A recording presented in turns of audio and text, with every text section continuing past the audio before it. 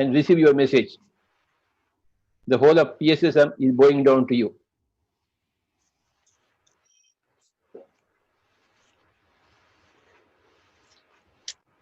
Namaskar. And very, very special greetings to all of you. मैं आप सभी को ब्रह्मा कुमारी ईश्वरी विश्वविद्यालय के हेडक्वार्टर माउंट आबू से हमारी प्रेजेंट ब्रह्मा कुमारी की चीफ दादी हृदय मोहिनी जी की तरफ से सभी सेंटर्स के भाई बहनों की तरफ से 140 कंट्रीज की तरफ से हमारे आदरणीय भ्राता निर्वैर भाई जी और ब्रिजमोहन भाई जी की तरफ से आपको बहुत बहुत विशेष थैंक्स और साथ ही शुभकामनाएं दे रही हूँ. It is a great occasion. I especially first of all want to give my heartiest gratitude and congratulations to our respected Brahma Shri Patreji, founder of Pyramid Spiritual Society movement, and also our Venerable Sanghsena ji. He is also the founder of International Yoga Center at Mahabodhi at Ladakh, jointly creating such a wonderful event, Digital Yoga Marathon, the need of the hour. So I really thank you from my heart, and even very special of you, respected Patreji, for paying your very humble tribute to our former Chief of Brahma Kumari, Dadi Janki ji. Really, it is a time that we are all together here for celebrating International Yoga Day. What is yoga? What is the definition of yoga? Our great masters from the morning, from few days, they are already sharing. But I want to share to you, to give you an experience that how we can practice Raj Yoga meditation together. Of course, many and many centers all over the world, millions and million people, 1,000 centers of Brahma Kumaris, our brothers and sisters, they are practicing meditation every day. What a tremendous amount of transformations in their lives, in their thinking, in their day-to-day living, and decreasing the stress from their day-to-day life is a wonderful message to all of the world.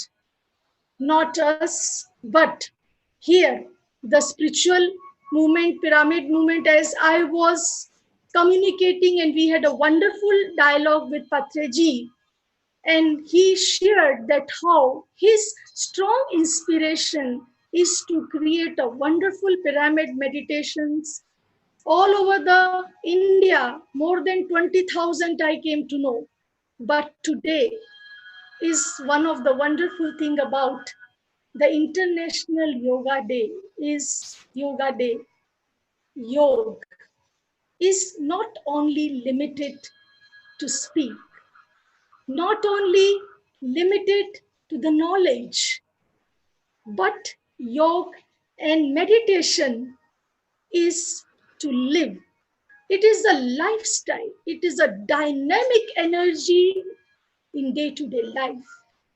We all know that today, at the very, very sensitive and delicate times, the need of the hour is to give the message through this platform to all over the world that not only to celebrate this day for one day, not, but it should be a life message that we should meditate every day. We should start our day every day with meditation, yoga. sadhana, dhyan. There are so many different ways are there. But myself, I started practicing Raj Yoga when I was 8. From my childhood, I had wonderful experiences of meditation. And all of you also feel that there are wonders. But just to simplify the experience of yoga, we know that it means connection, communication. Yuj means joining. But when the soul energy is joining with the Almighty, the highest, then it is a balance, perfect Raj Yoga or yoga and meditation. What is yoga? It is a balanced lifestyle. It is life energy. It is life promotion. It is life solutions. It is life siddhi. It is life dedication. It is life new journey. And it is more than that, is the overall transformation of the human soul. From the morning, we are listening about the Grahan. Many people are saying that negative energies they will be going to enter. But I feel why we are concentrating on the negative aspect. Why don't from these platforms, from today's platform, we should transfer the energy with the power of yoga and meditation to the positive energy. Let the Grahan become the Grahan of Sukh Grahan, Prem Grahan, Shanti Grahan, Shakti Grahan.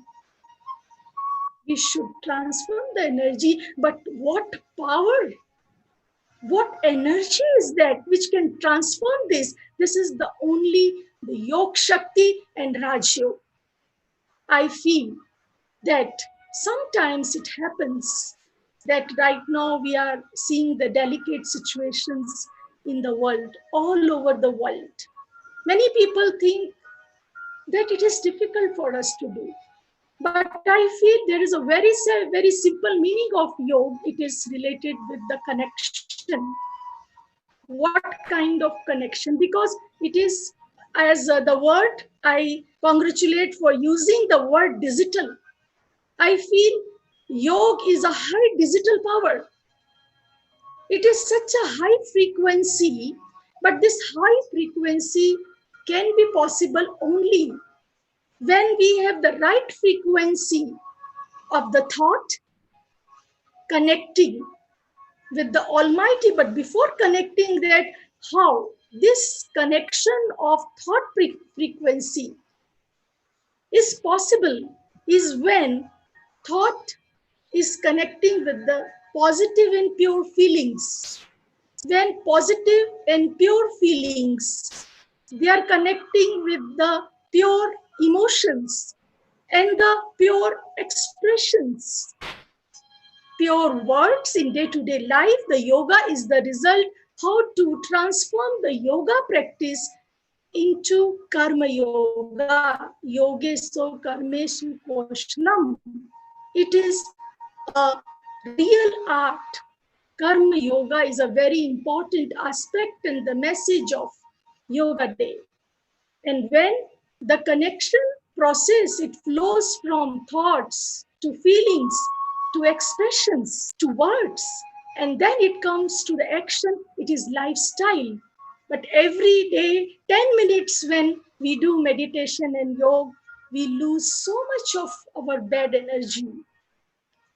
It is asked to Swami Vivekananda, Swami Vivekananda ji से ही पूछा गया कि जब आप साधना और योग करते हैं, what you gain out of yoga, meditation and dhyan. Swami Vivekananda has given a very beautiful answer. He said that more than gaining, I lose. What I lose? I lose anger. I lose jealousy. I lose mistrust. I lose negativity. So, what a beautiful art of meditation. Meditation is all attention without any tension. It is not stop thinking, but on the other hand, it is a top thinking. When I was doing my PhD in spirituality and universal values, I had a wonderful chance of learning the various founders and their philosophies about yoga. But one thing which I learned in my life is it is so simple. When we give positivity to others, we just smile with positivity, we cooperate others, we help us. This is meditation. Meditation is right thinking, elevated thinking, positive thinking, auspicious thinking, and thinking of well-being. But what happens? How we lose the connection of soul and body, जिसको mind and body कहते हैं, कि किसी ने ठीक कहा कि रूह और शरीर का, क्योंकि आत्मा ने शरीर को कहा कि मेरा रिश्ता क्या है, रूह और शरीर का रिश्ता भी कितना अजीब है कि जिंदगी भर दोनों साथ रहे पर तारुफ ना हुआ, हम एक दूसरे को पहचान नहीं पाए. Yoga is a beautiful art of connecting with the Almighty, with the Supreme. So I feel that today is a day of promise, new determination, new starting in the day. Let us, all of us, spread the message of yoga and meditation to all over the world. I today want to give my special respect to our Honorable Prime Minister Modi ji for making this day so popular. Not only in India, but all over the world, today people are looking at Bharat as a lighthouse of yoga, lighthouse of spirituality. We should proud, we should have the determination. Let each and every Indian Bharatvasi, they should take a promise to do everyday meditation, yoga. So this can bring a transformation, change, peace, happiness, harmony, divinity, because yoga is a divine life. It is the original soul energy. Soul means who am I? That is the first step of yoga and meditation, self-realization, self-connection. Knowing myself, who am I? That is why health, when we define health, heal thyself. स्वस्थ, स्व में स्थित हो जाना ही स्वास्थ्य है. So that is why it is a balance of mind and body. Now, I request you all, we are all listening from long time. Let us be together, join together in the practice of practical meditation. I am conducting right now live meditation, and I request you kindly sit straight, back straight, breathe gently and normal, have cheerfulness. जब भी योग में बैठे, प्रसन्न मुद्रा में बैठे, there are many benefits of meditation. 36 benefits are there and wonders are there. You all know how it increases all your brain cells, physical body cell, 75 trillion cells of the body in the brain, they get charged. So much of energy, stress-free living, efficiencies, high frequency of the positivity comes. I request you kindly join in live digital meditation. Relax your mind. I will give you positive affirmations, guided thoughts, We will be going to postpone all other thoughts. The music right now will be going to help you to continue this journey. First step, turn your attention from outside to inside.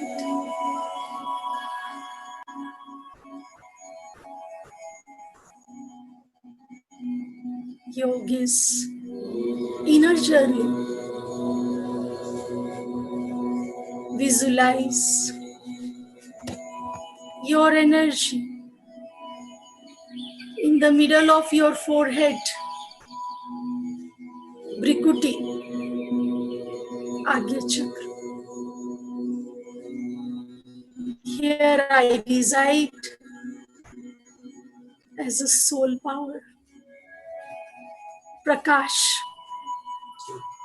Jyoti. I am peaceful energy. Peace is my true nature.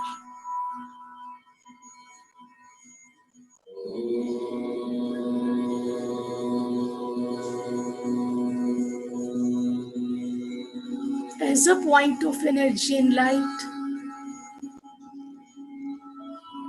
inside I am having the tremendous and abundance powers.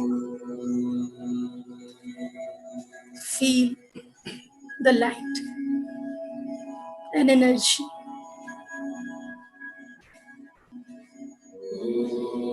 The master power in this physical body, controller,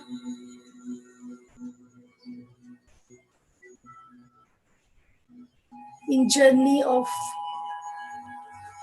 this meditation and realizing the true power, real pure power.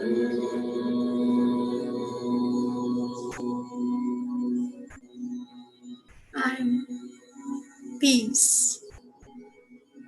Peace is my true nature. I like peace. I love peace. I share peace. I donate peace. Yoga means self-awareness. Awareness of the self, awareness of the other relations in respect and harmony. This energy right now is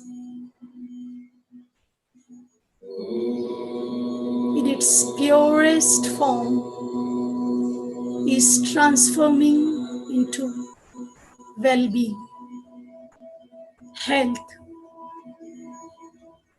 happiness.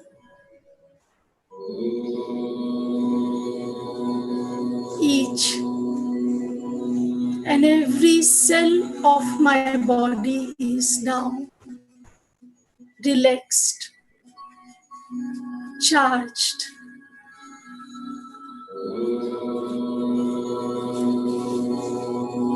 Now, from first step of yoga meditation, Raj Yoga, from turning to tuning, from inward journey to upward journey, connection with the highest source, Supreme,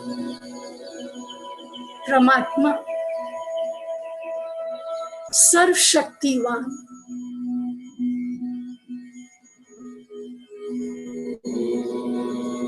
Gently connect your mind with the Almighty, the Supreme Teacher, Supreme Guide, Supreme Protector of our lives, the ultimate.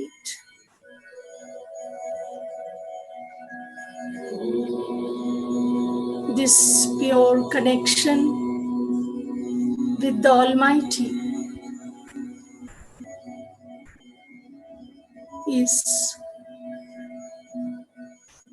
giving me abundance of peace and light. I'm charged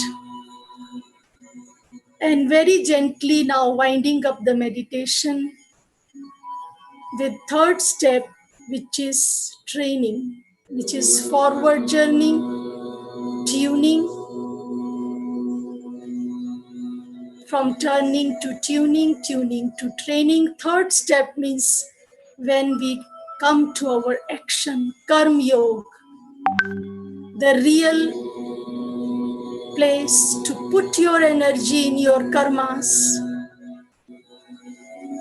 We take the positive determination today on International Yoga Day that every day we will start our journey with positive thoughts for the self, for others, for our country. Free us from all the viruses. Let the virus disappear with our pure energy of yoga and meditation. Let this world free from disease to peace, disease to health, disease to happiness. Om Shanti. Om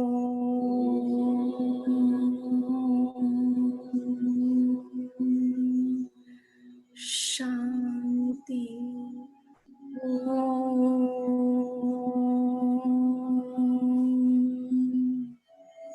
Shanti.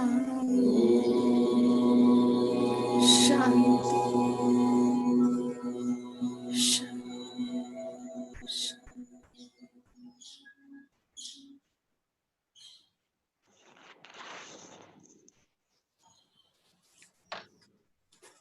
Om Shanti Shanti Shanti. Shanti. Om Shanti. Om Shanti Shanti Shanti. Shanti. Om Shanti Shanti Om Shanti. Shanti. Shanti. Om Shanti. Om Shanti. Again, we thank you Yes. for the message, for your showing up here with all your kindness, and the whole of PSSM, Pyramid Spiritual Movement across India, goes down to you in the whole of Brahma Kumaris Vishwavidyalaya movement, and to especially Dadi Janki Devi, Mother India. Namaskar. I just want to give one surprise, our respected brother Patreji. This special surprise to you for today's International Yoga Day. I will just take 1 minute to announce a surprise to you that on this very special auspicious day, World Record London Start 2020, they have announced you as a Start 2020 of the day. And the honor is, and then the appreciation from them, I'm reading the words, a special acknowledgement to you for this day. Honor to Brahma Rishi Subhash Patreji, founder, Pyramid Spiritual Society Movement, Hyderabad, India, has been recognized and appreciated for spreading a spirit of positivity and hope during these testing times. Your efforts for the world for putting all your positive energy, and also I feel to add for creating this wonderful day, for creating a digital international yoga marathon. Honor is his and glory is mine.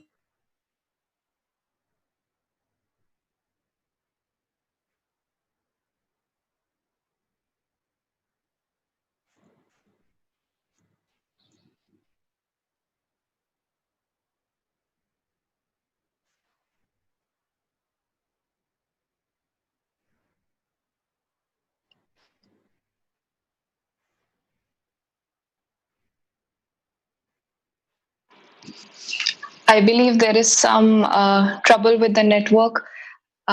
Thank you so much, Raj Yogini, Dr. Binni Sarinji, and thank you so much, Patriji, and congratulations for this wonderful award that we were just in the process of hearing about. We really are indebted to you, Patri sir, for introducing us to so many masters from all over the globe.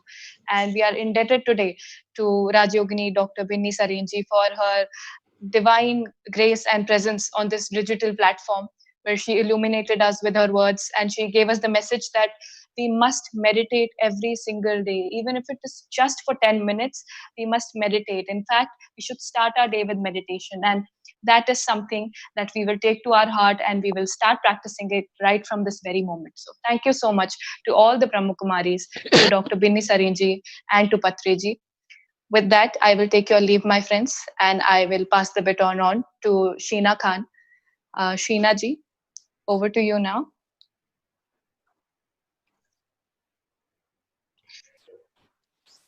Hello and namaste to everyone from Raipur. I am Sheena Khan. I am associated with PSSM from past 9 years. This journey had been a wonderful journey. I have learned so much from so many masters. I can't tell you. I have learned how to handle pressure. I have learned, how to live this life so joyfully, with so much of enjoyment, with so much of love. That love, that this is the supreme nature of a human being, and that we should share it to everyone, every single human being, not just human being, just animals and birds, and everyone, this environment, this mother nature and everything. I learned so much from PSSM. I learned so much from each and every masters in PSSM. This has been a wonderful 9 years. I joined in 2011 with just a distracted teenager, and now here I am sitting in front of you with so much of focus, with so much of love, with so much of knowledge. And I am seeking this knowledge every day from so many masters. Without taking much of your time, I would like to call upon Dr. Sangeeta Nehra ma'am. She is Director Ayush, Ayurveda, Yoga and Naturopathy, Unani, Siddha and Homeopathy System, and Government of Haryana State, working with ministry since the past 20 years, beginning her journey in PSSM in 2011. She has since been taking meditation in all the Ayurveda colleges, other educational and technical colleges. She had the Ayush department construct a 60 by 60 pyramid in 2015 as well, enabled building over 20 plus pyramid in civil hospitals, gaushalas, houses, and ashrams.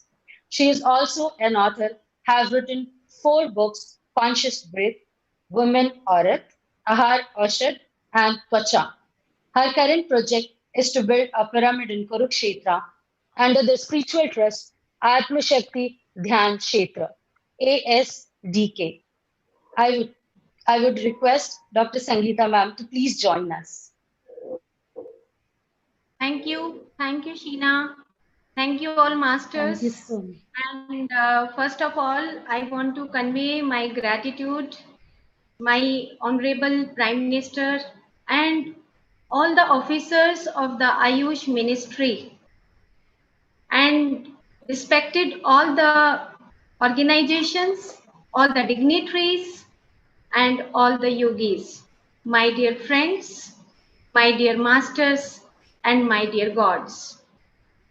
This is the most divine moment for all of us, because in this current time, we all are sensing and feeling of real yoga, the union with all sectors of the big global society, means to connect with ourselves, with our family, with our friends, and to the whole world through digital Yoga Day celebrations from the venue at home.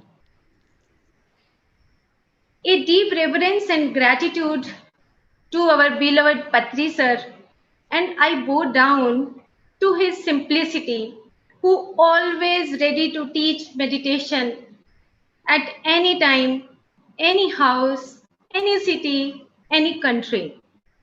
And for me and all pyramid masters, the meaning of yoga is meditation, means the dhyana, dhi plus yan, to know about our higher subtle bodies and to travel with these bodies. And meditation is my real food, along with my assignments. I think everyone need meditation. I came into meditation last 10 years back and I joined PSSM. Every day I do meditation, minimum 2 hours, and by practicing meditation, I have gone through the experiences about my past lives, astral travels, deep connections with astral and higher worlds, connections with the plants and animals. By doing meditation, I got all the answers of my questions. And especially, I got my purpose of life. So, friends, today, out of my special experiences, one deep experience I have been going through in these 2 years of my life, and I'm going to share with you because this is my topic, the quantum field of evolution, the divine principle of yoga. Few years back, I got a chance to do service in the cow sheds, Gaushala, where more than 3,000 cows and bulls were living. And through meditation, 2 years back, first I connected with the Rudolf Steiner, an Australian philosopher who explained me that the animals and plants have group souls. They exist as group souls. If we kill one animal, then all group animal souls get hurt and feel pain. I was shocked and as well as amazed to listen the message of this great person. Then I connected deeply with the great authors Arthur Powell, H.P. Blavatsky, Annie Besant, C.W. Leadbeater, and knew about their books, The Astral Body, Etheric Double, and Causal Body and the Ego. While doing the service with the cows and the bulls, simultaneously, I was doing the research project on one plant, the Aglaia marmelos, the bilwa. The same I connected deeply with the nature spirit and the spirit guides of the plants and animals through intuitions and through insights. Then I came to know that each kingdom of life is always connected with the minor gods, or we say that the angels or the shining ones. They are the representative of each planes. I felt a deep feeling of wholeness and oneness. And this is the quantum field of evolution, a divine principle of yoga. Quantum field means the area, the domain, and the realm of the plan where we and all beings build houses in this visible world on this Mother Earth. For example, before child takes birth, a family do all preparations, all needs, all accessories required for the child. Or when we construct a house and want to live in that house, we require all stuff. for our existence. Like we are sitting in one office, we need the chair, table, and everything we need. The same, the creator, his will creates fields, the blueprint, design master plan, helping for our human evolution. So before we birth as individual soul, the flood of life, elemental kingdom, mineral kingdom, plant kingdom, animal kingdom pours down through the various planes slowly and gradually takes place. The one entire incarnation of planetary chain and covering millions of years required to complete the process of each kingdom. So these beautiful elemental, mineral, plant, animal kingdom are the fundamentals and the basic part as the family members of each of us, our lives. So this is the field of evolution where all kingdoms of life living together happily. This is the basic requirement for every Jivatma, self, monad, purush, at all planes. Whatever we say in another text, we all need essential food sources, means the nature food for subtle and gross bodies in a way of prana. We require the green world, the good vegetarian food, and the balanced seasons and weathers, serene environment. We need the peace and happiness, the sound of the birds and animals, which gives the completeness and wholeness, and who keeps us fresh in morning and evening. The field of evolution means in all our invisible worlds, the every particle and wave is becoming the part of us. When we sense, feel, or in tune with our surroundings, we become the whole and one for a moment, for a minute, or for some time. So, whenever you have time, you just please connect with the surroundings. It means our surroundings, all kingdoms provide nature luxuries for sustaining our health and happiness. And this is the real enlightenment. This is the divine life. My personal experience is when we are in present moment and do practice living in moment, we connect with surroundings directly. And we feel a deep connection with all the kingdoms. So, elemental kingdom in the form of prana, the vital energy or vitality, the omnipresent in environment. So the minerals in the way of fragrance of the soil, the stone, and crystal energies on the Mother Earth. We feed plant, flowers, fruits energy as the food and herbs. We feel animals and bird kingdoms through their sound power. And we also feel connection with our all beautiful humans.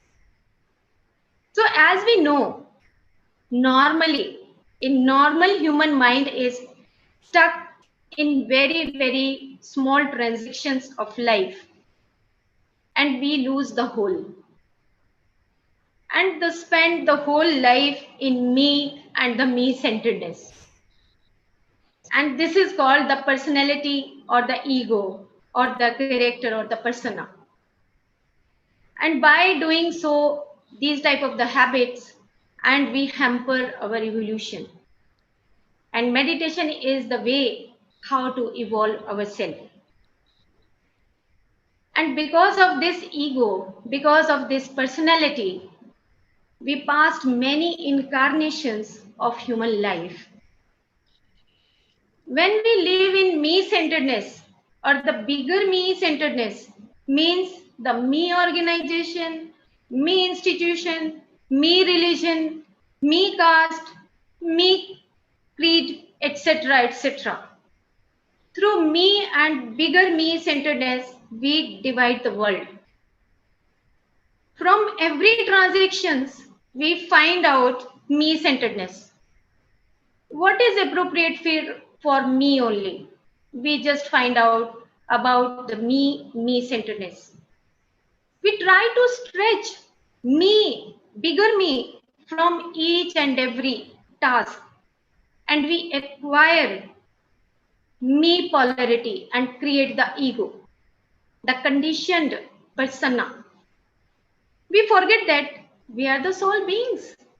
We are the divine beings. Without meditation and yoga principles, we create confusion in our life. We create disconnections. We create disorders, separateness in our life. But when we enter into meditation world, practicing meditation will soothe all our sufferings, all our pains, thereby the understanding the laws of quantum field of evolution. Without meditation, our five senses, eyes, ears, skin, taste, smell, and our work organs, the hands, legs, and perceive, record limited feelings, limited thinkings, and limited actions. So now I can sense and feel my surroundings, the fields of evolution, and directly connected with the elemental, animal, and plant kingdoms. So I understand the importance of all the beings, the real meaning of yoga, the union with all kingdoms of life, to respect all the kingdoms of life. This is the meaning of real yoga. And I think now the meaning of wholeness and oneness is clear.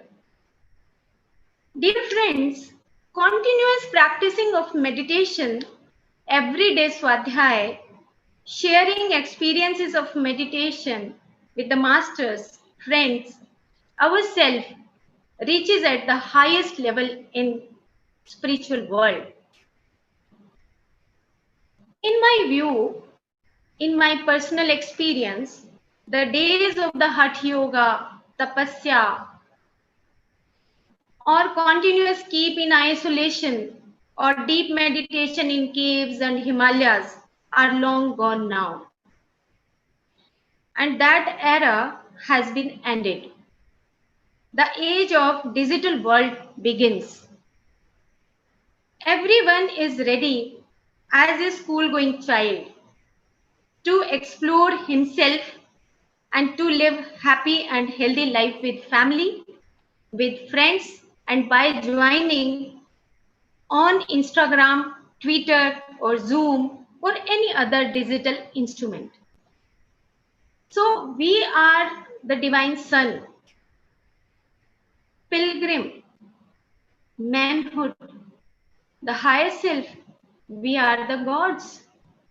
Aham Brahmasmi, Tattvamasi Shvet Ketu.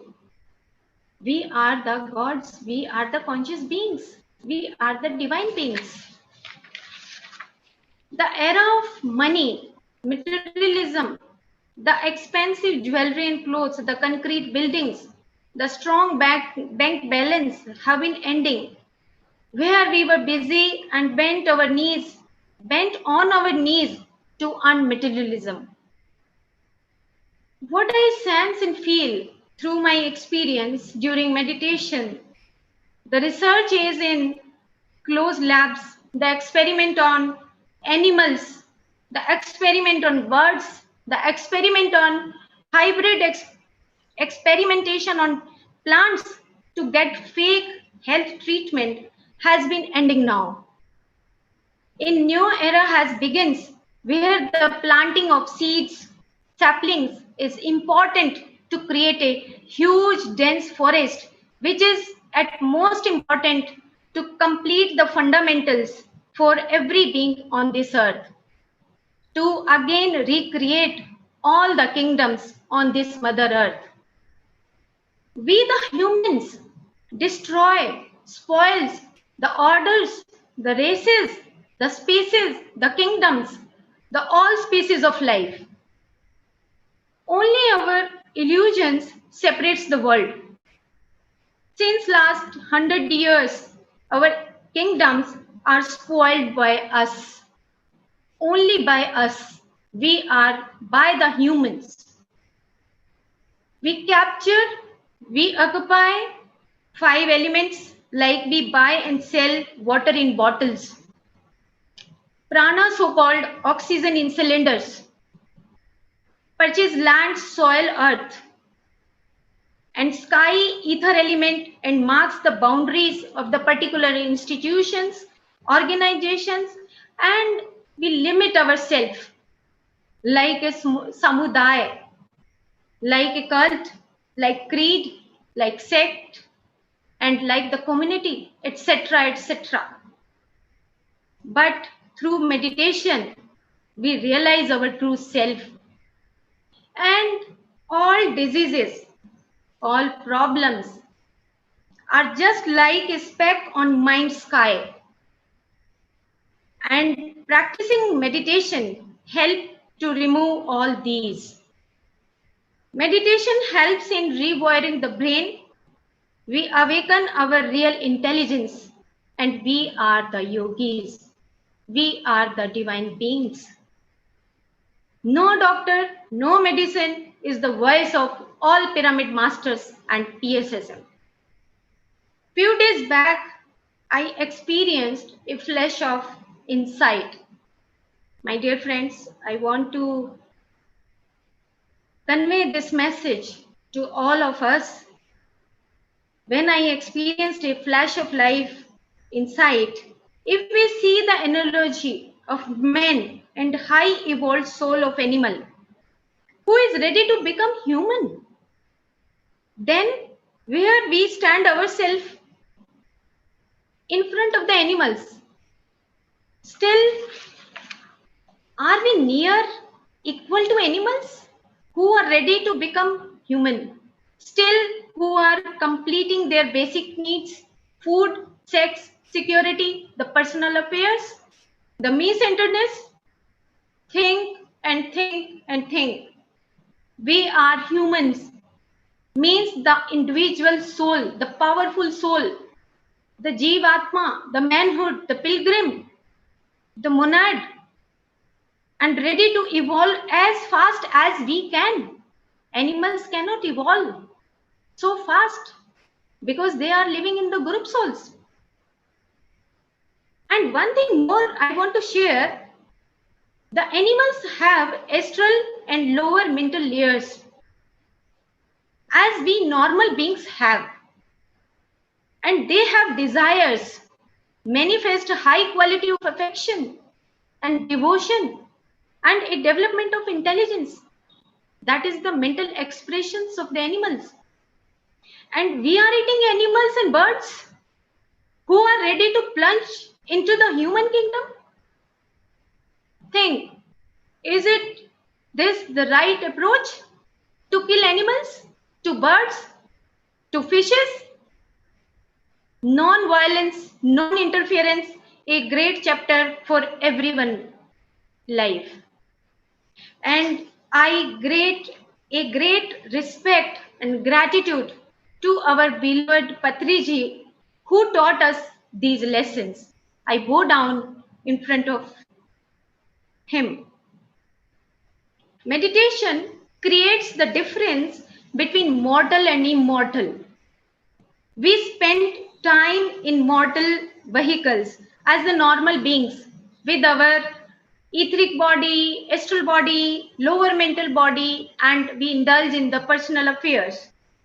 But the meditation and yoga opens the door towards the superhuman evolution like rishis, maharishis, brahmarishis.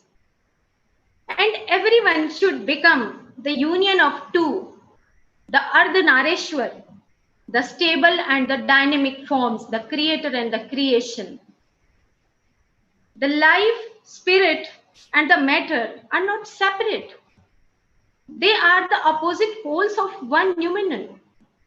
The chains, globes, planes, races, sub-races are merely abstractions from one entity.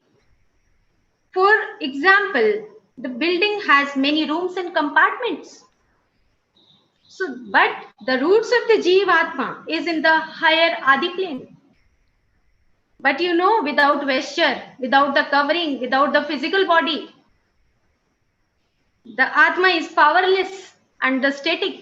So we have the chance on the Mother Earth to do our services. And when the Jivatma comes in the visible worlds, unfolds all divine potentialities, powers, and become dynamic. So through meditation, the soul, as we human beings, touch highest and deepest layer of our body, and we evolve and become Vimuktatma. And Vimuktatma means the ego-free body. And then the Paramatma, the souls who come for Lok Kalyana, do services for others like Jesus, like Patri Sir, Krishna, Maharishi Vedyas, and many other rishis. And we are all also the path of this. The meditation, vegetarianism, pyramid power, and non-violence, compassion are the main pillars of PSSM. Today is the beginning of new era. Let us finish our half stories of our life by joining the meditation and by becoming vegetarian. And we become the real human and the superhuman being. Let us reborn, reunite, recreate, and refresh ourselves. Today, let us join our hands, our higher minds, and become an energy shield of Mother Earth to protect, to heal for her ascension period, because she needs. Let us open all the doors and open our hearts to unite with each other. Do not fight, do not flight, and do not fear. Just unite and become a yogi. Namaste and thank you, thank you, thank you, and congratulations for all masters, seekers for this great digital international yoga day event. Thank you very much. Thank you, Baba. Thank you, sir. बहुत धन्यवाद. The whole Thank thing you. you covered very beautifully. Yes, sir. Thank you. Because Where of are- you, sir, because always you guide us and always you send the vibrations. You are a spark for all the pyramid masters. So, sir, we are so happy and we are celebrating this digital international yoga day. Thank you so much, sir. Where are you now? Sir, in Sirsa, in Haryana, Sirsa district, where my husband is posting there. Sunday, because today is Sunday, sir. Okay. Yes, sir. Thank you, Baba. Yes, sir. Thank you, sir.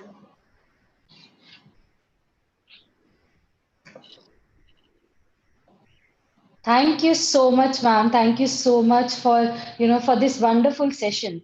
As rightly said, meditation is the key to everything in the world. Be it love, be it compassion, be it, any of the emotions we are going through. For everything, there is only one remedy, that is meditation. I can't thank you enough. We are so grateful of you for sharing such rare knowledge with us. And, we can't thank you enough. Without taking much of your time, I would like to call my friend Mehek to take us further in this wonderful journey. Thank you, Sheena. Thank you so much.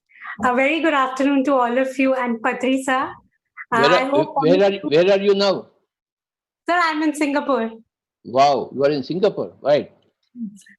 Sir, I'm very happy to meet you here today, and we've been enjoying the session. So I truly feel that we are really blessed to be part of this divine day and such divine proceedings. Before I introduce our next speaker, I would like to share a few tidbits about my meditation journey. I started meditating in the year 2013. It was a time of life where I was going through a period of transition, and everything in my personal and my professional life was quite uncertain and unpredictable. That's when my father, Mr. Anil Bhartiji, introduced me to Patri sir, and under his guidance, I started a daily practice of Anapansati meditation. Uh, a year into my meditation, and I know how my life changed. It was essentially the way of life that I had known earlier had completely changed for me. I started reading a lot of spiritual books. I went to spiritual retreats with Patri sir to Ladakh, to Egypt, to Turkey. I let go of a job that did not suit me. I let go of certain karmic relationships that were not suitable for me. And eventually, I even changed my country and moved to Singapore to pursue my PhD in marketing. Today, with the support of my husband, my parents, and my siblings, we all practice meditation. My father also has a pyramid center in Ludhiana by the name of Swami Vivekanand Meditation Pyramid, where we teach meditation on a regular basis. We also teach meditation to freshers, people who are new to the concept of meditation. Uh, I think, all in all, the best part of meditation has been the sense of peace that arises from finally making choices that are in alignment with your heart's desires, and the courage to surrender what you can't control to the universe. Thanks to Patri sir, I think my life has undergone a complete detoxification, spiritually, mentally, and physically. Thank you so much, Patri sir. Now, I would like to take this opportunity to introduce our next speaker, Srimati Yuvi Nagalakshmi ji. It's an innate honor and privilege to introduce Srimati Yuvi Nagalakshmi ji. She's a pyramid master since 2009 and has been in the field of music for more than 3 decades. She started her career as a vocalist along with her elder sister, Srimati KVP Saraswati ji, at a very young age. She and her sister are popularly known as Vijayanagaram sisters in the field of Carnatic music. Nagalakshmi ma'am also had the honor of performing at the 88th birth anniversary of her former Prime Minister, Shri P.V. Narasimha Rao ji, and Gandhi Jayanti celebrations, to name a few. It goes without saying that she's one of the leading vocalists of Carnatic classical music in India, and it's a privilege to have her for today's session. May I please invite you, ma'am, to start the session. Thank you. Thank you so much. Thank you so much for your wonderful introduction. It's a privilege, ma'am. Thank you. Thank you. Please say a few words about meditation. Your entry into meditation. Okay, sir. Namaskaram to everybody. I'm into meditation since 2009 and getting lots of benefits through meditation. Before the life before my meditation and after coming into meditation is a quite contrast life. I came to know about myself, and I began to understand things as it is after coming into meditation. And it is my great fortune. I feel that it is my great fortune that we have come into the fold of Sri Pitamaha Patriji do meditation. Thank you, sir. All your family members, they do meditation? Yes, sir. Our entire family, my brothers and sisters, everybody does meditation, and they are also into meditation from 2009 onwards. Everybody doing, and they are also spreading meditation and vegetarianism around the world, in fact. And how about your children? My children also, I have 2 daughters. They both are into meditation, and they're very excited to spread meditation from right from their childhood itself. when they are my elder daughter was 7 years old and younger one is 5 years old. Whenever their friends come to our home, they used to ask them to sit into meditation, clasp your hands, close your eyes, these all, and they used to do meditation with their friends also. Now, the best part I will say, my younger brother's children, very young. He has two twins and one boy.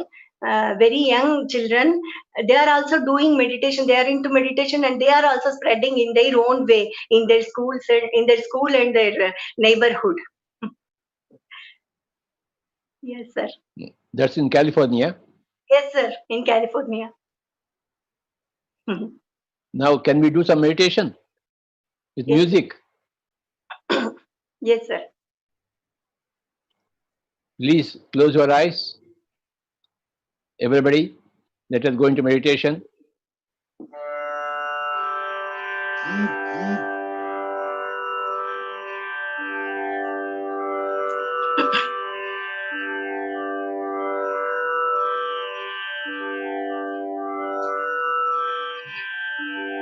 కొంచెం శృతి తగ్గించండి, కొంచెం శృతి. ఓకేనా sir?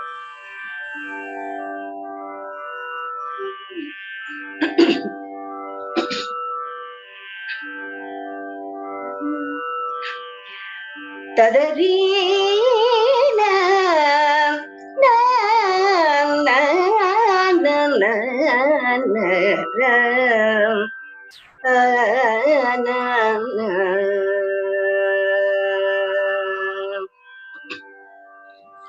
ತುಂಗತರಂಗೆ ಗಂಗೆ ತುಂಗತರಂಗೆ ಗಂಗೆ ಜಯ ತುಂಗತರಂಗೆ ಗಂಗೆ ಜಯ ತುಂಗತರಂಗೆ ಗಂಗೆ ಜಯ ತುಂಗತರಂಗೆ ಗಂಗೆ ಜಯ ತುಂಗತರಂಗೆ ಗಂಗೆ ಜಯ ತುಂಗತರಂಗೆ ಗಂಗೆ ಜಯ ತುಂಗತರಂಗೆ ಗಂಗೆ ಜಯ ಜಯ ತುಂಗತರಂಗೆ ಗಂಗೆ ಜಯ ತುಂಗತರಂಗೆ ಗಂಗೆ ಜಯ ಜಯ ತುಂಗತರಂಗೆ ಗಂಗೆ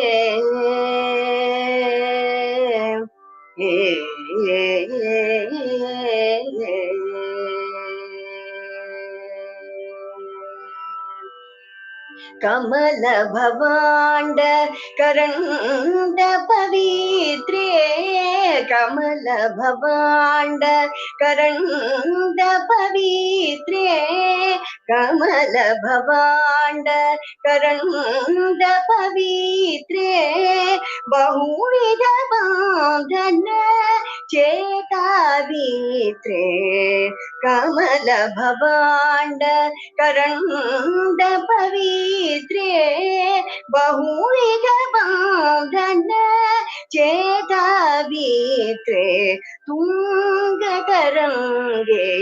ಗಂಗೆ ಜಯ ಜಯ ತುಂಗತರಂಗೆ ಗಂಗೆ ಜಯ ತುಂಗತರಂಗೆ ಗಂಗೆ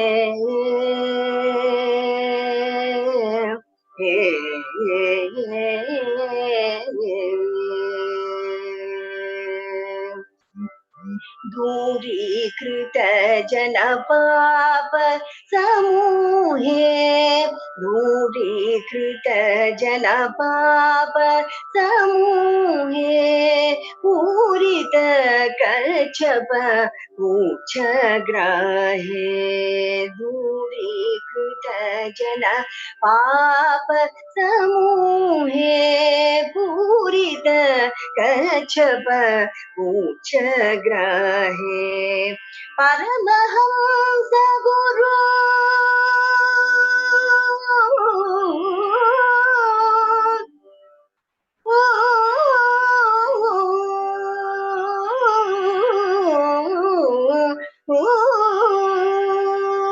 परमहंस गुरु हरिद चरित्रे परमहंस गुरु हरिद चरित्रे ब्रह्मा विष्णु शंकर पात्रे परमहंस गुरु हरिद चरित्रे ब्रह्मा विष्णु शंकर पात्रे परमहंस गुरु अनित चरित्रे ब्रह्मा विष्णु शंकर पात्रे तुंगतरंगे गंगे जय जय तुंगतरंगे गंगे जय तुंगतरंगे गंगे जय तुंगतरंगे गंगे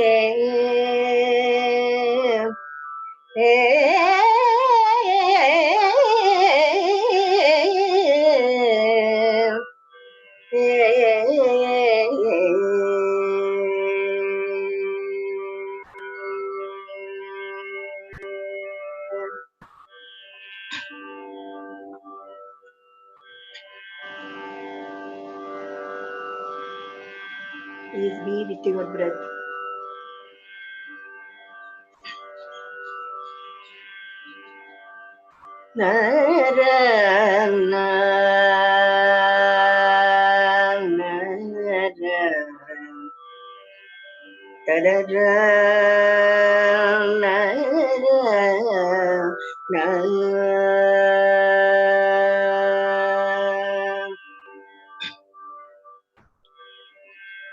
सुमनस वंदित सुंदरी माधवी सुमनस वंदित सुंदरी माधवी सुमनस वंदित सुंदरी माधवी सुमनस वंदित सुंदरी माधवी चंद्र सहोदरी हेममये सुमनस वंदित सुंदरी माधवी चंद्र सहोदरी हेममये सुमनस वंदित सुंदरी माधवी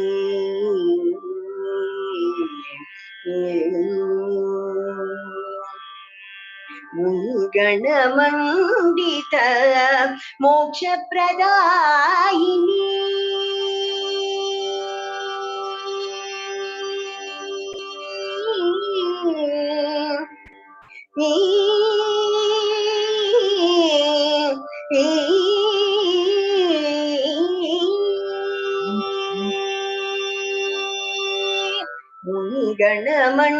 गणमंडित मोक्ष प्रदायिनी मुनिगणमंडित मोक्ष प्रदायिनी मुनिगणमंडित मोक्ष प्रदायिनी मुनिगणमंडित मोक्ष प्रदायिनी मंजुल भाषिणी वेदनुते मुनिगणमंडित मोक्ष प्रदायिनी मंजुल भाषिणी वेदनुते सुमनस वंदित सुंदरी माधवी चंद्र सहोदरी हेममये सुमनस वंदित सुंदरी माधवी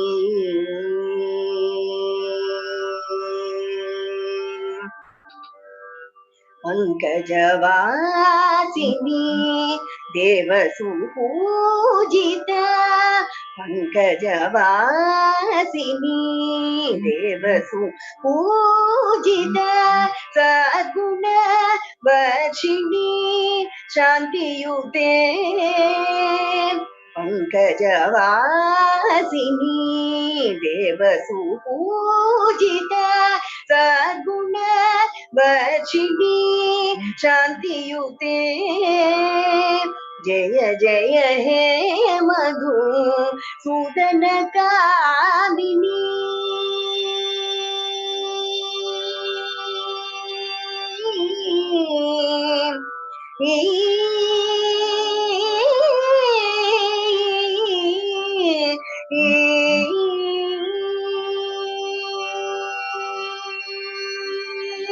जय जय हे मधुसूदन कामिनी जय जय हे मधुसूदन कामिनी आदिलक्ष्मी सदा पालय मां जय जय हे मधुसूदन कामिनी आदिलक्ष्मी सदा पालय मां आदिलक्ष्मी सदा पालय मां सुमनसवन्दित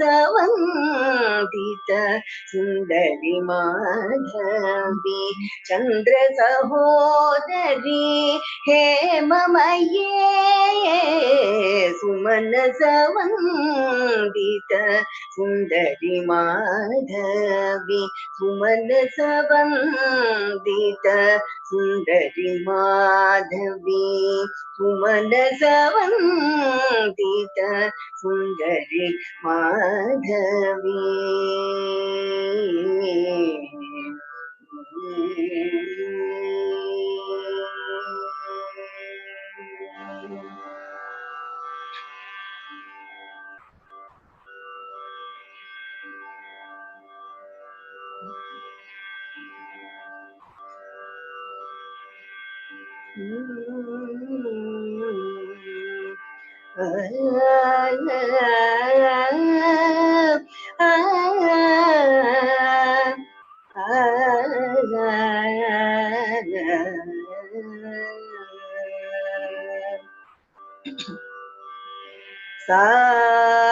सागर शयन विभो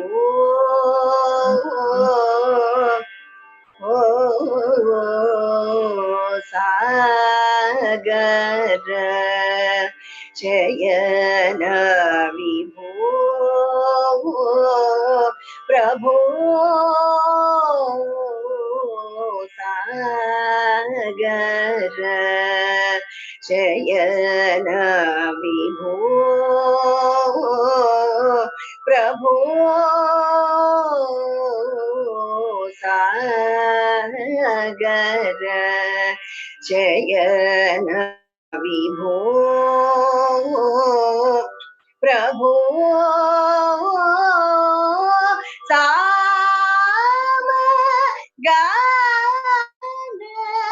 सामगानलोल साधु जनावन क्षीर सागर सागर शयन विभो प्रभो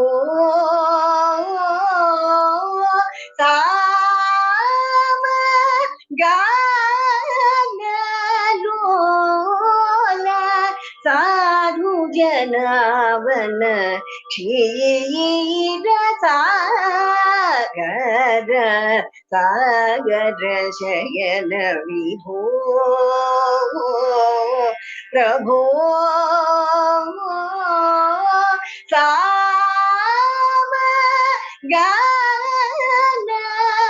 सामगानलोल साधु जनावन क्षीर सागर सागर शयन विभो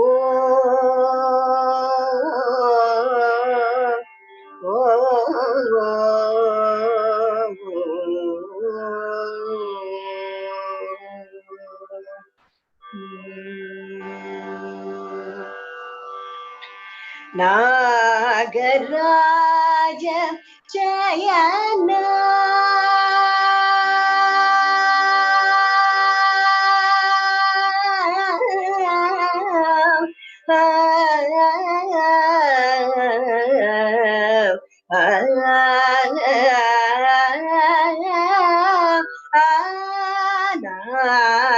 नागराज चयना नागराज चयना नागराज चयना भाग ब्रोमैया नागराज चयना भाग ब्रोमैया भागश्री भूमि सहितुडै वेलयो भागश्री भूमि सहितुडै वेलयो क्षीरसागर सागर शयन विभो प्रभो साम गानलोला साधु जनावन क्षीर सागर सागर शयन विभो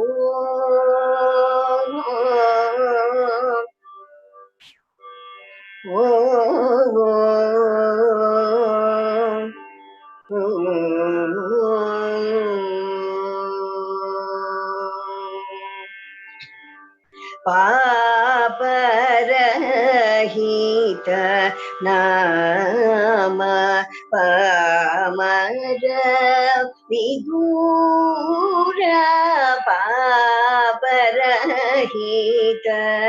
नाम अति पामर विदूर पाप शमन कर पावन नाम पाप शमन कर पावन नाम श्री पद्मनाभ श्रीदाजन पोषक श्री पद्मनाभ श्रीदाजन पोषक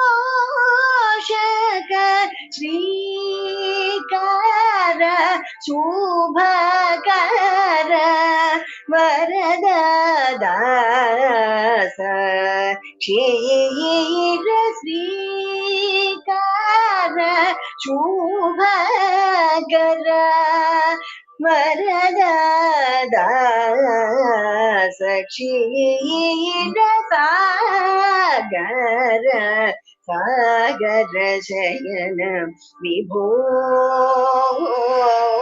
प्रभो साम गानलोला साधु जनावन क्षीर सागर सागर शयन विभो प्रभो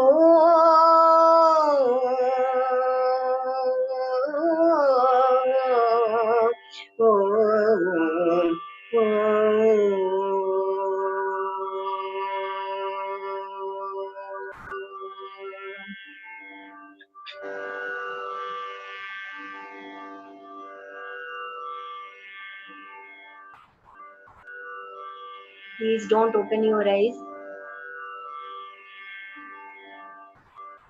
Be with your breath.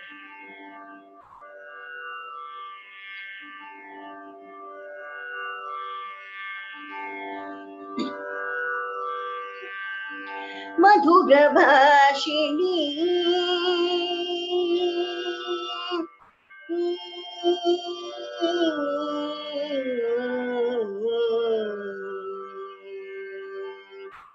Madhurabhashini Sharade Madhurabhashini Sharade Madhurabhashini Sharade Madhurabhashini Sharade Madhurabhashini Sharade Madhurabhashini Sharade Madhurabhashini Sharade Madhurabhashini Sharade Madhurabhashini Sharade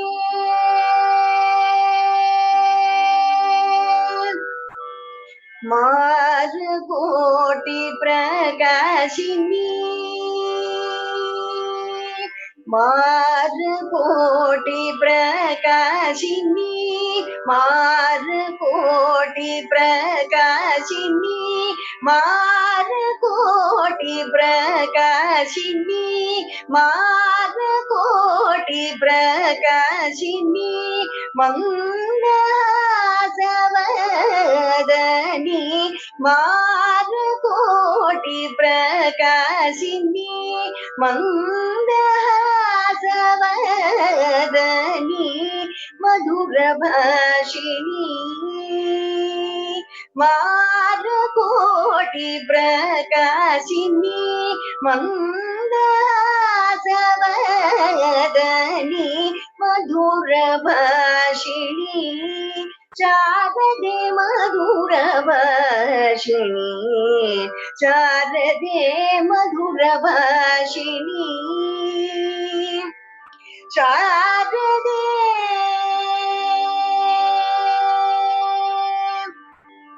Sasvataragini Sasvataragini Sasvataragini Satigama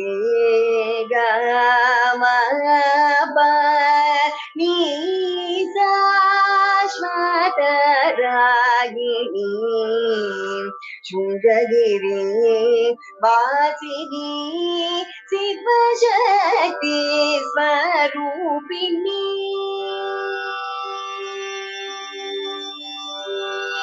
Sivashakti Swarupini Sivashakti Swarupini Sadananda Priyakari Sivashakti Swarupini Sadananda Priyakari Madhurabhashini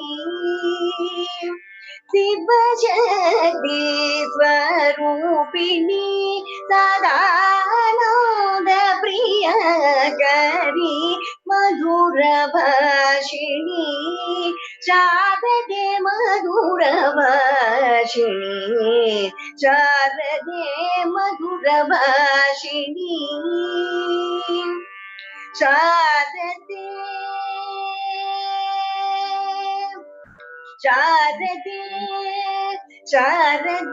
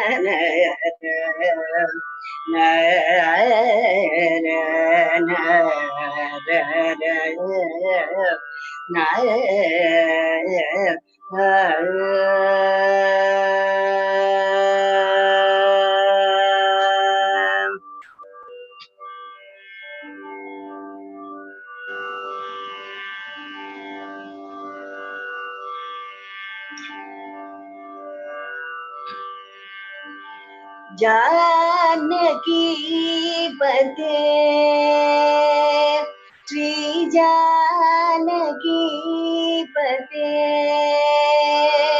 Shri Janaki पते जय कारुण्य जलधे श्री जानकी पते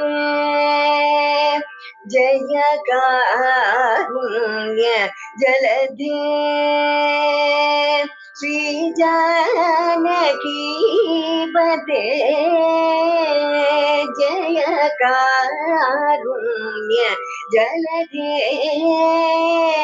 श्री जानकी पते जय कारुण्य जलधे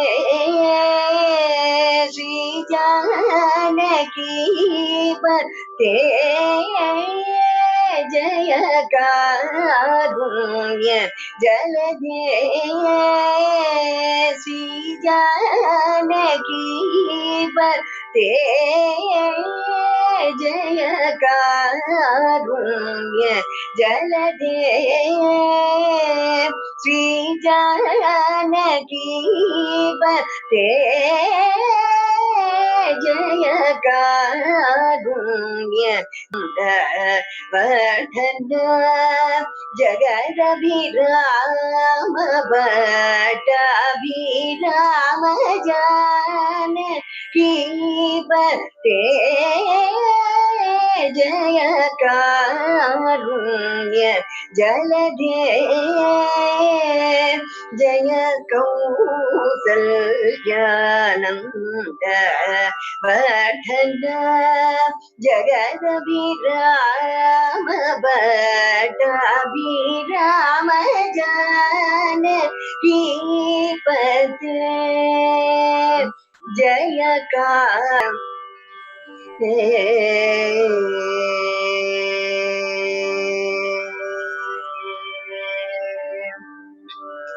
दीन जनावन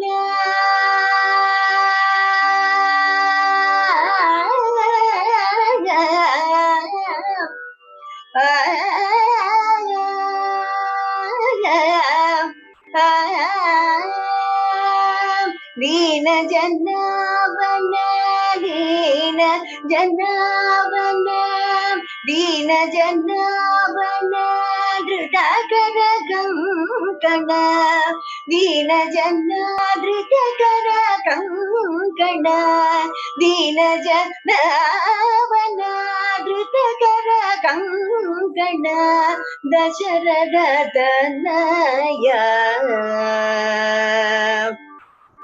दशरथ तनया गणित गुणगण दशरथ तनया गणित गुणगण दशरथ तनया गणित गुणगण दशरथ तनया गणित गुणगण जानकी पते जय कारुण्य जलधे जय कौसल्यानन्द वर्धन जगदभिराम भट्टाभिराम जानकी पते गुहजटायु शबरी प्रमुख निज भक्त जन मोतिदायक गुहजटायु शबरी प्रमुख निज भक्त जन मोतिदायक जगत हित विराग कबंध निशाचर निहित निषूदन शायक जगत हित विराग कबंध निशाचर निकर निषूदन सायक सरोरुह चरण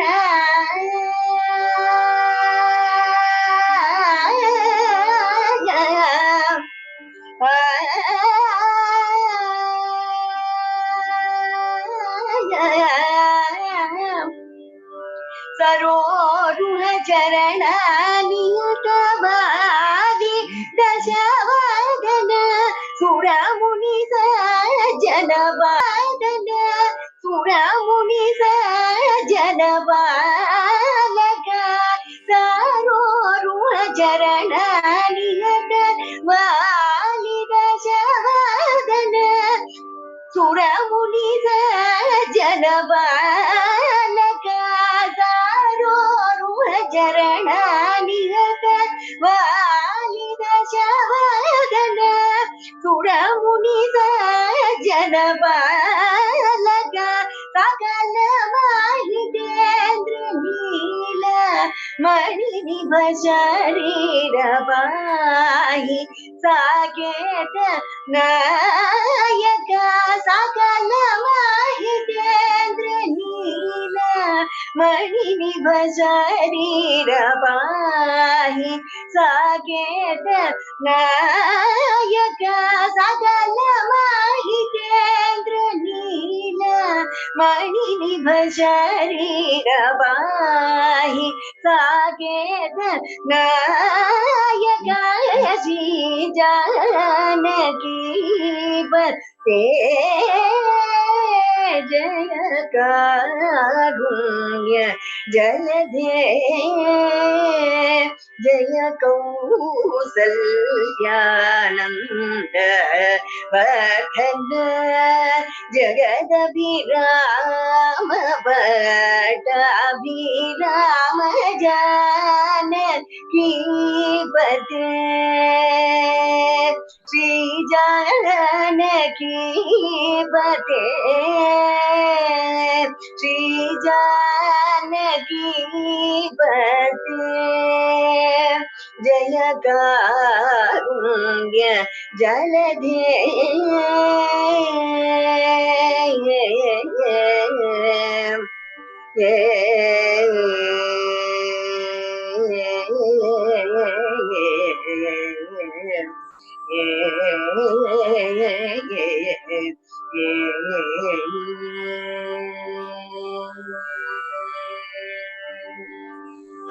Final 5 minutes.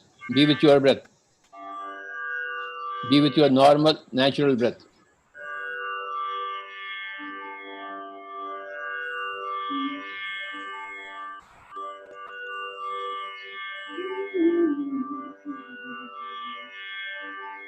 शांति निलव वेंदुम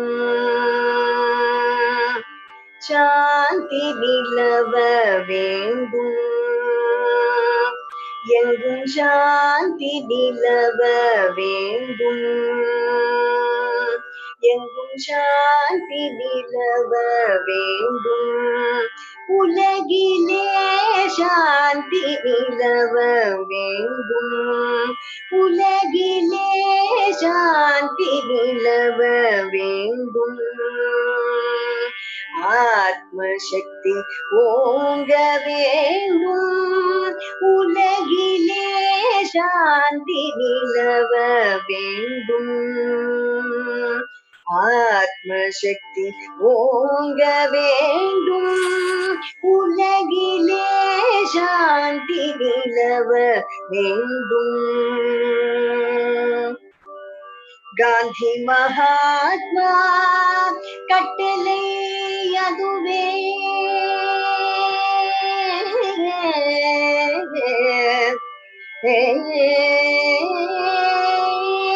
காந்தி மகாத்மா கட்டளை அதுவே காந்தி மகாத்மா கட்டளை அதுவே கருணை ஒற்றுமை கரிகொளி பரவே கருணை ஒற்றுமை கரிகொளி பரவே கருணை ஒற்றுமை கரிகொளி பரவி சாந்தி நிலவ வேண்டும். காந்தி மகாத்மா கட்டிலை அதுவே, கருணை ஒற்றுமை கரிகொளி பரவி சாந்தி நிலவ வேண்டும். உலகிலே சாந்தி நிலவ வேண்டும். கொடுமை செய்தியோர் மனமதி தீர்ந்த நற்குணமதை புகத்திடுவோம். கொடுமை செய்தியோர் மனமதி தீர்ந்த நற்குணமதை புகத்திடுவோம். மடமையச்சம் அறுப்போம் மக்களின் மசில நல்லொருக்கம் வளர்ப்போம். மடமையச்சம் அறுப்போம் மக்களின் மசில நல்லொருக்கம் வளர்ப்போம்.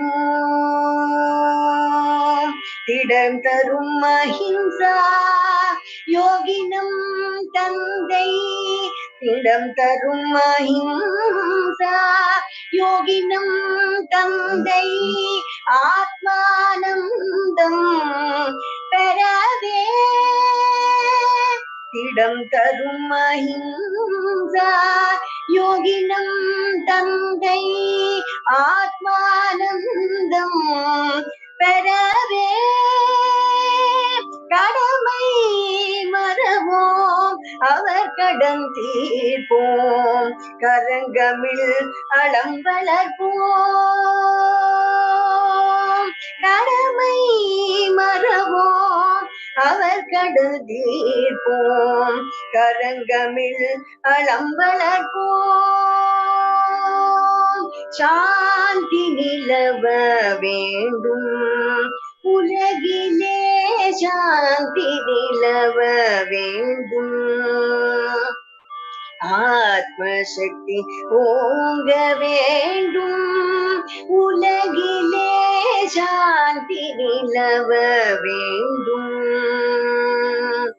எங்கும் சாந்தி, எங்கும் சாந்தி, எங்கும் சாந்தி.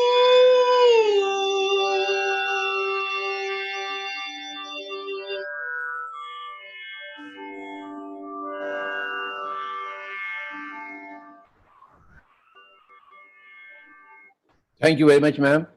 Thank you, sir. Thank you చాలా so కొత్త much. కొత్త పాటలన్నీ పాడారు వాళ్ళ.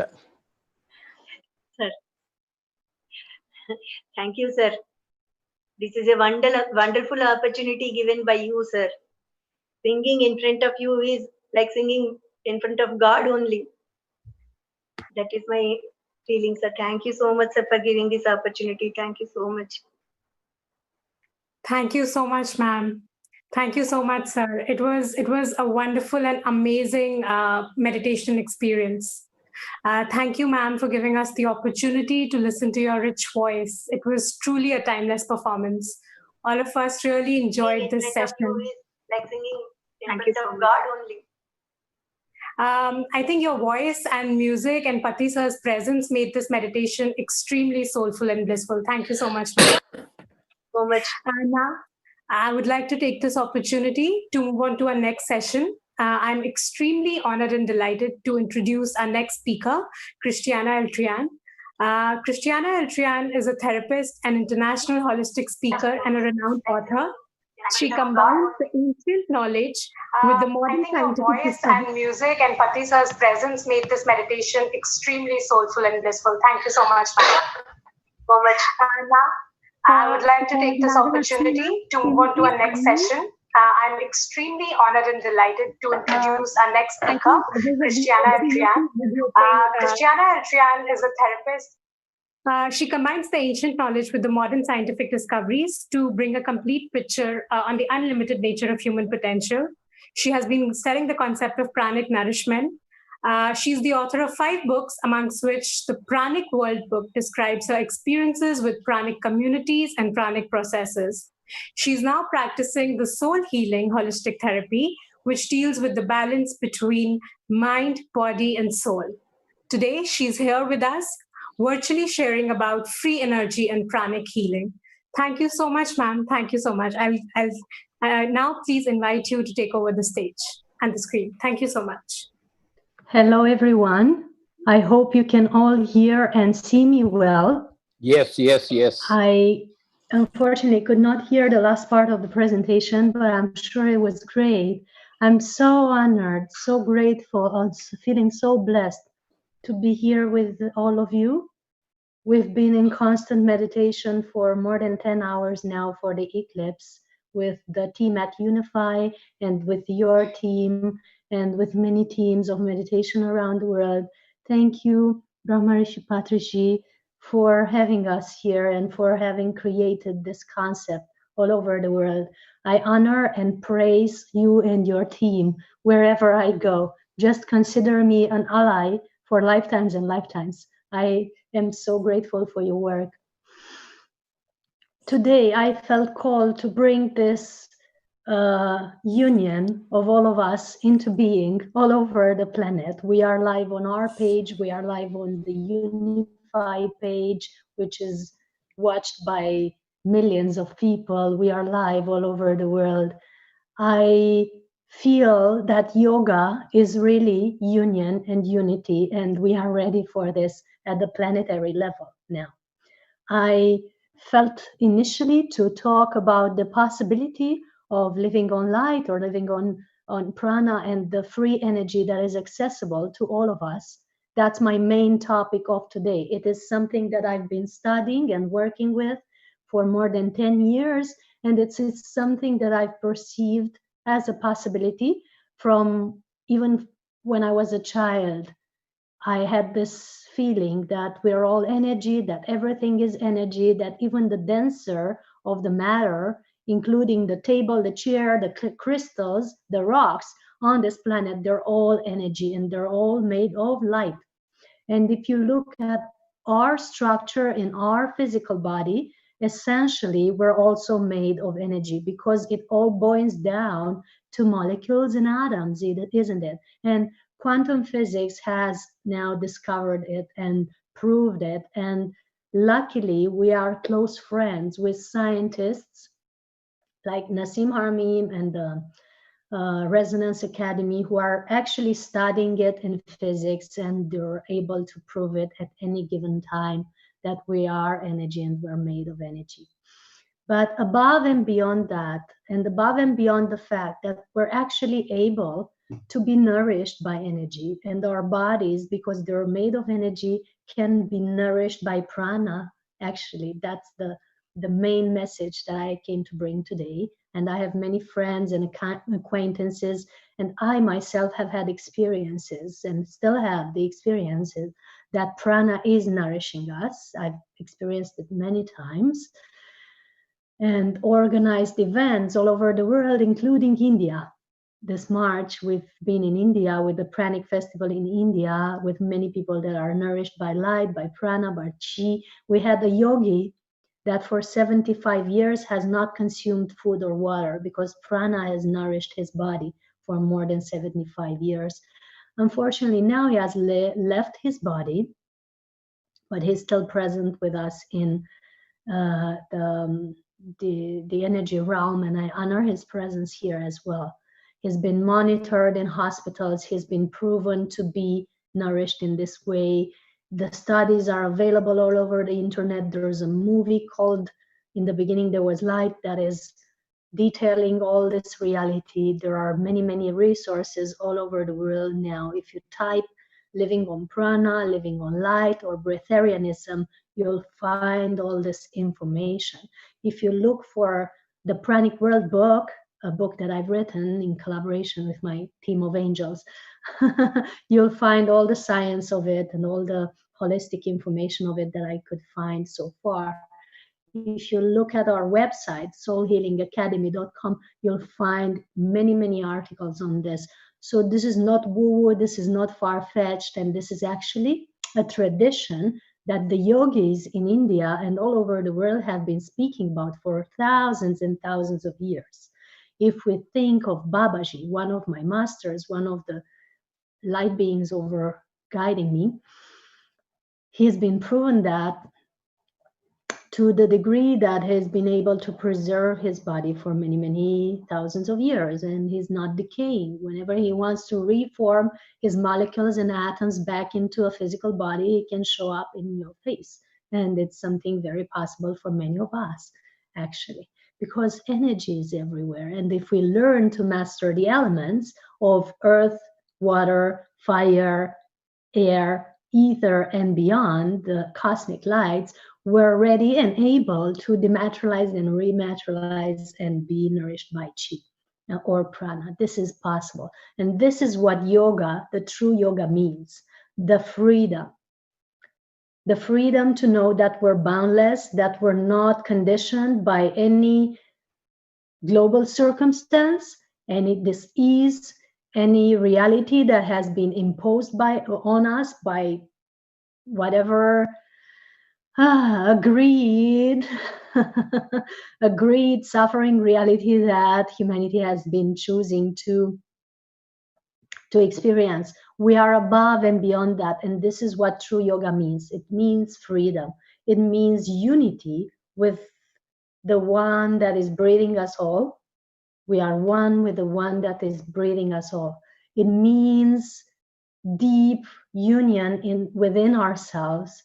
And above and beyond this, it means compassion, falling back into a state of infinite love. This is my view on yoga, actually. It's not about how many mantras you've recited, how many yoga postures you have done in a day. That's important too. That's something I've been practicing for more than 10 years now. I've been practicing meditation daily, multiple times per day. I've been practicing Qigong daily. I've been practicing yoga, Hatha yoga daily for more than 10 years. And it's important. I've been taking hours and hours to do that daily. It's my life. It's what keeps me, breathing. But above and beyond that, it's not about how much you know and how much you practice. It's mainly about how much compassion and love to have in your heart. That's the true yoga and the true sinking in to the state of unity. And we invite all to step back into a state of compassion. We invite all to step back into a state of unity. We invite all to go beyond fear, now and for eternity. It is time that we all wake up, all of us, as true masters. It is time that we wake up, all of us, as true yogis. And true yoga means no fear. True yoga means no disease. I mean, the body can experience some shifts. You can cough and sneeze and whatever. But above and beyond that, you know that you are light. You know that you can overcome this. You know that you can go beyond anything that could harm your body, because your body can destructure and restructure, and it is doing this in every Planck second. In every second, you are changed and anew, and you have new cells and new molecules in your body that are made of energy. And that's the reality to think of. That's the magic of the creation of this beautiful biocomputer that we have. So we invite you all for India to raise up and the unity of global community to raise up. We invite you all to raise up beyond fear, beyond the idea of separation, beyond the idea of disease or decay, or even beyond the idea of death. It's cool to embrace that. I mean, it's part of our reality. We're dying every second and reborn anew in every second. But it's true that above and beyond that, we are eternal. I've been here forever, and you have been here forever too. We have the experience of eons and eons of time, of lifetimes of experience.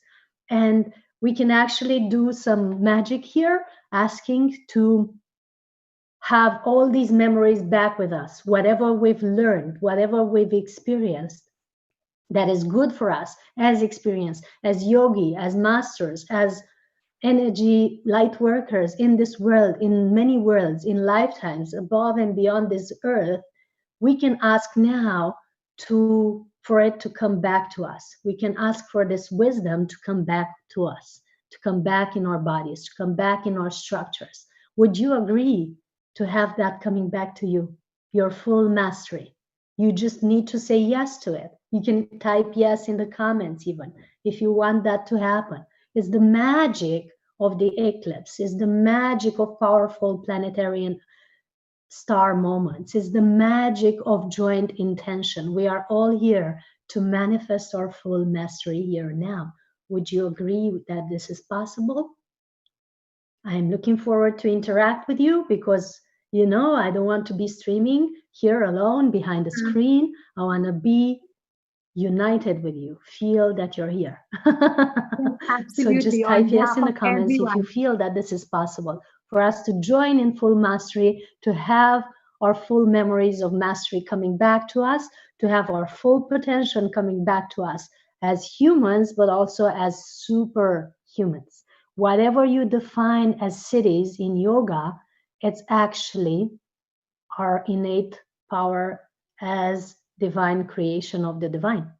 It's not superpowers, it's our divine birthright. And we are here to experience it in this lifetime. Most of us have created this lifetime in this physical body, not to learn, not to repent. It's not a punishment that you've incarnated. It's not necessarily the result of bad karma that you couldn't go beyond having a physical existence. Maybe you've come back here to experience full mastery in a human body. What about that? I know many of us have been told that in yoga you're only full and complete and united with the divine after you leave your body. But Babaji and many other masters have proven that full body enlightenment is possible. And actually, during the Pranic Festival in India, where we were in Pyramid Valley, in this beautiful location near Bangalore, that Patraji has constructed with all his team, when we were there, we came with this beautiful new word that is called embodilightment, where you fully embody your light. You don't wait until you're gone from here. You don't wait until you drop your body. You don't wait until you're somewhere else to experience your full mastery. You are in the possibility of being in full mastery here now. What about that? Would that be possible to you? Would that be something you believe in? I would love to hear some yeses in the comments. So this is the topic of today. This is what I felt to bring to humanity. It's something that I've been researching for more than 10 years. And like I said, since I was a kid, being aware that we're all energy, I was meditating in a crystal and doing several exercises to get into this, expanded state where I'm beyond the constrictions of what we perceive as physical. Knowing this, I've been joining people all over the world, creating events all over the world to bring this awareness to people. I've been creating pranic festivals with people that have been nourished by light for many years. I've been creating online platforms like the Pranic Consciousness Summit or the Pranic Festival online. If you type it on Google, you'll find information. There are online platforms that actually give all the information of how pranic nourishment is possible, how other people have done it, how I have done it, how this is possible all over the world. I know you've all lived this experience to some degree. I know you've all have times when maybe you have fasted for some reasons, and sometimes you've been hungry during fasting, but many times you felt just very peaceful in your fasting.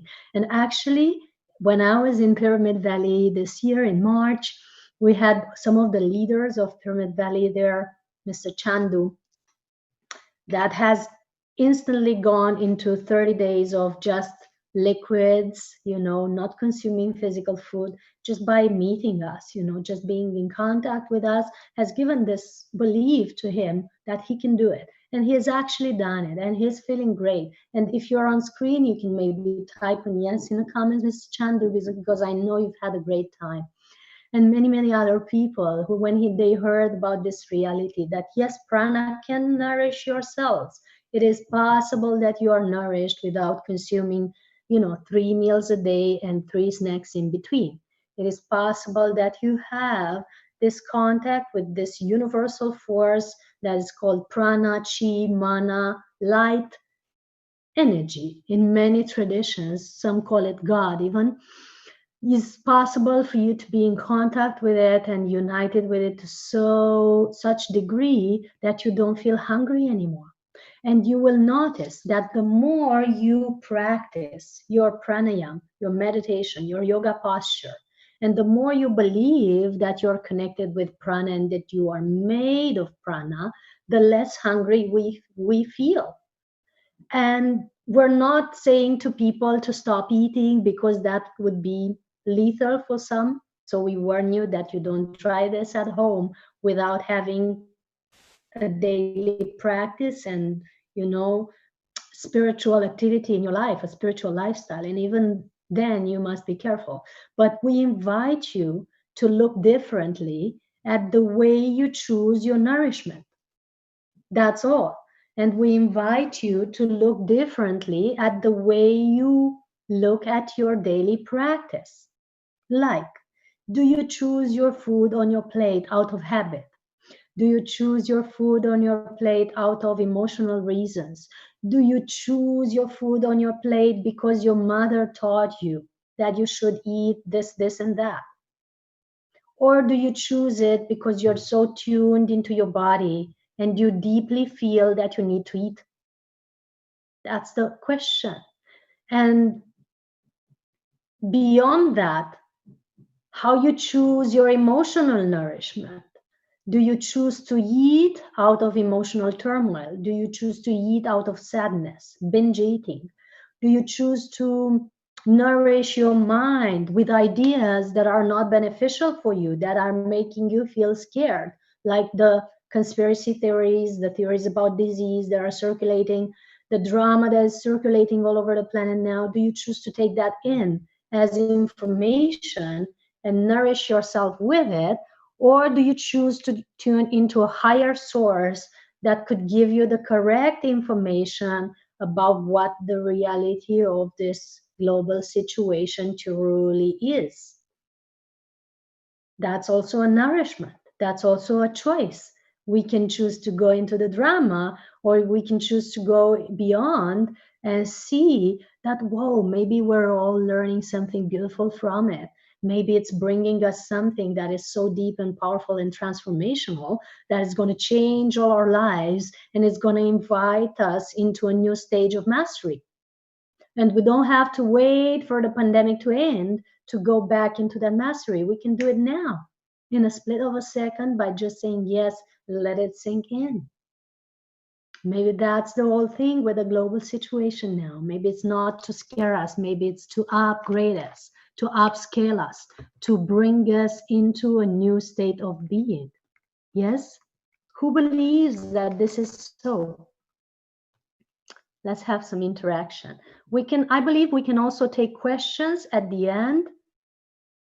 I'm not sure how much of questions, but you can instruct me in the comments on that.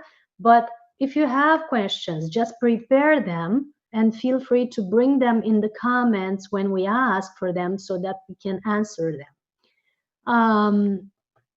And I'd be happy to know your opinion, your position on this, because I know that many people have gone through turmoil, have gone through the feeling of lack or scarcity or fear, have been going through worry for various reasons in this time. I myself have been almost, caught in India, in the Himalayas, for this time of seclusion, because I was still in India, in Ahmedabad, preparing a team of scientists with 2 with neurologists, cardiologists, physicists, and other scientists, geneticists. We're preparing a group to study this possibility of living on prana. And all of a sudden, and I was preparing to go further into the Himalayas to go deeper into it. But all of a sudden, to write to me to go back home because the airports are closing. So I was almost sinking into the state of worry. I actually caught the last flight to Romania on March 15. Everything after that was canceled. But I refused to sink into it because I knew that this is for our highest good. It doesn't look like so, and I know that many have experienced really harsh time, but I know this is for our highest good. And it's important that we trust it so that we experience the best of it. And I know that this time, even though we're not so much in seclusion anymore, but we're still not so active though, it's inviting us to more daily practice. It's inviting us to sink into a deeper state of consciousness still. What if you could extend your yoga from 10 minutes a day to 21 minutes a day? What if you could have a practice where you put light for 3 minutes in each one of your chakras? Just light. No need to do complicated things. You just bring light from above till below to make it as above, so below. Bring light in each one of your chakra from crown to base for 3 minutes each. That would extend your practice to 10 minutes a day. It would give you a chance to energize and cleanse your system. And if you do it twice a day, morning and evening, you already have a constant daily practice that constantly shifts your system. It energizes your chakras, it cleans your energy system, and it prepares you for the new day better than all the coffee that you could have in the world. I actually stopped drinking coffee altogether 10 years ago when I started meditating. There was no need. I woke up 30 minutes earlier in my day, and that was my morning coffee. 21 minutes meditation, energizing all my chakras. I would go through the day like a rocket, no need to drink and energizing, no need to fall back into sleep. And I was working 16 hours a day back then. So we invite you to deepen your practice to a deeper meditation. What if you could breathe through your chakras?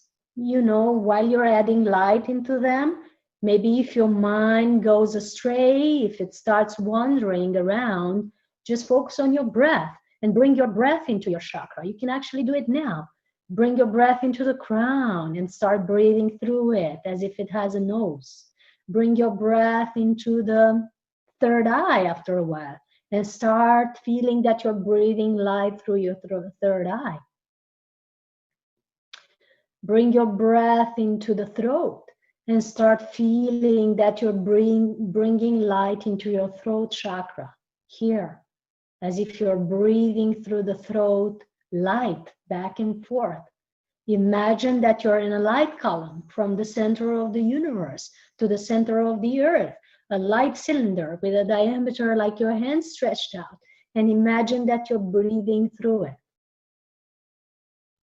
Imagine that you're breathing through your heart and feel that your heart has a nose and it opens up through this cosmic breath and you're breathing light through it. And do it with me now. This is almost like a lunch for you. It's 1 p.m. in India, maybe it's lunchtime for some. Before going to the fridge while watching this, start breathing through your chakras. And we're at the heart. Imagine that you're breathing through your heart. You're in your light column, in your light cylinder, your light vehicle. You have a connection cable from the center of the universe, from the heart of the central sun coming into your heart, and you're breathing light into your heart. Do it and feel it and see how to have way down from the heart of the central sun, down into your heart now, through your crown, through your third eye, through your throat, down into your heart, melting your heart back into unity, melting all your fears, all your traumas, wherever you are holding back, melting all that and resting as light into your heart. Feel it. Feel it as it's filling you. Feel it that every time you breathe out, you maybe breathe this light out from your heart into your cells, into your organs, into all your physical systems, into your auric field, and then out into the universe. You're like a breath of light now, streaming out from your heart, connected to the heart of the central sun. And what if you went lower to bring the light as above, so below, into the solar plexus? Breathe through your solar plexus. Let the light flow coming from the heart of the central sun, solar plexus, translating that light into nourishment into your solar plexus now. Feel your internal organs getting nourished now. Feel every organ absorbing this light from your heart chakra into your solar plexus. Feel your gut system repattern into perceiving light differently, maybe as nourishment, maybe because you know when you're fasting, it has been proven that if you get your digestive system a rest, it actually produces 400% more melatonin than the brain. What amazing system you have in your belly. Let it be nourished now. Let this light flow down from your gut system and your belly and your solar plexus, down from your heart into the sacral chakra. Breathe through your sacral chakra now. 2 fingers below your belly, 3 fingers maybe, depending on the bodies. Feel your sacral chakra becoming this breathing organism that's drawing in light with every inhale. Feel it energized. For those of you asking, this is my practice. Feel your sacral chakra opening in a different way now. Connecting with the energy from the central sun, down through the sun of your heart, down into the sacral chakra, opening up. And then it flows down into the root, and it connects you to the root, and it flows the light down into the root, and you're having more energy into the root now, coming straight from the cosmos.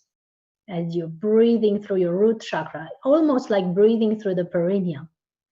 Feel how it feels to have that. And feel how it feels for this light to flow down into your feet and build the roots all the way down into the earth and connect to the heart of the earth. Feel that you're connecting to the heart of Gaia. Feel the pulsation in the heart of Gaia, her heart opening up to unite with your heart as it has always been, united with your heart, sharing the same Schumann frequency, Schumann resonance, measured by scientific instruments. Unite with the heart of Gaia now, that is one with your heart, aligning the 3 suns, the heart of the central sun, the sun in your heart, the sun in the heart of Gaia. All 3 now functioning together, spinning together. You're united with the earth. You're one with the one that is breathing us all. And feel the light from the center of the earth flowing up through your roots, up into your body, through the soles of the feet, through the ankles, the calves, the knees, the thighs, up into your perineum and the root chakra, up to the base of the spine, up to the solar plexus, up through the spine, all the way up through your heart, mixing with the cosmic energy, the perfect balance of yin and yang, flowing up again through the spine to your top of the head. You're filled now with the energy of Gaia, and with the energy of the central sun, both mixing. Perfect cocktail of energies in your body.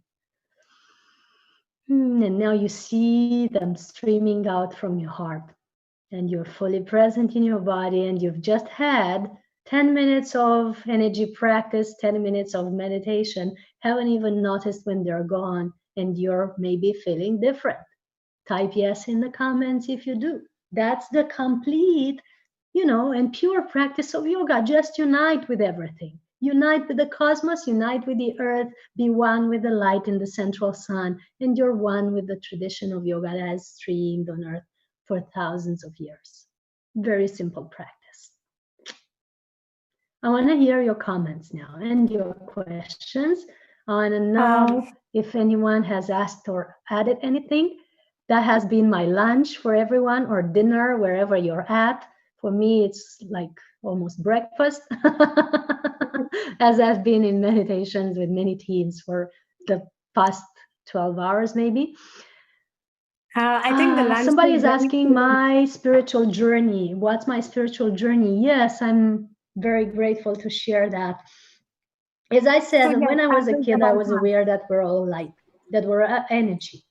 I've had always looked for what is called now paranormal. I was reading about numerology, about pyramids, about out-of-body experience, near-death experience, you name it, even palm reading, crystals. I've meditated in a crystal daily as a child, which is basically the concept that we're now doing with pyramids. Pyramids are actually buildings, constructions that are functioning as resonating crystals here on Earth. When you go into a pyramid, it resonates your energy all the way through the planet, but it's also connecting you to the Earth and the cosmos. It's like a crystal. That's a parenthesis. So I was meditating in a crystal. I was liking to enjoy all this information and knowledge. And I became naturally a vegetarian at 17 because anyway, I was throwing meat out of the window whenever I got the chance, whenever my parents weren't watching.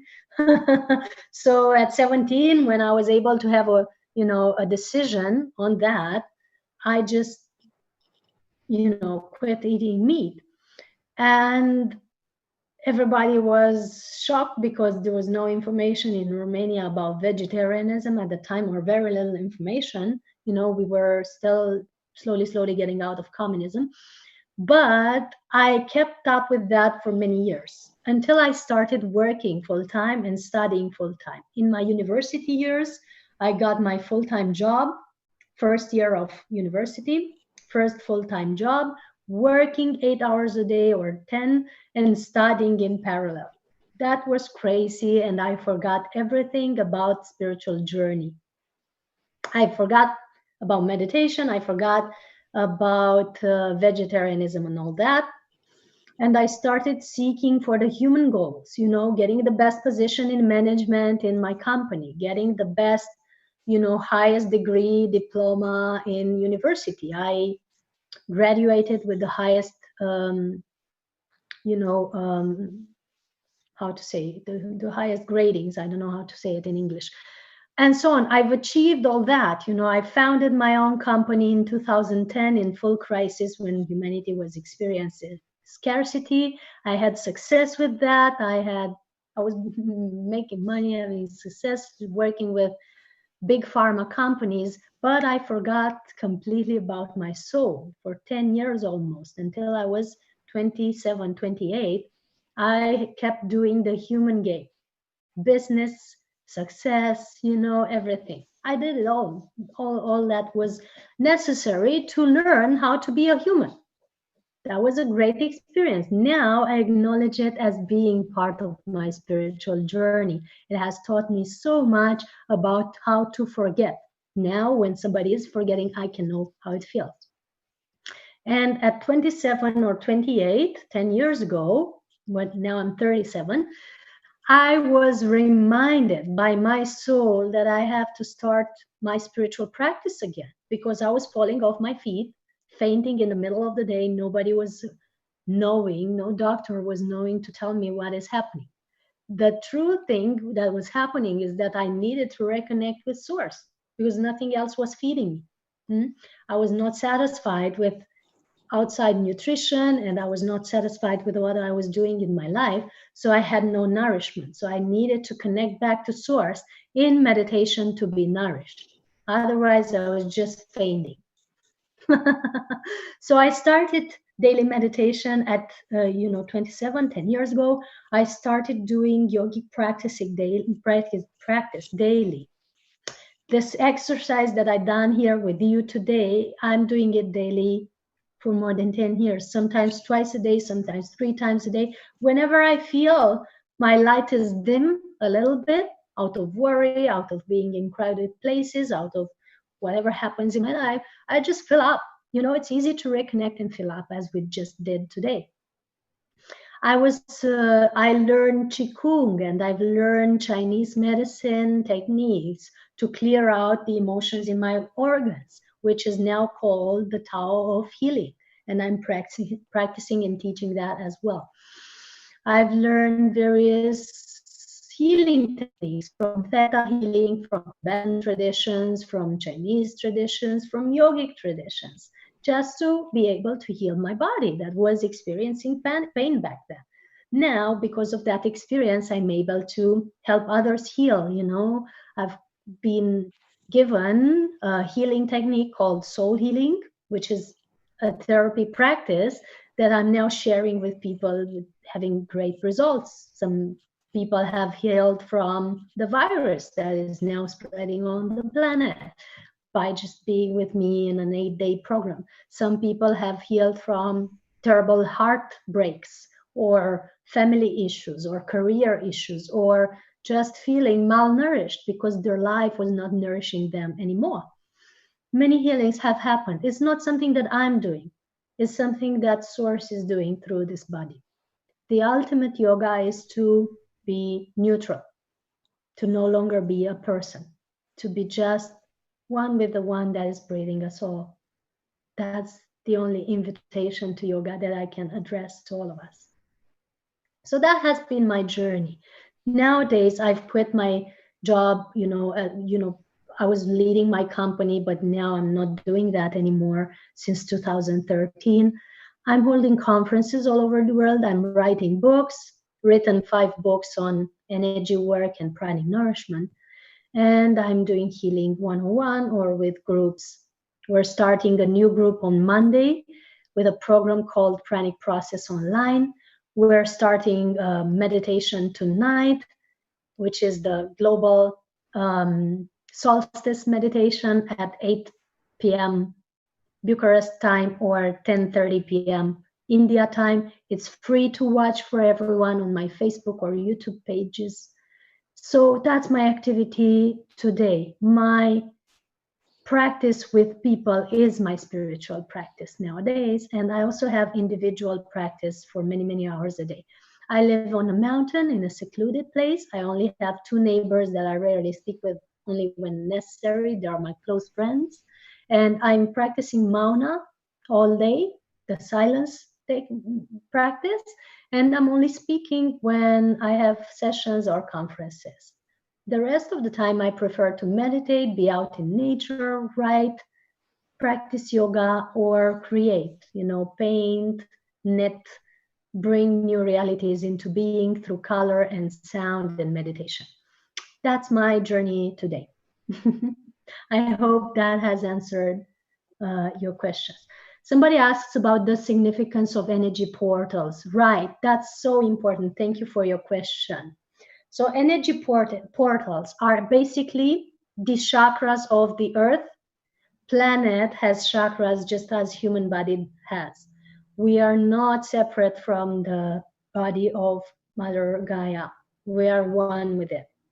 Her chakras are one with our chakras. The reason we're experiencing health issues as humanity or turmoils or depression is because we have cluttered the chakras of Gaia with our actions, with our pollution, with our thought forms, with our emotions, with our garbage. Her chakras are situated all over the planet. If you look at my website, soulhealingacademy.com, you'll find an article about the earth chakras and where they are. And there are main 7 chakras. There are main chakras connected to the chakras of our body. One, the crown, is in Mount Kailas, actually, in the Himalayas. And there are secondary chakras or energy vortexes all over the planet in very powerful energy places. Like in India, a chakra is developing in Pyramid Valley, for example, because a pyramid has been built there that is constantly opening energy and transferring energy to the ley lines, the energy grid of the earth. That's an energy vortex there. That's why we came to do the festival there, because it's a transmission station for the planet and galactic systems and beyond, actually. So there are natural energy vortexes that have been, the result of previous meditation and light work on the planet in the times of Atlantis and Lemuria and other times where advanced civilizations have been doing meditation to open such areas. And there are more modern or contemporary energy vortexes that are being built by us meditating together in certain places of the earth, like Pyramid Valley. We are now building an energy vortex as we speak, or gathering as our souls unite, shooting rays of light above us, is building a portal above us all over the planet in the planetary grid. That is a big energy vortex that I'm acknowledging and honoring, and I'm very happy to watch unfold and just be aware with that and connect with that. And when you connect with that vortex, you're able to extract and download the information of all of us participating. It's like a free sharing hub, if you will, that is building above us with our intention and joint energy. And these vortexes are all over the planet. They are in the pyramids in Egypt. They are in the mountains of Romania, where I am now. They are in the sacred places of India. For example, each March, we're doing a retreat after the festival in India. That is March 3rd to 8th in Pyramid Valley. After that, on March 9 to 11, we're going to the temples of India, of Ellora, where there's actually a very powerful energy vortex, where ancient civilizations are actually having a subtle city there, an astral city, if you will. A beautiful, autonomously free energy fueled subtle city is at that place. And we're taking people there and we're showing them how to connect to these civilizations, how to connect with the ancient wisdom that we innately have in us, and how to connect to the body of Gaia and to the energy vortexes of Gaia. And because I've been speaking about energy grid, I just want to show how it looks like. There's this drawing. It's like a child's drawing that I've made. I draw it quickly like this. This is the energy matrix of this planet, the layer here.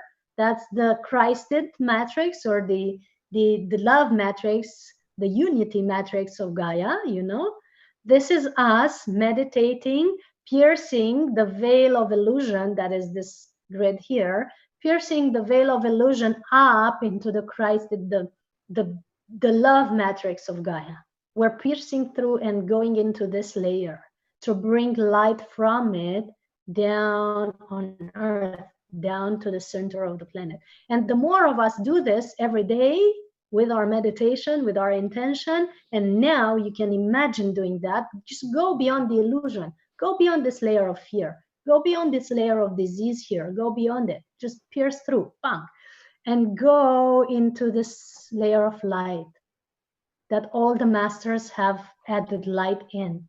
The Krishnas, the Buddhas, the Mahaviras, the Mahayogis, yes, everyone is here with this consciousness and beyond.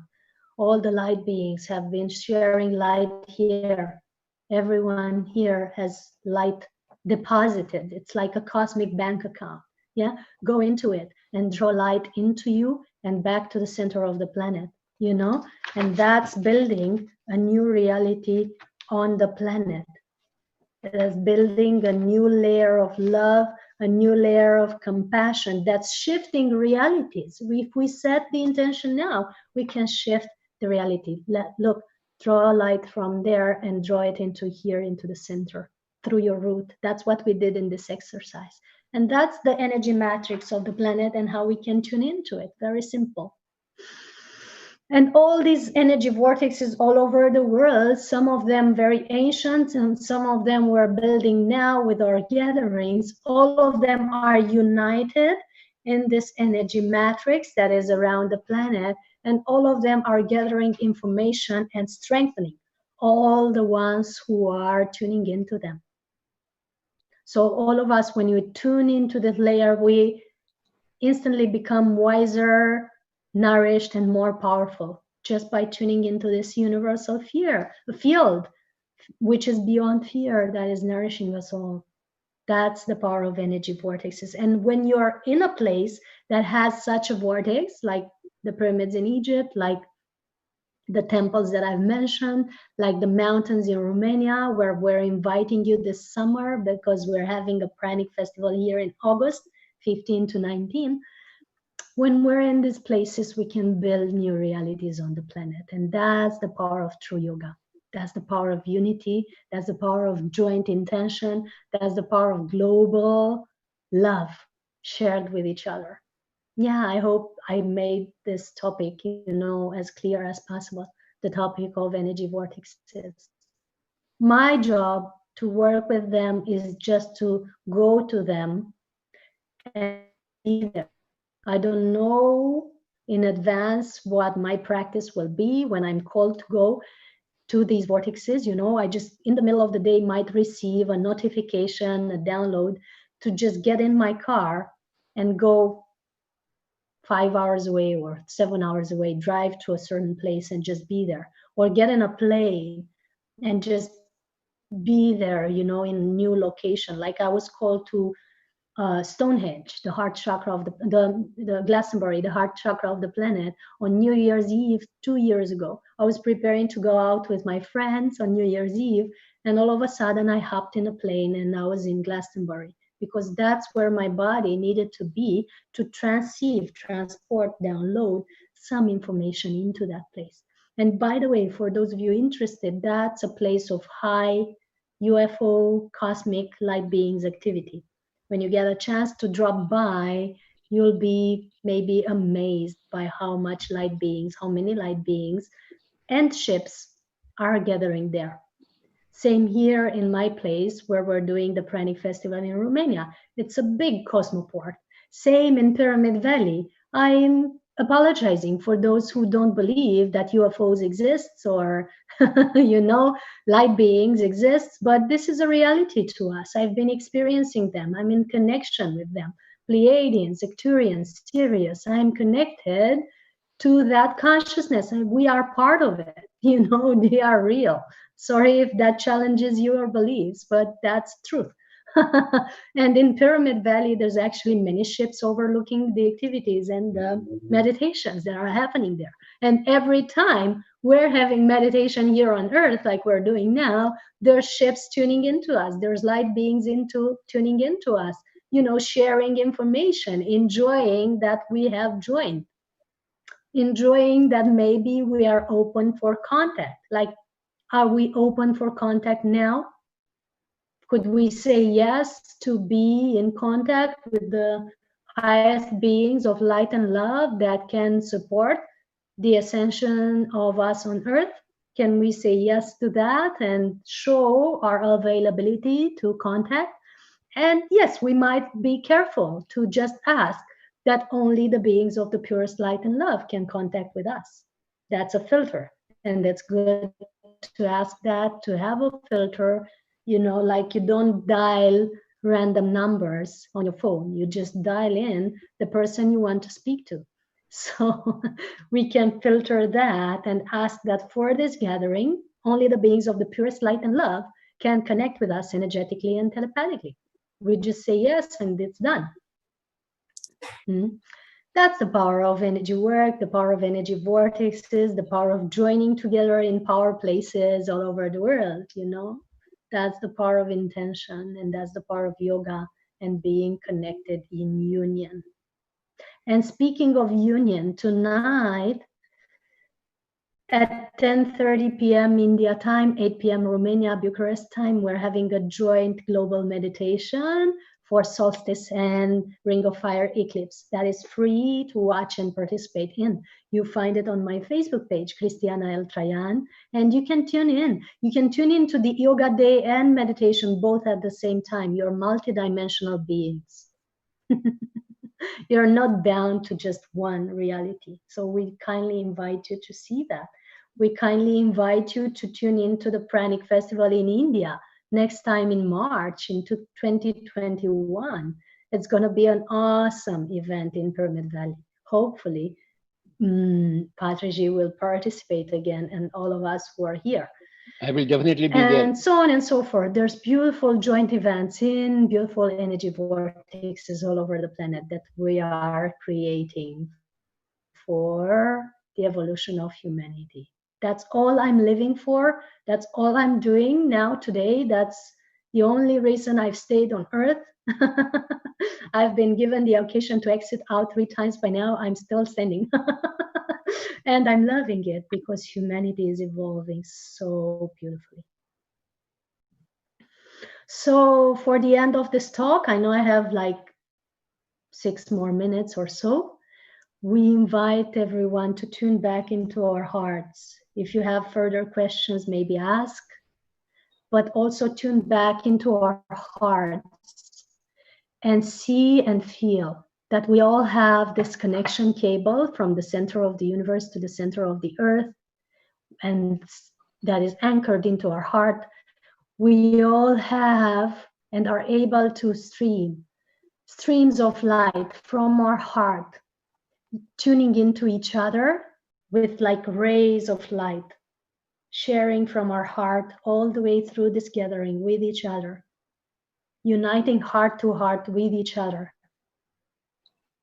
feeling our hearts like we're all a joint community, joining in our hearts. And then from our hearts, we can streams of light to all the people watching, sharing our love with them. And we can streams of light to all the people in need also, sharing our love and our richness with them. And we can streams of light to all the ones who are maybe in the subtle realms, the beings of light watching. We can connect from our hearts to them, the beings of the purest light and love. And then with the elements, we share love from our heart to the planet, to the earth, to the water, to the earth, to the air, to the fire and sun, to the wood element and the flowers and the trees all over the planet, to the sun and the stars and the star systems and the galactic systems that we're connected with, all our star lineages coming forth to join us as we unite in our heart of hearts with them. Let's invite them to this joint yoga party. That yoga has been shared from very advanced civilizations on Earth. All the techniques, all the practices that we're doing now, all the light beings coming down, sharing of the consciousness of unity, they've all been part of advanced systems of civilizations. They have come back again over and over, like all of you did, that you are also masters, come back over and over for the benefit of humanity. And then again, we're here together now, again joining after eons and eons of incarnations. And we're back here in this cosmic party together to share in yoga, to share in oneness, to share in love with you all.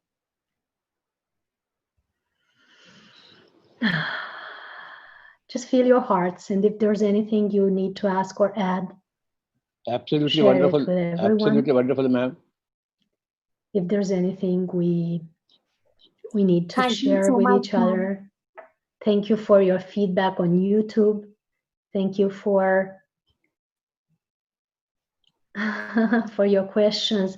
What happens to the soul when we pass on?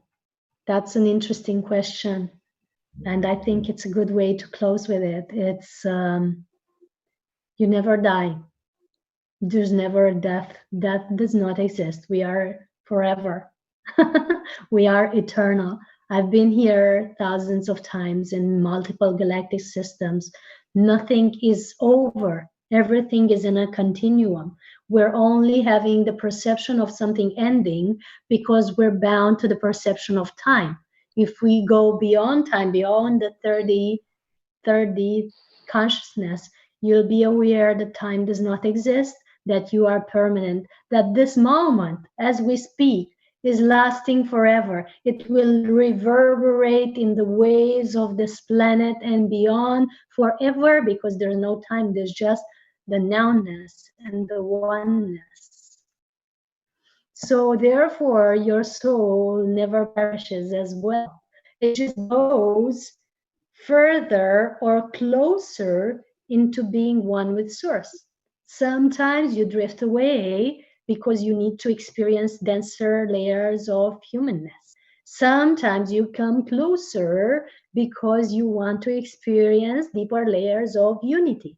And you go sometimes back and forth.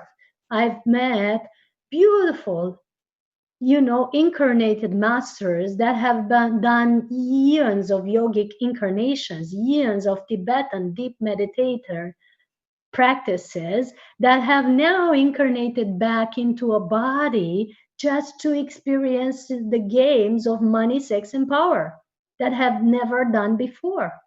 Just give yourself the time to experience that, and don't blame yourself for it if you're in such an experience. You've been a master before. You are a master again. You just need maybe to have for a while these experiences, to integrate them all into your being, to be a full being of yoga. And if you're seeing your husbands or your partners dealing with these initiations of money, sex, and power, don't blame them either. They're just here to experience their mastery in a denser reality. Be ready to accept it. Be ready to honor their experience and bow to it, knowing that they're masters as well. That takes you out of judgment. That takes you into the consciousness that above and beyond all roles and costumes that you're holding here, you're infinite being of multi-galactic light. That's what we all are. There's no such thing as that. There's no such thing as soul passing on. There's no passing on. You're just shifting shape from unidimensional into multidimensional and back into unidimensional and back into multidimensional. And actually, you don't need to leave your bodies to do that. You can just breathe and it happens. You can be multidimensional and unidimensional while having a physical body. That's my perception about soul passing on. There's no passing on, just shape shifting. And may you choose to shape shift, some of you. We honor that as well. And let's give space for those who need to leave this planet and shape shift to just do it and just honor their journey without sadness, knowing that for them is just a passing on into a maybe more evolved state, more state of freedom. But also be aware that this freedom is available here. So, big hugs of love to everyone. Honoring you as multidimensional masters, as multidimensional love beings. It's been great to feel your love today. Looking forward to meet you in India, maybe soon or maybe next year in Pyramid Valley on March 3rd to 8th. Looking forward to meeting you in your next gatherings. And I bow. I bow almost in tears to all of you for your mastery. And thank you, Patriji, and thank you, Meha, and thank you, Pari, and all the ones who are here. Big Danke love schön. to all. Danke schön. I am done and I am complete. We will always attend your Pyramid Valley functions and also functions in Romania also. Once we come out of this corona, we'll be there in Romania also with you. And thank you, Patricia, and thank you, Meha, and thank you, Pari. Thank you. Thank you so much. Thank you for such an enlightening session, and thank you so much for patiently answering so many questions. I think I'm done and I am complete. I think I was muted. I'm not able to hear. Always attend your Pyramid Valley functions and also I think functions in Romania there's some also. YouTube video playing on at your end. Yes, I'm very happy to have you Once in we come out Romania. of this corona, we'll be there And in we are really Romania looking also forward with to see you in Yes. India. Thank you Yes, for such an it's a bit delay my sound, but I'm happy to have you in Romania. I'm happy to be with you in Romania. Thank you so much. It's an absolute pleasure. And we got to learn about a lot of things, including pranic energy, energy portals, light beings. We are extremely grateful for such an informative session. Thank you so much. Now, after such an amazing session, I would like to hand over the virtual stage to Hitesh. Can I please welcome Hitesh? Hitesh is known for his extensive work in the field of mind, body, and energy connection. Now, Hitesh's energy. Thank you so much. Thank you, Mehak. Thank you for your kind words. Hello, everybody. Namaste, everyone. My name is Hitesh Vishisht, and I'm certain that you all are enjoying this digital international yoga event, a unique and one of its kind, organized by Pyramid Spiritual Societies movement. And as we move forward, I would like to share a little bit about my journey with meditation.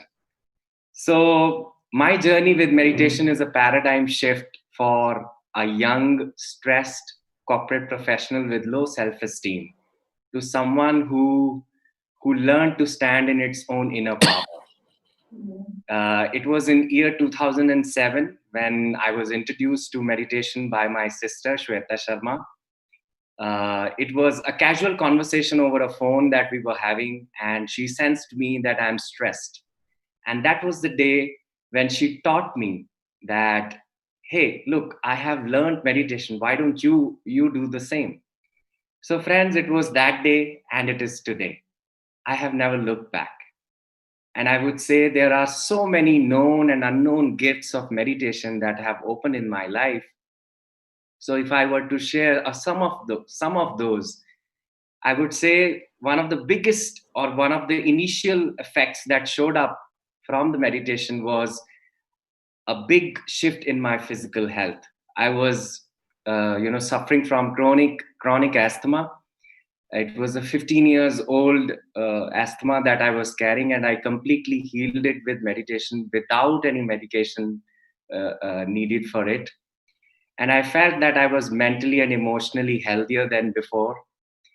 And not only just that, I would say that the gift of the having a wonderful life partner, Shubhangi, is also the gift of meditation. It happened with the advent of meditation in my life, because the very teaching of a meditation is our vibe attracts our tribe. So I think it perfectly blends with attracting such a loving, understanding, and fully aligned partner in my life. And I would also say meditation gave me the opportunity to learn from some amazing masters out here. Some of those you already know, and with deep respects, we have Brahmarishi Pitama Subhash Patriji, Brahmarishi Chakravarti Dr. Newton Kondaviti, and Brahma Vidvarista Dr. Lakshmi Newton. All of them, I would say, they are such gold mines which have always, given to whosoever have come to them, and whosoever has gone from them has gone with bags full. So thank you so much. And Not only just this, meditation also brought some of the very mystical experiences in my life.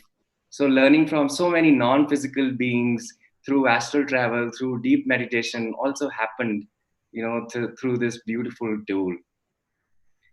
In 2019, I got the opportunity to author a book called Sundaram Speaks, Conversations to Awaken Your Soul's Wisdom. And it was completely my honor that this book was launched from the hands of Patri Sir, Dr. Newton, Dr. Lakshmi. And the book was related to, my conversation with my oversoul, Sundaram. And it was so well received by the readers that within 24 hours of launching this book, the book hit the bestseller chart. And for now, from the past 10 years, my wife Shubhangi and I, we are teaching meditation, conducting workshops, doing one-on-one sessions with the help of various alternate modalities like past life regression, inner child work, rebirthing breath work, ancestral and family constellation work, life between life regressions, and many of these sort. I think for now, our purpose is to inspire people with our words, with our friendship, and our presence. And at the same time, help them awaken to their deeper truth. So I feel glad that we are living what we wanted to live. So my infinite bows to this beautiful gift of meditation and all those people who have come along the way in this journey called life. So thank you. Thank you so much, dear friends. And now I would like to introduce you to the speakers for the next session. Brahmarishi Chakravarti, Dr. Newton Gondavati, and Brahma Vidvarista, Dr. Lakshmi Newton, are the founders of Quantum Life University, Hyderabad. They are world-renowned practitioners and teachers of meditation and spiritual science, pioneers in past life regression, future life progression, life between lives regression. They are internationally acclaimed experts on reincarnation and law of karma, mind body spirit integration, energy medicine, holistic healing, and list goes on. Together, they have traveled to more than 120 countries and touched the lives of millions by teaching meditation, promoting vegetarianism, and conducting thousands of self-empowerment workshops. Today, they take us a step closer towards practical spirituality in their session, which is aligned, awake, and aware. With my deep respects and pranams, it is my absolute honor to introduce these wonderful masters. Ladies and gentlemen, presenting to you Brahmarishi Chakravarti, Dr. Newton Kondavati, and Brahma Vidvarista, Dr. Lakshmi Newton. Over to you, sir and ma'am. Thank you. Thank you, Hitesh. Thank you, Hitesh. That's wonderful. Sir, Patri sir, thank you, sir. Thank you. It's wonderful to see you here. And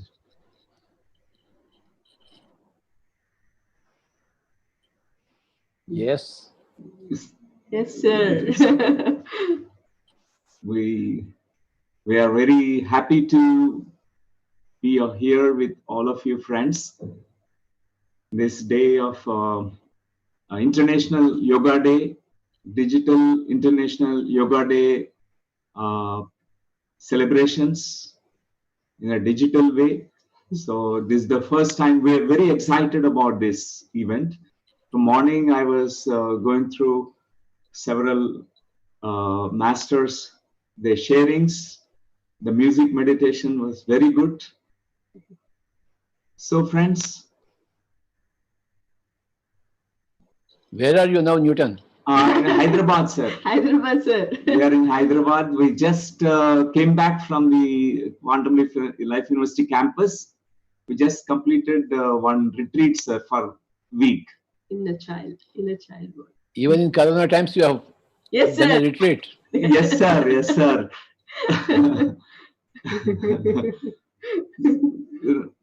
Nothing can stop us, sir. If you do like that, Corona gets worried, Baba.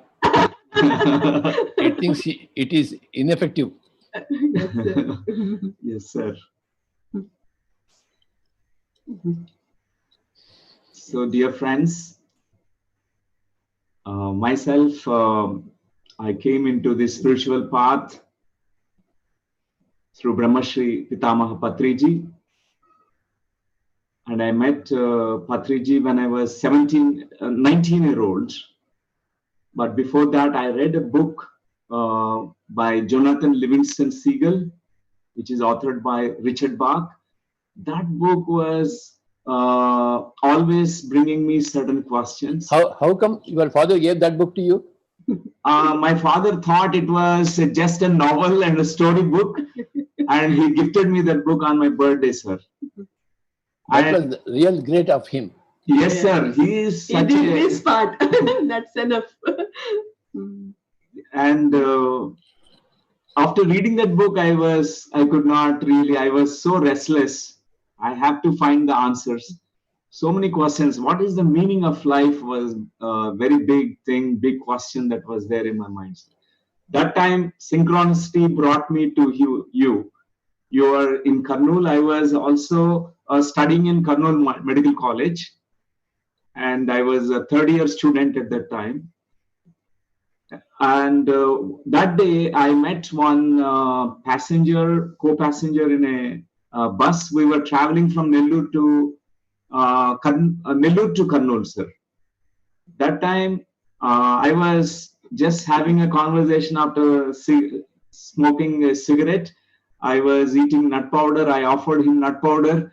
And I don't speak to strangers. But that day, I felt like speaking to him, offering the nut powder. So he started telling me about you and meditation and all those experiences that he had. Pelala Ramanjaneyulu garu, he was from Sharab Bagar in Kurnool. So that day, he told everything about what he was practicing. I asked him about you, and he told about you that you conduct these meditations. And I told him, take me immediately after getting down the bus.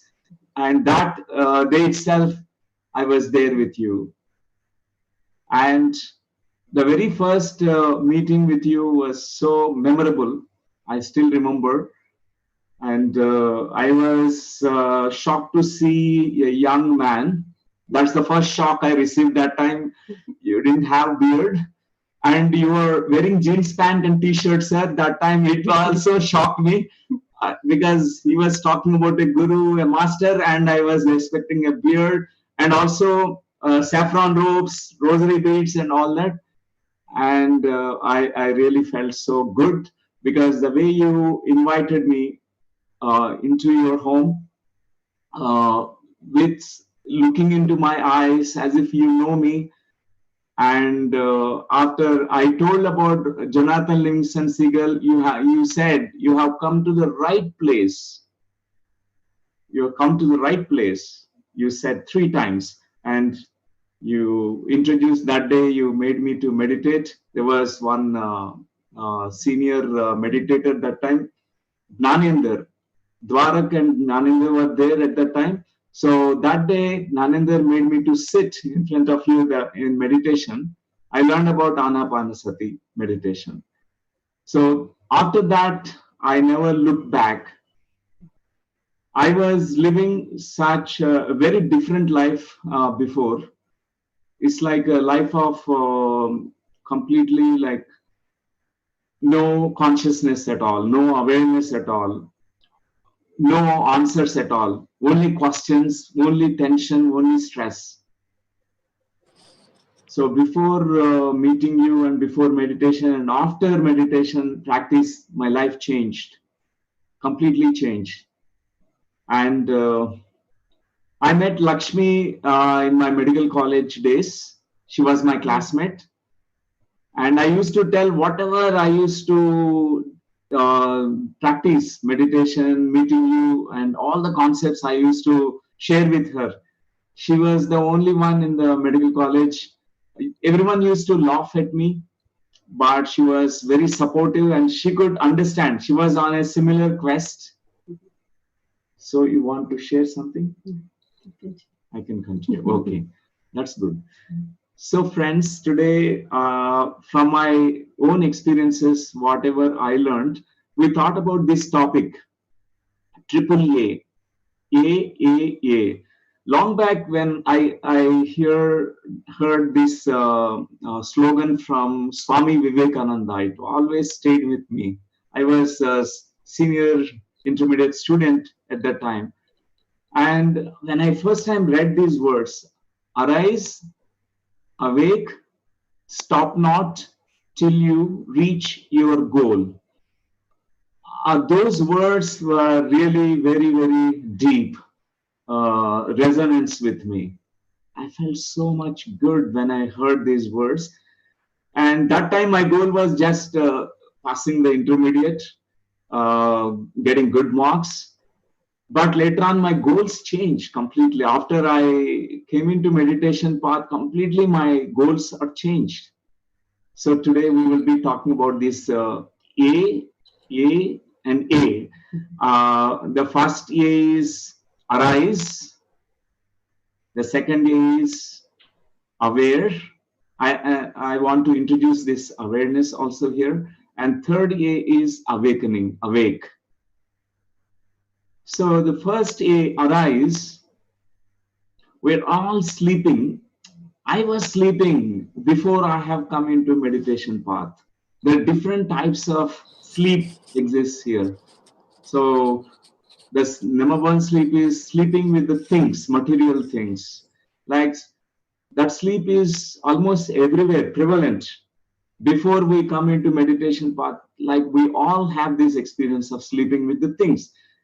We only get identified with bank accounts, name and fame, and outer things, about the house, about what we're having, what we're hoarding, all that. That sleep need to be over. Meditation is like actually our sleep is, that sleep is over. And many people sleep with unconsciousness, completely unconscious life. They're not even aware what thoughts are going on inside their head. Very unconscious. They're unconscious of their behaviors, unconscious of their speech, unconscious of their whatever the goals or intentions or why they're living here. This is another type of sleep. And there are different types of sleep. Waking up from sleep, we call that as rising from our sleep. So just like rising sun. Every day we see the sun, we feel so good. Something resonates in us. Because just like the sun, we are also rising from our deep sleep, deep slumber. And we can say that this arise, we also rising from our fall. Sometimes we know that we have been falling down many times, but whenever we fall down, we rise again. We're called as metaphorically fallen angels or fallen gods, gods who have come down from the higher dimensions to this earth plane, and we feel like we've fallen down, but we can rise to know that we are masters, we are gods, we are angels, we are such multidimensional beings. And also, we also can say that rise from lesser or low vibrations to the higher vibrational states. We have this experience of going into very low states because of our thoughts, emotions, emotional energies. It makes us so go low. We vibrate at a very low frequencies. And there are high frequency thoughts, high frequency emotions, high frequency words that we utter. Sometimes we learn about this, how to shift our frequencies. So it's also raising from our lower to higher frequencies, vibrational states. And also metaphorically, another word that we speak is about rising above the clouds. because the clouds is a metaphor for, we can take it as a metaphor for something that is preventing us to see clearly. The darkness comes when there is a cloud, dark clouds. In our life, sometimes dark clouds come to us. There's something that is covering us. It's preventing us to see the bigger picture, big picture. So we also raise above these clouds with the help of meditation. And also rise above the mud, another metaphor. From a Buddha's life, we can see that a beautiful story of Buddha. He mentions, he talks about how he has come from the mud and he became a lotus. He blossomed. He became a 1,000-petal lotus, untouched by the mud. Though the lotus stays in the mud, it's untouched. We can say that mud is samsara, but lotus is nirvana, but both are existing same time. But once the Buddhahood happens, we raise ourselves into this Buddhahood. We raise above the mud. We are the lotus. So dear friends, this word is so beautiful. Arise from our sleep, deep sleep. Namaskar, my dear friends. Pranams to Brahmarshi Pitamaha Patriji. And what a joy, what a blessing to witness this event, to experience, to be part of this event. Na bhuto na bhavishyati. Whatever we are experiencing right now on this planet Earth, especially today, lakhs and lakhs and lakhs of people meditating together, sharing their experiences. So this itself is a proof that a great shift is happening on this planet Earth. And we are all so blessed to be part of this shift, this awakening. And we have worked towards that. So as Dr. Newton was explaining about how we are all asleep, most of us. So most of us, we are in deep slumber, deep sleep. And many people, they are born asleep, they get married asleep, they produce children asleep, and they die in their sleep. So they never wake up. They don't live their life. So as long as we are sleeping, as long as we are in this unconsciousness, we just can't perceive, we just can't experience the beauty of this human existence. Because there is suffering, but there is also beauty. If we can see, if we can become aware of it. There is chaos everywhere, but there is also order. If we can perceive, if you have the eyes to look at that. And amidst all that suffering, there is also something called all is well. If we can look from a different perspective, everything is happening the way it has to happen. It is so beautiful to witness that beauty in this human existence, friends. So I just want to share this joke about somebody. Maybe we can call him Mullah. So this Mullah met his friend who was a drunkard, and he was so worried about this friend. So he went to this friend and said, "Why are you drinking so much all the time?" Then this friend said, "I want to forget everything. There is so much. I want to forget everything." So then Mullah asked him, "What do you want to forget?" So then immediately this friend said, "Oh," and he started scratching his head. And he said, "I forgot."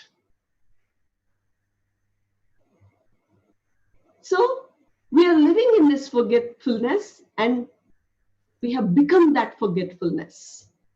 So friends, it is so important, though most of us already have woken up, but there is so much that needs to be done. And I think we're all waking up, everybody, whoever is asleep on this planet Earth.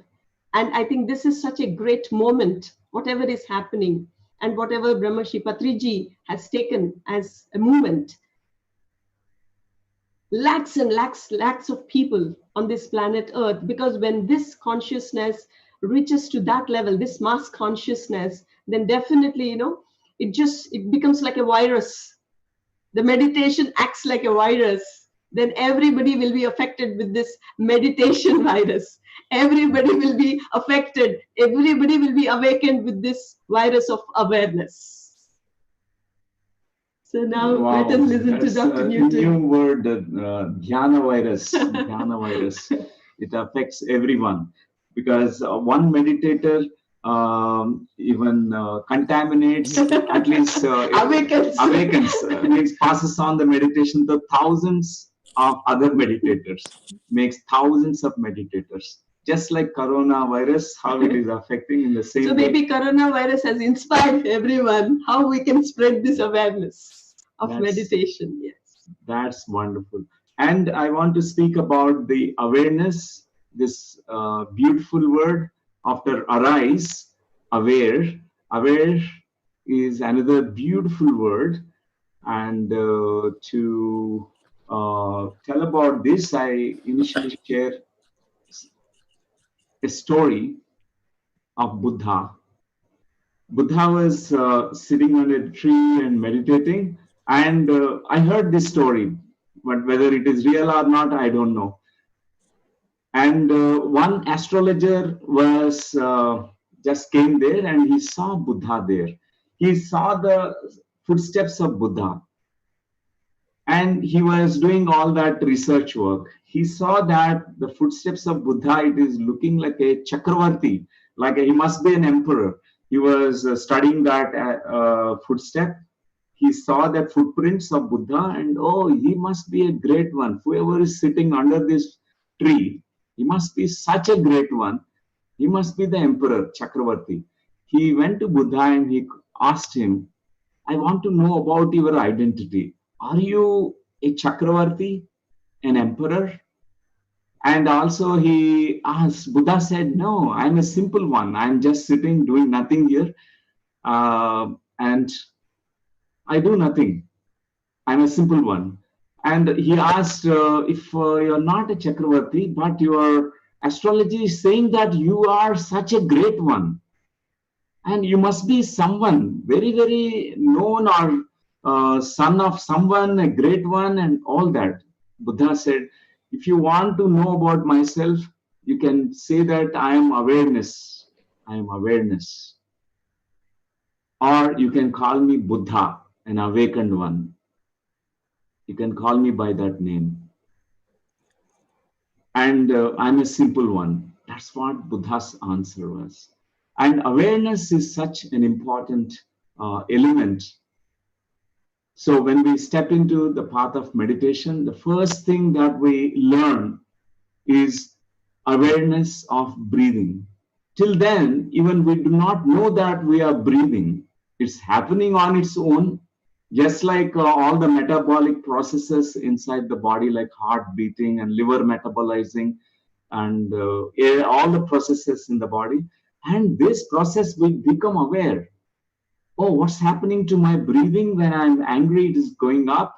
The speed is very high, and I'm hyperventilating sometimes. I'm having shallow breathing.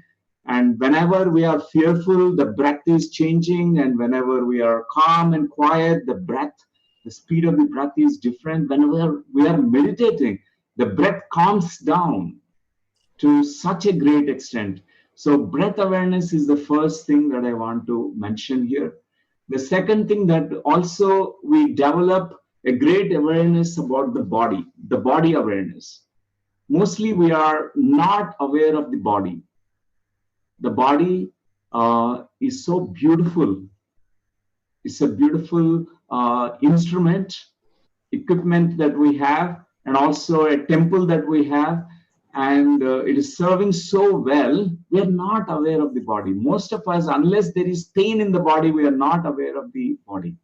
And we are not aware of the body when it is hungry, it is telling us, but we ignore it. We are not aware. We eat according to the clock. We don't eat according to what your body is saying. We have gone far away from this body's intelligence. Body knows how to repair itself. That's what we learn in meditation. When we step into meditation path, meditation makes you become aware of your body. Your body tells many things to you. Why it is becoming sick, what you need to do. Just it knows how to repair itself. This is the second thing, awareness of a body. The third thing, awareness of a mind and emotions. Most of the times we are so unaware of what's going on in our head, and many thoughts which are habitual and just like a routine thoughts, and 90% are uncreative, useless thoughts, negative thoughts. More than 50,000 to 90,000 thoughts we think per day, and 90% are really not so creative, not so useful thoughts. And we are wasting so much of mental and emotional energies. Even we emote, we carry past emotional baggage, we carry those memories, and we always cry, we feel so sad about what already happened in the past. This is the reality, because many of us, we do that before we have come into meditation path. Meditation makes us become aware of the mind and emotions. We realize that I'm carrying this kind of load, baggage of these things. And suddenly the awareness itself will cut down all the negative ones. The mind becomes utterly silent and still. And also the fourth thing that I want to say about awareness is awareness of our speech. Sometimes we speak so routinely, unconsciously, even though you do not want to say those words, but it is coming out of your mouth. There's no mindful speech. And also awareness of your behaviors. Many of us, we have behaviors which are so unconscious. And we have unconscious unawareness in the walking, when we are walking also, eating, sleeping also.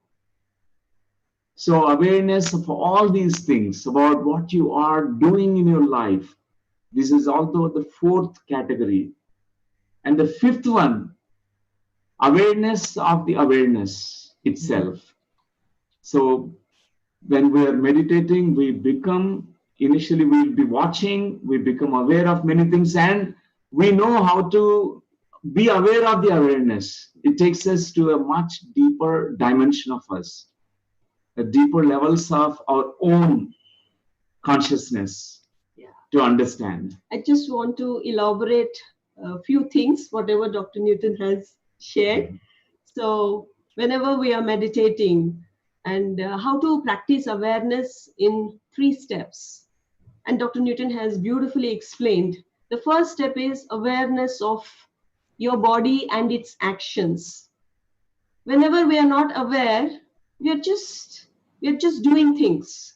Whether you're walking or whether you're cooking, whether you're speaking, there is no life. You're like a zombie. But when you are aware, what happens is there is beauty, there is grace. And for example, when you're speaking, you don't need to learn about, or you don't need to go through a course of art of speaking to learn how to speak. But when you are aware, when you're speaking with that awareness, then that itself becomes an art. Poetry comes, it becomes so beautiful. And the second is becoming aware of mind and its activity. The more aware you become of your thoughts, then there is less activity. And then you will not put, there is no energy available. When you're 100% aware, There is no energy there for thoughts, and you experience complete stillness, complete silence. And then the third step, when you start observing your feelings, your emotions, awareness can do magic. What can awareness do is, whatever is unreal, it disappears. For example, your fears. Your fear is unreal, it's not true. So that disappears. And whatever is real, it becomes more beautiful, more beautiful. So this is how, through practice of awareness, we can just connect to our being state, to connect to that essence of who we truly are. After his enlightenment, Buddha was just walking, and somebody saw him, and he was amazed to see that radiance. There was something in his presence. So he was asking Buddha, "O Divine One, who are you? Are you a celestial being, or are you God?" So then Buddha said, "No." And then he asked, "Are you a magician? Are you a wizard?" "No." Buddha's answer was no. So then he asked, "Then please tell me, who are you?" So then Buddha immediately answered, "I am awake." Yes, that's what it is. That's wonderful. Yeah. Meditation makes us wake up. You're awake. So, dear friends, mostly we are all so unaware, and we are still living so mechanically in our lives. Meditation brings us that life in us, conscious living into us. And one king was there. I heard this story about a king. He wanted to retire, so he called his son. Before I'm ready for my retirement, I want to go ahead with my practice of meditation in a forest. So, but I need to give this throne to the right person. I can't just make you the next king, because my father also, he had 3 sons and the middle one, and he also chosen me because after he tested us about the awareness, we were tested, all 3 brothers. I was selected because I had awareness. Even I want you to learn about this awareness. You have to visit my guru. He must be an old man living in those mountains. Go to that guru. And he'll be very happy to meet you. And he will teach you about this awareness. He was sent to this young prince to this place where this old man, master lives. And once he goes there, he introduced himself, so and so, and the master says, "Okay, I recognize that your father was here long ago, long back. I'm happy that that you are here again. You are with me now to get trained in this awareness." Okay, the training is very simple. And the training is, you need to clean this place, this ashram. That's your job. And while you're cleaning, out of nowhere, I will be coming and with a stick and beat you. And you have to be very mindful. You have to be aware. Even before, sometimes I come from the front, I come from the sides, from the behind. I can come from anywhere. And I will, if you are not aware in that moment, you will receive my beatings. That's the training. That's the first training that you are going to receive. So he said, okay. So initially the guru master used to come from the front and to beat him. He used to carry a big stick with him. And he used to escape. He used to roll this side and that side. But later on, he was started coming from behind. And he used to just hear the footsteps of the masters. He became so aware. His ears could hear even the footsteps from a far distance. The direction in which the guru is going to come and how much he has to move, he cultivated that awareness so well. After that, the guru said, okay, this test you passed. Okay, the first training is over. The second training now is when you are sleeping now. When you are sleeping in your bed, I will come and beat you. You have to be aware. This is a big, tough training. And he was not able to sleep at all. Night he was so awake. When is this guru is going to come? If I am going into a deep slumber, Sushupta Avastha, deep unconscious sleep, what will happen? This guru will hit me. I will be gone. I have to go through this training. I have to pass through this test. So he was practicing and practicing, and after 3 days of his wakefulness, he could not sleep, and he has such an awareness now. He is able to relax his body, but at the same time, with his eyes closed, he could hear everything.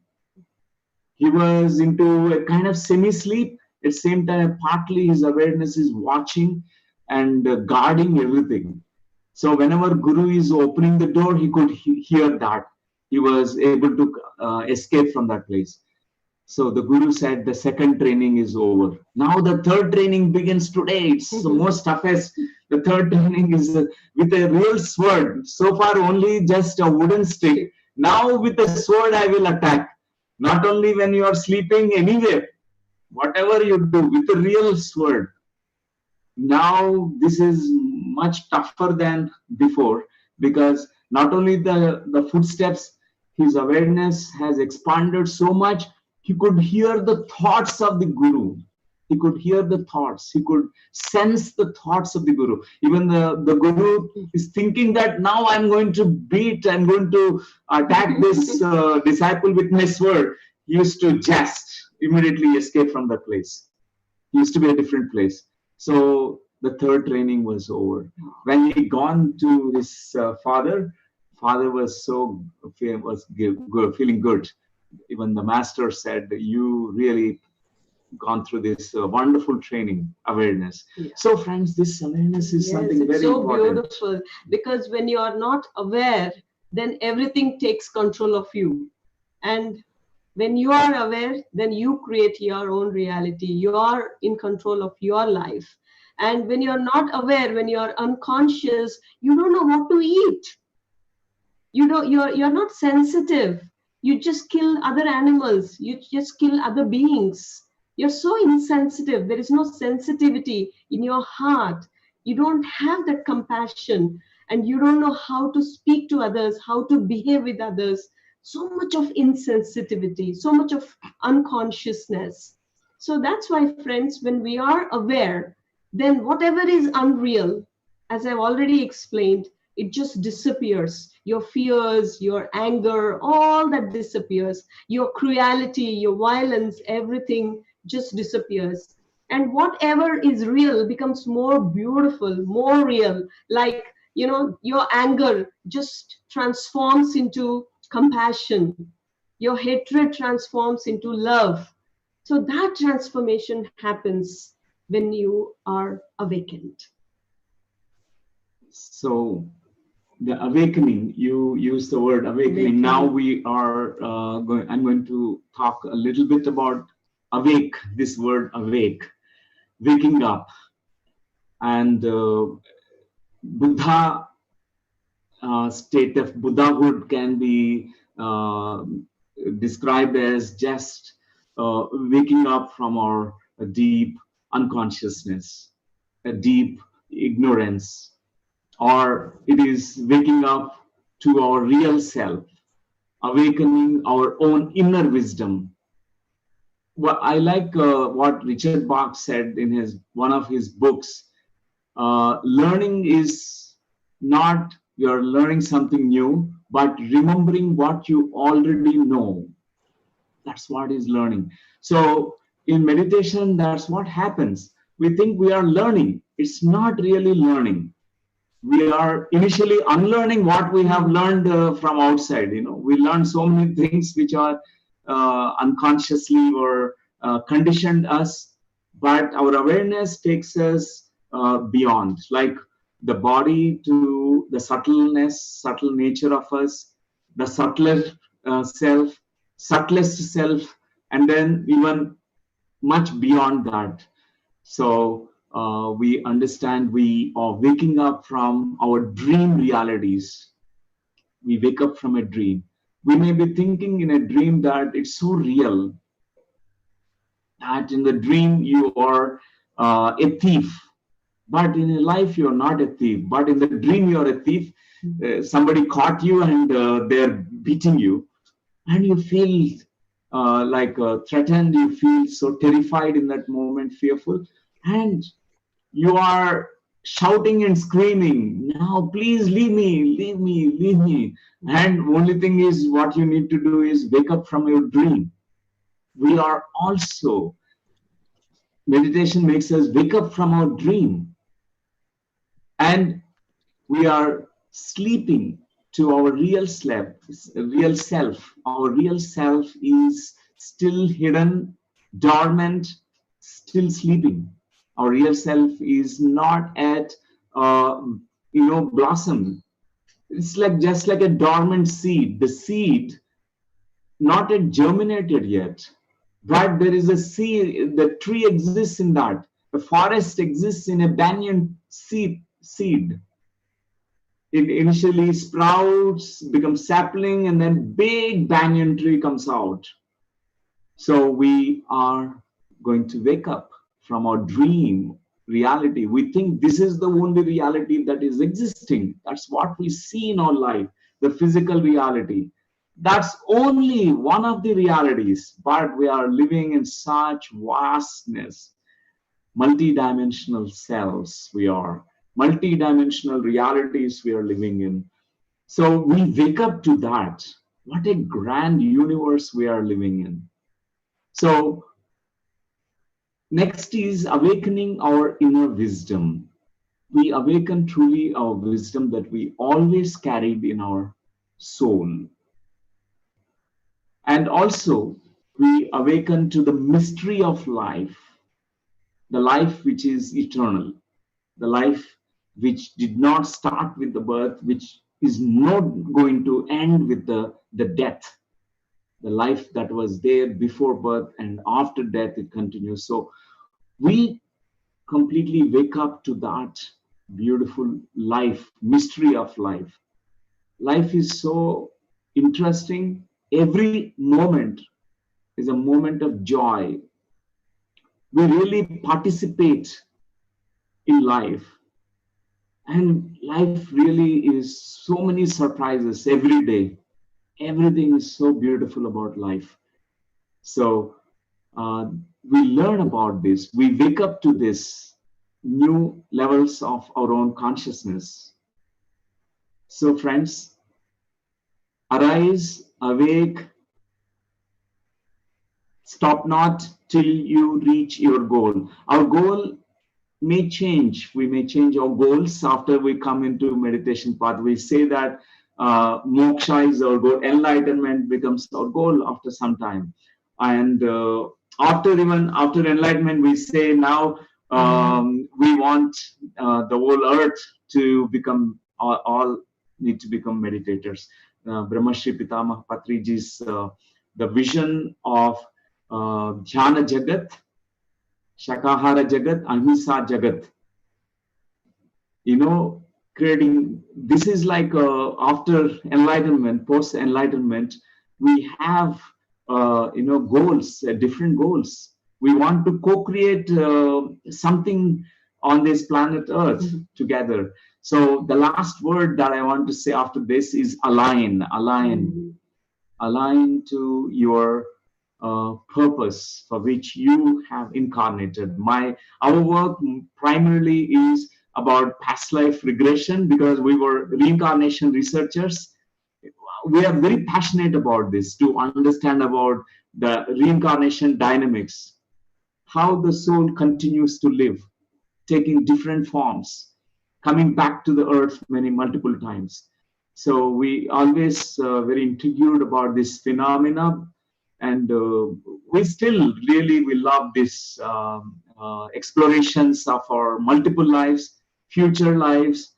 And Hitesh was sharing about Sundaram Speaks, the book. It's an amazing book, and where his higher self was channeling. Actually, I was a live witness to that entire book, because it happened when he was exploring his between life memories, the life between life memories. So, dear friends, we are happy that we all could also share with you today. Yes, through practice of meditation comes awareness.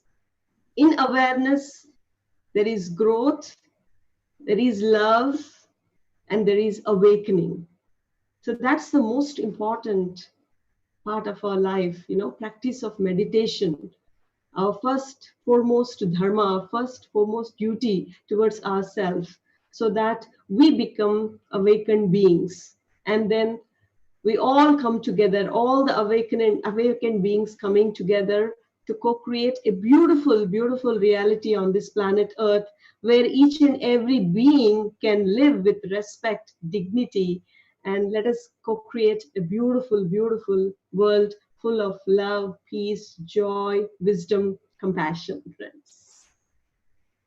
And thank you, Patri sir, for guiding us, and it's wonderful to meet you today.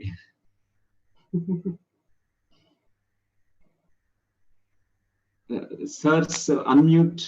Unmute, yeah. Yes. We are all proud of you and Lakshmi ji, such a great couple, such great masters. You have created a new world. You created a new tribe of spiritual scientists. Thank you, sir. You have started a spiritual university. Inspiration from you, sir. Inspired by you. Always you inspire us. You keep inspiring us. You guide us. You inspire us. I will assure you, I will not sleep until my goal is. Yes, sir. Yes, sir. I will not sleep. And don't allow anybody to sleep, sir. Until the goals are achieved. Yes. Yes, sir. We are followers of Vivekananda, Swami Vivekananda. Yes, sir. One day what happened? In Kurnool, I was with Dr. Sripada Pinakapani. You know him? Yes, sir. We know. I met when you invited him to one Dhyana Yagna, sir. He was there in Kurnool. Yeah. Then what happened? So I am a student of Dr. Sripada Pinakapani. We have had so many conversations. You know, Pinakapani Garu, he was the vice president of the Chinmaya mission in AP. So he was a great admirer of Chinmaya mission and Chinmaya, Swami Chinmayananda. Once he told me a conversation between himself and Chinmayananda. They were traveling in a car. So Pinakapani Garu, he was telling to Chinmayananda, Swamiji, whatever Vivekananda has started, you are finishing it. Then Chinmaya said, no, not the word finish, completing it. Yes. Finishing means killing it. Yes. So Chinmayananda corrected Sripada Pinakapani, whatever Vivekananda started, I am completing it. Yes. Yes, sir. So we remember those words. I remembered those words when you mentioned Swami Vivekananda. Yes, sir. Yes, sir. So we are completing Vivekananda's work. Yes, sir. Yes, sir. Huh? Yes, sir. Completing the words of Swami Chinmayananda. Yes. Thank you very much, Lakshmi ji. Thank you, sir. Thank you, sir. It's always something new. Whenever, see, in the word Newton, there is new. Huh? And there are tons of newness in you. Eh? I can break your word, your name into 2 words, new and ton. Eh? Today again you came up with tons of newness, Baba. Thank you, sir. Thank you. Thank you. Tumba tumba dhanyavadagalu, romba romba nandri. Thank you. Wonderful, sir. Thank you, friends. Thank you so all. much. Thank you. Thank you.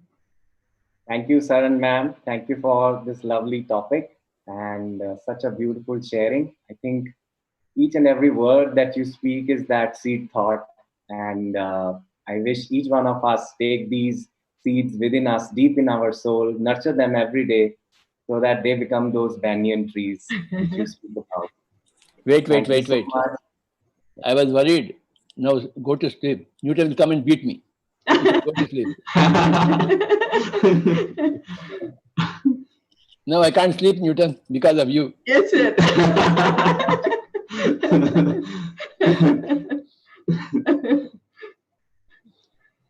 You stole my sleep from me. Huh? A big goal, sir. Yes, sir.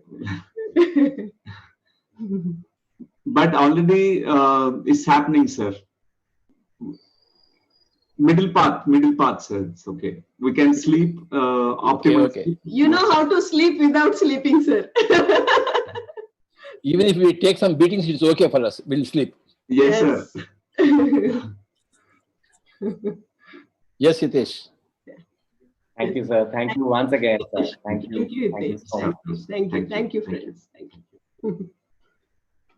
And now, friends, after this lovely, lovely session, let me hand over this virtual stage to one of the youngest and the dynamic masters of Pyramid Spiritual Society's movement, Sahil Kandoi from Cuttack. Over to you, Sahil.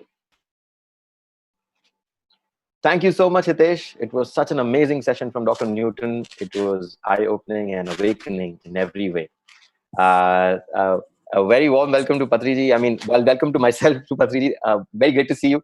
What a great session we are having. It's such an honor to be here and present myself and the global connect together. So, good morning, good afternoon, and good evening to everybody, depending on which timeline you belong to, because we are in the global connect right now. Global connect is where pyramid masters and seekers and different meditators from all over the world are coming together to share their journey. We have people from Australia, Vietnam, Egypt, and Germany. So we have the whole country here. We have the whole world here.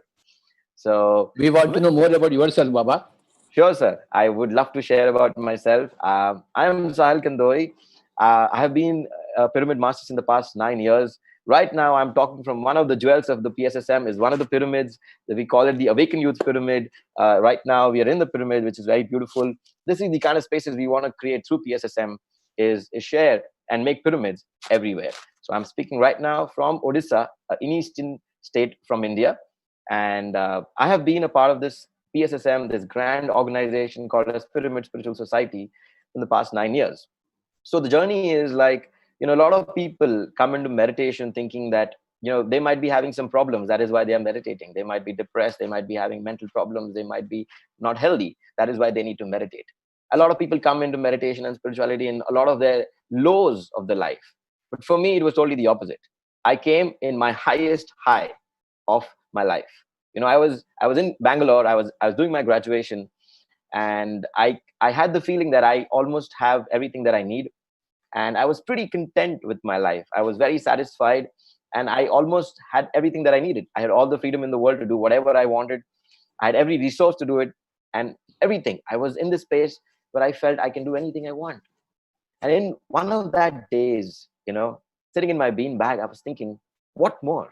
I did everything that I could. I'm doing everything that people want to do, but still there is something missing in life. There must be something more. So I was sitting in my beanbag and I was wondering, what more?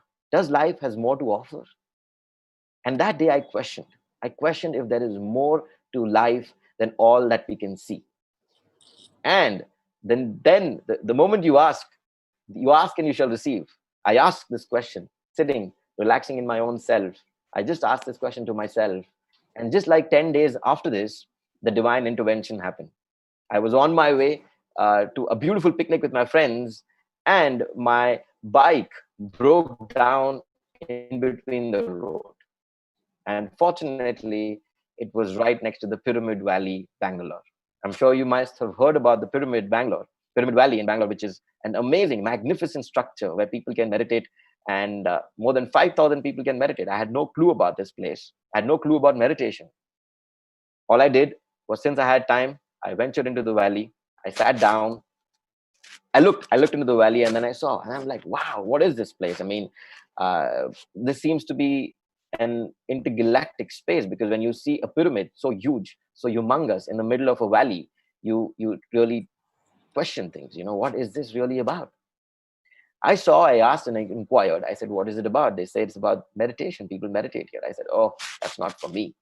But I don't know what. From the day I left that place, every time I would close my eyes, I would see the pyramid again and again and again.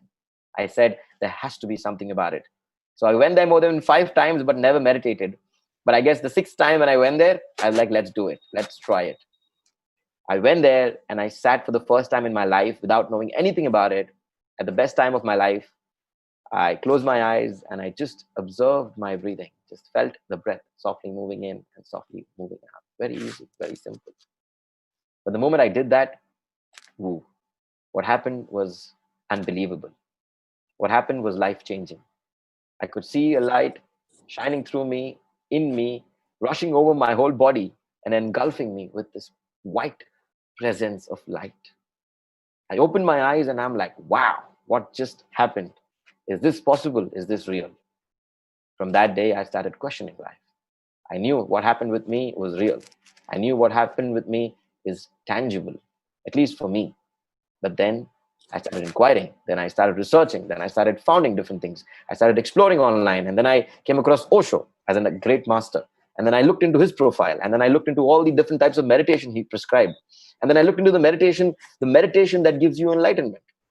And then I found an Anapanasati as the meditation through which Gautama Buddha got enlightened. The meditation where you just have to be with your breath. And I was like, that's exactly what I tried there. From that day, I started practicing meditation every day, regularly. And then one fine day in my meditation, I was shown very clearly that why eating non-veg can do such harm to your energy body, can do such harm to your inner body. The day I saw it, boom, I dropped it immediately. That was one moment in my meditation, my realization, that took me to drop it immediately. From that day, I dropped. I guess that was one of the prerequisites before I could meet Patriji. Because the moment I dropped non-vegetarian food and started practicing more intense meditation, after 3 months, I was fortunate enough in 2011 to meet Patriji in Visakhapatnam, Dhyan Mahachakram. And that's where my meeting with this Grand Master happened. And from there, this little meditator who was meditating by himself, he turned this meditator into a master. He turned this meditator into a teacher of meditation. And he brought me up to this stage and gave me the confidence and the mic to share this truth with the world. And here I am right now sitting in my house, in my pyramid, in the house. We call it the Awakened Youth Pyramid. And now we've founded an organization called it's a Sangha. It's a collective of awakened youths where we gather every day here to practice meditation with all the youths of the city and share this with more people. So thank you so much. And this has been my journey, Swamiji. And this has been my time with PSSM, with Patriji, and with meditation. And it has been a magnificent journey. So thank you so much, everybody, for listening me so peacefully. And I'm so happy to share myself like this with you, with my family, with PSSM, with the family. And now we're also in the Global Connect. We have masters like this, masters of meditation from every corner of the world. So now I hand it over to the next person, to the next master from another country. So here we have Nikhil, all the way from Australia. Welcome, Nikhil. Thanks, Sahil. Appreciate that. Hi, everybody. My name is Nikhil Gulapalli. I'm the Managing Director of Global Impact Partners, an impact investment advisory firm. I'm incredibly honored here today to be a part of this momentous occasion on celebrating International Yoga Day. On this special day, one thing that really comes to mind, I'm so happy to see how the West has started to embrace yoga all across the world. You know, going back half a century ago, it was strictly limited, and all this wisdom and all the benefits were strictly limited to India. But now that we've got all that sharing, we're starting to see the huge, huge impact it's having in the health and well-being of everybody who started to take it on. It's also important to remember, though, yoga at its core, even the physical aspects of yoga, are strictly there to help prepare the body for meditation. Similarly, meditation itself should not be limited to that 30 minutes or that half an hour or 1 hour that we sit with our eyes closed. But for me, what meditation is really about is, how am I improving my life when I'm outside of meditation? How is meditation helping me live a more fulfilling and present life every single moment? So in sharing how meditation has really impacted my life, it's a subject that's very close to my heart, and people who know me well know that I could probably talk for over an hour, but in the interest of time, I'll do my best to give you all a short summary in terms of where it's played a key part. I started meditating at a very young age. I was about, I think, less than 8 years old at the time I first was introduced into meditation. And it made a tremendous change to my life, even at that point. Spirituality is really the journey of self-awareness. And through that process, you realize how unlimited you are as a being. It's a very natural process that the more you realize you're unlimited, your ambitions, your vision, everything you are, especially for somebody like me who is only 8 years old, it's a very formative part of your life where you start thinking about, dreaming about what I'll be one day. And you can imagine that the potential, the vision that I started having when I realized how capable I was through my meditation, through my spiritual practice, completely transformed who I was as a person and what I wanted to do with my life.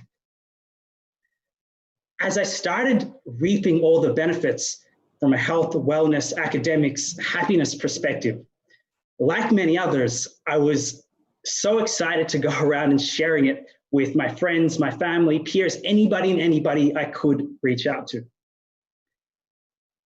Problem I realized at a very young age was distinctly two key areas where I remember going back to my childhood.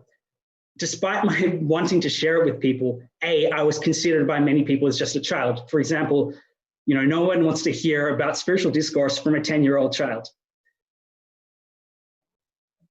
The world we live in still, I think we've got a bit of a tendency, even myself from time to time, the best of us, like to think that spiritual wisdom can only come from 100-year-old men with long beards. Now, I think after many years, I've got a bit of a beard as well, but I still got some time to go for the age. The irony of all this, and what I've really come to realize in my spiritual journey, is that wisdom can come from anywhere. It can come from life itself. It can come from anybody. In fact, some of the greatest spiritual masters, like Adi Shankaracharya, was only 12 years old when he started writing his first commentaries on the Vedas. The second key challenge I distinctly remember was particularly in the West. So I live in Melbourne, Australia. Many people were not able to relate to these Eastern Swamis who lived in the Himalayas because from their perspective, they lived a very different life. They couldn't relate to their life experience. And I realized that there is many, many great masters already coming from one perspective, but what's lacking in the world right now is the fact that nobody can come and explain why this wisdom is important in a way that many people living in the West currently live their lives. So from that early point, I think I was about 10 years old, I made it my mission to actually go into what I viewed as the most dichotomous. For example, if you take Eastern spirituality on one side, the opposite of that is really the most materialistic world, which is business and finance. So I felt at a very, very early point in my life, you know, in order for this wisdom to have any weight, I need to be able to talk from a place that a lot of people understand. And if I can get myself to a position in the most materialistic world that people consider desirable, then people will understand why I'm saying that meditation is so important. And so from that point, business became a very, very big interest of mine.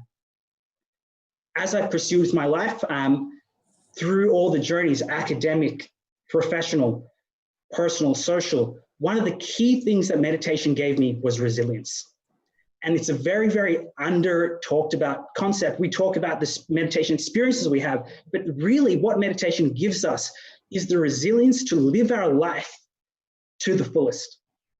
Success, to me, what I've really come to find is not about your ability to do well. It's your ability to bounce back and absorb the failures. Many people who have known me quite for a long time assume that for me to get to where I have got to in my life, I must have just been naturally good at everything I've done, or I might have got very lucky.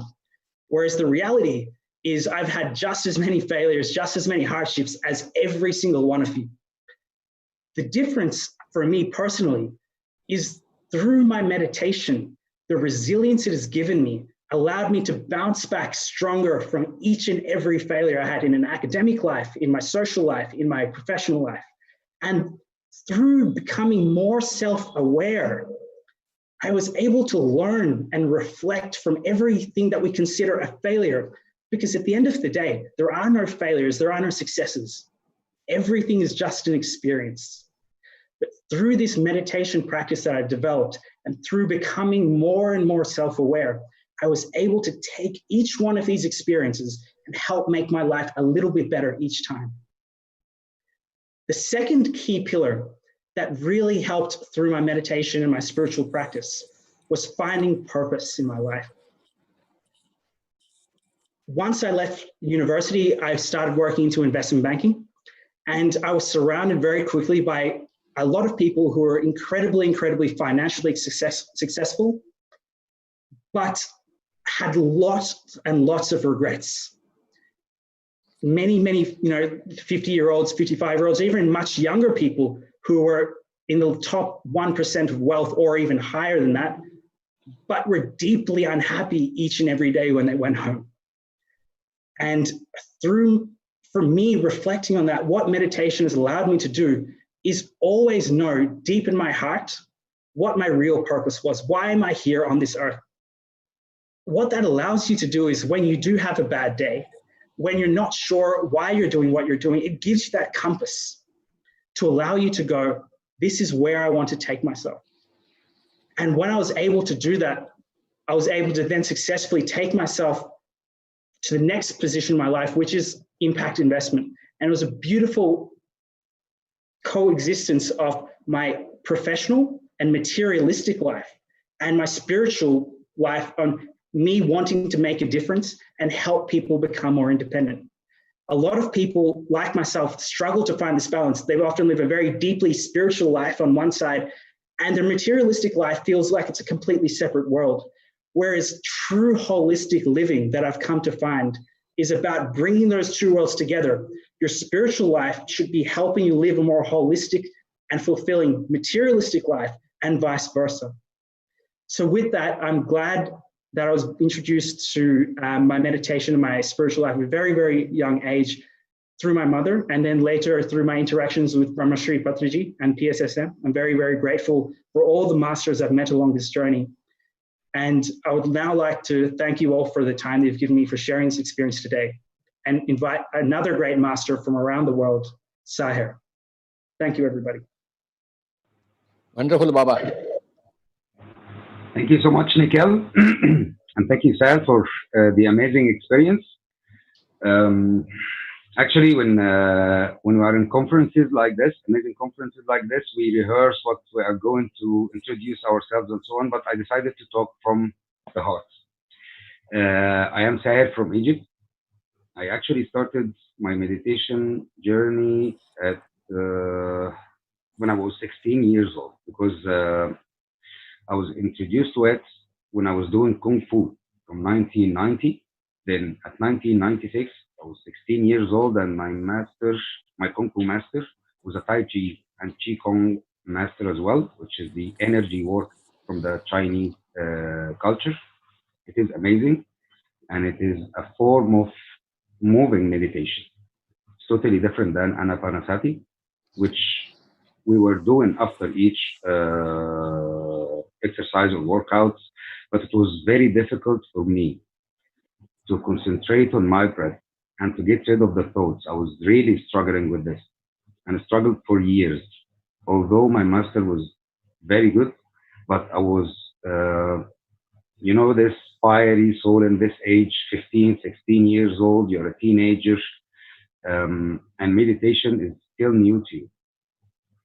But what really helped me that after stopping my sports career because of a severe injury to the shoulder or multiple injuries to the shoulder and knee, I dislocated my knee in one competition. I just spent some years doing just the energy work, the Chinese energy work, the Qigong, and just meditation, but not all the time. That's why it was ups and downs, spiritually ups and downs. And I spent many years stopping meditation, but 2 or 3 years back, I started to get back to the meditation again. And last year I met Madhu Gajala, which was, she was in Egypt doing a huge event in somewhere called Azhar Park, which is a nice place. And she used her singing bowl and her beautiful guidance, and she introduced us to Anapanasati meditation, which I knew already, but I tried many, many ways of meditation. As you know, there are thousands of them, but this was the most effective one for me. I won't say to get rid of the thoughts, no, to just surrender.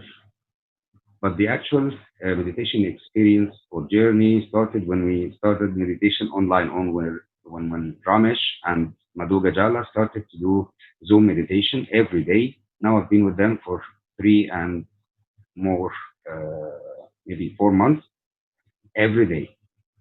Before that, I was trying to find some time to meditate. It was like a joyful burden. I mean, because of the time restrictions. Because my job is very demanding. Now, I meditate maybe more than 3 to 4 hours a day regularly because I found real joy, a real joy of being with myself. The thoughts are not a problem anymore because they are my friends now. I can tell them to stop now, not to stop, but to surrender. They taught me how to surrender. Yes, I have many certifications and so on regarding meditation and mindfulness and sound healing, but practice is so much different. And when you are with beautiful souls, like these souls I'm talking about, they take you step by step into your journey. And actually, it has been a lot of years. I was asking myself all the time, why am I here in this world? What should I do to fulfill my purpose in life? But it's not like what I thought. It's not something flashy that happens at once and you suddenly realize your life goal and so on. It wasn't like this for me. It was just something that was building up gradually. So I started to look into myself and I realized that the most beloved thing to me is to help people, is to see their smile when they are being helped, is to discover the good in them and the hidden talents in them and tell them about it and try to develop it more and more and more. And you feel very happy when some of them, or maybe all of them, succeed doing this, unless they don't want to. So I see this as my life path now, and I know the life purpose, or now I know that the life purpose can be more than one thing. It can be the life as it is, but the quality of what we do, or to apply our meditation principles and morals and values in our daily lives. I don't say that I do it all the time, but I try to do it all the time. Maybe someday the whole day will be a meditation day or mindful action. Regarding mindfulness, after these 3 months, I started to monitor what I say, monitor my actions, observe it, I don't judge myself or others anymore. And this opened my heart more and more and more. And actually, I encourage you all to do this if you didn't do it. But observing yourself will allow you to actually observe your self-talk. Most of our self-talk is really negative because we live in fear because of the survival instinct. But as soon as we feel safe, as soon as we feel calm, as soon as we are one with ourselves or try to be one with ourselves, it becomes natural to you to think about positive thoughts. And actually, I didn't believe also in the manifestation. I've read the secret book long years ago, and I was fascinated by it, but I didn't believe it totally because I felt there is something lacking in it. There's something missing. So all what I did is to apply it after these 3 months of meditation. Then just take a step, manifest, and take a step. It happens. Miracles happen. So I encourage you all guys to just practice meditation without any expectations, with surrender. And thank you so much for being with all these beautiful masters. And in this beautiful day, it was a great privilege. And now over to our beautiful soul, beautiful friend from Vietnam, Tui. Thank you so much. Thank you, Shahar. Hello, everybody. My name is Thuy from Vietnam, and I'm very happy to be here and to share my experience and also our experience. I said our experience because we developed together as the spiritual family. I came to meditate 10 years back. It's not because of me. It was because of my mom. My mom was very sick, so I just thought that doing meditation can help her to have better health. So I took her to a meditation class. So then I also have to learn it. So those days in Vietnam, uh, there was very popular ways of practice meditation that we observe the energy into chakras by chakras. So you can say that it's chakra meditation. And after that, I also asked my sister, my brother-in-law, and also some other of my spiritual family to join in the meditation class. Those days I was very, scared of, gosh, I don't know about the spiritual life. I'm just thinking that meditation is just for health. That's all. And that's all I know. And but the situations changed a lot because we have to face with I would say like wandering spirit. So many things happen. Astral spirit. So after I would say after 2 years to face with that, then we have the first time we have guidance from Invisible Master, and the Master told us that just doing meditation by observe the breath. So I was very, very surprised. And my sister, she got the message and she said, let me practice first. And she practiced meditation in 2 months. And she said that it's good. It's very good. And after that, we all do meditation by observe the breath. And we just, so our way is very different from other, that we don't have any physical master. So we just practice with Invisible Master, and some Invisible Master came and they just one time my sister got the name of the master was Krishna, and she said, no, I don't know any master named Krishna. I only know Master Krishnamurti. Are you Krishnamurti? So Master said, no, I'm Krishna. So we were surprised because we are in Vietnam. We don't know any master in India. But there are many great guru. After that, we look up in the dictionary. We look up in Google, and we know that there are some master. There are some very great guru with those names, and we read it. So by that way, we practice, and we have all the experience about meditation, and we got the concept, we got the knowledge of the invisible world. And that I would remember one word is that when the disciple is ready, then master appear. So in 2005, that was the first time we met Patrizi sir. Patrizi sir, I hope that you are listening to me now. I am there with you. Yeah, I love you. And that was the first time he came to us. And that was the first time we saw a master in physical body. And he teach us that just observe the breath. So we were surprised. We were very happy, because 5 years without any physical master, we're just doing that. And even we don't share much with people. But after Patrizi sir came, and he said it's a anapanasati meditation, means just observe the breath. So we said, we have a double check. We have a physical master. And then after that, also he told us about pyramid.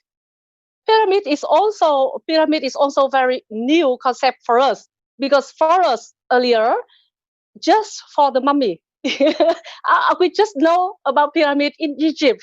Shahar, you know that, right? And for us, we only know that our pyramid is for mummy, for the dead people. So when the first time practitioner teachers share with us about the pyramid, we were surprised. But as the way we practice for 5 years, we always experience by ourselves first. Then we will share. So after Patricia came back to India, then we follow him. The next month we follow him to the Pyramid Valley. It was very huge pyramid, and we were a team with 6 people. Only me can speak little bit English, and all the others members in my family, they could not speak English. That is the reason why today I'm sitting here alone to share our experience. And we don't have any affections from information from the other people. We just experienced by ourselves, by feeling, and we have a wonderful experience when we sit inside the pyramid and did meditation. And after that, we also met many others scientists who share about the pyramid energy, and we also went to some places to experience by ourselves, and we realized that pyramid is not for the mummy. Pyramid is for the live people, to connect ourselves with higher consciousness, and also the life energy. That was so. After that, with the inspirations from producer, and also we got some guidance from the Invisible Master, we set up our meditation community. That is named Vietnam Meditation Community. And Vietnam Meditation Community we set up just 2 years back. But up to now, we share experience, we share and we teach meditation for 4,000 people in Vietnam. So that I would say that we are very happy. That is our experience. And if you are watching this event, I would say that you are in right path, like us. 5 years back, we met Patrizi and we came to his place, and we also watched his event. And the life become more and more happy. That is the rule. We evaluate our life. The more we become happy, the more we are in the right path. It's a middle path. So thank you very much to give me opportunity to share our experience in doing meditation. Thank you, Patrici sir, to be here and listening to me. And now I would pass to Jana, a very great master from German. Wow, wow, wow. Thank you very much, Tui. And thank you to Nikhil and Saher as well. These already have been very inspiring stories, and I would say there are some parallels in my one, and still it's a bit different as my conscious spiritual journey started in an age that I guess all of the three don't have reached yet. So it was quite different and at the same time similar. But I try to explain that as good as I can. With a German background, I was raised and I'm still living in a country of great strengths regarding efficiency, effectiveness, output, and additional values. And for a long time, these influences, they shaped my life, mind-driven. So I was aware of having the need and the longing to work with people, work with communication, and to do something that has to do with connection. But still, I wasn't aware of my real purpose. And with every step on my life development, I try to control the output of these steps, making them efficient, useful, and worthy for others. So I was really very externally orientated, as in the way Germany and maybe also Central Europe is so far experiencing the world. We are not used to a concept that there is a worthiness in simply being and in simply being a being. So for a long time, I was very driven by this mindful aspects. And I mean mindful in a way of a controlling mind. In fact, I tried to control my life situation while drifting through my life, as I didn't have the real purpose, which comes from inside of us. I felt overwhelming feelings of lacking and sorrows and concerns because I somehow always wanted to make things right for an external world and still didn't really know what the real direction was, which made my mind, my controlling mind, try to even more control. So I was in a quite difficult spiral therefore for a long time, and things finally changed when I tapped into my roots of spirituality, which I needed a long journey in Australia and New Zealand for, and still 2 more visits there. And from there on, there was like a nutshell cracking, and meditation played a profound role from the beginning on in my spirituality.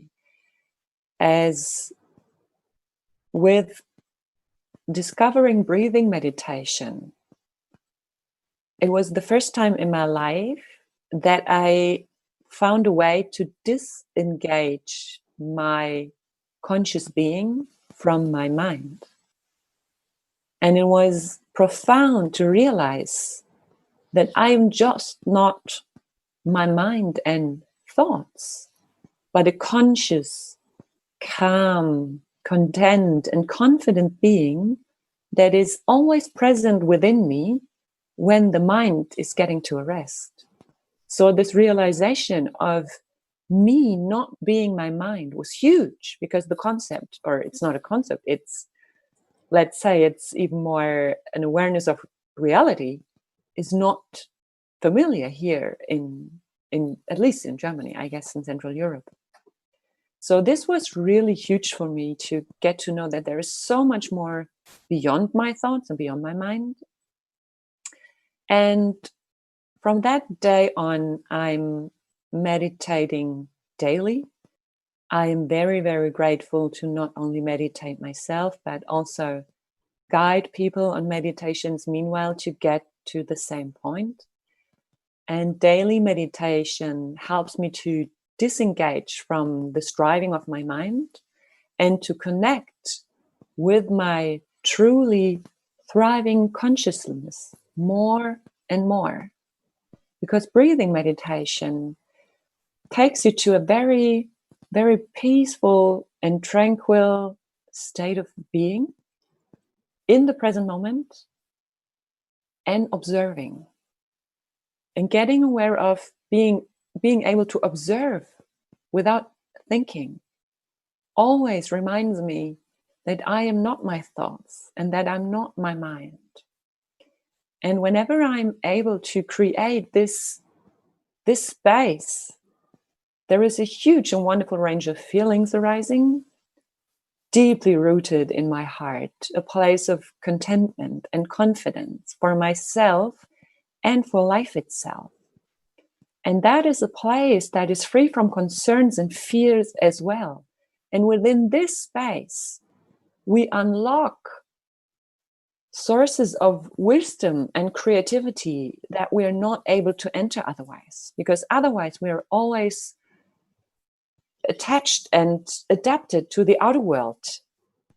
But the truth about our being, the truth about our purpose, and the wisdom that we always carry within us is only unlocked in this place of contentment and confidence that you can enter with meditation.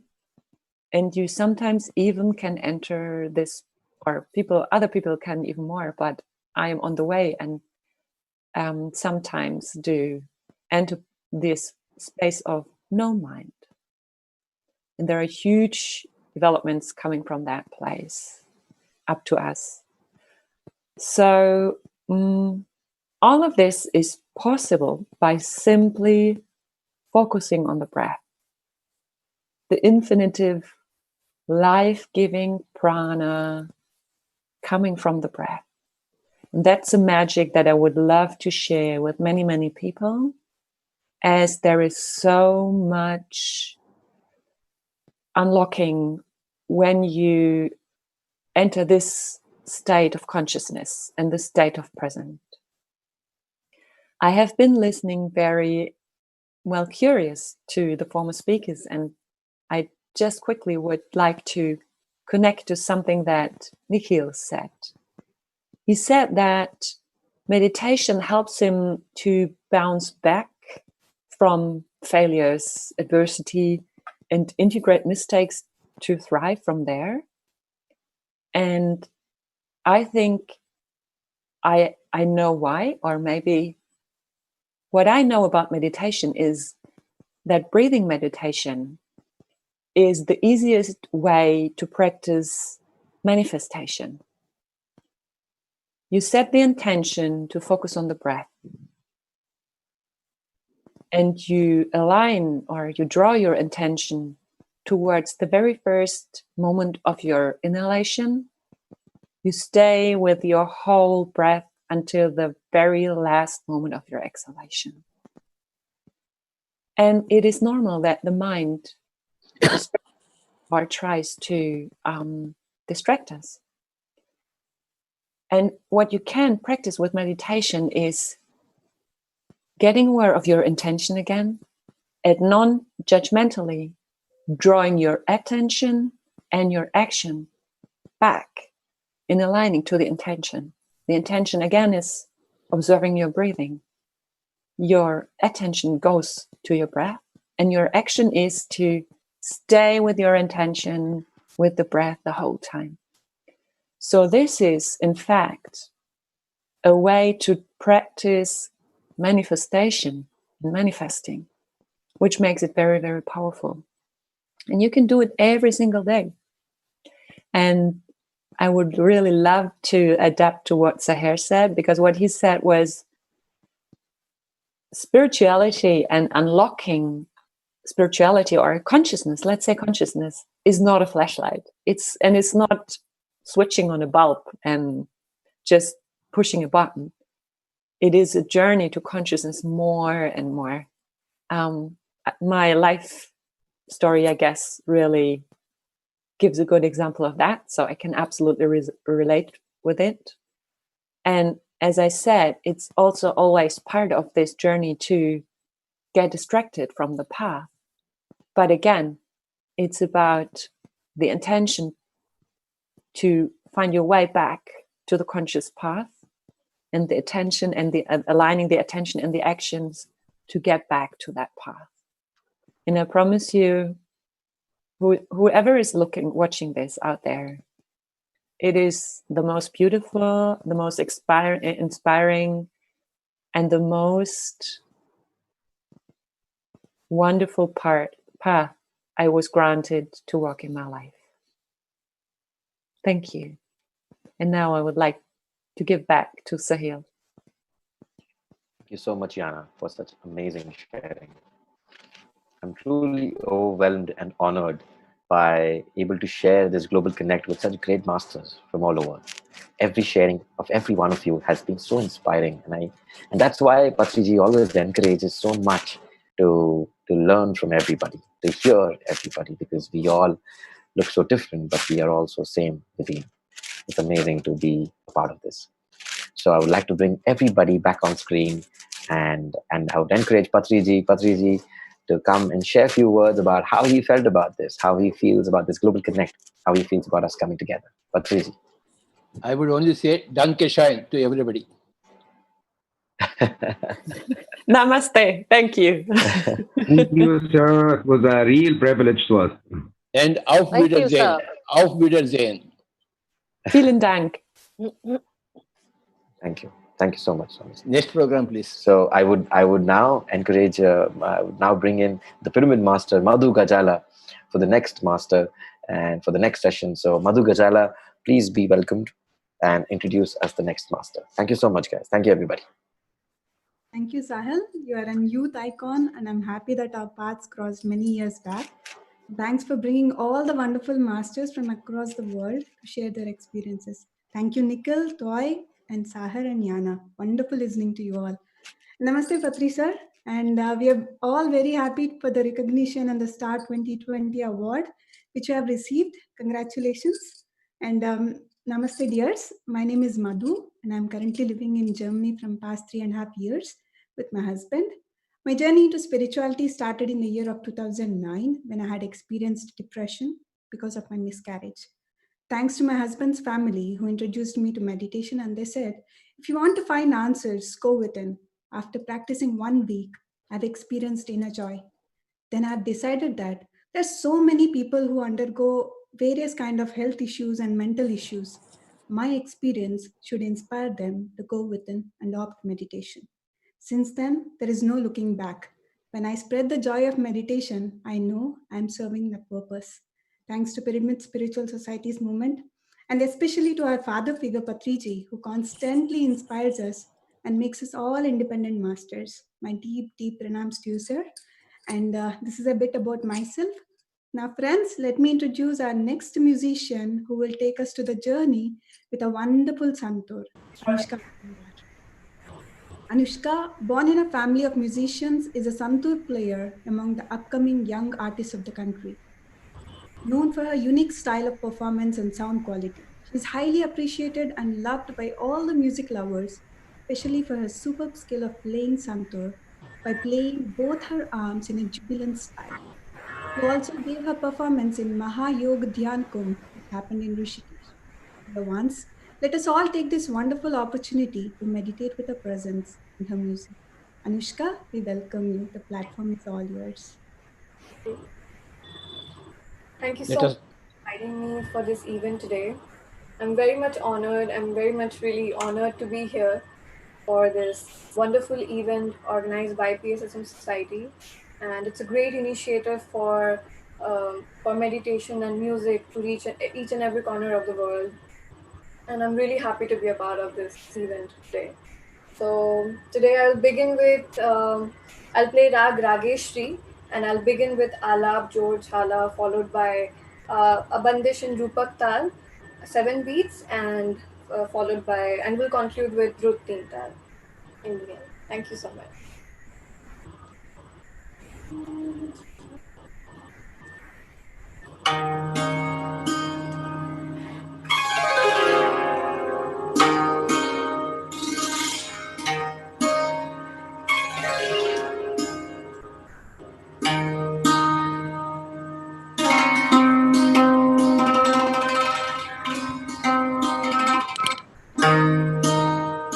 All close our eyes. Music.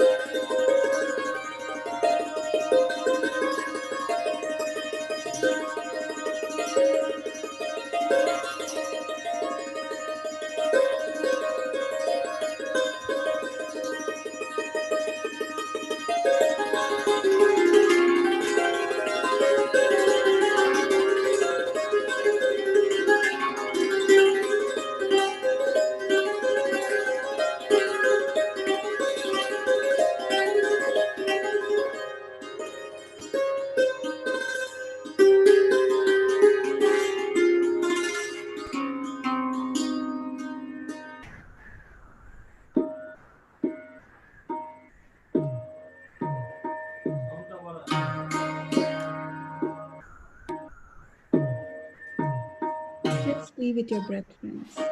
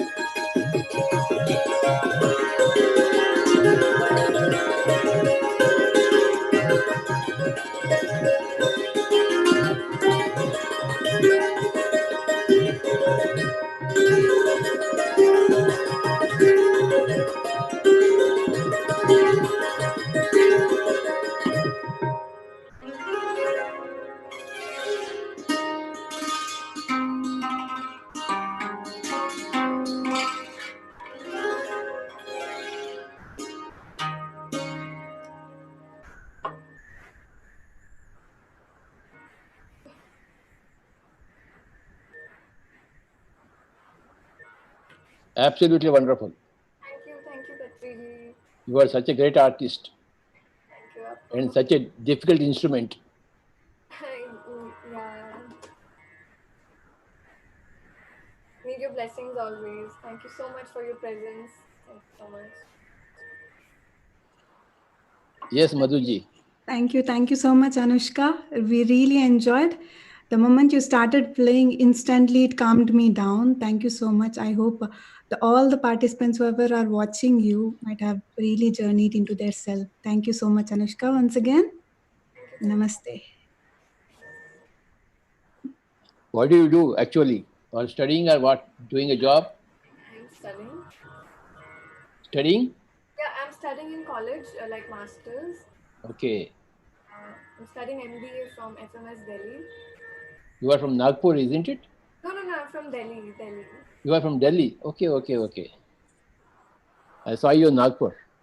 Oh, yes. Like in that event also. Yes, Madhuji. With your permission, I would like to call upon our next speaker. Friends, I am so very excited to call her speaker. She's none other than our Dina Mariam. The whole Pyramid Spiritual Society's movement know about this sublime master. for the book she has given to the whole world, The Untold Story of Sita or Sitayana, which is considered as one of the Bibles of PSSM. For the ones who does not know Dena Mariam, founder and convener of Global Peace Initiative of Women, GPIW. Her work, GPIW, aims to create a global platform for women, religious and spiritual leaders, and to engage Hindu and Buddhist leadership more actively on the world stage. Dena Mariam is a former member of the board of Harvard University Center for the Study of World Religions and the International Center for Religion and Diplomacy. As co-chair of the Millennium World Peace Summit, the first summit held at the United Nations General Assembly for more than 1,500 of the world's religious leaders. She has authored many books, including Journey Through Time, a spiritual memoir of life, death, and rebirth, and many more.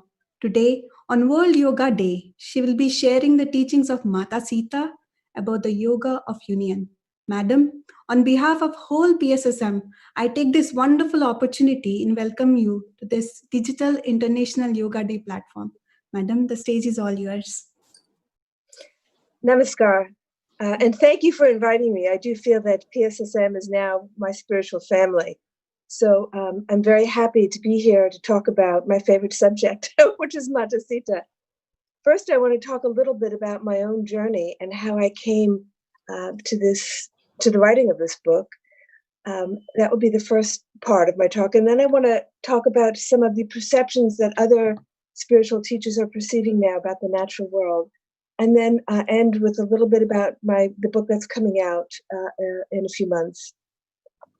So I grew up in outside of New York City in a suburban family with very little feeling about the natural world. I mean, I loved the outdoors, I loved the flowers, but there was not this interconnection or a sense of unity. And when we talk about yoga, we're talking about yoga is about consciousness. It's not just about asanas or philosophy. It's really about our consciousness, and the whole movement of yoga is awakening the divine consciousness within us. But I wasn't aware of this when I was young, although I was an avid reader and very interested in philosophy. About 20 years ago, I began working with different spiritual communities, helping them articulate their spiritual message. And this work brought me to Japan, where I encountered a Shinto organization. Shinto is the indigenous religion of Japan, and it's very nature-based. And they wanted to help me translate into English their spiritual philosophy of agriculture, which was part of their spiritual practice. They viewed agriculture as a spiritual discipline, a spiritual practice, just like meditation. And I had never heard of this before. To me, agriculture was just a way of growing food.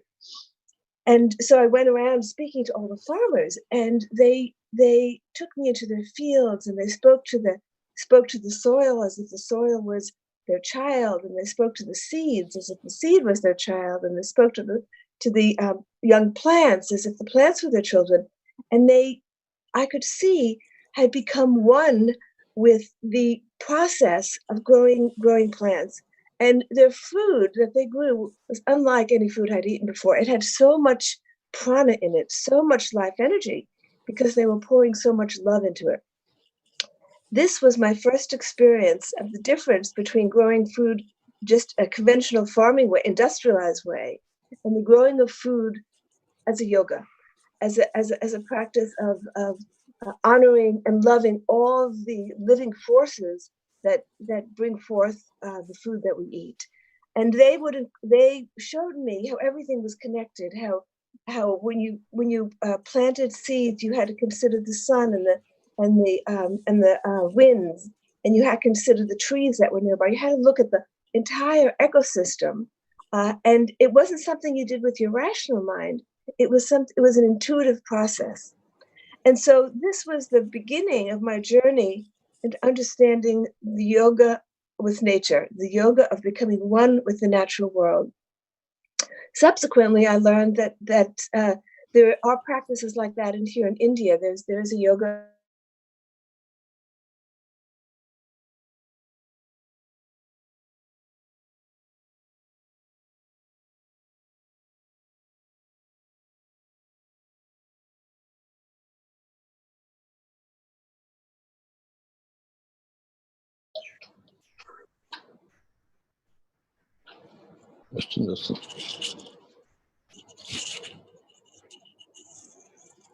I think there's been some disruption.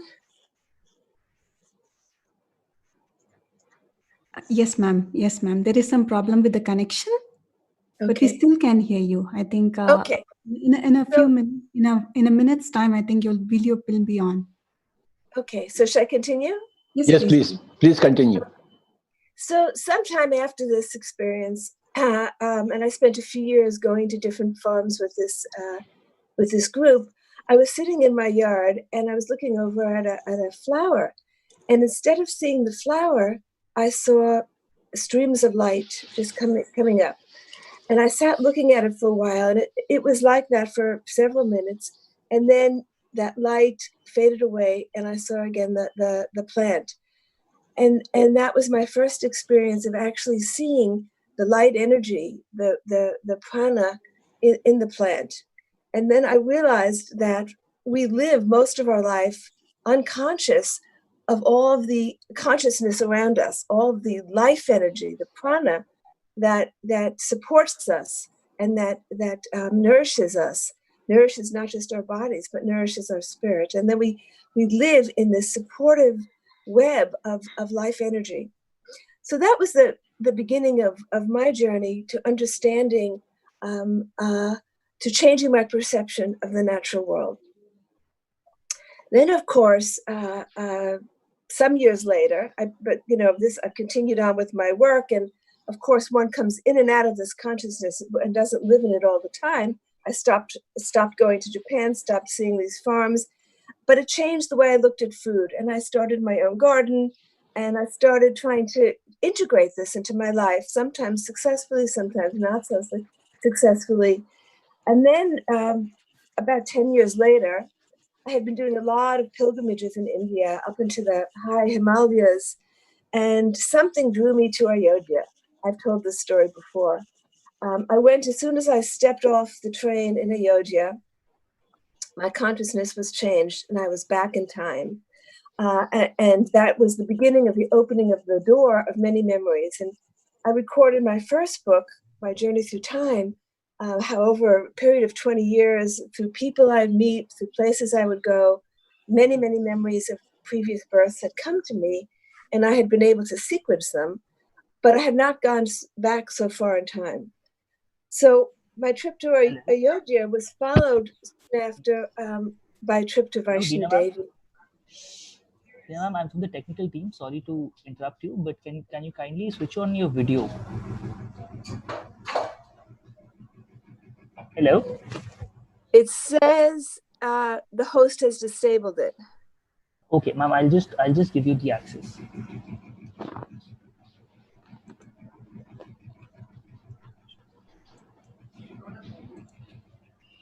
Ma'am, I've made you a co-host. Can you just try once? Yes, we have you. Okay.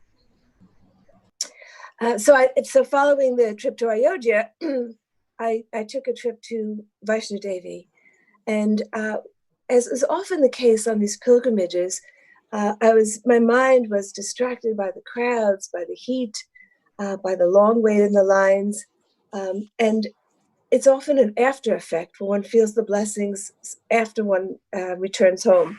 So I took the trip to Vaishno Devi. I stood before the sacred shrine, and then I went to the Raghunath temple in Jammu. This is all I described in my book, The Untold Story of Sita.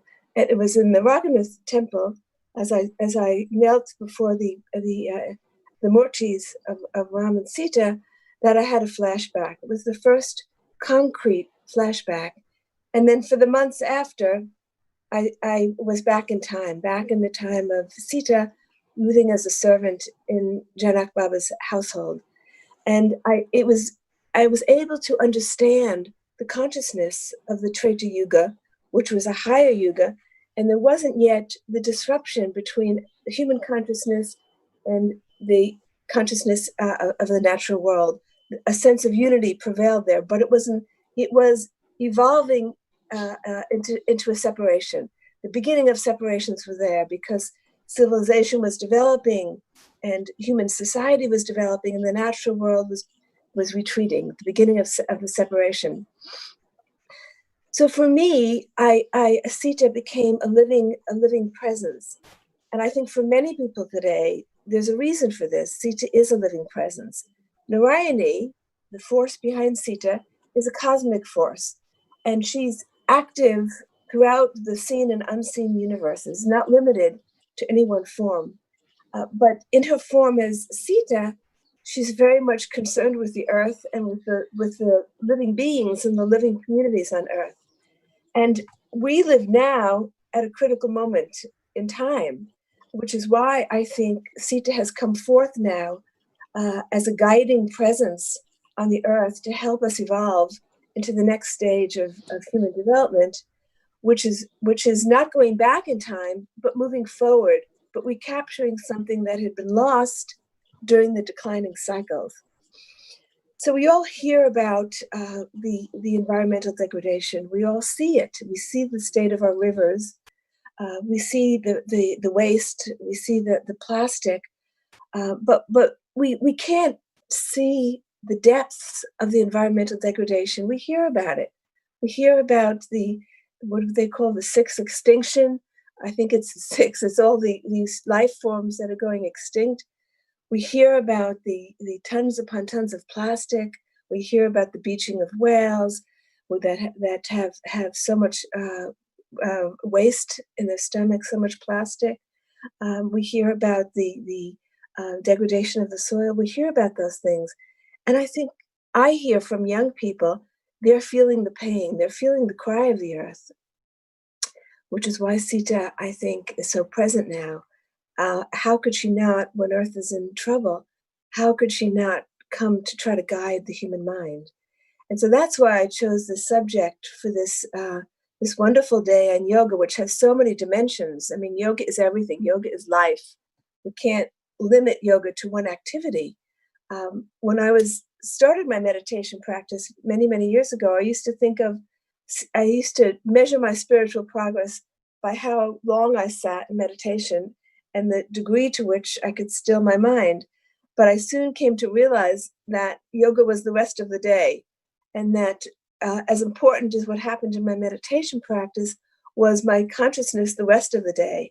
Where was my consciousness when I was busy in the world doing this and that? And so yoga is our life. Yoga is our consciousness, where our consciousness is. Because meditation is spreading so to such a degree today in all parts of the world, every part of the world, I think it's all for the purpose of shifting our consciousness, raising the consciousness on the planet. Because without that, we won't be able to restore life systems that have been so damaged. So I want to go back in time now to the time of Sita, when the first disruptions were taking place. So it was a time of the growth of human society. We know that Sri Ram and Mata Sita traveled so extensively, not simply because of what happened in their family, but for the purpose of securing the ashrams that were developing, the hermitages, for bringing the forest, the rakshakshas more into the civilization, so they could begin agricultural practices. It was for the purpose of spreading civilization. So that was a time when civilization needed to expand and grow, but at the same time, certain losses were taking place, and it was part of the natural evolution. But Sita tried to preserve the love of nature so that these losses would not endanger the earth. And her love for the earth is shown in the very moment of her appearance. Why did she choose to appear in the folds of the earth? She could have appeared anywhere. She could have appeared on a doorstep. She could have appeared in any place, but she chose very consciously. Every act of Sita's life was a conscious choice. Nothing was just by chance. So she chose to manifest first in the physical world, in the folds of the earth. And that alone says it all. Her love for the earth, her wanting us to treasure this gift that has been given this gift of our planet.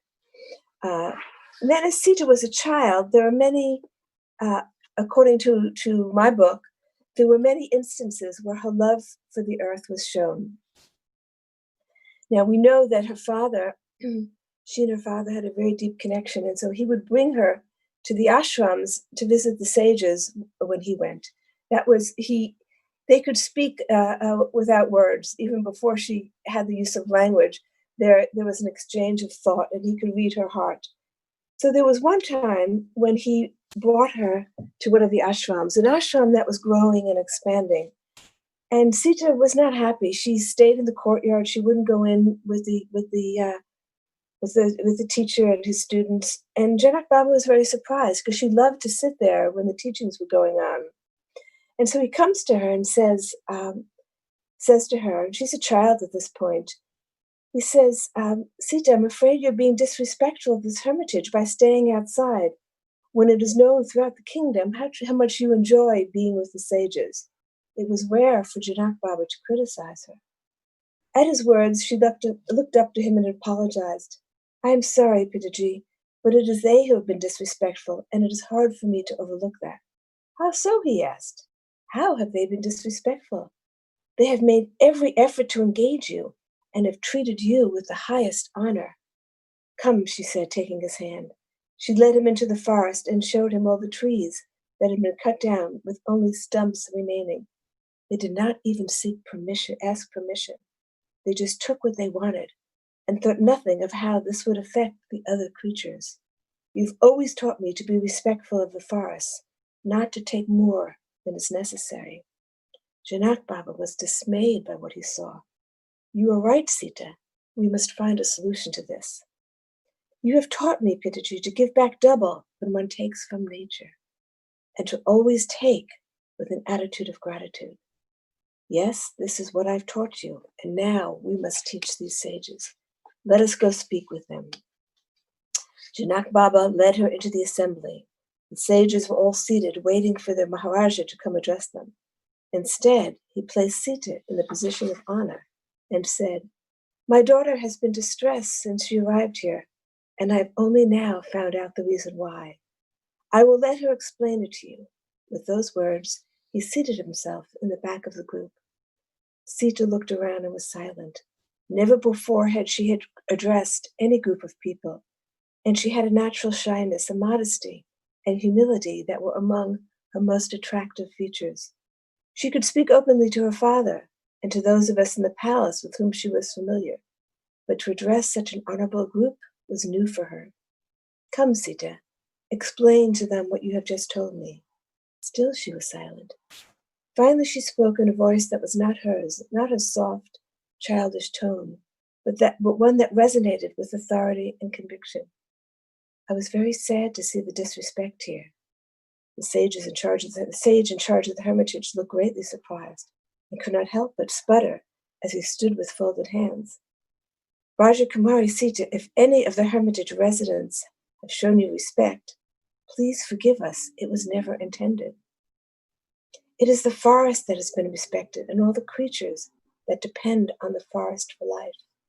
You have taken so many trees without thinking of the consequences. This is not what Pitaji has taught me. He has taught me to be respectful of all life. And aren't trees life? Do they not give food and shelter to the forest creatures? Everyone in the assembly looked at one another, astonished at her words. But Sita, protested the head of the hermitage, we needed space and material to grow our hermitage. Isn't that also important? Have we forgotten that our ancestors were fed and nourished by the forests? And are we not taught to give gratitude for this? Sita's voice became firm, and yet the gentleness of her being flowed through her. Then what is the solution? Asked another of the sages. Advise us, Sita. Should we stop building and expanding our hermitages? Sita became thoughtful. No, that is not the solution. After a few minutes, her eyes lit up. Pitaji has taught me to give back double what we take from nature, and so for every tree cut down, we should plant two. We must be very sure our needs are just, and we must explain our needs and ask permission of the forest before taking anything. If we fail to consider the life in the forest, ours will not be a prosperous future. That is certain. Now, I think of our situation today when there are very few of our great forests left, when they're being opened for mining, and for in many places for the expansion of agriculture, for the meat industry, to grow soy in parts of Latin America. It's to grow soy for more animals that actually end up as meat. So it's a pretty sad state when we think of the state of our forests compared to that time when they were just the beginning of the forest being cut down for the expansion of human society. And Sita didn't say we have to stop expanding. She said we have to proceed mindfully, respectfully. And I think this is very true of us today. And so one might ask, well, what can I do? If forests being cut down across the world, what can I do about that? And I always come back to the thought that our what we can do is in our own life, feeling love for the trees, feeling love for the forest, taking time every day to send out this love. And love thoughts and love don't just stay around us, they fill the ethers. And so when we send out loving vibrations, specifically including the forests, often people think only of the human community. They send out loving vibrations, for peace and harmony among people. And we fail to think of the natural world needs that every bit as much as the human society. So when we send out loving vibrations in our meditation, to include the forest, to include the Amazon, they call that the lungs of the world. That means that the Amazon is connected to each one of us. The Amazon, it's our lungs. We need the Amazon. And we can't control what governments do, but we can send out loving vibrations to the Amazon and to the people who live near there, so that there are indigenous communities whose very way of living is to protect those forests. And if we can strengthen their resolve through our loving vibration, child to our life today. So I want to read another Sri Ram, but after Janak Baba, and because the whole family, and there are many lessons in terms of governance today that we can learn from Janak Baba. Janak Baba, I think, he was an extraordinary about dharmic governance that we can learn from. And as she's in the attendant, look Soma, look at Vasundara, her bodies well. Light, this is the gift of Vasundarama. Her face was glowing as she lifted handfuls of dark, rich soil and rubbed it against her cheek, and then kissed the very soil that gives us life. How little do we think of where our food comes from? How little do we appreciate this treasure here? I feel his presence. She then went back to plowing. As I was writing this book, very often I stepped back and I said, where are these words coming from? Because they were just flowing through me, and I had to step back and sitting at Sita's feet, and she was teaching me from the person I was before. I think she wanted to transmit to the world, because so much of our rich soil is knowledge, the average human intelligence. So the idea is, okay, we've got to kill these insects. Let's develop things that kill the insects. Without understanding that in killing the insects, we're killing the microbial life that is necessary for healthy plant life. So we're killing everything in the soil. The soil is becoming sterile. And so our plants don't have, our food doesn't have the vitality, the life energy that it had once. I've heard statistics about how you've got to eat 20 apples to get the nutrients that one apple held many decades ago. We have to eat more and more food to get the nutrients that our food once held. The health in Sita's day and before that in the sun had everything that we control of. There's certain things that we have, and that's where the yoga of agriculture is so important, taking back control of our food, taking it back from industry, family farming quantity and not about quality. And so we can't take back. India is fortunate that it's still an agricultural society. But even here, the use of pesticides has gotten out of control. So how do we take back control of our food system? That's part of Sita's message for us. Now, end of Sita's life, where the battle between humans, Sita's unseen work. Okay. So Sita is in her cottage now. She's living in the forest. This is toward the end of her life, raising her children. She's not been banished, but due to an ancient curse, she and Ram have had to have partial separation. Periodically, the day passed. Periodically, she would look out the door and glance toward the forest as if she was expecting someone. I thought perhaps she was missing Sri Ram and was silently hoping for his arrival. But it was another arrival she was awaiting. The next morning found a tigress lying at the gate to our cottage. As soon as she saw Mata by the doorway, the great beast lifted her head and let out an agonizing cry, which frightened the children. Mata looked at her for a few minutes, and shaking her head, she slowly closed the door. All day and all night, the tigress lay there, periodically emitting a cry. Finally, I could not stand it. Perhaps she is wounded, I suggested, knowing full well that if that were the case, Mata would have certainly attended to her. She's wounded, but in the heart, not in the body, Mata replied. Do you know what the problem is? Mata nodded. I will go to her, but not just yet. She must realize her grave mistake.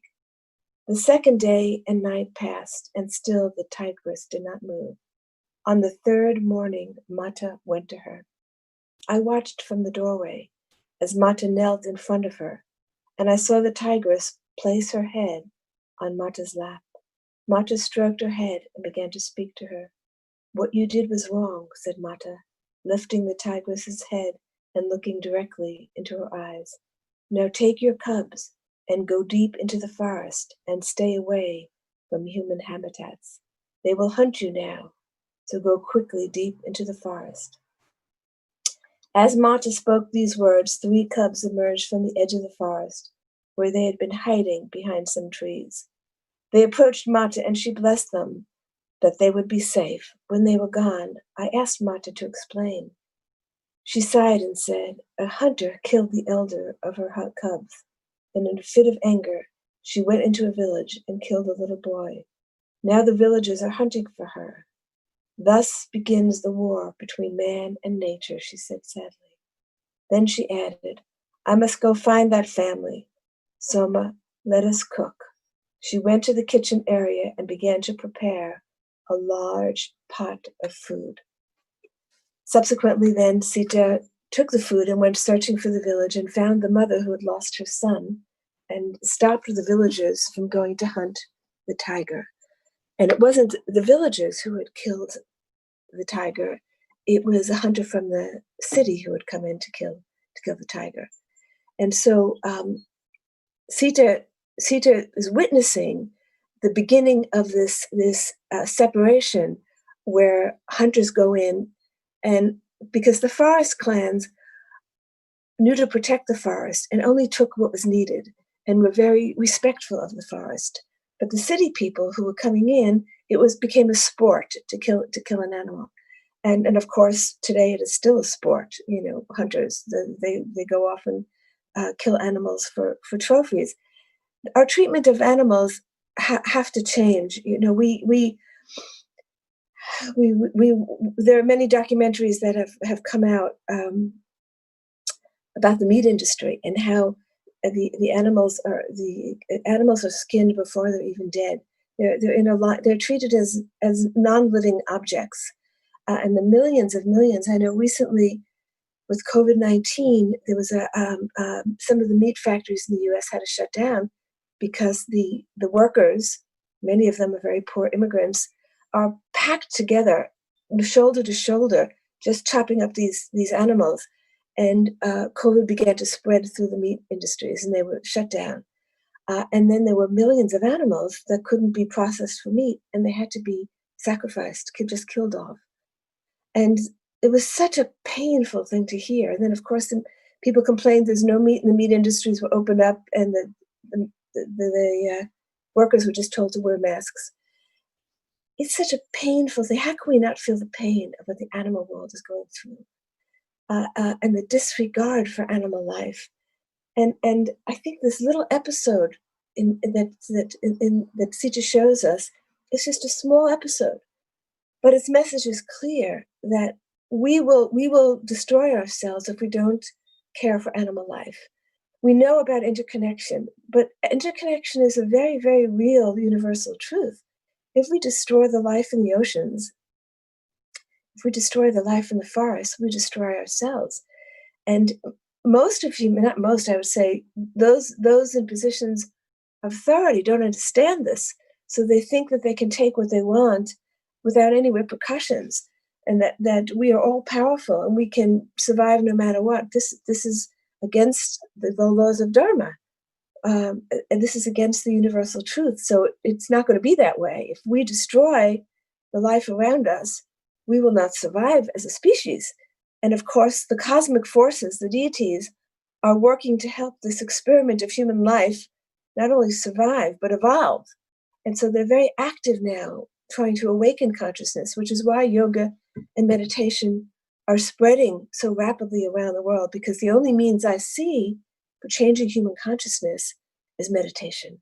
Meditation works with the inner energies, works with the life force, with the chakras, to bring our energy into the higher energy centers, and this is what awakens human consciousness. And we do see a shift. This is the first time, and I think, ironically, COVID-19 has helped with this shift, because this time of retreat, where people have been forced to stay home, has allowed for more time of reflection and for more time for meditation and a pause. It's been a global pause, and for the first time, it's a global event. There's not a country that's not affected by this, and so many hundreds of millions of people. Now, for those who don't have a practice, there's depression and frustration that they can't go do the things in the outer world. But I think there's a certain number of those people who are forced now to reflect on all those things I'm busy doing in the outer world causing me happiness. And we know that there's a disruption in our economy, and I think it's for the purpose of helping us shift our economy to a more dharmic way of living. And we have an opportunity now. And the question is, will the community, as a human community as a whole, take advantage of that opportunity? I think many teachers are beginning to talk about that now, and I want to share, in the time that I've left, some experiences that we've had as a Global Peace Initiative of women when we've brought teachers together over the last few years. And there was an experience a few years ago when I did a meeting of spiritual teachers from Europe for a global reflection on what they were perceiving. We went to Greece, which is viewed by many Europeans as kind of the inspiration for their Western culture. And then we went to a place called Delphi, which was in ancient Greece, the place where the oracle was, where the gods spoke to humans. And so the seers of that age, which was very recent in terms of Indic civilization, we're talking about maybe 1000 BCE, 1500 BCE, which is relatively recent. But that's where the seers of that time, they would go to this place, which is a power center. It's one of the power centers of Europe. And they would get messages from the gods. So we took a small group there, and a Sufi teacher from Germany had this vision, and I'll read to you what she wrote. I was wandering, she said, I had a dream, and it was the night when we were at Delphi, right at the oracle. We had gone to the oracle and we meditated in the oracle. And that night, she had a dream. She said, I was wandering in a beautiful landscape, a landscape of mountains and valleys, when I suddenly felt a deep pain, an impersonal pain, and I became aware of a woman lying in a small depression in the earth. She was pale, very fragile, as if dying, and she was suffering deeply. I knew in my heart she was the mother of all, the earth herself. People were walking over her, not noticing that they stepped on her. I saw all the shoes, the boots, continually stepping over her. I was drawn to get closer, and so I bent over. For a moment, I was alone with her, and I tried to speak to her. But no words would come, so I sat down and listened and felt for her. This is what she said. My deepest pain is that I can no longer nourish you. And then I found my voice and I asked, what can I do? She replied, sit with me in the darkness. And what I understood was that she was asking us to bring the light that is within us to the places of ignorance and disregard for the earth.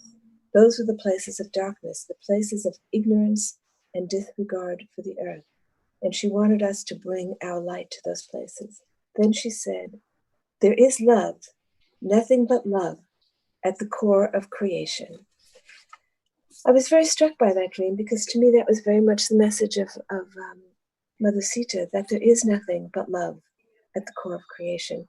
And that is the message of her love with Sri Ram, the love between them. That is the center of all of the manifest worlds. I want to tell you, share another experience that I myself had, which was an awakening experience for me that took place just about 2 years ago. I had been asked to organize a small interfaith gathering in Japan, and I brought a young man from Dominican Republic, an island in the Caribbean, who was very tuned to the consciousness of whales and dolphins. In the place where he lives, the whales every winter come down from the northern seas down to his island, and they sing. And when they all sing in harmony with each other, a whole community of whales come down. There's a certain place off the coast of his island, and he often goes there to listen. And when they sing, they point their faces down to the earth, and they sing as if singing to the earth. And their sounds travel thousands of miles, so they can communicate with the animal communities that are far in different oceans far away from them.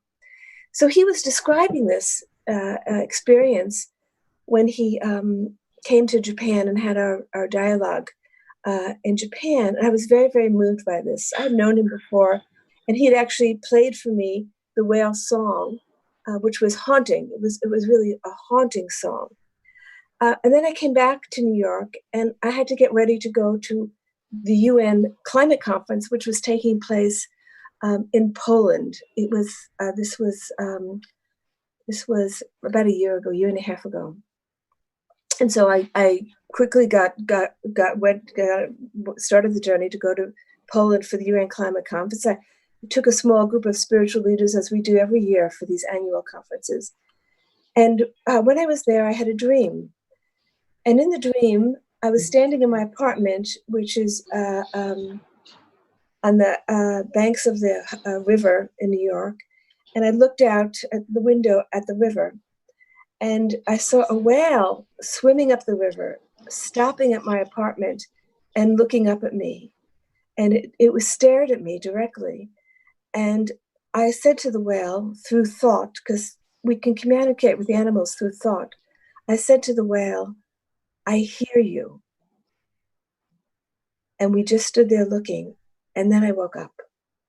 And this haunted me because I had communicated to the whale that I heard their pain.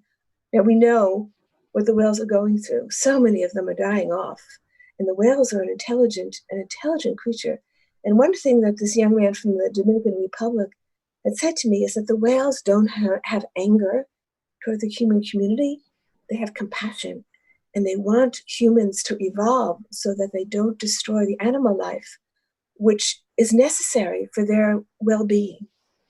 So the whales had this understanding that we are all connected and that the animals are necessary for humans. And how can they help humans evolve? So I went to the UN conference, and I thought to myself, okay, I'm here they're all talking about carbon reductions, and it's all about the well-being of the human community. How can we save ourselves? Not one mention of the consciousness of the animal life or of the forest, except as it relates to human life. So I decided to go to the session on the oceans, and I went to the session on the oceans. And I felt like I had to now represent the whale community, because the whale communicated with me, and I told the whale that I got that communication. So I went to the session on the oceans, and again there were like 8 experts on oceans, but it was all about the beaches and the tourists and how it's going to affect countries because of tourism, and then about the fishing industry, and all related back to humans. And I thought to myself, this is the problem. We're so human-centric that we don't understand the essential laws of Dharma, which is that every life form is needed to support every other life form, and that our natural state is to be in a state of love and connectedness to all the other life forms.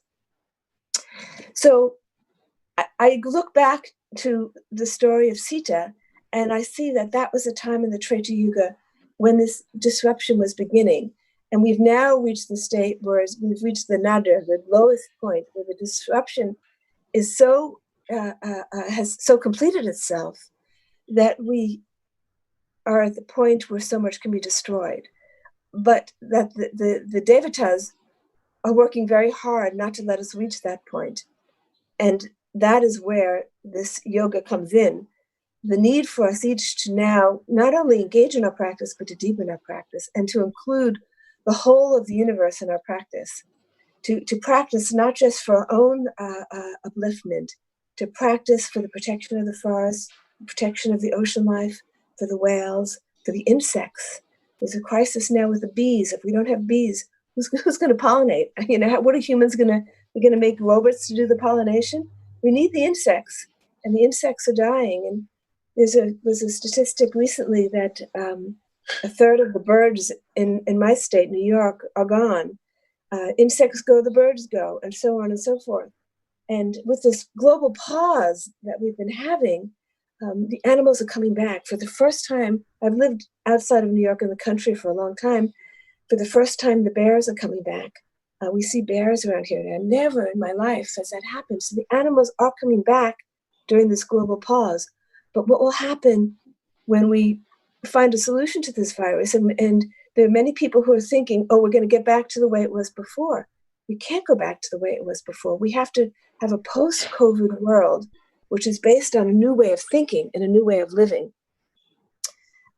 So I think we're reaching the point now where we can open up for questions if there are any. Yes, madam. Thank you so much. There is one question from our participants. They're asking, what is the significance of the COVID situation from Sita's context? So I think I've started to talk about that a little bit. I think that there are a number of messages that are coming in here. First of all, the head of the UN made a statement not long ago that this phenomenon is due to the destruction of ecosystems. That we've gone into places and disrupted ecosystems, and so animal viruses. And this is not the first. In the past decade, we've had a number of these animal viruses leap from animals to humans. So viruses that humans haven't experienced before, because we've reached into animal habitats where we hadn't gone before, are now coming into the human community, and we have no immunity to this. So you know, the UN has alerted again and again the community, the global community, but of course there are financial interests that are combating this, about the destruction of ecosystems. But what the UN doesn't do, it deals with it on a scientific level, not on the level of Dharma and consciousness.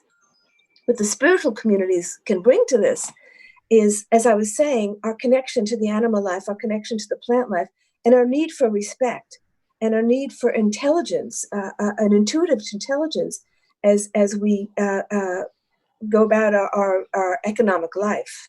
Our economic life has to factor in ecological preservation. That's one message. I think the other message is this global pause where we have to do a deeper reflection. And the question always is, how can I as a single person affect the global? How can I affect the way our economy is run? How can I affect the way our agriculture is run? We can do a lot. We can do more than we think because we are part of this collective mind.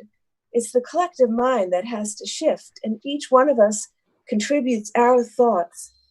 And the deeper we go in our meditative life, the more we're uplifting the vibrational field of the earth. So we can actually contribute a lot, and all we're asked to do is our part. So I think, I know that I have found this global pause. Many people are out of jobs. In the US, there's been enormous suffering of the over 100,000 deaths in a very short time. But on the other hand, people who have a meditation practice are seeing that this pause was a necessary pause, because if we continued in our life the way we were going, we would encounter a disaster, because it's not sustainable. Our economic system is not sustainable as it was, and so we have to go through some shift. And the more of us that can see this and understand this, the more quickly we'll be able to encounter this shift that we need to do, which will ultimately be for the better. You know, a more sustainable, just, and caring economic system based on ecological principles, which are principles of Dharma. So it's the shift from a lack of understanding to Dharma. What is a Dharmic society? What is a Dharmic economy? And I think we have to start thinking more about Dharma and what should our social system be based on? What are the principles? And certainly, it's a respect for all life. And I know for the PSSM, the vegetarianism is a big issue, as it is for me personally, and has been for most of my life.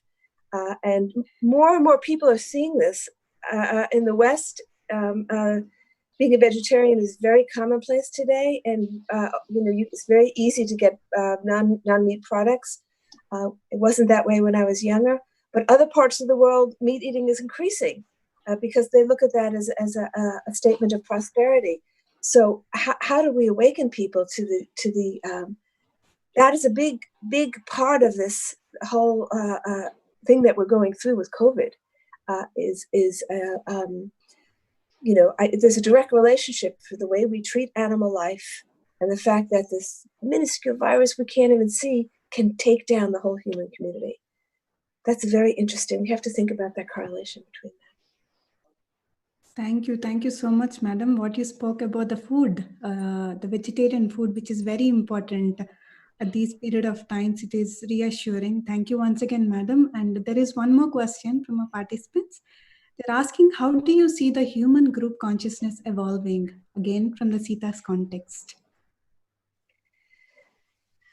I do think that there's definitely, when I compare the situation today to earlier in my life, when I first started meditating, when meditation, I had to be very discreet about my practice. There's definitely a great, and now here, I can only speak really from the US because I've been kind of locked down here for the past few months. Many of the doctors are advising patients to download meditation apps. And there are many meditation apps that people are doing. And this is not serious meditation practitioners, but it's helping people cope with the current situation, which all will have a collective effect. I think that there's going to be a shift.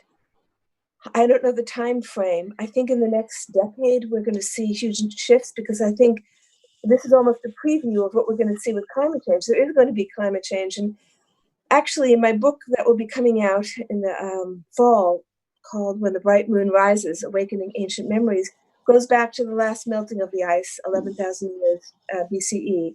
We've experienced the melting of the ice before. We've experienced human migrations before, all for the benefit of human society, for the evolution of human society. So we are going through evolution now. But I do believe it's inevitable that this evolution will also include a wider view of a more holistic view of life. And we're going to have to take in consideration animal life and plant life. And I think that we have to start talking about it more and more. And that when we go to the UN conferences, we always have a session on this. What is the shift in consciousness that will help us adapt to the changes that are going to come and use them? Everything that comes to us can be used for positive growth. There's nothing that comes that is meant to push us down. It's all meant for the upliftment. And in my next book, I have a deep reflection on the Vedic deities, on Indra, and for the first time I came to understand them, that they are forces that are helping the evolution of humanity. And so we align ourselves with these deities, with these cosmic forces that are working for the evolution of our planet. And a big part of what we can do is to align ourselves with these forces, because there's a lot of help that's coming. And since we are in an evolutionary moment, there's an influx of help, and Sita is very much part of that. And so I think the more we can internalize these messages of hers, and even just living day to day, moment to moment with love in our heart, filling ourselves, living in that, really opening that fourth chakra, so that we can express love. I'm much more attentive now that I've been in my home. I sit and look at the birds. I wait for any kind of animal life, a rabbit or a woodchuck, anything to come out so that I can mentally send thoughts to that animal. And in my small space here, try to create a paradisal world where all the animals are nourished and taken care of. So we each have a role to play in this evolution of the collective mind. Wow, thank you so much, madam. That was very, very beautiful. Finally, I would like to add, because I have a few lines for you. Thank you for the inspiring sharings which you have shared, and it is always great to hear you, madam.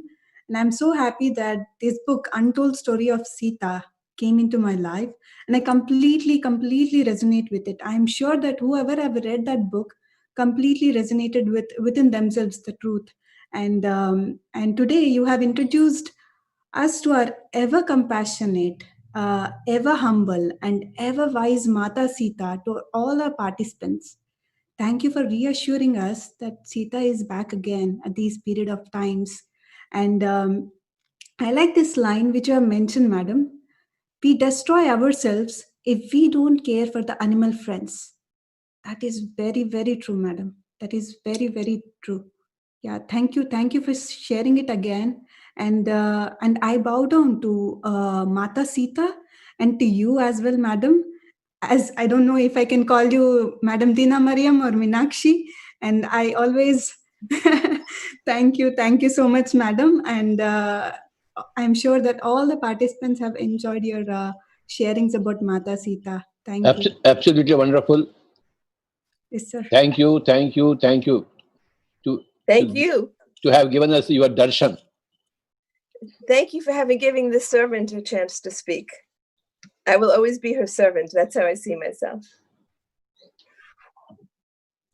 Thank you once again, madam. Namaste.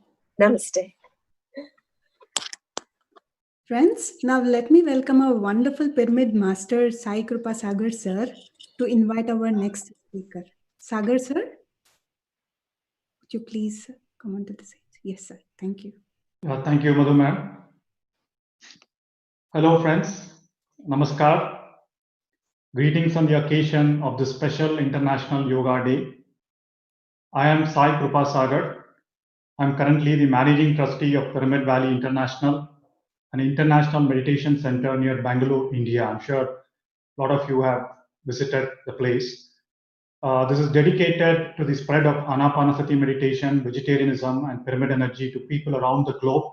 It's an integral part of Pyramid Spiritual Society's movement. I have been practicing meditation since the past 15 years. I have realized profound benefits due to meditation in my career as a software industry professional and a leader, primarily due to intense awareness that opened up several opportunities, deeper concentration, spontaneous performance, and amazing synchronicities. I can't tell how many of those have happened. During the course of my 30-year career, I have seen tremendous improvements in communication, creativity, and empathy, which have been the foundation for my success. I'm very grateful to all my masters colleagues, friends, family, and the thousands of books that help me realize and live with my innate potential and joy. My research and experience, personal experience, has shown that a daily practice of simple anapanasati meditation enables us to be free from pain and suffering. Now, I'm extremely delighted to introduce our next speaker, whom I had the great privilege of hosting at an annual conference in Pyramid Valley a few years ago. An amazing spiritual teacher, an accomplished author, and an enlightened human being, Lama Surya Das. Lama Surya Das is an authorized Lama in the Tibetan Buddhist order, a leading spokesperson for Buddhism and contemporary spirituality, a translator, poet, meditation master, chant master, and social spiritual activist. The Dalai Lama affectionately calls him the American Lama. Lama Surya has spent over 45 years studying Zen, Vipassana, yoga, and Tibetan Buddhism with many of the great old masters of Asia, including some of Dalai Lama's own teachers. Lama Surya Das is the author of the international best-selling Awakening Trilogy, Awakening the Buddha Within, Awakening to the Sacred, and Awakening the Buddhist Heart, as well as his latest release, the first children's book, The 80 and the Jolly Lama, A Tale of Friendship, and 11 other books. Today, Lama Surya Das teaches and lectures around the world, conducting dozens of meditation retreats and workshops each year. Now, we are fortunate to have his presence in this conference. I'm pleased to welcome Honorable Lama Surya Das. Lama, it's all yours. Thank you, Sai. Swamiji, welcome. Welcome to India. You. Welcome to PSSM. Thank you very much, Brahmaharshi. I remember you and your ashram well. It was a wonderful visit. And I'm so delighted that you're doing this yoga day and yoga and meditation for all of us. So thank you. And the world is a better place for the meditation and mindfulness movement and yoga today that's spread everywhere. So I'm fortunate to be part of it and following in your footsteps, Swamiji. Sai, thank you again for welcoming me and for all you're doing. So, hello, friends, dear Dharma friends, pilgrims, fellow seekers on the path, and I hope seekers can become finders, because that's the purpose of the spiritual journey of awakening of any kind, under any words.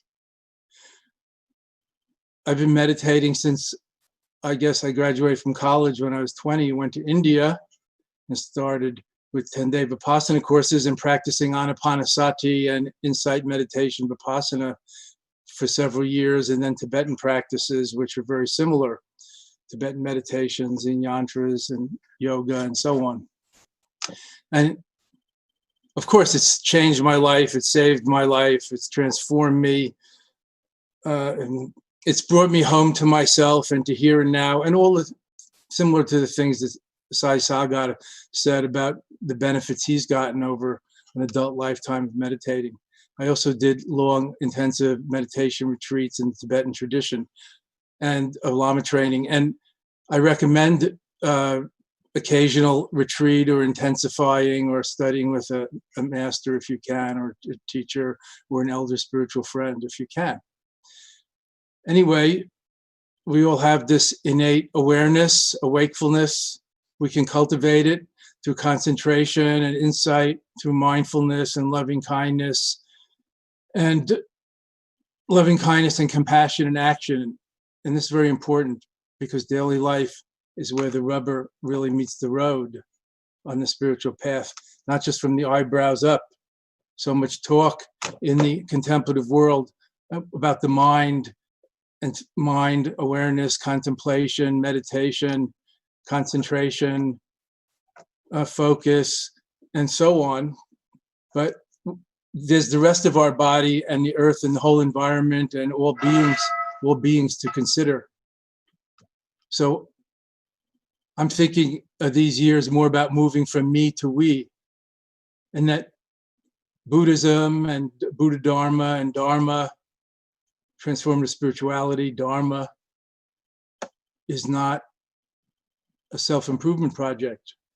It's not just a self-help project. In Buddhist theory, anyway, there is no separate, independent, permanent self, and it can't be helped. And yet we can do a lot. Thank God. Thank God for the non-theistic Dharma. That's what I say. I love the joy of meditation. I'm amazed nobody's written a book about it yet. The joy of meditation, not the chore or the penance, the joy of meditation. Of course, yoga means union, not just physical postures, not something Indian. Yoga means union. How you define that, could be expanded according to your language and beliefs. Union with God.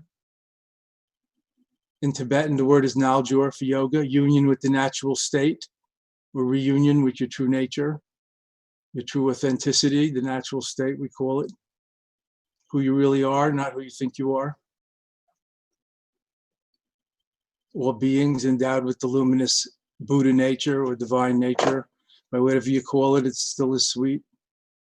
The light of the Christos in your heart, the God or goddess in your heart and soul, the Godhead in you. My head ain't a great neighborhood to live in. That's what I found. The Godhead is where it's at, and that's in each and all of us. Read the literature. I lived in India a long time in the Himalayas. I was fortunate to study and live with the great masters and wonderful spiritual friends and satsang, sangha, beloved community along the way over since the 70s. And of course, now I live in America and lead meditation retreats and write books about these things. And today we have a lot of strife and brutality in the streets besides the global pandemic emergency. We can't ignore that.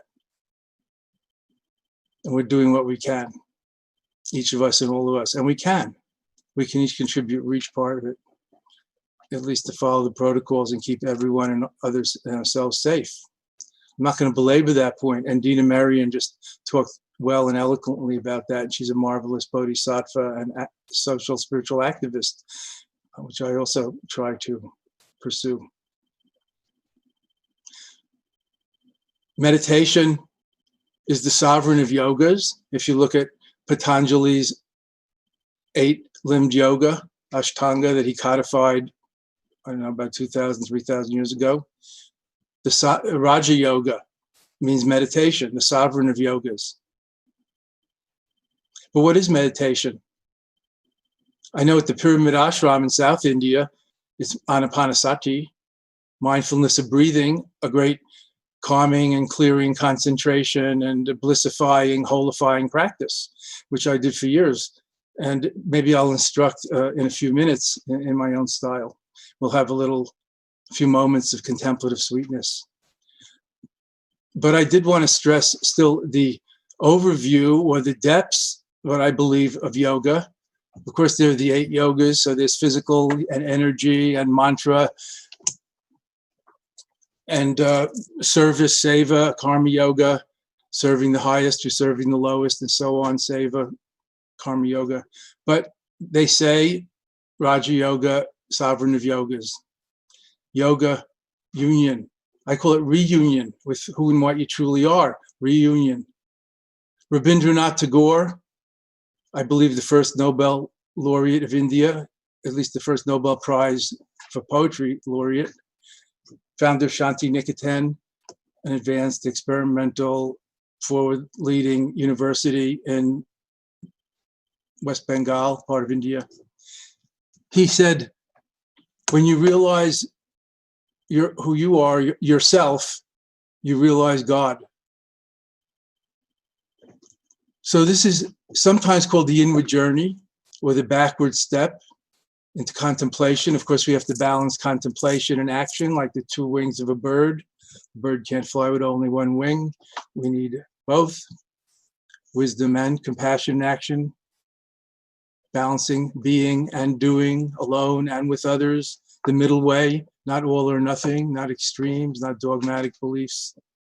not either nihilism on one side or materialism on the other, but the middle way, which has a lot of lanes. There's a lot of freedom in there for different styles and our different spiritual personality types and aspirations, whether bhakti, gyan, or yogi, devotional, analytic, philosophical, or yogic, physical and energy style of personality. And of course, we all have a little of that in each of us. But yoga, union or reunion with ourselves, or with the source, with God, with wherever we come from, with our true nature. And again, quoting from the Tibetan scriptures, and Tibetan Buddhism, we're all Buddhas by nature. We only have to recognize that fact. We're all Buddhas, not Buddhists. We're all Buddhas by nature. It's only temporary obscurations which veil it from us. So that's our work, seeing through our illusions, our false self-concepts, and the illusion and delusions about things outside, and where happiness and contentment and fulfillment is truly found, rather than looking for love and happiness in all the wrong places, as too many of us do, and leading to all kinds of bad habits and other problems, ending up in strife, violence, and war.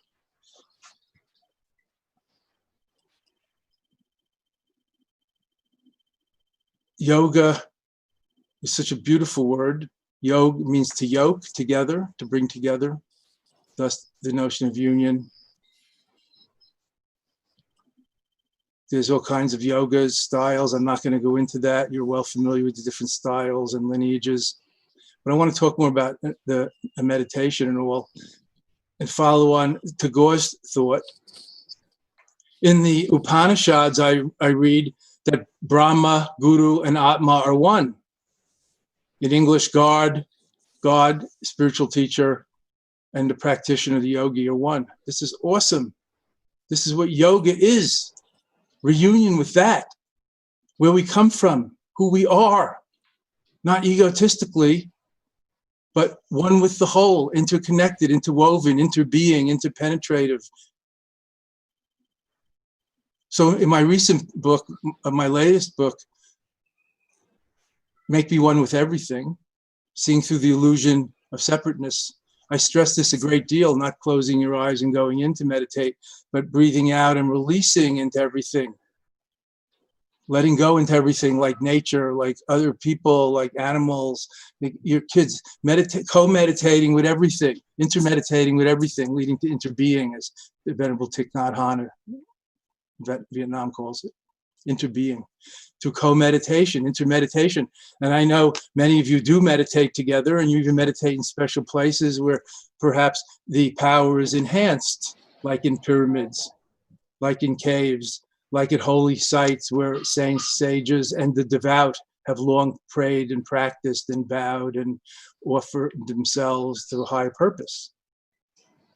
So as God, Guru, and practitioner are one, if you're a non-theist, let's just replace that placeholder word that we hardly understand anyway, God, the supreme being, with the word Buddha, which is it's the supreme refuge or ultimate goal in Buddhism, and say Buddha, the Lama, or the teacher, and the yogi are one.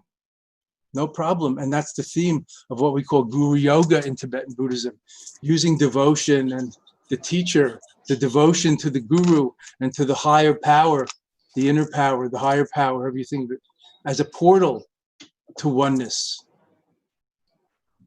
You may feel separate from it, but it's never far apart from you, I assure you, never apart from you.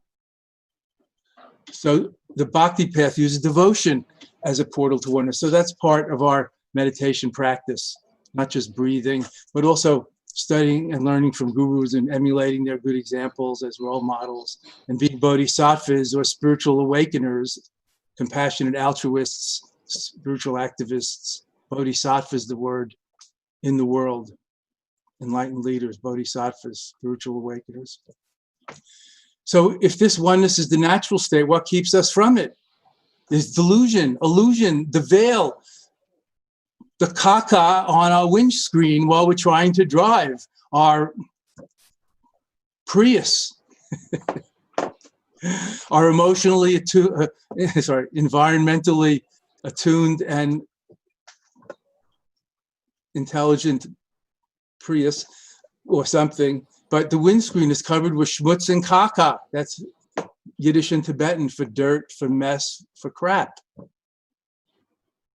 We can clear that screen. Breathing exercises, yoga, purification, fasting, prayer, acknowledging our wrongdoings, all kinds of spiritual practices for that. So in meditation, wisdom meditation, cultivation, we learn to see through ourselves and be free, see through the illusion of separateness, recognize our intrinsic inseparability for everything. But you can read about that more in Make Me One with Everything, and I recommend it. There's a lot of mystical Mahamudra and Dzogchen, the highest Tibetan teachings, encoded in there without the foreign words, including exercises and guided meditations on nature meditation and meditating with your sleeping child and with your pet, meditating, co-meditating with God, co-meditating with music and chant, etc. So now I'd like to introduce a little bit of this meditation, or I call it unmeditation, undoing the habit of overdoing. So since this is a spiritual gathering and we're all over the world and maybe in different time zones, it happens to be Sunday morning here where I live in Massachusetts, outside Boston and Cambridge in Massachusetts. And the ducks are all over the pond and the wild turkeys are walking around, spreading their fans, acting like, guess what? Turkeys, as they must. Do we act like real people, mensches or not, as we must? That's my question. My father, although he had other ambitions for me, like to be a neurosurgeon or a senator or something, he always, most importantly, the bottom line was to be a mensch, a mature, decent citizen, a real man. It's not male, it's a real person, an upright, even impeccable, not perfectionist, impeccable person of character and integrity, a mensch. So that's what we truly are. Illness, unhealthy habits, those are the aberration. We don't get health from outside or from medicine or from doctor experts. We return to it. It's intrinsic to us. So similarly, we can see through the illusion and be free. See through our notion of separate self and be free. See through our self-imposed limitations and be free. So seeing is freeing. And that's one of the principles of deep meditation, not just calming the mind and relaxing. There's many kinds of meditation. We're not going to study that all today, in Buddhism, in Hinduism, and elsewhere. There's Jewish and Christian meditation too, in case you're not familiar with these. Look it up. Interesting. Ask Lama Google. She knows. People used to ask clerics, rabbis, and leaders. Now they ask Google, Rabbi Google, Senator Google, Professor Google has all the answers. Unfortunately, they're not always accurate, so keep your eyes open about that. So now, for a short moment of mindfulness or contemplative sweetness, a little guided meditation, and then I'll talk some more about yoga and meditation and being in the natural state and finding one's true self and higher or inner power and becoming master rather than victim of conditions and circumstances through self-mastery. Because it's not what happens to us that makes the difference, but what we make of it. You can't control the winds, but you can learn how to sail and navigate better. That's the ancient law.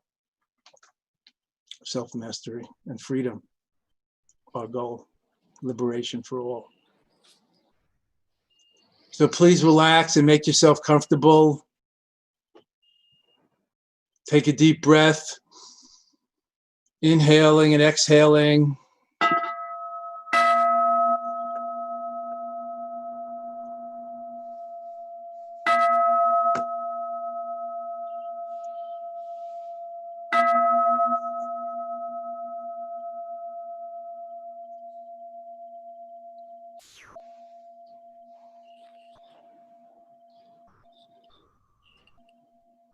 Take another deep breath, inhaling and exhaling.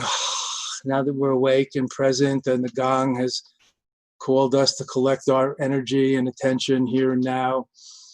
And another deep breath and exhaling and feeling it at your nostrils or here at your upper lip or in your chest or diaphragm, whatever your way is, where you feel it. And bringing your mind, collecting your scattered thoughts and energy here and now, being there while getting there every step of the way, not waiting, friends, not waiting many lifetimes. This is direct access to our true nature, our Buddha-ness, our Buddha nature, the divine within, to peace. Buddha said there's nirvanic peace in things left just as they are. That's amazing. There's such a transformative, transmutative, alchemical power and blessing and advantages in acceptance. Acceptance is not the same as complacence or indifference, but we have to accept the diagnosis before we start on a therapeutic or healing path. We can get a second or third opinion, but until we accept the diagnosis, there's no point in trying any remedy. So acceptance goes a long way to change any relationship. If we accept our mate a little more, it'll probably help more than all our efforts to change them, for example. I've noticed. It's hard enough to change oneself, which is a big part of any spiritual path. Self-transformation. Letting go and letting be. So again, breathing, relaxing, and smiling. Let's not take it too seriously. Venerable Thich Nhat Hanh says, listen up, yogis. Smiling yoga relaxes every bone in the body. How silly is that? We don't have to take ourselves so seriously. It's a beautiful day, whatever it is. Just be alive. What a miracle. What a gift. What a present. That's why it's called the presence with a capital P. God, Guru, and Yogi as one. Buddha, teacher, and meditator is one. Are one since the primordial beginning. Yoking is together. Breathing together.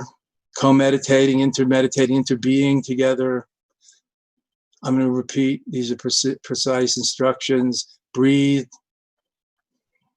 Relax. Smile a little. Enjoy the joy of unmeditation, non-meditation, undoing the habit of overdoing. Rely on being. Take the backward step, just witnessing, just observing your thoughts, feelings, perceptions, and physical sensations in the body.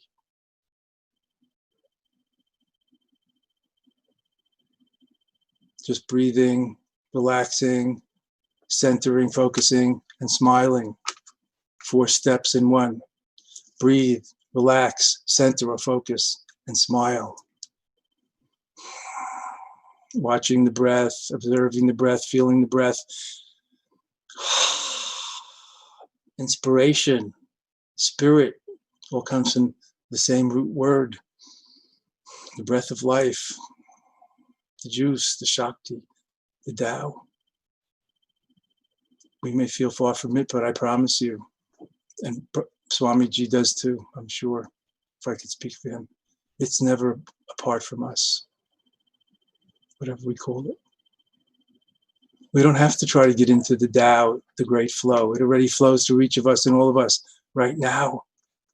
That's the gospel of non-dual teachings, of union, of Eastern mysticism. How sweet it is. Nowhere to go, nothing to do, nothing to remember. Just being for a moment.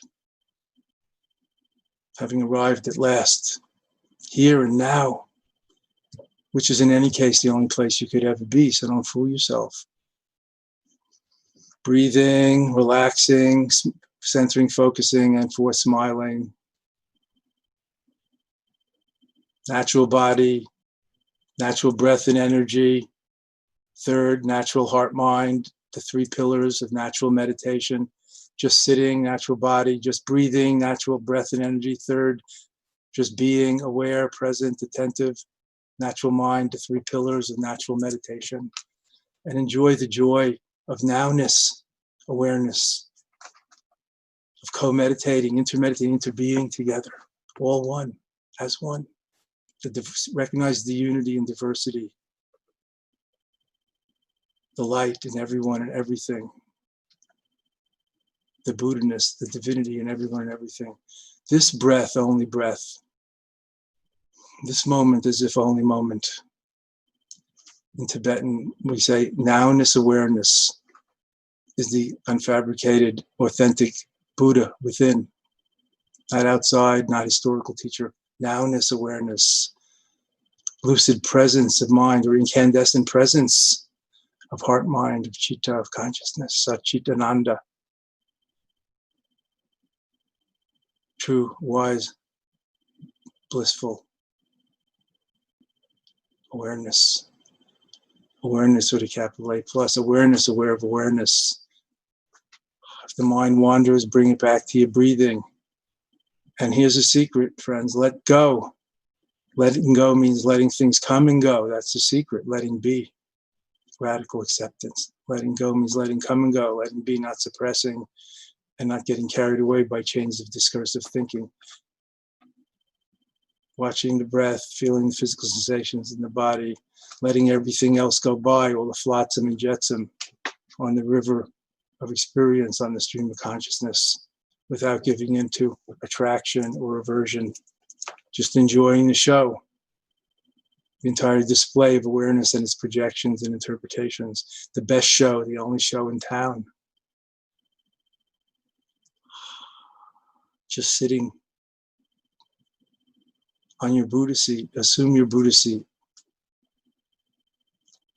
Or sit like a Buddha. Breathe like a Buddha. Allow awareness to manifest things and let them dissolve too, like a Buddha. Rest and enjoy innate wakefulness, the Dharmakaya, the Buddha mind. Being here while getting there, every step of the way, not waiting. Being there while getting there. There's no pot of gold at the end. Every step of the way is it. Imaho, wondrous. Yes. And enjoy the joy of meditation.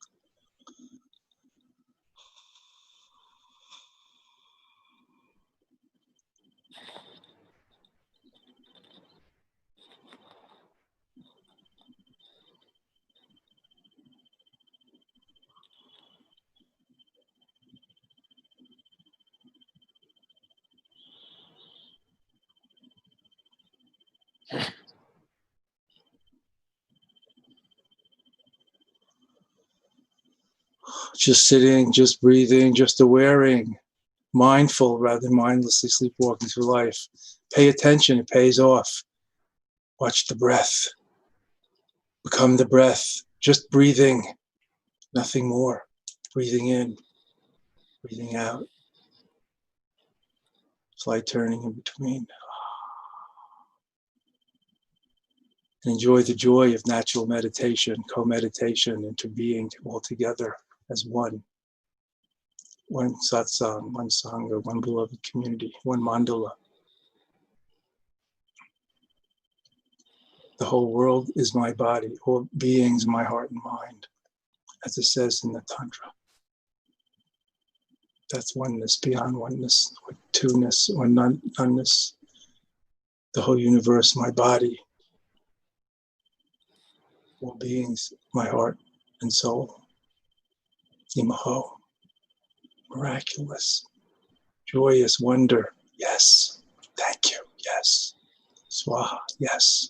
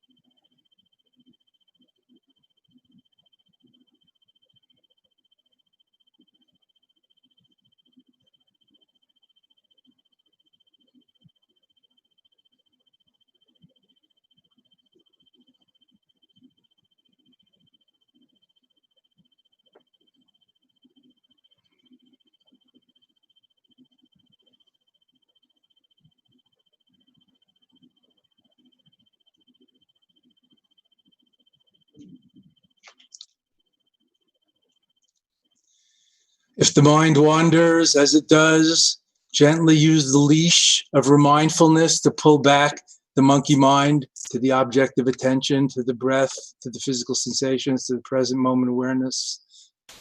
Training it like a puppy to come back to the corner and poop on the paper until it learns where the pooping box is. Training the monkey mind to go up and down the flagpole of the breath, to just stay here. It likes to move, so let it follow the breath up and down. Don't need to suppress children. Just give them a bigger pasture to play in. They'll be fine with supervision. Taming, training, calming, clearing the mind and heart, body and soul. Because when I become clearer, everything becomes clearer. Then, of course, one's discernment and wisdom and actions in the world are a lot more informed, wise, and effective in accomplishing our altruistic intentions.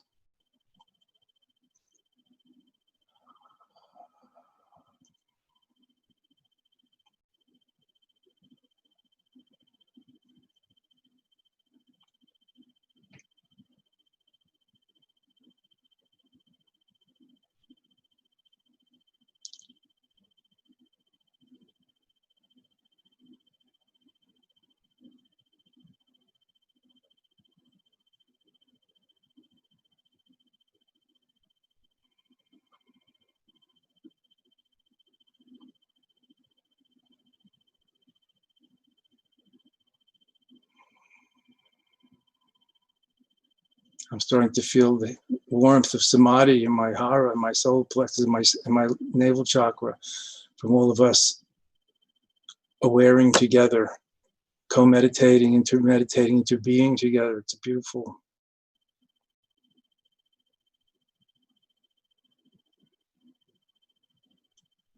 One moment of awakening dispels the darkness of kalpas, of eons, as 'tis said.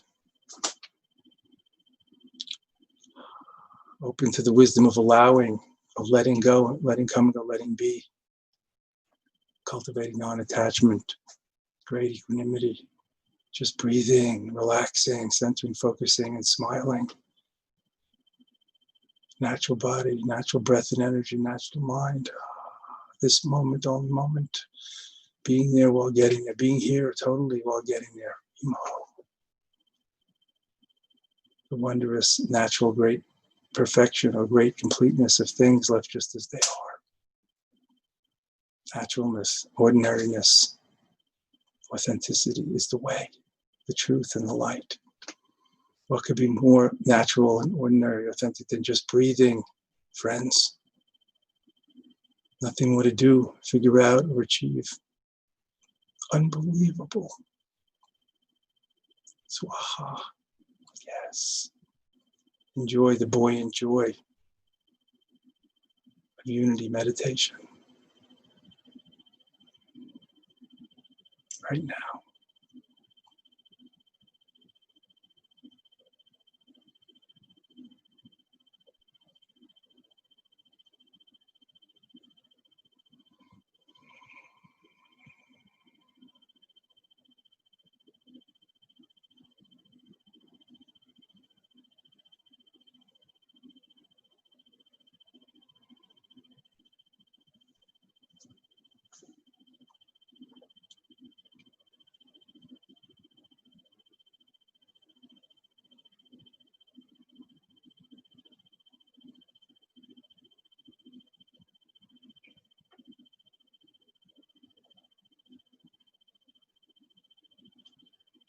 Stop the mind, stop the world, stop the spinning samsara, the cycle of conditioned existence. Step off the treadmill of events for a moment and just be a human being for once, rather than a human doing, achieving, and becoming. That too later, there's the rest of the day for that, just being, for balance, for inner sustenance and nourishment, true soul food.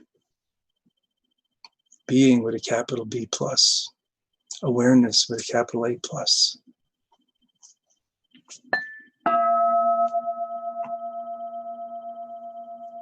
Do you hear that? That's it. That's awareness in action, just hearing, that's it. Nothing else to think about. And hearing is just hearing, as Buddha said, nothing to listen to and no one hearing it. It's pure process, just attention. Hearing is auditory awareness. It's awareness. Thinking about it and naming it is thinking. But just hearing, that's it. Just seeing, that's it. Just being, that's it. This breath, only breath. This moment, only moment. Dig it. Enjoy it. Enjoy the buoyant joy of simple, natural presence, incandescent presence. Presencing, the art and practice of presencing, being present 200%.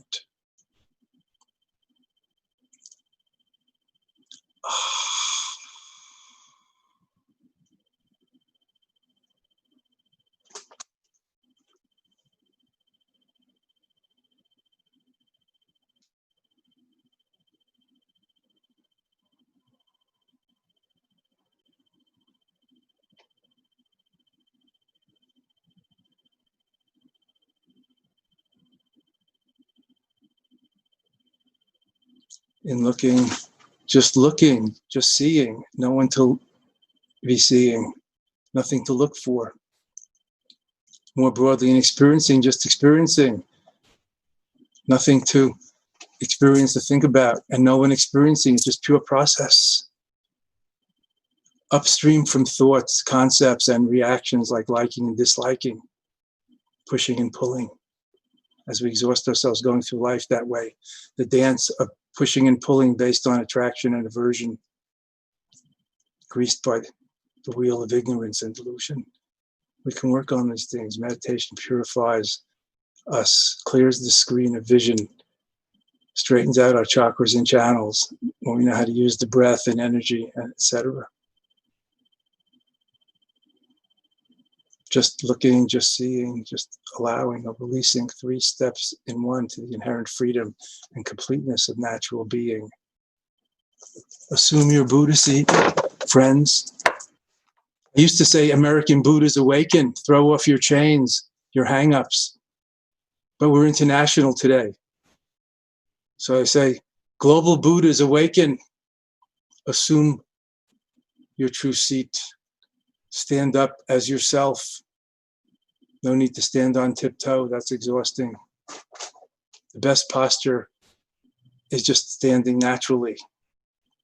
As Moshe Feldenkrais, a great body worker pioneer, said, just sitting naturally. Suzuki Roshi says sitting zazen or sitting meditation is sitting Buddha. That could be enough. Let's make it so. Enjoying the buoyant, profound joy of meditation.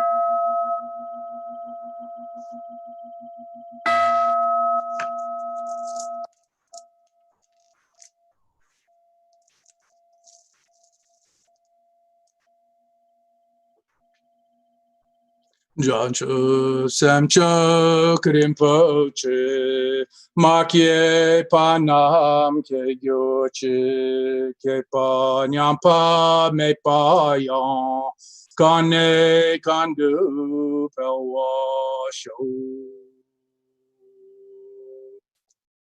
Where the lamp of enlightenment has not been lit, may it be lit, may it be ignited, may it blaze up.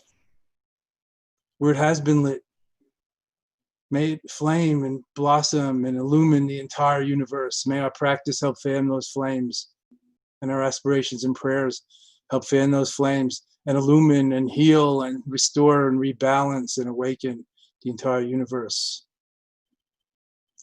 And may all beings everywhere with whom we are inseparably interconnected, just like you and I and we right now, and moving from me to we, very important.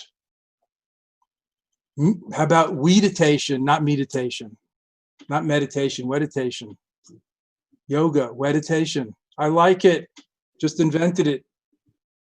Thank you all for contributing to our meditation today, a co-meditation today. May all beings everywhere with whom we are inseparably interconnected and who want and need the same as we do,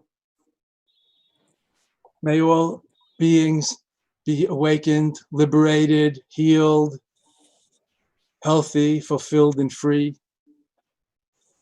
May there be great peace and harmony in this land and throughout the world in all existences, not just human.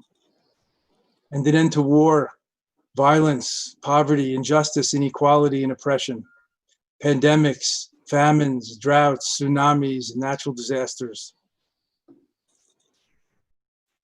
May we heal and restore Earth's endangered environment and the atmosphere. And may we all together complete this beautiful, gorgeous, marvelous spiritual journey. One heart, one soul, with singular intent and aspiration, giving ourselves to it fully or as we feel we can, for the boundless benefit of one and all.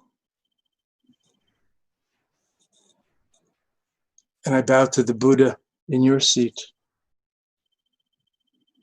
Don't overlook her.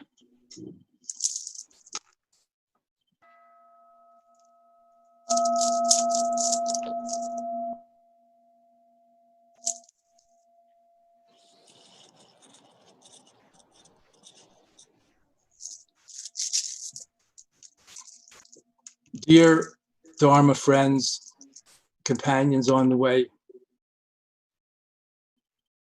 I love you. I love sitting and being together and co-meditating into being together.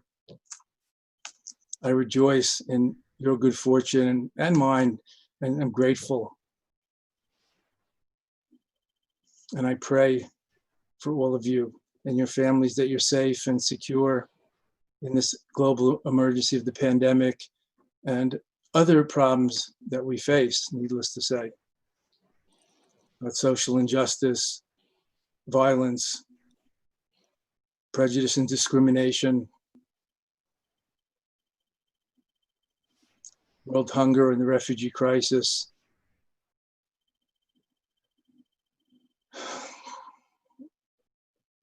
And may we find the vaccine and immunization and bring this COVID emergency to an end in a sane and sensible way for the benefit of all.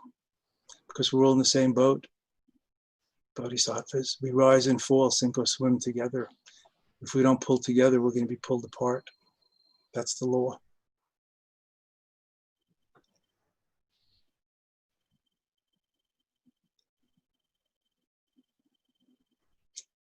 Although people say these are dark days or the worst days ever, I don't think these are the worst days ever. And I'm sure it was harder or worse for many, many, many, many people during the Great Depression or the World Wars, or I don't know, the bubonic plague in Europe 500 years ago, or when the hordes from the steppes razed to the ground cities, great cities all across the Middle East and Asia, reaching all the way to Hungary. Things were bad. Millions were being slaughtered in a day or two. And by hand. Terrible. Imagine. Is it worse now? So let's not take ourselves that seriously. I mean, we have to do what we have to do and do our best. As it says in the great Tao Te Ching, which I recommend by Lao Tzu, and Steve Levine's translation, I recommend, the Tao Te Ching. It says, the master does her best and lets go. Whatever happens, happens. She keeps doing her best thoroughly and letting go. And whatever happens, happens. So that's the secret of altruistic compassion and action, bodhisattva activity. As the sun of wisdom and love and truth and clarity and peace rises in my heart, I mean, I feel it in chest and body and energy, its rays, its warmth naturally radiate. That's how it works. The being naturally moves into doing as needed, not compulsively by my own needs. If there's wind, there's waves. If there's no wind, if there's no needs, the bodhisattvas don't go around missionaryizing and proselytizing. No need to. So I've spoken quite a bit today and also during the guided meditation. And I wonder if you have any questions. I find that questioning and asking is one of the best ways, study and practice together. Yes. On the spiritual path. And in fact, Buddha advocated questioning and investigating in his 7 factors of enlightenment, the recipe for enlightenment, 7 factors, no, not the Eightfold Path, 7 factors. Mindfulness is the main one, but there's also others. Investigation and questioning is one of them. So this is not something you have to believe in. It's something where you can discover and find out and confirm for yourself through walking the path of practice and of living, walking the talk and living the life. Yes, questions. Sai, do you have something? Yeah. So thank you very much, Rama. It was absolutely fantastic hearing from you the simple mechanics of meditation. And I love the call that you made for us to enjoy the joy of meditation. Fantastic. And then you walked us through a very simple, very short meditation practice, guided meditation, where we all, and definitely I felt the joy. And then I was kind of almost going to close my eyes for a while, but then I have my work to do now. So thank you very much. Absolutely enlightening. And then your fascinating articulation of yoga and Buddhism was also wonderful. There's one question I had, though we are beyond time. I just want to quickly ask you that. One question that says, what is the definition of Dharma? Dharma, It's from the root dharam, to uphold or support in Sanskrit. Generally, if you ask people, they'll say dharma means religion, dharma means doctrine, Hindu dharma is Hindu religion or teachings, Buddha dharma is Buddhist religion or teachings, dharma means spirituality, dharma means transformative inner work. Basically, dharma means spirituality. So practicing the dharma, includes yoga or meditation or tai chi or prayer and seva, good deeds, and yoga, all the yoga, different kinds of yoga and so on. Because dharma upholds us all. It's dharma, it's the truth. It's the ultimate truth or doctrine that upholds everything, that it supports us all. It's the fundament, it's the ground of being. What upholds, what supports. One of my Tibetan teachers further expanded. He said there are 22 different definitions of dharma in his Tibetan dictionary mind. And he said, and one of them is that which heals, because Buddha said, Buddha's like not a prophet or a wizard or an avatar. He's like the doctor. The dharma teaching and practice is like the medicine, and the followers or the seekers are like patients. So it's up to us to take the medicine. So it's like medicine. It's that which heals and supports us. Dharma means spirituality, basically.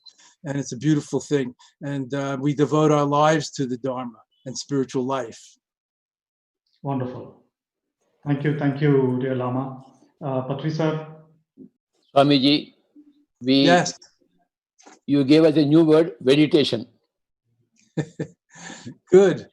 Remove the word you guys me. Are so sharp. Remove the word me and put the word we.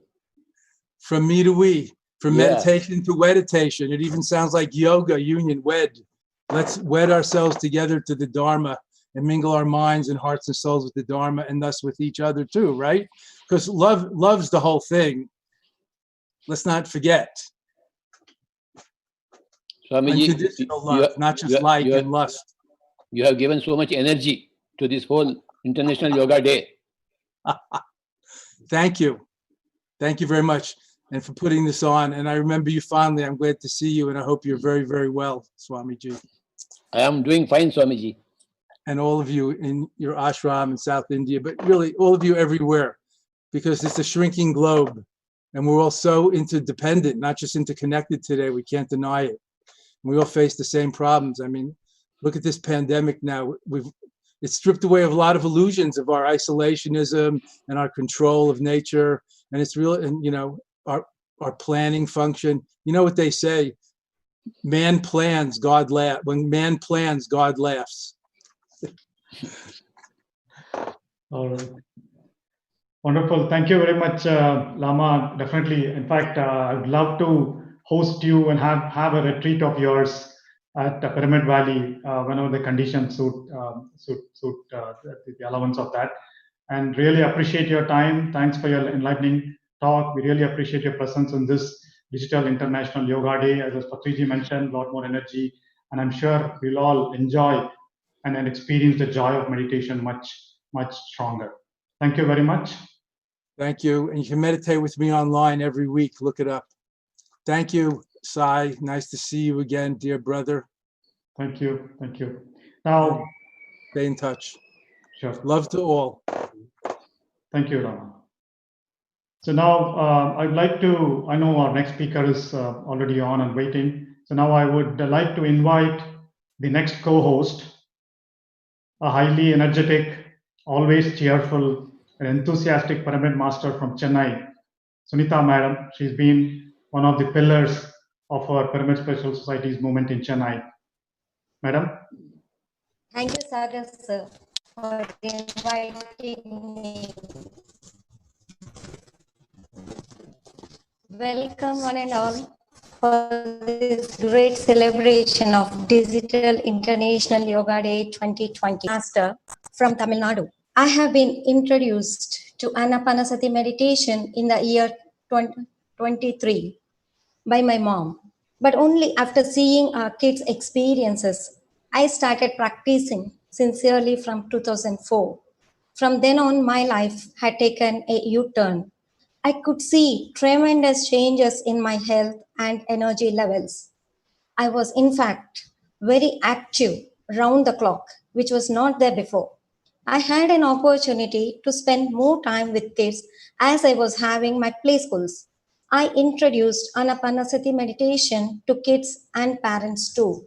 When kids went out to join regular schools, they were applauded for their spontaneous performance. Parents were happy to see their kids' active growth. This was recognized by NGO Face organization in the year 2015, and I was awarded with Rashtra Vibhushan for introducing meditation to student community. Thank you for giving me this opportunity to introduce myself. And now I take privilege to introduce our next speaker, Dr. J. Aravindan, founder of Acharya Group of Educational Institutions and WOW Academy. He is the chief mentor for 42 educational institutions, 12,000 students, and 2,000 staff. As a spiritual master, he has designed the life transformation program, Human Dynamics, and has gifted Golden Smile meditation for school kids and God Smile meditation for adults. As the founder of WOW Academy, he has designed the quantum learning program for super ability and positive possibilities in school children.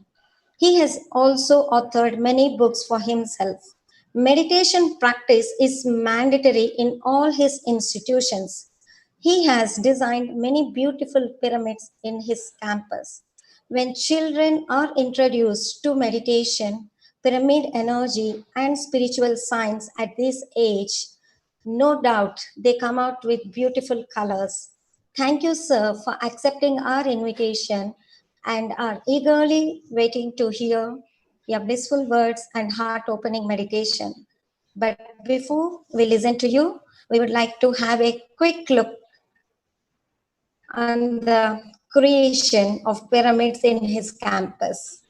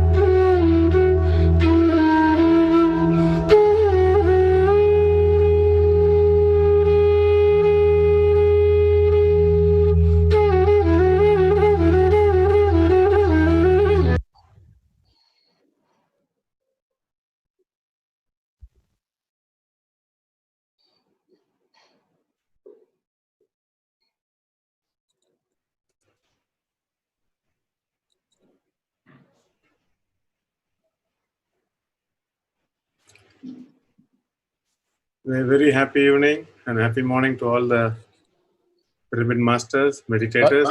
Swamiji, namaskar. Swamiji, Ramba Sandosham, namaskar, love you so much. So happy, the wonderful day today for us. International Yoga Day celebrated across the world, and pyramid masters have taken a huge initiative connecting the entire world in the yoga of meditation, oneness in meditation. And thank you, Swamiji, for the whole day's message and connect with the wonderful masters across the world. It's been a day full of inspiration and learning. We enjoyed it thoroughly. And I'm so happy to see you again on this digital connect. And today's meditation, and today's masters have been so beautiful and wonderful. Become beautiful experience. We have not seen your pyramids. I think they have to show the for more photos. Can somebody help me in sharing it? Yes, Sunita. What happened? If they're ready, they can share. Yeah, photos are already ready with them, so I think they'll be showing them. Okay, fine. Good. So, love you, Swamiji. Beautiful day. Fantastic masters, fantastic music. Wow, what a experience today. Great masters have connected here. And International Yoga Day is a day which gives India a pedestal to stand taller amongst the fellow nations, to declare we are much more human. Our sense of humanity is very high.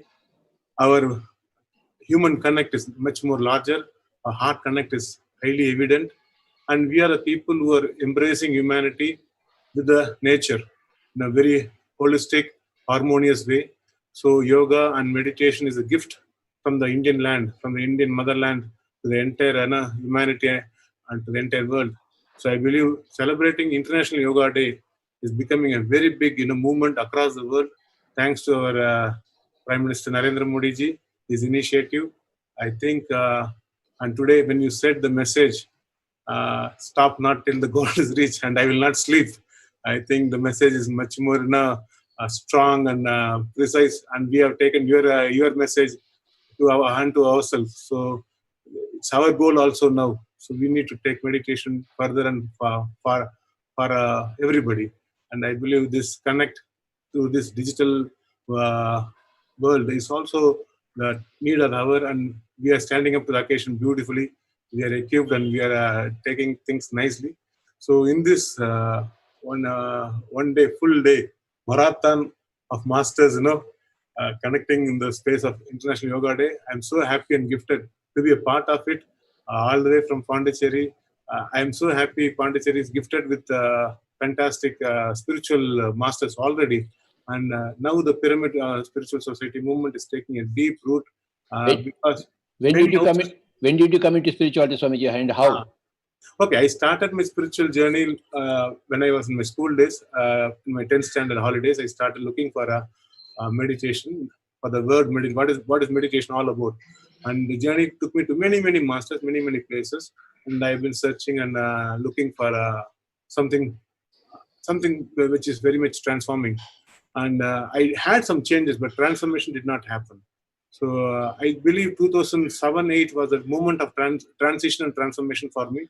I'm happy and lucky that on a Buddha Purnima day, I came to Bangalore, our Maitreya Buddha Pyramid. I saw you, and it was a beautiful wow moment for me in my life. And the ecstatic, mind-blowing, soul awakening moment I had in the King's Chamber. The King's Chamber effect was superb. I still can cherish those wonderful moments thanks to the Pyramid Valley.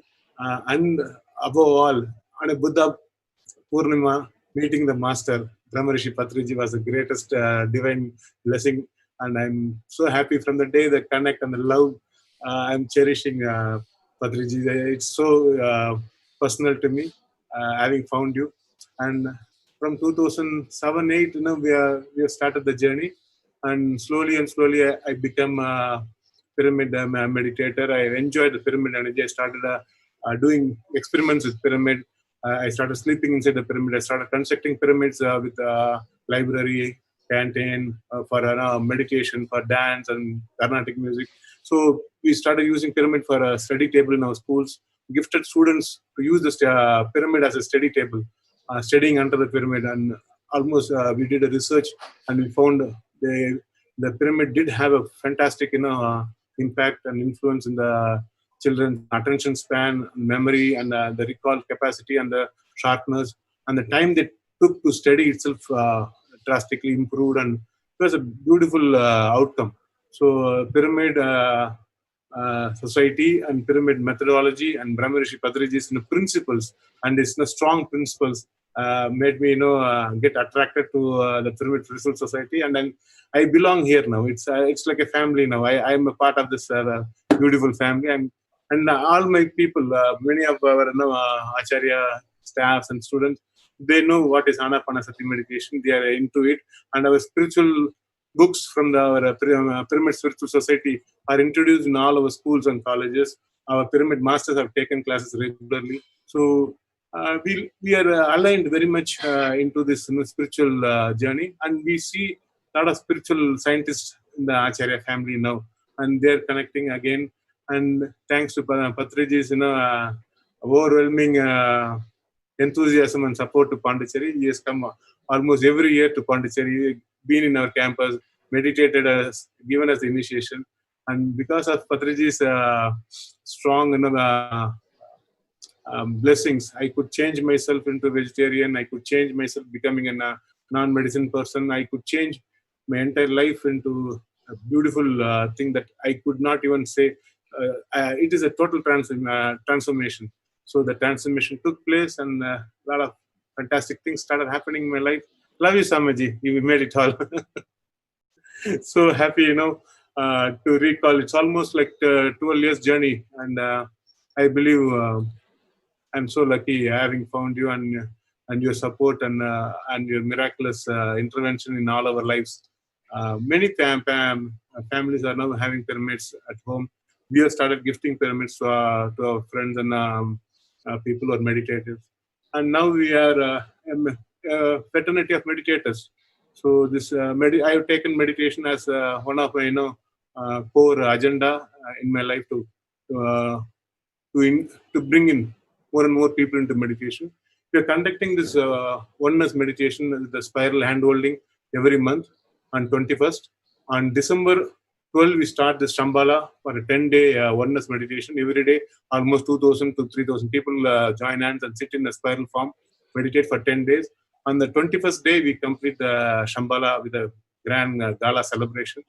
So this is happening from 12. Thanks to Patriji's blessing, and our Pyramid Masters are almost there every time we do the Shambhala. So we are so lucky, Pyramid Spiritual Society has gifted us a lot of things and given us tools to practice spirituality in a right dimension. And many things are simplified and scientific. That's the best part of our Pyramid Spiritual Society.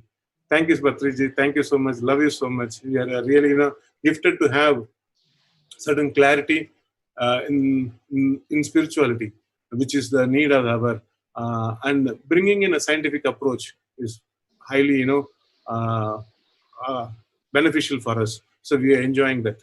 Thank you, Sir Patriji. And all the magazines, the Pyramid Society, is giving the spiritual magazines that are in our library. Also overwhelmingly supporting our intentions. Computer में नहीं पता नीचे रुक जाओ ना थोड़ी देर आधे घंटे का तो बात है यार Yes, sir. Your message, your topic. My message. Okay. Today's topic, again, we are connecting in the space, connecting with the earth from the heart. Beautifully, we took the Mother's Connect last time, where the umbilical cord between the human and the Mother Earth is always there, and Mother Earth is always supporting us, giving us all the resources that we need. And it is our prime duty to take care of our mother. And in that space, we had a small discussion about doing completion, doing creation, and doing celebration. The purpose of taking this human birth is to do creation and celebration. So in this context, we'll go further, and opening our heart is the fantastic thing that we do. So as a meditator, there are two things that we are always working on: the earth energy and the heaven energy, or the cosmic energy. So in the Pyramid Society, we all know the pyramid is all about the fire, or the cosmic energy. So any element that belongs to the earth energy will come back to earth. So if you throw a stone or anything that belongs to earth, the earth will pull it back. Water you pour, it will come back to, it will fall towards the earth. The gravitational pull of the earth will attract the earth element. Likewise, there are elements that belong to the heaven. So the heaven will pull it towards the heaven, like the fire. How much ever you hold the fire, the heavenly forces will make the fire always go up. The earth cannot bring the fire down. The fire is moving always towards the heaven. There is a heavenly pull and the earthly pull. So we need to understand this polarity. We need to understand this arrangement like a magnet as two ends. This energetic polarity is also there, the heavenly polarity and the earth polarity. And when they meet in our heart. The lower chakras, the Muladhara, Swadhisthana and Manipura, and the upper chakras, the Vishuddhi, Agnya and Sahasrara, are coming together in the heart, the fire of the heart. There the love happens. We are gifted to have this human birth. This human birth is beginning the moment love opens. The Hanata chakra opens. Prem is there in the heart. So when prem comes in the heart, then only the higher level, our higher intelligence opens. Sat, Chit and Anand opens later. It all begins with the prem, love in the heart. So people, humans, are gifted to have this fantastic arrangement to connect with a fellow life form with the heart. Instead of working with the Muladhara, survival instinct of fear, of insecurity or threat from the Muladhara space consciousness, or Swadhisthana, for the sake of pleasure, for the sake of joy, for the sake of some momentary pleasures, taking decisions or living life from the lower plane only for the sake of momentary happiness, and momentary joy, momentary pleasure is something else. Or for power, or for position, or for a kind of social domination from the Muladhara, Manipura. Instead of this, a person from a heart connect, a person from a human connect should be from the heart. He should establish himself as a foundation should be in the heart. The heart opens, love opens. And he is a caring person, sharing person. So today we are going to see a meditation which is a connect with our heart, a deep connect with our heart. So in our practice, we have an Indian method, and I have synthesized this method into 3 stages of meditation, or 3 stages of a spiritual journey. The 3 stages: first stage is a completion, second stage is a creation, third stage is a celebration. And from this 3 stages, today we are going to see the 5 stages, or the 5-star meditation. So anybody who is working in the stage of meditation should understand many to one is what we do in dhyana, and one to none is called tavam. One to none is tavam, and none to infinity is samadhi. So from many to one, so we have japa model. So Ram, Ram, Ram, Om, Om, Om, getting the many thoughts to one thought. So that is where the dhyana happens. And from many to one, that many to one is the first star, and one to none is the second star. So that is tavam. So if you keep meditating for 20 minutes or 15 minutes, you have moments of 20 seconds, 5 seconds, there is no thought stage. This no thought stage is more important. That is the zero state. So one to none. One is dhyanam and zero is tavam. And from zero, you go into infinity. That one to none and none to infinity.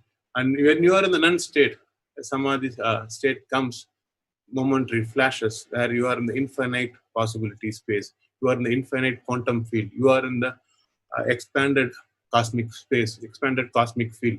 This is the infinite consciousness. And that happens. That means you have progress from 1 star, 2 star, 3 star, 4 star to 5-star category. So this is what we are going to discuss today, 5-star meditation. So we need to know at what level we are meditating now. So for 1 star means you are able to bring all your attention to one, make your thoughts to come to one. That is dhyana.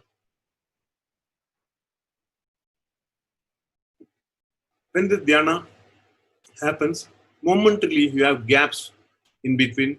That is the empty void space where you go into a void awareness state with no thought, and that is where the tavam happens, the state of meditation happens.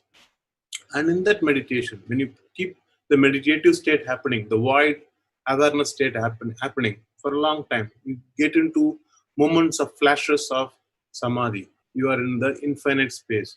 And in that infinite samadhi space, you have layers and layers of samadhi where you go into the never-ending happiness of infinite bliss and ananda and celebration into the infinite ananta space. So this journey from 1 star to 2 star to 3 star to 4 star to 5 star, the 5 star is the ananda state, and 4 star is the samadhi state. The 3 star is the meditation state.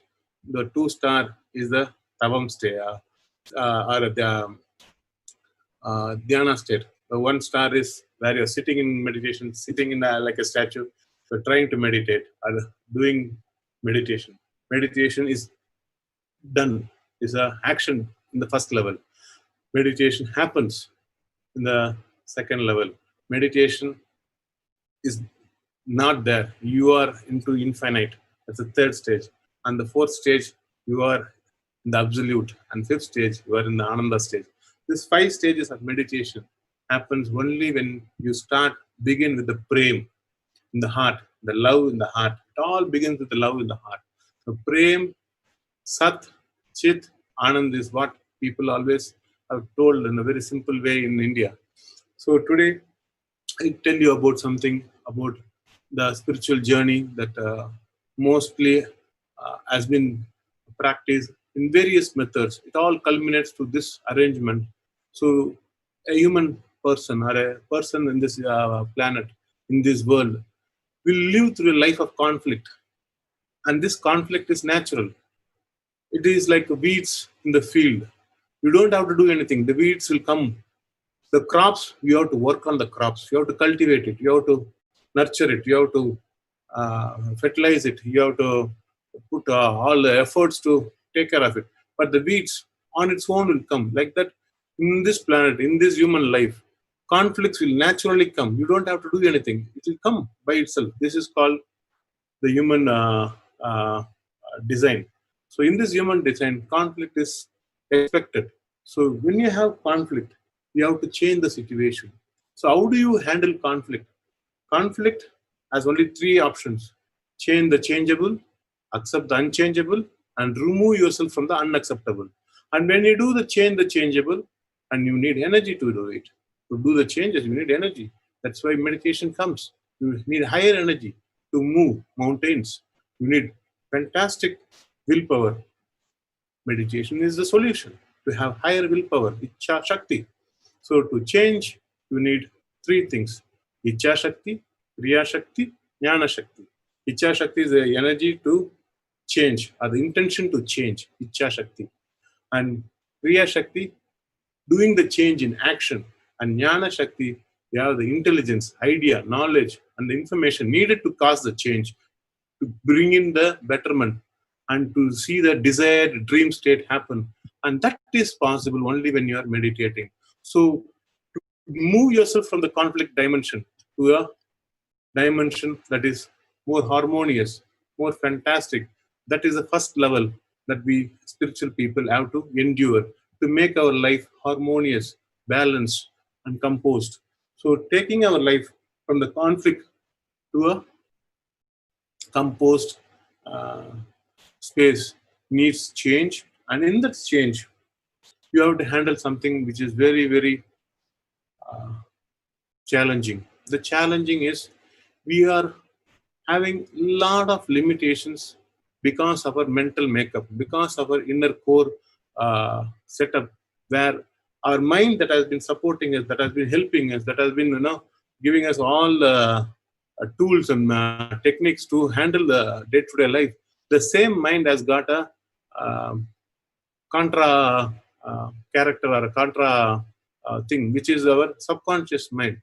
The subconscious mind is loaded with all the difficulties, challenges of the past, and it is fully imbibed in our muscle memory, bio memory, in our brain memory. It is in our blood and bone and brain. It's everywhere, and that limitations work as a barrier, work as a break for our progress in the spiritual journey. And in the Indian thing, they call it as, in Tamil they say Vinay. which means bio memories are, blockages that are there inside us, limiting us. So the karma, they say it as karma. So the karma is the same pattern is repeated again and again. You keep doing the same thing without change. You live a limited life, repeating the same life over and over and over and again. This have to be removed to create a new life, to create a new possibility. You have to change the changeable. And that change the changeable needs a lot of energy, and for that you need to work from the heart.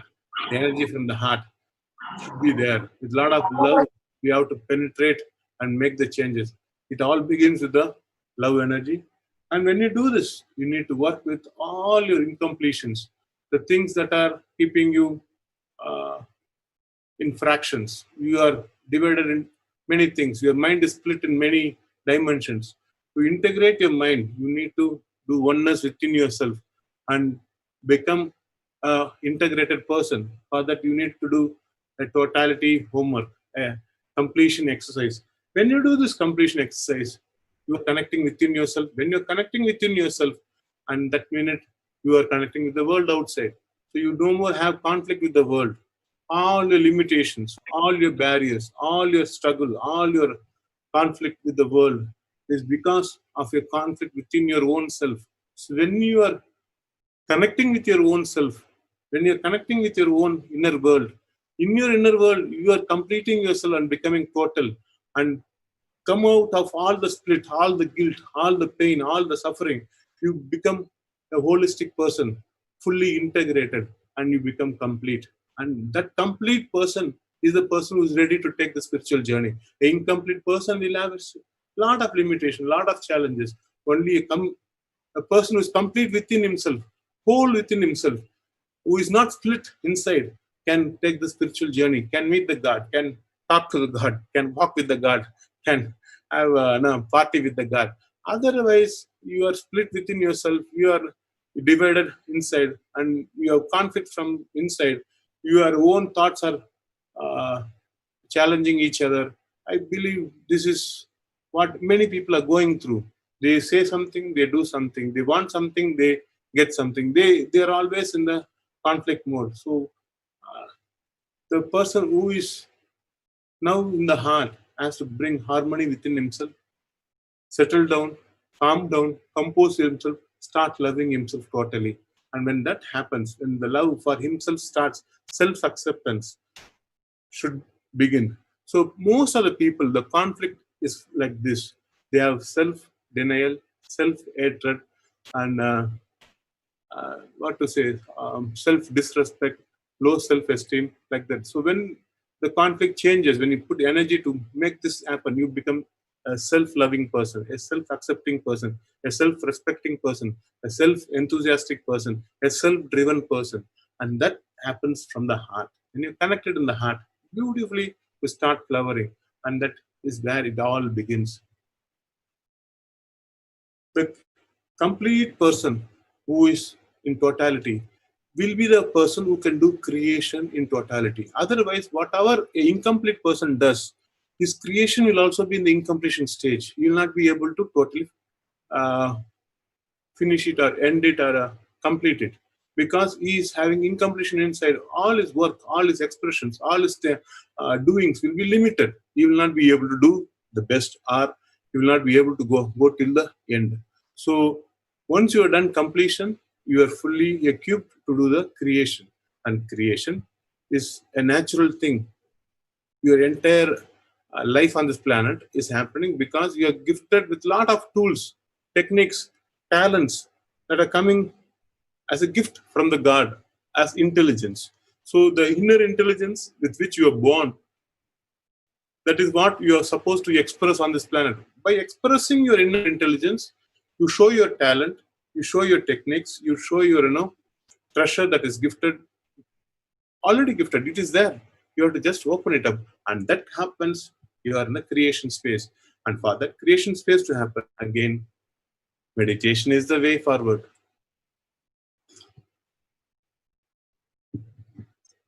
When you move your life from conflict mode to connect mode, from connect mode to creation mode, You are a creator now. When you become a creator, life happens to you. And everybody wants to give support to you. So you create by collaborating. You create by getting others' cooperation. So when you become a creator, everybody is depending on you. And when they are depending on you, they're giving their full support to you. So you get resources, you get partnership, you get others' time, talent, others' technology, everything supporting your individual endeavor. So if that is happening, you are in the largest space, you are taking the creation forward for everybody's benefit, and you start co-creating with the world. This co-creating with the world is the way forward as a enlightened or a enlivening person on this planet, who is enriching this planet, who has come to do something worthy, to make the planet a better place, to make the planet much more, godly, much more heavenly. So those people who enrich this planet are people who are celebrated. Those people are the people who become celebrities. So when you are celebrated, you become a celebrity, which means you are in the celebration mode. Completion mode, creation mode, celebration mode. So completion, creation, and celebration. Your life is a celebration. Others celebrate you. You celebrate with others' cooperation and co-creation. This is what is all expected to do with your intelligence. So with the intelligence that we are gifted, with the intelligence that we are born in the human body, we need to express ourselves. So the first basic thing is the 5-star, activating the 5 intelligence. Up to the animal kingdom, the 5 intelligence is already there. The 6th intelligence, the 7th intelligence, then you go into the 6-star, 7-star. So you become a 7-star hotel. So now I expect all of you to at least come to the 5-star hotel. People say, I don't have time for meditation. I don't have time for all this. Yes, of course. When you go to a fast food restaurant, they cook the food fast and they give you the food fast, and you eat fast. You spend like 10, 20 minutes or 15 minutes to eat the food. But when you go to a 5-star hotel, it takes time. It takes some time to serve you. They prepare in a very slow manner. And you also really enjoy and take your own time in a 5-star hotel to enjoy the meal there. If you are living in a fast mode, believe me, you are living in a low grade or a low profile lifestyle. 5-star lifestyle is very composed, very harmonious, very balanced. On top of it, you get quality. Life as a quality. Your lifestyle has got a quality. You move into a fantastic dimension where things happen with ease. You don't have to shout. You don't have to fight. You don't have to argue. You don't have to have any conflict with anybody, because you get people sync with you. So the people who are meditators get 5 gifts. I think 5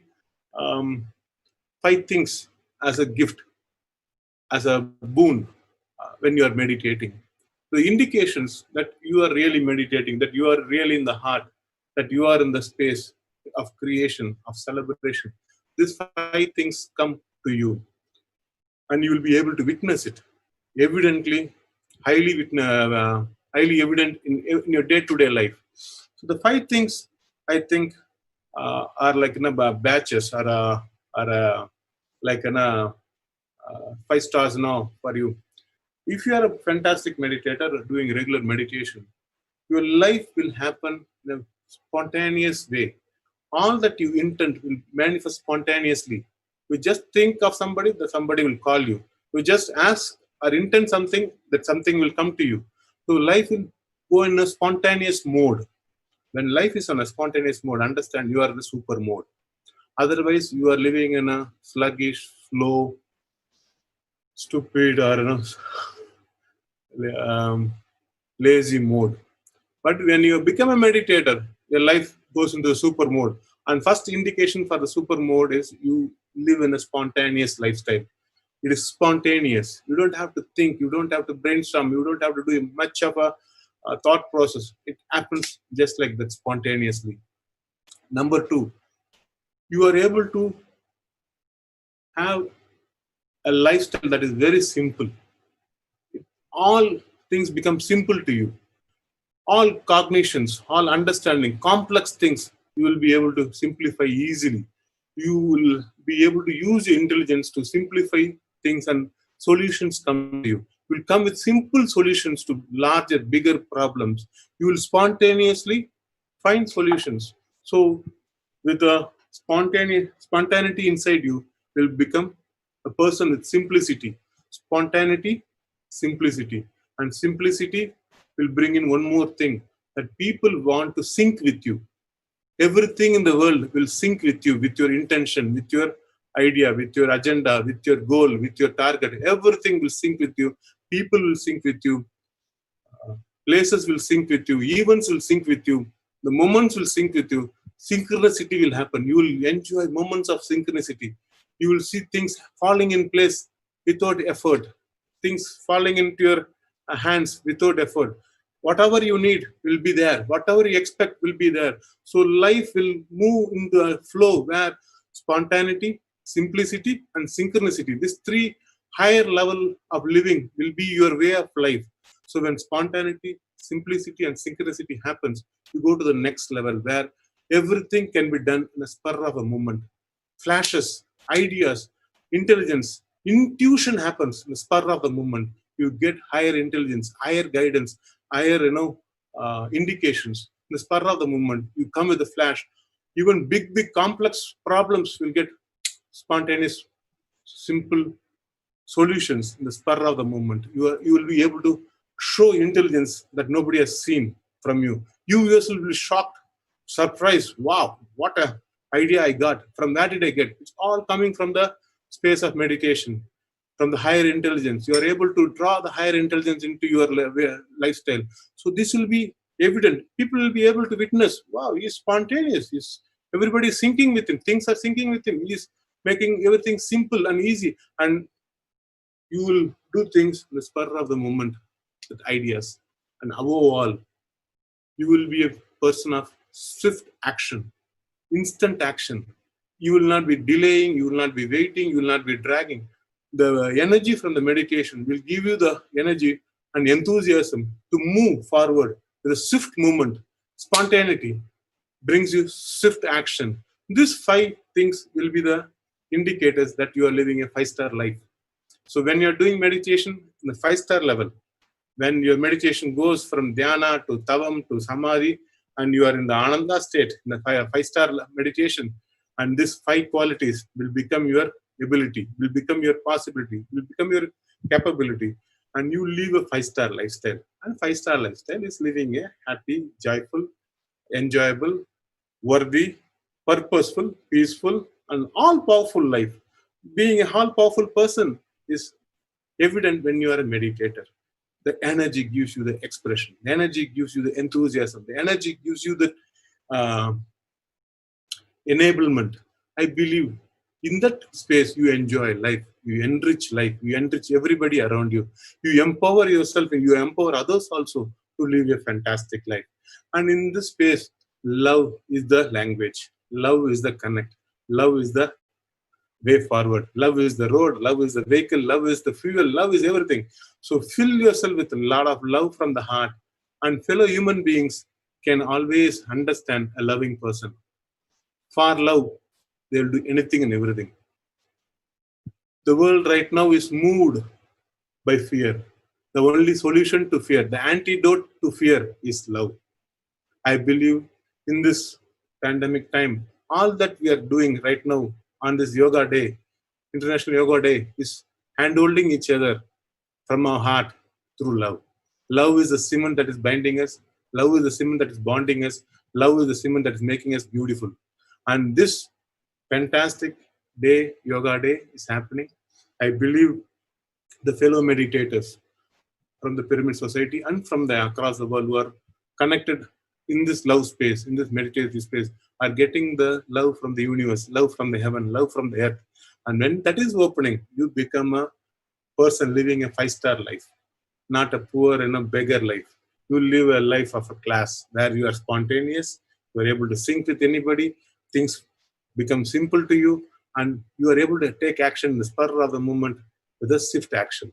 And all these things come the minute you start doing all things from conflict mode to connect mode, from incompletion to completion, from creation to co-creation, and people who are living a compromised life, they start moving towards a celebration life.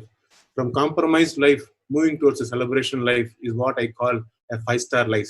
So I believe connecting from the heart, meditating as a meditator, you will be able to enjoy a 5-star life. And 5-star life is little relaxed. You don't have to hurry. You don't have to rush. There is nothing for you to really, be worried about.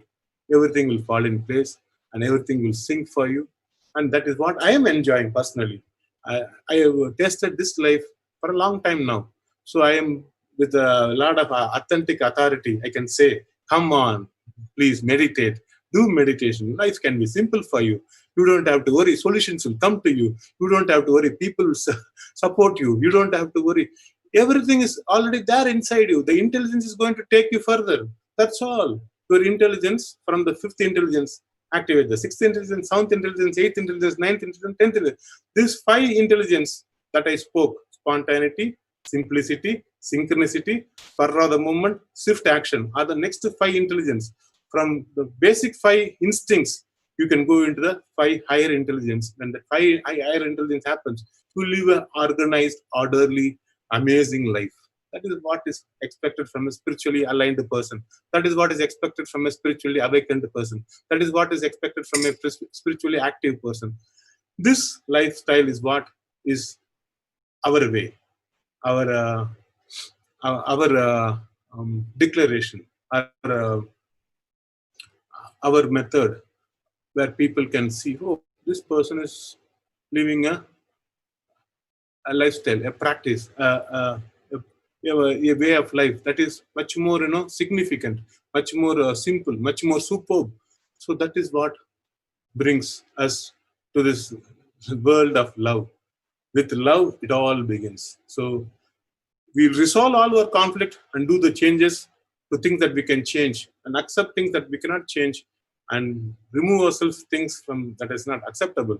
And from that conflict mode, we go into the connect mode. When connect happens, everything happens.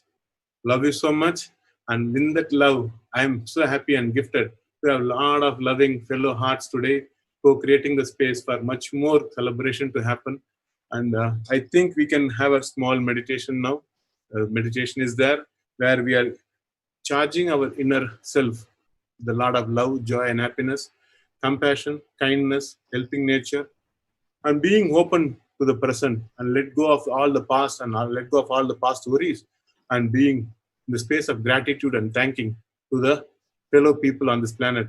And to the planet, we thank the planet abundantly. And in that space, we build our love.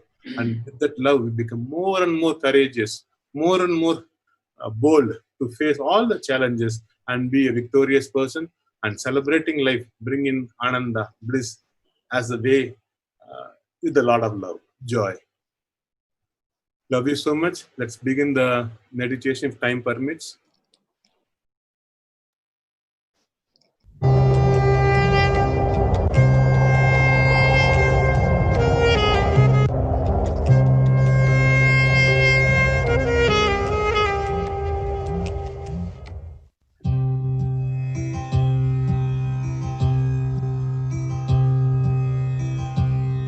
Connect with your liver.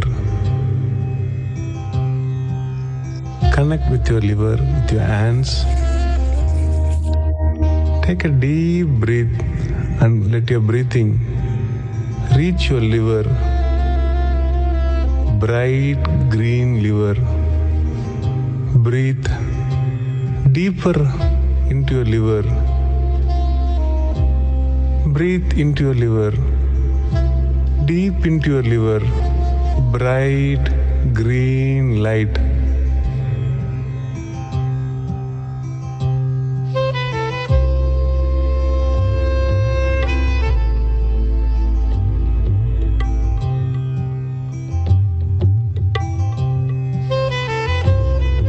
Look into your liver. Every cell of your liver is now filled with bright green light. Connect with your liver. The positive emotion in your liver is gentleness, kindness, and helping nature.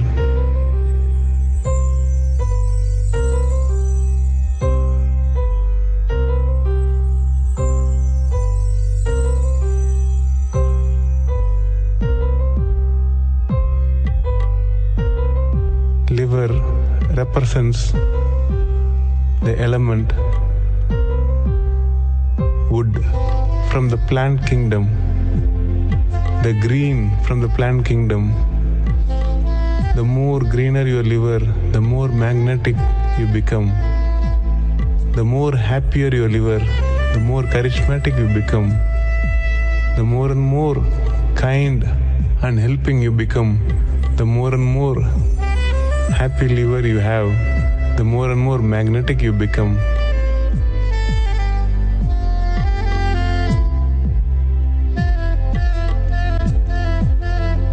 Connect with your liver.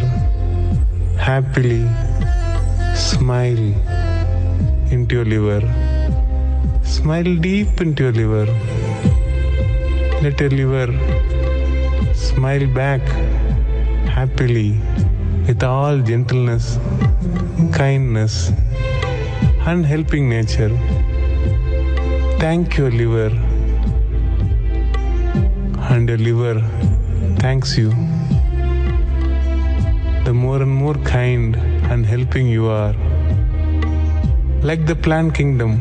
Without the plant kingdom, life is not possible.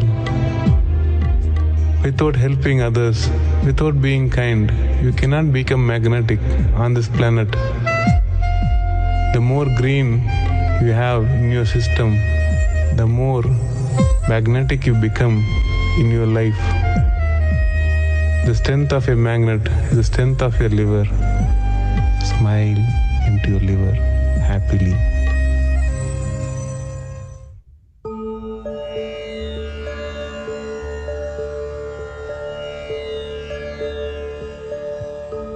Connect with your spleen. Breathe into your spleen. Let your breathing touch your spleen. A triangular spleen in your abdomen. Breathe into your abdomen, into the triangular spleen. Breathe a bright yellow light into your spleen. Look into your spleen through your eyes. Take a deep breath and let your breathing go into your spleen.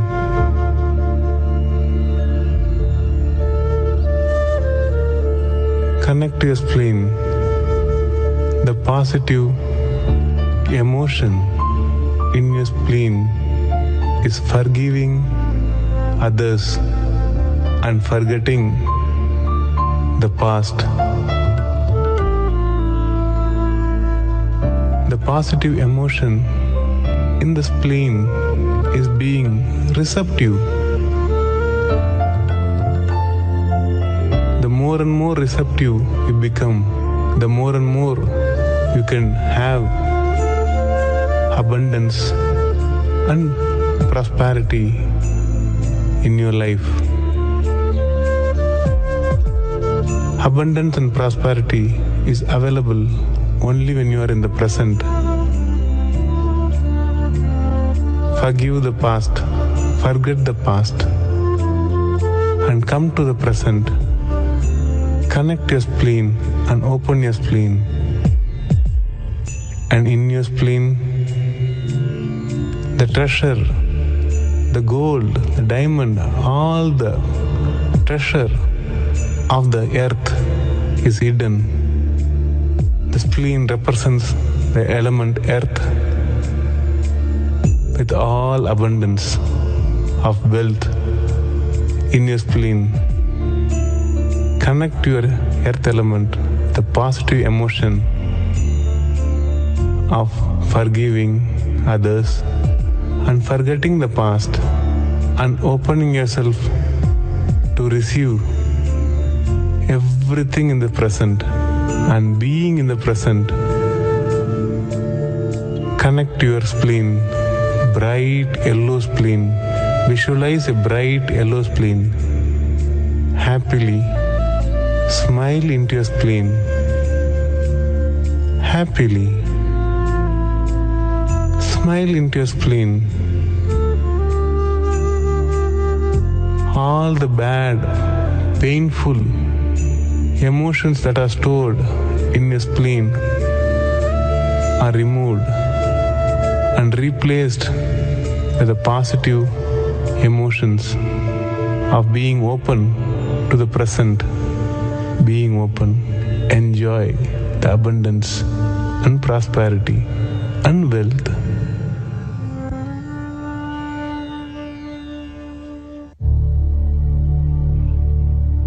With all love and happiness, let us connect with our water element.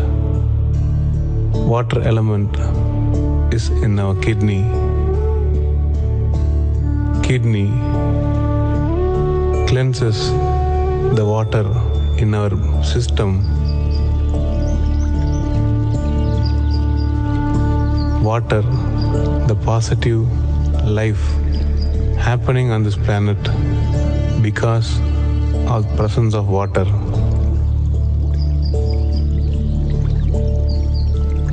Our body is made of more than 90% of water.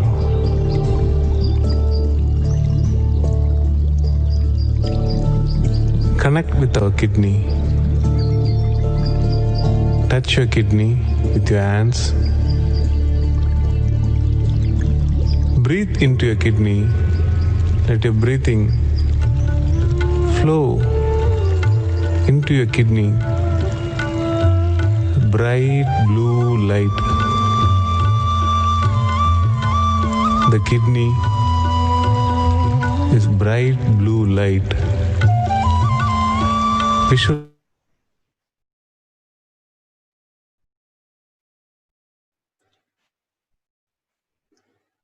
Very happy we had this connect within ourselves.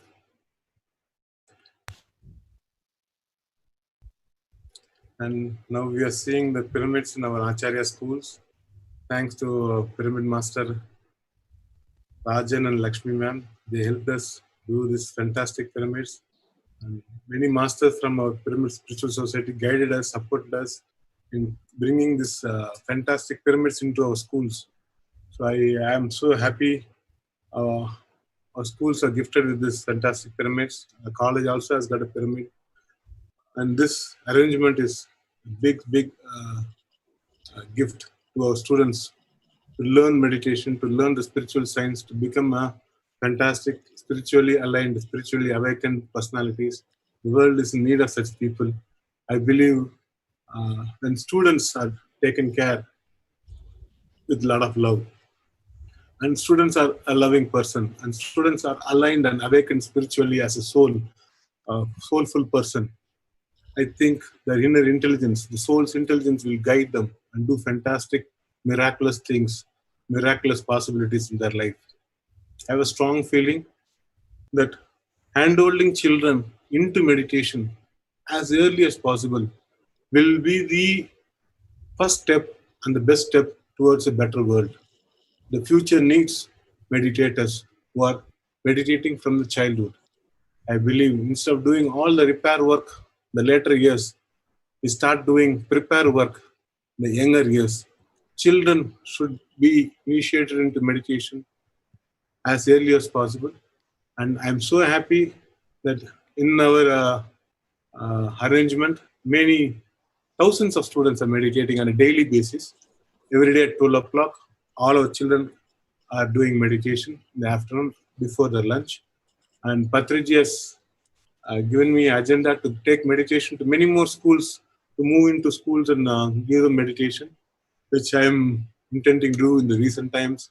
I'll be taking meditation personally to more and more schools and make more and more students walk the path of meditation, taste meditation, and live a meditator's life. and have a fantastic 5-star life with the higher fire and higher intelligence. Thank you, everybody. I had a fantastic time once again. Love you, Patriji. Love you so much. And thank you, Sunitaji, for the wonderful introduction and everything. Swamiji, you are our 5-star master. Love you, Swamiji. You are our 5-star grand master. Love you, Swamiji. Thank you.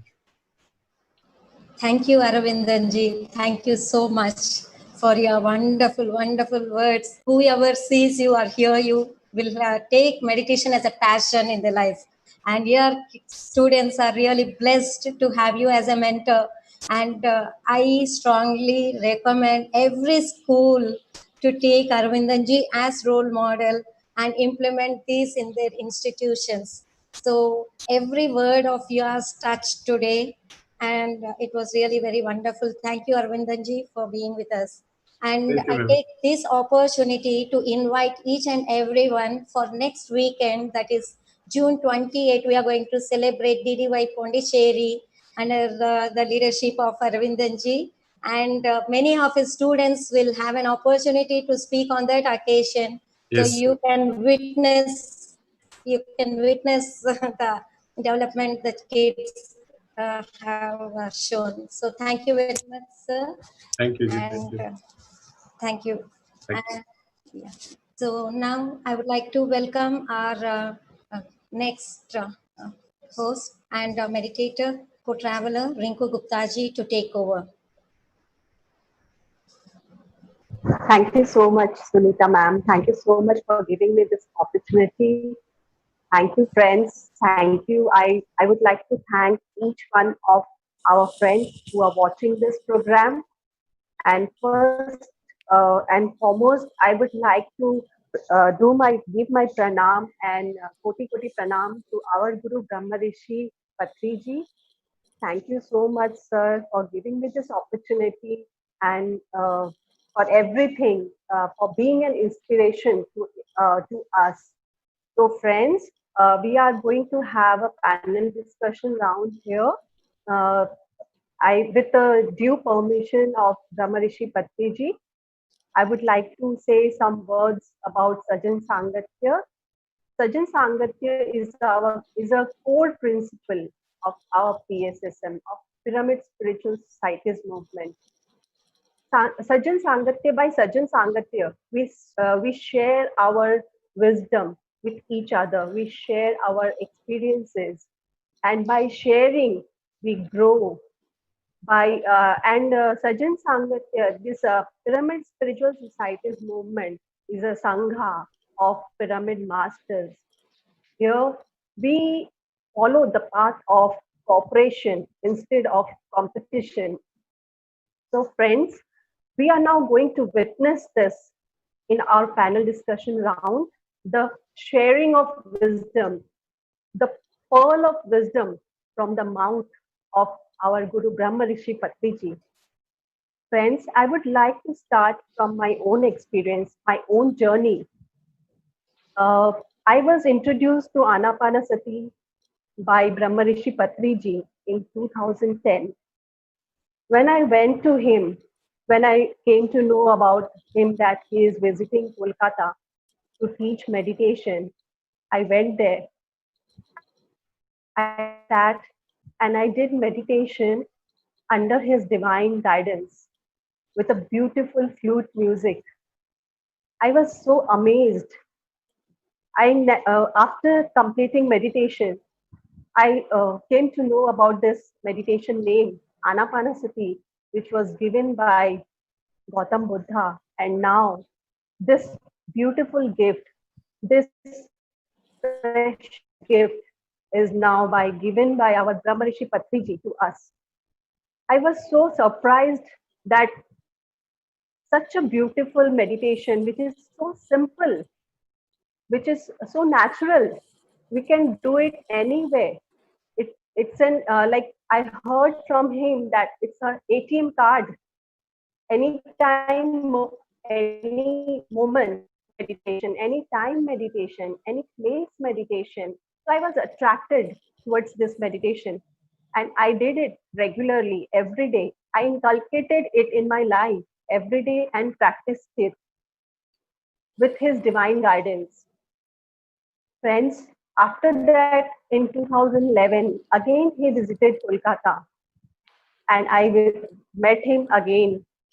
That moment, he gave me a message that one step at a time, because I was really a rebel at that time. So he knew that and he gave me a message, one step at a time, and I followed it. Now in Kolkata, we are spreading meditation. We are practicing meditation every day. We are spreading it. Our Kolkata team is spreading this meditation together. So this is Sajjan Sangatya, this the Pyramid Sangha, where we are working together, not only individual person, the whole PSSM movement, the whole entire team together at a global level is working together to make this vision happen. Anapanasati meditation, pyramid meditation, Sajjan Sangatya, Swadhyay, Sakahar Jagat. So friends, this is my experience. And as I did meditation, Anapanasati meditation, my thirst was increasing day by day. I thought there's something more which I need to know. So I started doing different courses like healing courses, I became angel teacher, I became EMF practitioner. But finally, friends, after learning everything, after exploring everything, I came to know, finally, last year, I came to know that only Anapanasati is the right way of meditation, is the right path. Since then, totally, I am dedicated in practicing and in spreading Anapanasati meditation. So friends, thank you so much, sir. Thank you. Thank you for giving me this beautiful gift, this precious gift of Anapanasati meditation, vegetarianism, and pyramid meditation. So I would like to now invite our next speaker, Lakshman sir from Malaysia. So Lakshman sir, I welcome you, please. Thank you, Rinki ji. My pranams to Brahmarshi Pitama Patriji garu. Namaskar, Swamiji. Namaskar. Namaskar, sir. I came into meditation. My name is Lachumanan from Malaysia. I came into meditation in the year 2007. And ever since we established a society called the Pyramid Meditation Society of Malaysia, through which we have conducted many classes in schools, homes, and temples, and also at public places when we arrange big gatherings. And apart from that, we have a lot of inflowing visiting masters from India, all the city masters. And Patriji himself visited Malaysia nearly 13-14 times.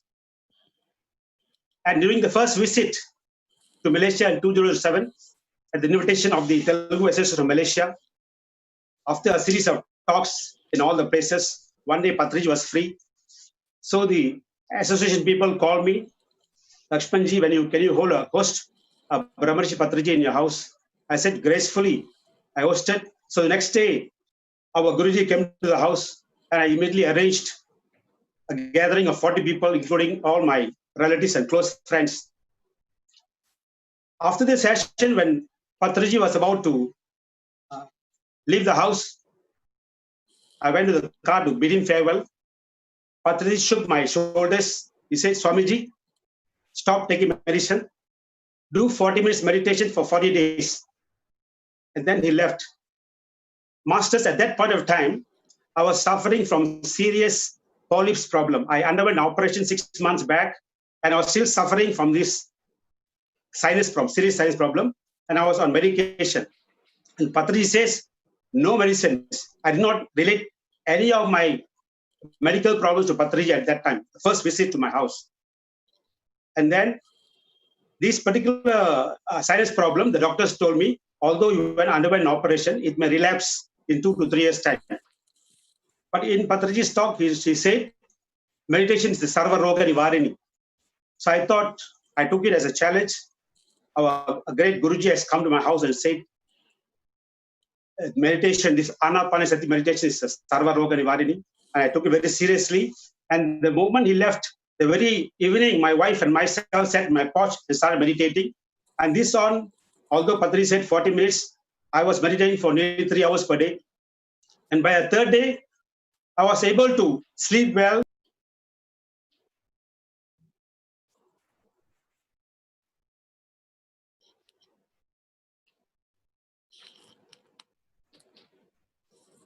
Sound లేదు ఇక్కడ.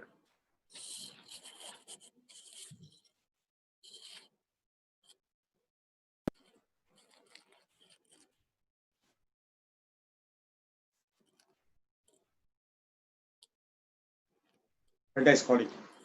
So I thought I took it forward, and we meditated, and I actually cured my meditation, my sinus problem to meditation. So Patriji has come many times to Malaysia in one of his visits. So I'm telling to people now, please do meditation. If any ailments, small problems, cure yourself through this Anapanasati meditation. It's really a pinnacle for all diseases. And then on one of Patriji's visits in 2016, Guruji came on the stage, and he asked me to write a book on my experiences. So he wrote an agreement in the air, and I duly agreed. I also signed the agreement on the air.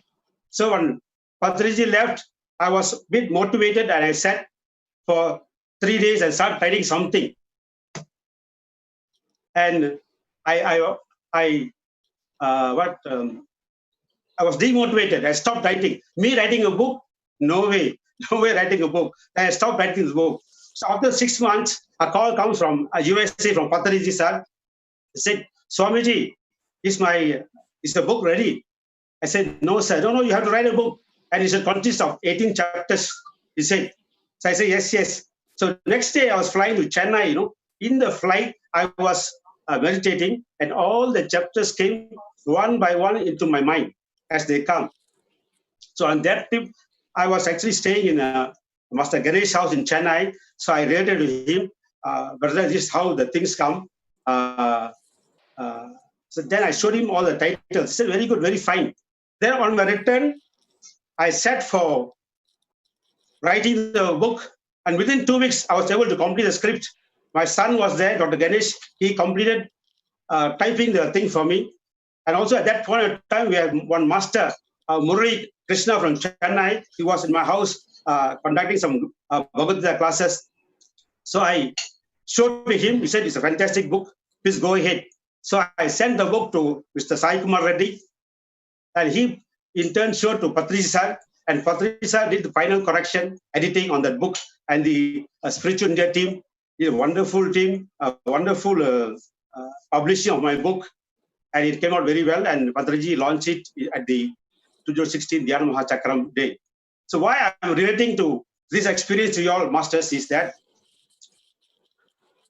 for me, writing a book is not in my dream, not at all. But then Patriji made something impossible possible for me. So that was the reason I'm sharing this particular experience. So all his strips.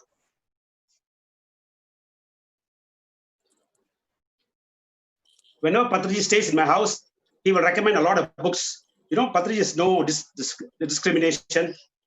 He will always advise us to read all masters' books. So like that, I was reading all these books. And for 10 days back, I was reading Astavatra Gita. I've read all whatever books recommended. And this is a book also recommended by Patriji sir. So I read Astavatra Gita. And then after reading the book, it's a very difficult subject, Astavatra Gita subject. So I went to bed, and it's my habit of invoking masters. So I invoke Patriji sir, Mahatar Babaji, Lord Buddha, Lord Krishna, Milarepa, all these things before I go to bed. So that day, after reading that book, I went to sleep. I felt a kind of happiness some kind of ecstasy, bliss. I was enjoying, oh, what a beautiful thing I'm enjoying now. So normally I think we enjoy bliss through meditation. But in my case, by reading the books which were recommended to me by Patriji, I was actually enjoying ecstasy, bliss, So that I like to share. By reading books also, you can enjoy so many things. So all these masters, I think this is my short experience, sharing a lot of experiences, which I've written in my book called My Spiritual Journey, which has come out in 2016. And now I will call upon Kavita Gupta to come onto the stage and share your experiences. Thank you, Patriji. Thank you, Baba. Thank you so much, Lakshman sir. And my pranams to Patri sir. Sir, namaskar. And Namaskar, Baba.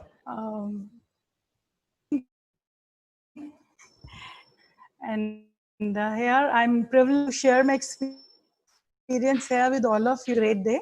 And my journey, the spiritual journey, started with most incredible experience of my life in the year 2009 and 2010. When I dreamt Patri sir in my dream, he came in my dream, and that my dream became reality. And in fact, he visited my house. He came to my house dream. He was introduced to my husband's friend who met him after 30 years. I think that was the plan. Harish Bhai, he came to my home. He showed me few literature of PSSM. And when I saw the picture of Teresa, I was really amazed. I was astonished to see the dream. And then that was the time then sir came to visit us, and we organized many things after that. And that's how my journey started. And then after that, I went to Delhi. Once I got the chance to go to Delhi, and I got the SMS. Then there's a senior master going to conduct a meeting in Shastriji's place. And I was really surprised by reading that senior master was Kavita Gupta. I read that message 100 times. Oh, me, senior master, I don't even know the ABCD of meditation. I just don't know anything. I'm new. And I was in a position of awe. But then I went there with my sister, and that's how our journey started. Both my sisters, my sister, elder sister, and me, we started doing meditation. And when I came home, that's when 2000, then I got acute pain. I went to GCSS in 2010. During the meditation, I got an acute backache all of the sudden, and I couldn't move myself. I was with my husband, and he was really annoyed me staying in the dormitory. So, and then this pain came. So he took me home, and when I went there, my MRI was done. Doctor suggested me to take 3 months medication and 3 months bed rest. My MRI was done, and there was some acute problem. And I remembered sir's words. He said, "Goli ko goli maro." And then again, my intuition told me, Kavita, this pain has come in meditation. It will go by meditation only. So definitely, I'm not going to take any medicine. I requested my to Kolkata in this PLR session by Dr. I attended that, and I connection of that pain with one of my past lives, and I could heal myself. Then my confidence, my belief in meditation became more stronger. And that's how I kept on going further. Then in 2011, there was a golden gateway of ascension. That was the time when we organized a very big public meeting, and it was again it was successful. It was very, very successful. And then every time Patrisa used to come here, I used to meet, and I ensured every year at least 2 times. One time I go either to Bangalore or wherever sir is going to.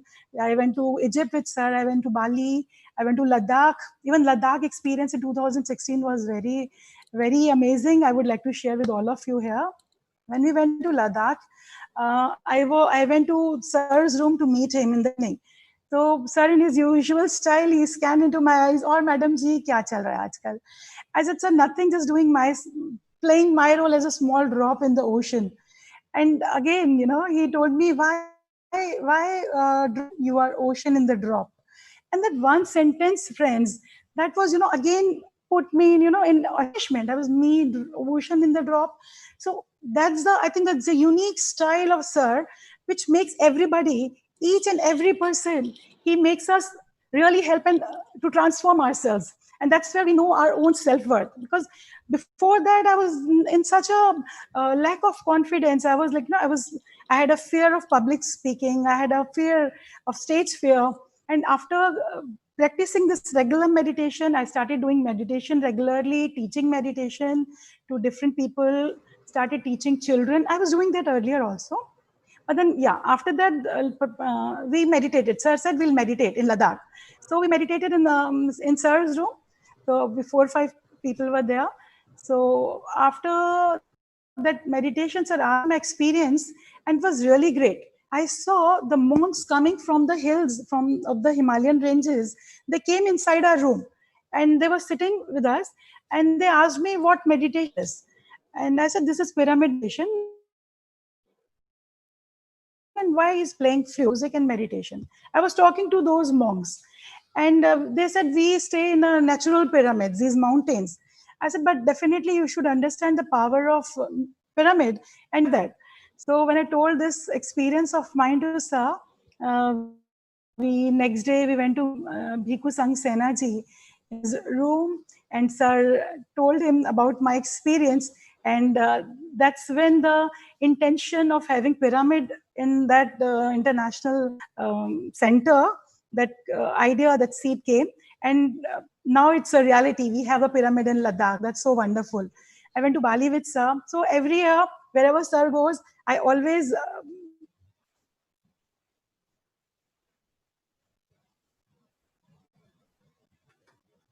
I think my video is working. Yeah. So it's always, and sir, with your blessings, with your, I think you have made me a different person. There's a complete transformation in 10 years. I've started writing, which I never thought that I'll be able to write.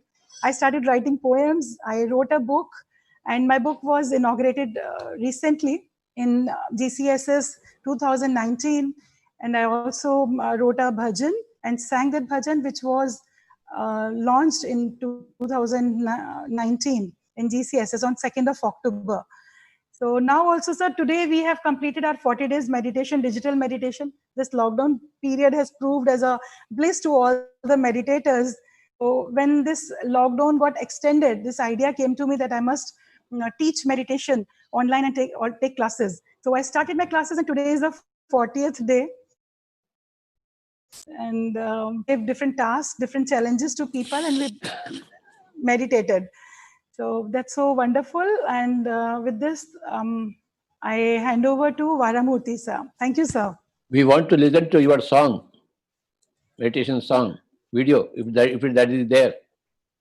Yeah, it is there, sir, but I don't know whether we can play it right now. I'll check with, I don't know how to connect that. Let me Okay, please check it afterwards. Yeah. Okay. Yeah, yes, sir. Yeah. In the meanwhile, let the next yes, speaker say. I'll coordinate with Alekhya, sir. Thank you.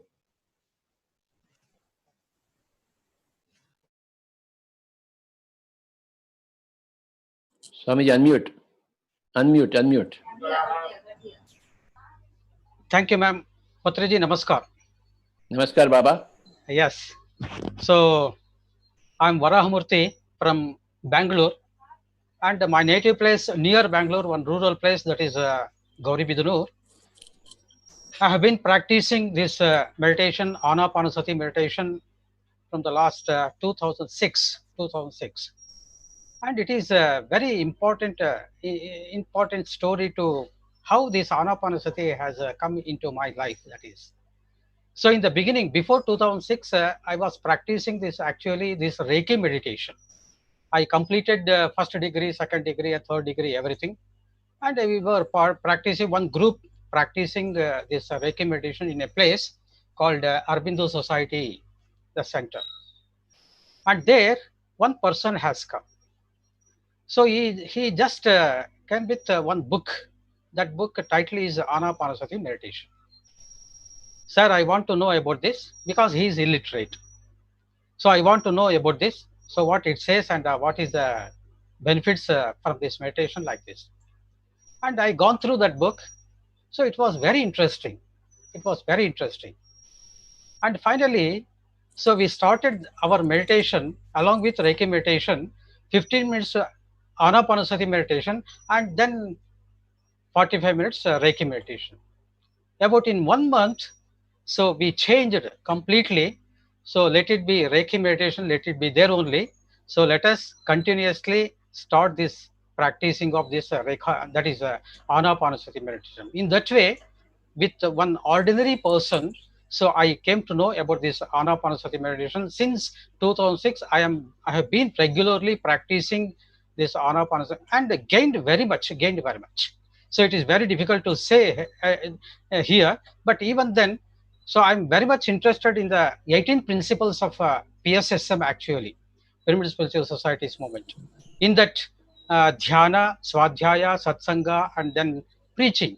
So saying about this anapanasati to the others. So in that way, regular meditation is going on and swadhyaya. And I am voracious reader also. And first I will collect the books, and whenever the time permits and by taking the time, so I used to read the books also. Number of books I have read already. And satsanga. So throughout the Karnataka, I am just preaching this meditation to going to center, and so many things. And here, once again, particularly schools and colleges, I visited in Karnataka, number of schools and colleges. Even now also, I'm not only the students, but also the teachers also, I'm practicing our habit of preaching this Anapanasati meditation. And in addition to this, so it is my fortunate that, so along with Patriji, I went to Egypt, Giza pyramid visited, and there 2 hours meditation and fantastic experience I got. And then Kailas Parvat, Manas Sarovar, and 3 days trekking without any a drop of water. 3 days I just a parikramana has done. So that is the greatest experience, really it is. And as a president of Karnataka Pyramid Dhyana Prachara Trust in the last 4 years, so I conducted really 30 vegetarian rally in Bangalore in different places to give awareness about this vegetarianism. So very important, that one. So in that way, I am just going on, and in this journey, I benefited very much. And particularly, 2 things I must have to share here. One is I have just made a sankalpa, that is decided. So whenever Patri sir comes to Karnataka, so I must be there in that class. I must listen, and I must have to get that wisdom of this soul. So there, I used to visit all the centers, all the classes, Patriji, whenever he comes. Then whenever I went to this class, so Patriji used to call me onto the dais, and you just translate from English to Kannada or from Telugu to Kannada. So that very much benefited for me. So directly Patri sir has given me that what you call as about Anapanasati, about soul, wisdom, everything. And still I am learning and learning and learning. So this is, and another one is, so I used to translate this Bhagavad Gita Sara from Telugu to Kannada. So there also I just uh, having a very good experience there. So I used to read actually this Bhagavad Gita in the home, but I did not know the real meaning of it. After translating from Telugu to Kannada this Bhagavad Gita, so I understood very much. So what exactly is saying this Bhagavad Gita like that? So in a nutshell, I want to say here, that is Anapanasati Dhyana transforming me all dullness and darkness into bright and perfect faith. And it is transforming me all restlessness and agitation into inviolable calm and peace. And Anapanasati Dhyana, that is meditation, transforming me all attachments into a deep and stainless purity. And finally, I have to say that Anapanasati Dhyana is liberating and changing me perfect being. So this is a brief introduction and experience of me. So thank you. Thank you, sir. Thank you.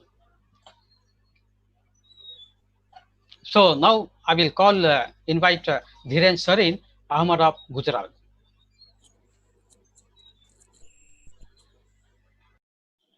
Yeah.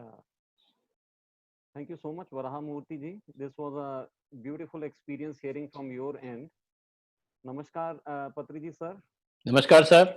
And namaskar to all the viewers. I am Dr. Dhiren Sareen from Ahmedabad.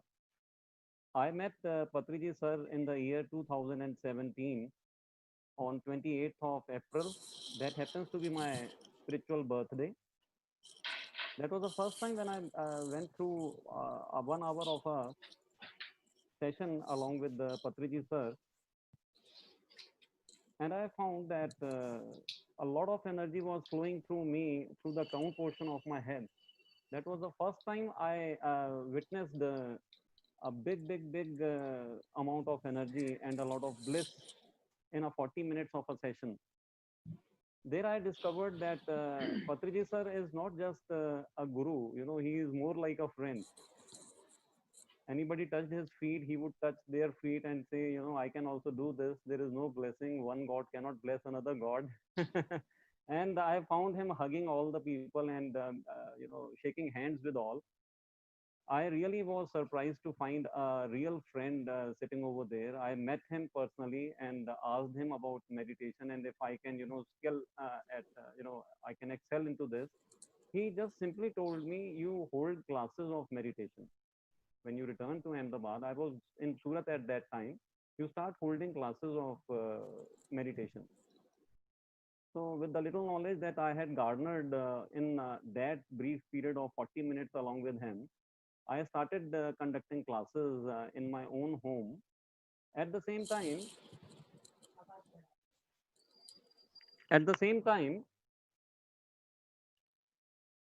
I found that while teaching all the people, I could myself, you know, regularly do my meditation. This was one big benefit of, regular classes.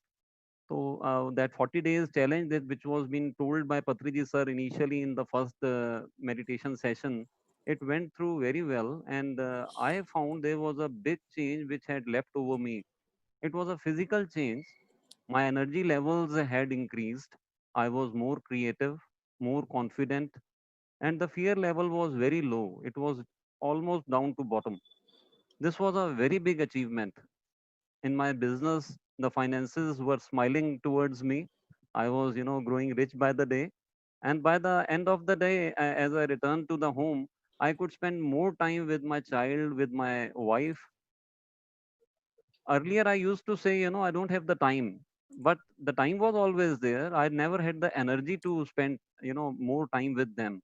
I got the energies to spend more time with them, and I really started enjoying this. Then there was a change in my mental state too. You know, before going into spirituality, before finding meditation and all this, I was actually having a mechanical kind of a mindset, where if in case anybody was angry upon me, I was also retaliating with the anger upon them. If there was somebody showing hatred, I was also showing. So what happened, instead of reacting, I started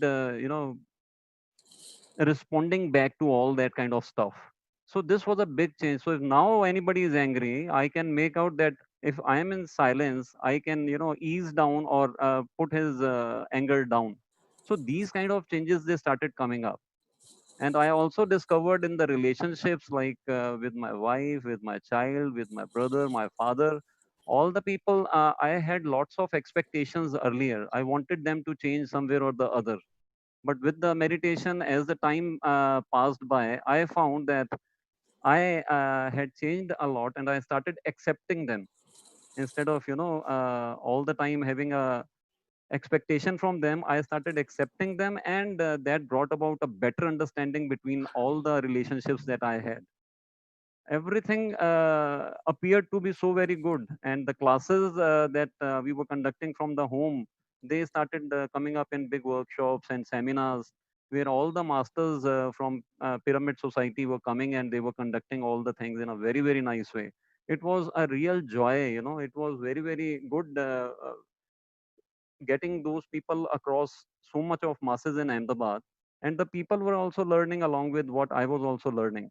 So this process went on, and I found that where I started with an ordinary man, I became an extraordinary person in the physicality, in the mental state, in the social status.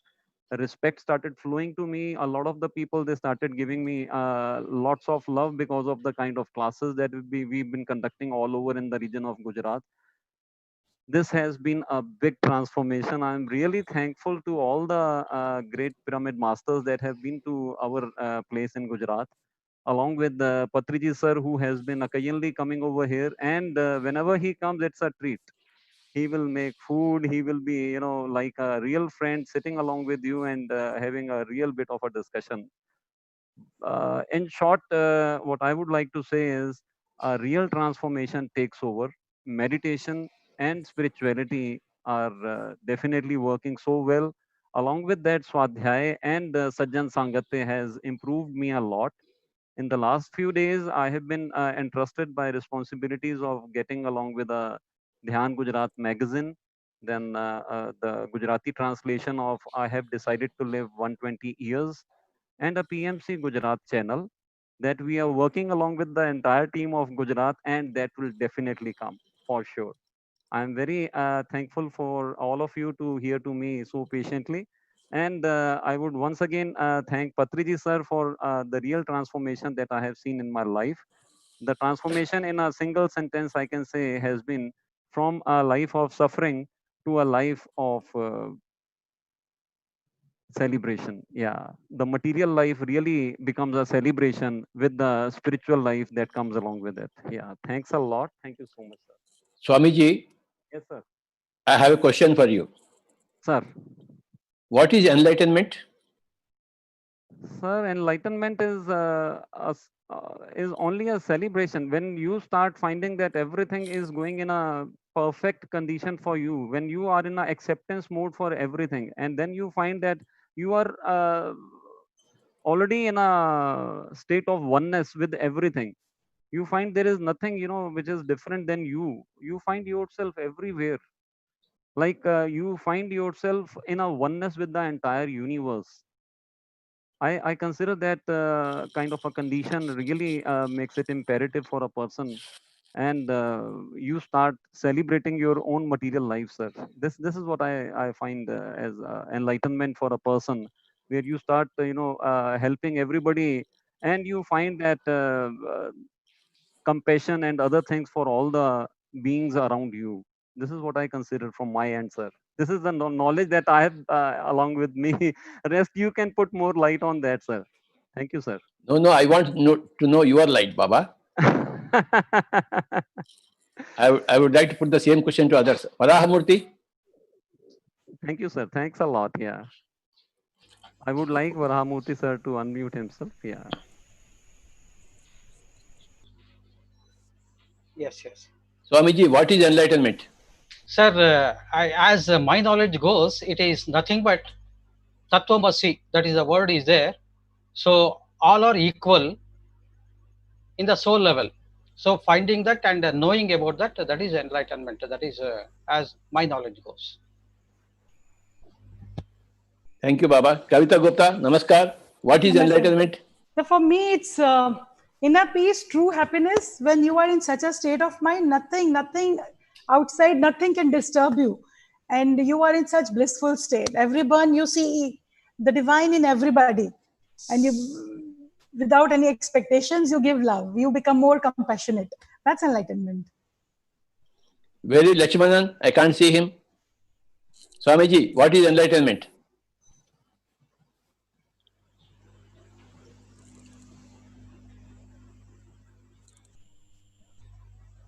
It's more celebration. A life without sorrow. Meeting masters like you is enlightenment for me, sir. I feel you're the most enlightened master on the earth now. So meeting such a great master through Sajjana Sangatya is enlightenment. The books you recommended to me give me so much bliss, and that's enlightenment. The concept you give me, I practice. Day to day, I'm celebrating. It's a mere celebration. When I'm happy, I'm enlightened. Very, very happy, sir, with all the masters who introduced myself. So my life's no sorrow. I can see Mamatma Sarva Bhutatma. Everybody is equal to me, to my eyes. So That is enlightenment for me, sir. Anybody who can treat animals, the prakriti, the nature, and other human beings equally, they are enlightened. Thank you, Baba. Rinkuji, what is enlightenment? Yes, sir. Sir, for me, enlightenment is all about celebration, and that suffering is an illusion. Actually, we are not meant to suffer. We are meant to celebrate and celebrate who we are as we are, accept as we are, allowance of as we are. I remember the day you said me, sir, that there's no mistake, there's only celebration. That was enlightenment for me. That word was enlightenment for me, that there's no mistake, there's no suffering, there's only celebration, only every moment celebration. Whatever happens, it happens, it's a celebration. That I really realized, sir. That is enlightenment for me. Okay, I'll give one more statement. I want Yes, your opinions, each one. Okay. The statement goes like this: we are not human beings out to have divine experiences. We are divine beings out to have human experiences. Let me repeat again. We are not human beings out to have divine experiences, but we are divine beings out to have human experiences. Kavita Gupta ji. Yeah, sir. When we came into this human life, we came with this illusion. We have been told by all the people, the family, that you are this, you are so and so. And we are in that illusion, we are in that life of suffering, believing that I'm Kavita, without forgetting that I am that soul, that spirit, I am that, yeah, yeah. And I forget that. And that's when the suffering comes. The moment with meditation we realize ourselves, that self-realization comes, then the life becomes celebration. You realize you're not only this body, this family, you are only in this role play. You are playing there's a drama going on. And you are the divine being, this life, this is one life circle going on. No, you didn't get it. You didn't get it. Okay, Dhiren sir. We are not human beings out to have divine experiences. We are divine beings out to have human experiences. Please comment. Unmute. Hello. Yes, sir. Sir. So we are the divine beings, sir, out here for a human experience. This is a correct statement as such, and definitely we have to connect back to that, because once we enter into the human races, we start falling prey with the mind that plays a mechanical role all the time. So once we start doing meditation, we definitely learn about our soul experience. We learn about that we are the divine beings. We are not just the bodies out there, and we get into a mode of acceptance, with all that is happening with us. So you see, the life, instead of becoming a suffering, becomes a celebration. So I take it that way, that we are more for getting human experiences over here, for garnering and making ourselves rich with that. Yeah, but we are the soul. You didn't get it. You didn't get it. Okay. Lakshmananji. Namaste, sir. So you said we have come here as divine beings to experience human experience. We from the other worlds, when we are there, we are divine people. So always, as you mentioned in your speeches, we take birth in this Earth planet to have human experience. So this human experience again will go back and lighten to the higher realms again, sir. Okay, Varahamurthy. Yes, sir. After listening your speech 2-3 days back, I wanted to repeat the same here. So one has to get an experience in each birth. So now we are human beings. As a human being, so we are experiencing.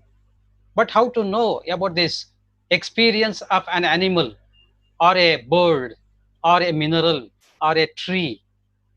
So we have to experience in each, what you call as tree or bird or something. So we have to go back once again, and then we will experience everything, and that is what you call as once again.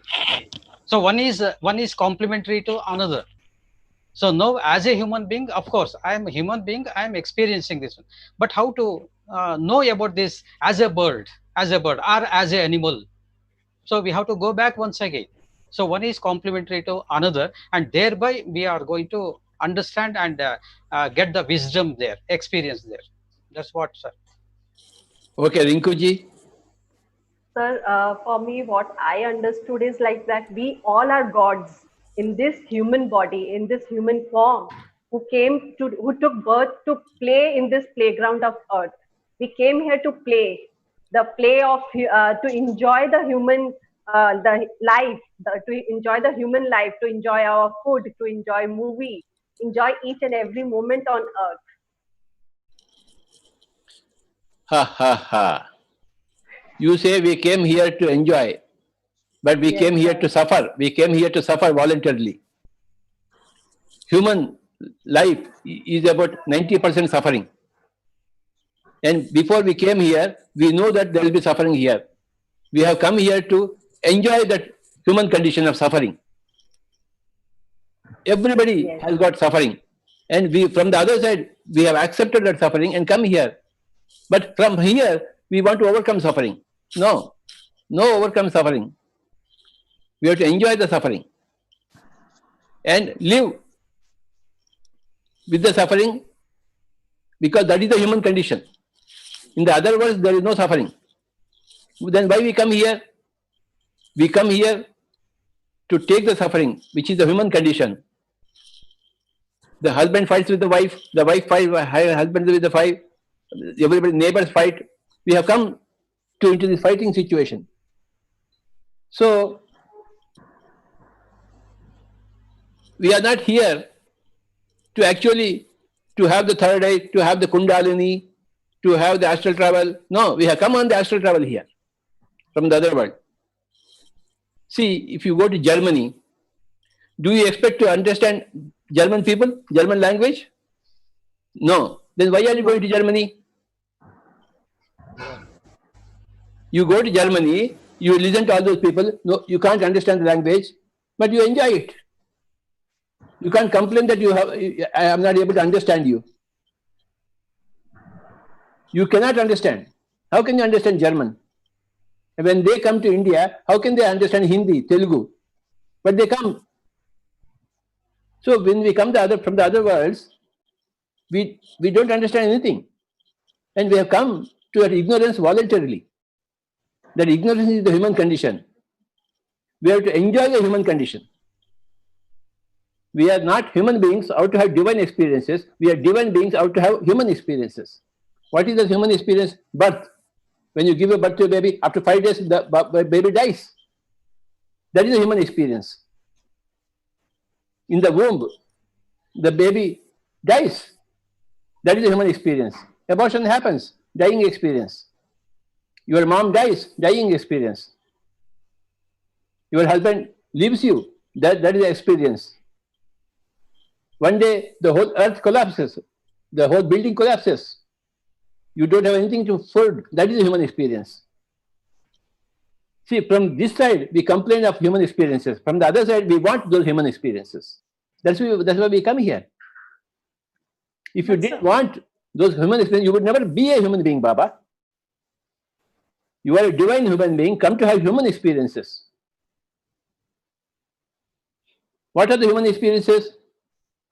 Grief, mistake,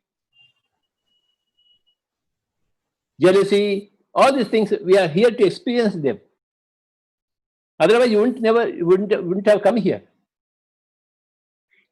See, I don't have a third eye. I don't have any astral travel. My kundalini did not move at all. I am only stuck up with human experiences. I am very fine with that. I don't have any divine experience. But from experience, I know that I am a divine human being, come to have human experiences. So, for me, meeting human beings is great. Meeting a human being like Kavita Gupta is very great. Meeting a human being like Dhiren Sir is very great. Meeting a human being, who is this Lakshmanan from Malaysia? I would go and sit in his home and find out what he wants to study this human being. I am not here to study divinity. I know that everybody is divine, so there is nothing more to study there. I am here to study the human nature, human being, interact with human being. Humanity is what is important for me. So how everybody in those suffering conditions, how he is happily smiling. He has accepted the suffering. We are not complaining about sufferings. So in my view, this is the greatest statement of spirituality, that we are not human beings out to have divine experiences. We are divine beings out to have human experiences. Every human experience is welcome. If you are thrown out of your house, if somebody murders you, Jesus had a human experience. He was nailed down. He knew that he will be crucified. He wanted to have that experience, how it would be to be crucified. And every birth in human birth is a crucifixion. Every human birth is a crucifixion. Somewhere or other you are crucified, and you know about that, and you wanted that. That is the human experience. Crucifixion is the human experience. Different types of crucifixions. So when before meditation, you don't understand this. You think that I want divine experiences. After meditation, you come to understand that I am a divine human being out to have human experience. Then you will begin to respect human experiences. You will become amenable for human experiences. You will create more human experiences. You will see the more humanity of yourself and of all other human beings.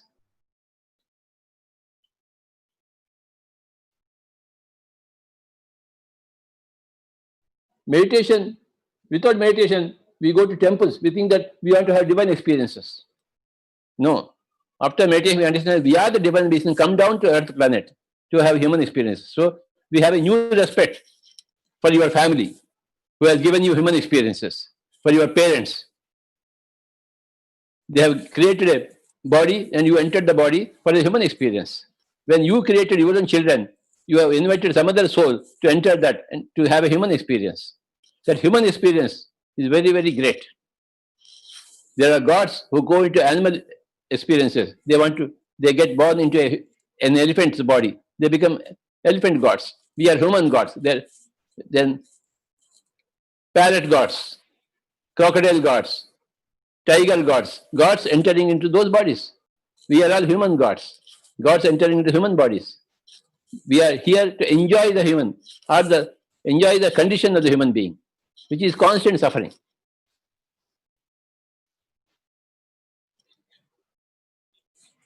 With this, for me, this is the greatest statement in spiritual science. We are not human beings how to have divine experiences. We are divine beings how to have human experiences.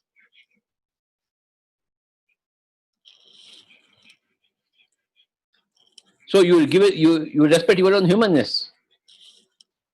Beethoven was a blind person. Why was he born as a blind person? To experience his own blindness and yet become a musician.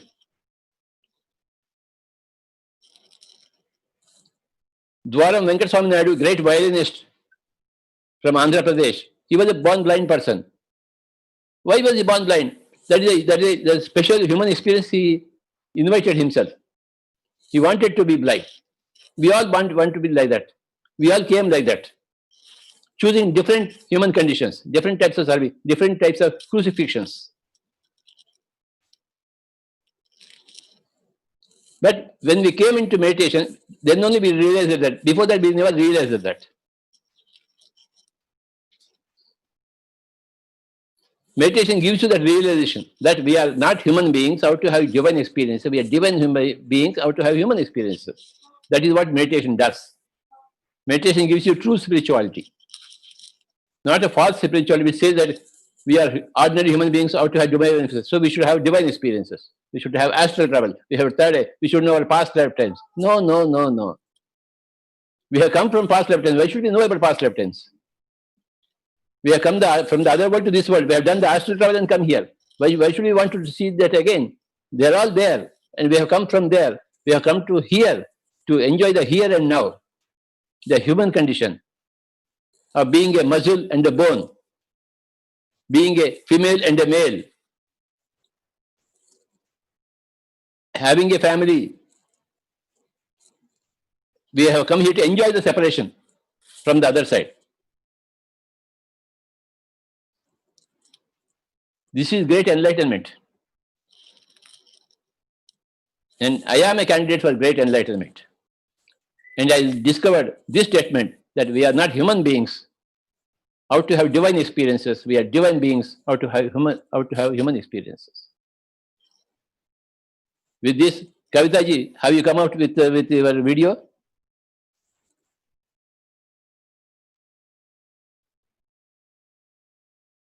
Yes, sir. I've already given it to the panel. Okay, let us see this great work. I want to play.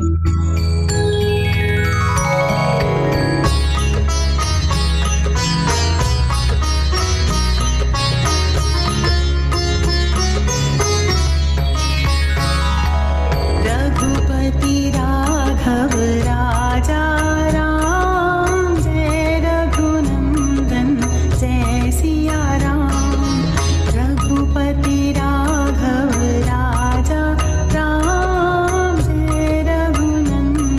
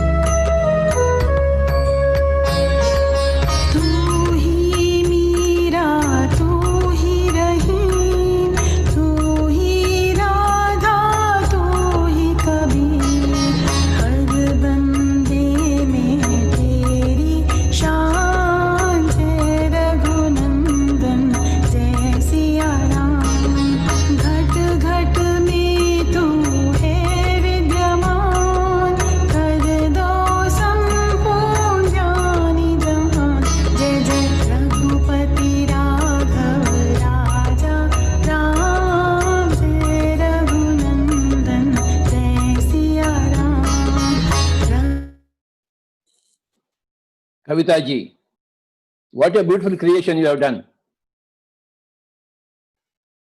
Yes, sir. Thank you How, so much. how So did you do this? sir, this idea came to me through you only. I know. You know what? Because there's a big statue. Yeah, I'm telling you, sir. When we went to Egypt and in the king's chamber, when we were meditating, the moment you started playing the flute, I was inside the chamber. You started playing. I don't know where I lost. I was lost. And you played, I think, for 2 hours, and I don't know where I was. I was lost. I don't know. I was completely lost. I was in some light. I was seeing some light. And when you started playing Raghupati Raghav, Raja Ram, Ishwar Allah, Tero Naam, and why, I was crying. Why, as a human being, we have created so many boundaries. We want so many, we keep fighting for power, for money, for so many things. When, as you say, we are the divine beings. With only this realization has to come. Then we are here for, just to experience bliss. And what we are doing, we are fighting. So that's when this came to me. We are all one. Aham Brahmasmi. So that's when this came to me. So, and sir, you always, 2nd October, you always ensure in GCSS, 2nd October comes. So, though I used to always like Mahatma Gandhi ji, but that with every time, every year when we celebrate there on 2nd October, the respect grew much more and multifolded. So that's how this idea came to me, sir. So again, I give credit to you only. Thank you. And you sang very You are beautifully. the father. Sir, you are the father. Today is the Father's Day. Happy Father's Day to you. Wow, So wow, your wow. love, it's your love, nothing else, that has transformed me. This creativity automatically, I never knew that I can write. And all of a sudden, I started writing poems. The words come to me, sir. When I get up in the morning, early morning, 4 o'clock, somebody is calling me. You take the pen and you start writing. And I write. And the poem, to my amazement, in 5 minutes, the poem is ready. And so from last 40 days, I'm sleeping only 3 to 4 hours because every night I'm recording. It takes me 3 to 4 hours and I'm sending audios to people in the group where I'm taking this 40 days challenge. And I'm totally energetic. That's the power of meditation, the requirement of sleep. Everybody in my house is worried about me. You'll get sick. I said, don't worry about me. I'm totally healthy, full of energy. And meditation gives me a lot of power. Don't worry about me. So, sir, that's the gift you have given to us. So, this Anapana Sati is that's why, sir, I call you Magic Pied Piper. You play the flute and you mesmerize everybody with your magic. And thank you for reminding that today is the Father's Day. We remember the father of the nation. Yes, sir. Oh my God, see. On the Father's Day, we forgot the father of the nation. See, automatically it came, sir. Yes, yes, yes. Thank you very much for that. Thank you, sir. One more small thing. On samsara, nirvana in samsara. One line statement from you. Because you are a samsari. You are also in nirvana? Yes. Kavita ji? Yes, sir. Speak a few words on samsara, nirvana in samsara. Sir, nirvana, I think with meditation, I think sansar, we are in it's like lotus, being a lotus. You are in sansara, but you are already in that position. You are blossoming like a lotus. So that's the state, being in sansara, it's detachment. You're attached with detachment, like a lotus. So that's the state of mind. And that comes with one sentence, man. Dhiren Saab, nirvana in samsara. A few words. Yes, sir. The same thing again, sir. We are divine beings out for human experiences. We are divine beings out here for human experiences. So when we are here in the worldly experiences, we should not have any kind of suffering. We should always be in an acceptance mode. That is very, very important. If we keep on expecting things, we will never be able to come out of the suffering. So nirvana is, making us understand that we are the divine beings. We are here. We have sought this place uh, so that we can gain more experiences in the humanly affairs. So with that, the acceptance comes, and then we can definitely make it a nirvana in the sansar. That is how you start growing compassion. Also, you start having oneness also, and that is one thing how you get into a nirvana state. Yeah, yeah. Thank you, sir. Thanks a lot. Lakshmanaji, Nirvana in Samsara.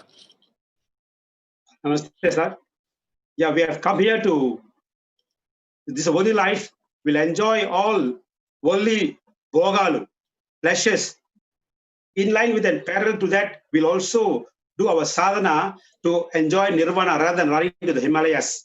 At home, while enjoying the worldly life of samsara, all the grief, pleasures, everything, we'll equally do sadhana in spirituality to attain nirvana.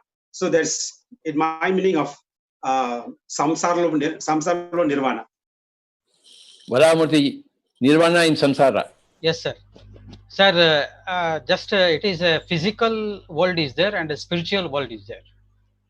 So in samsara, that is samsara is a physical world, and a spiritual world, that is anapanasati meditation. So totally we can say that. So spiritual health is the root, and the physical health is the fruit. So both must be there. And in samsara, we have to get this nirvana like that. Rinkuji. Yes, sir. For me, Sansara, Nirvana in Sansara is like completing all the responsibilities in the world. Like I'm a housewife. So I'm doing everything. Like I'm taking care of my children. I'm taking care of my house. I'm doing all the worldly things. I have to see a groom for my daughter. So I have to get her married also. So I'm completing all the responsibilities and still doing my own sadhana, my own practices. My house is my ashram, my body is my temple, and my breath is my God.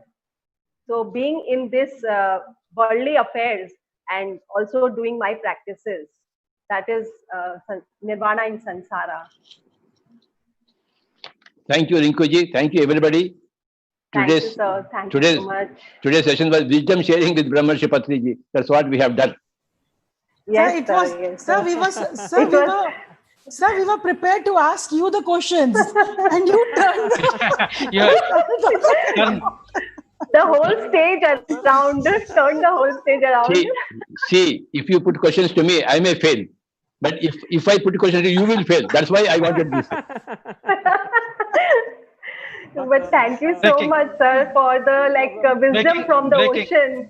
So, breaking the routine, that is. Yes. Yes, you can go to the next yes. Next session. Okay. Thank you so much, sir. Thank you so much for all your wisdom, and thank you all my friends. Now I would like to hand over the stage to our most senior, most pyramid master, Parinita Madam from Hyderabad.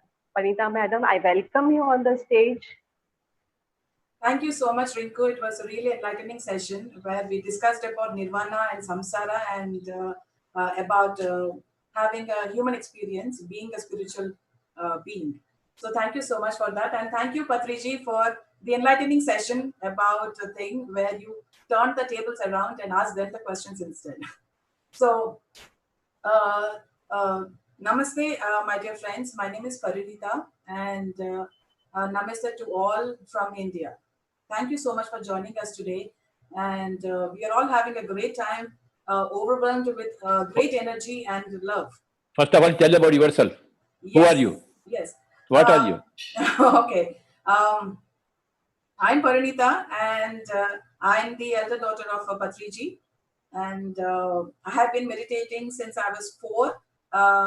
And obviously, my teacher was my father, Patriji himself. And since then, have been meditating and have learned a lot through meditation and by reading books. And have learned that, that meditation is the only way to attain enlightenment. Meditation is the only way to get happiness. Meditation is the only way to heal yourself. whether it be your physical, emotional, or mental bodies. And meditation is the only way to find your purpose of life, to understand yourself, and to be useful for humanity. And since then, have been teaching meditation and vegetarianism, propagating meditation and vegetarianism, and about pyramid energy to each and every person that I come in contact with. And today, it's a beautiful day today. Today is a new moon day, the day of the solar eclipse. Father's Day. Patriji, my father, I wish you a very, very happy Father's Day. And I also wish the father of the nation a very happy Father's Day. And most importantly, today is the International Yoga Day, where that's the reason why we are celebrating today since morning. So, I would like to speak a little about Patriji today, and would like to give a little small introduction about him. And here it goes. Brahmashri Subhash Patriji attained his enlightenment in 1979, and he realized his purpose of life of spreading meditation and vegetarianism to the entire world. And he had founded the Pyramid Spiritual Societies movement in 1992, and since then, till now, there has been no turning back. Patriji has been constantly and tirelessly, with utmost willpower and perseverance, has been working hard, traveling to the smallest of villages to all the towns and cities of India and the entire world. And he has perfectly stated the three main pillars of PSSM, which are meditation, vegetarianism, and pyramid energy. And Patriji has been spreading meditation and vegetarianism to millions of people and has been the inspiration behind building thousands of pyramids around the world, where many millions of people are meditating under. And with this, I also thank our Prime Minister Narendra Modi ji for the kind letter and for the great appreciation given by the UK Cultural Forum. Thank you so much for allowing me to. On this Father's Day, please speak about your mother. Yes, I would like to definitely speak about my mother. She has been a huge inspiration for me in my life. Her name is Varnamala Patri, and my father and mother got married in 1974, and they gave birth to me in 1978. And they are the most spiritual couple that I have ever seen, and they're so made for each other. I have learned a lot from my mother, and the major things that I've learned from her was patience, tolerance, and extreme strength and power. The inner power that she had during her life that she has shown, the patience and tolerance that she has shown, that is what has inspired me in my life and has really motivated me to face the challenges of life fearlessly and with extreme strength and power. So that is what about my mother, and she is currently in Bangalore watching this. I hope she's watching this. So that is about my father and my mother and about PSSM.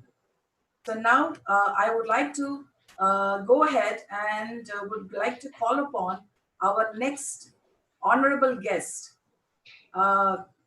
She is none other than Enodia Judici. And she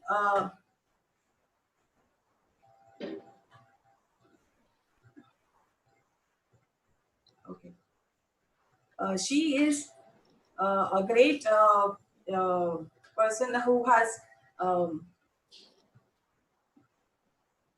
sorry. She has done extensive research on the chakras, and she has done major work on chakra systems and has given us enormous knowledge about the chakras. And she's a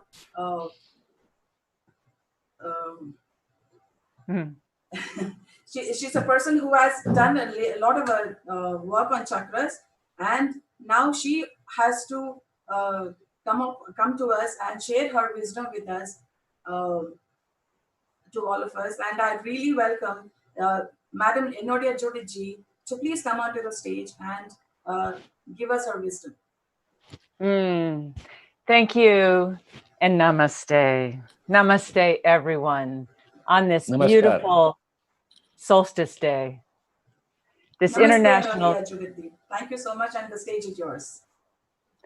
this beautiful solstice day, winter solstice in some parts of the world, summer solstice in others, a esteemed high holy day, solar eclipse. There's so many things. Father's Day, as you say, is the height of the light and a time to turn the world around. I'm so honored to be with you on this International Yoga Day, and in a day that the world honors the great and ancient and esteemed tradition of yoga, which I have studied all my adult life. So today in the Northern Hemisphere is the longest day of the year. And if you imagine the cycle of the year like a great big wheel, a chakra, then we are at the top of the wheel on this day in the Northern Hemisphere, the bottom in the lower hemisphere. And we are about to go back down the other side, and the days get longer in the Southern Hemisphere, shorter in the Northern. So we are at the top in the maximum light. So let's use that light to see where we're going in the world, to see where we are in this world, to channel that light down into our consciousness so that each of us can shed more light on the world, to light the way forward to a healthy and sustainable and awakened future. In this holy moment of union, this moment that we have together, we can take inspiration, but we also have to take a realistic look around. Things are not well in our world. Humanity is very much in need of healing. We have millions of people sick right now. We have hundreds of thousands of people dying from this virus. We can't go outside without a mask. We can't touch each other. Our children, some can't go to school. We can't, we are afraid of contagion. And that is just one aspect of humanity's sickness right now. It's not just the virus which has taken the world. But globally, our environment is stressed to the breaking point. Water is scarce. Soil is depleted.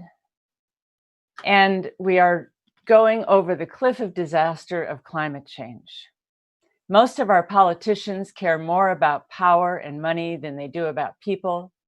And poverty claims lives on every continent. So we desperately need healing. Not just healing of this terrible virus that is a worldwide wake-up call, but the healing of civilization itself.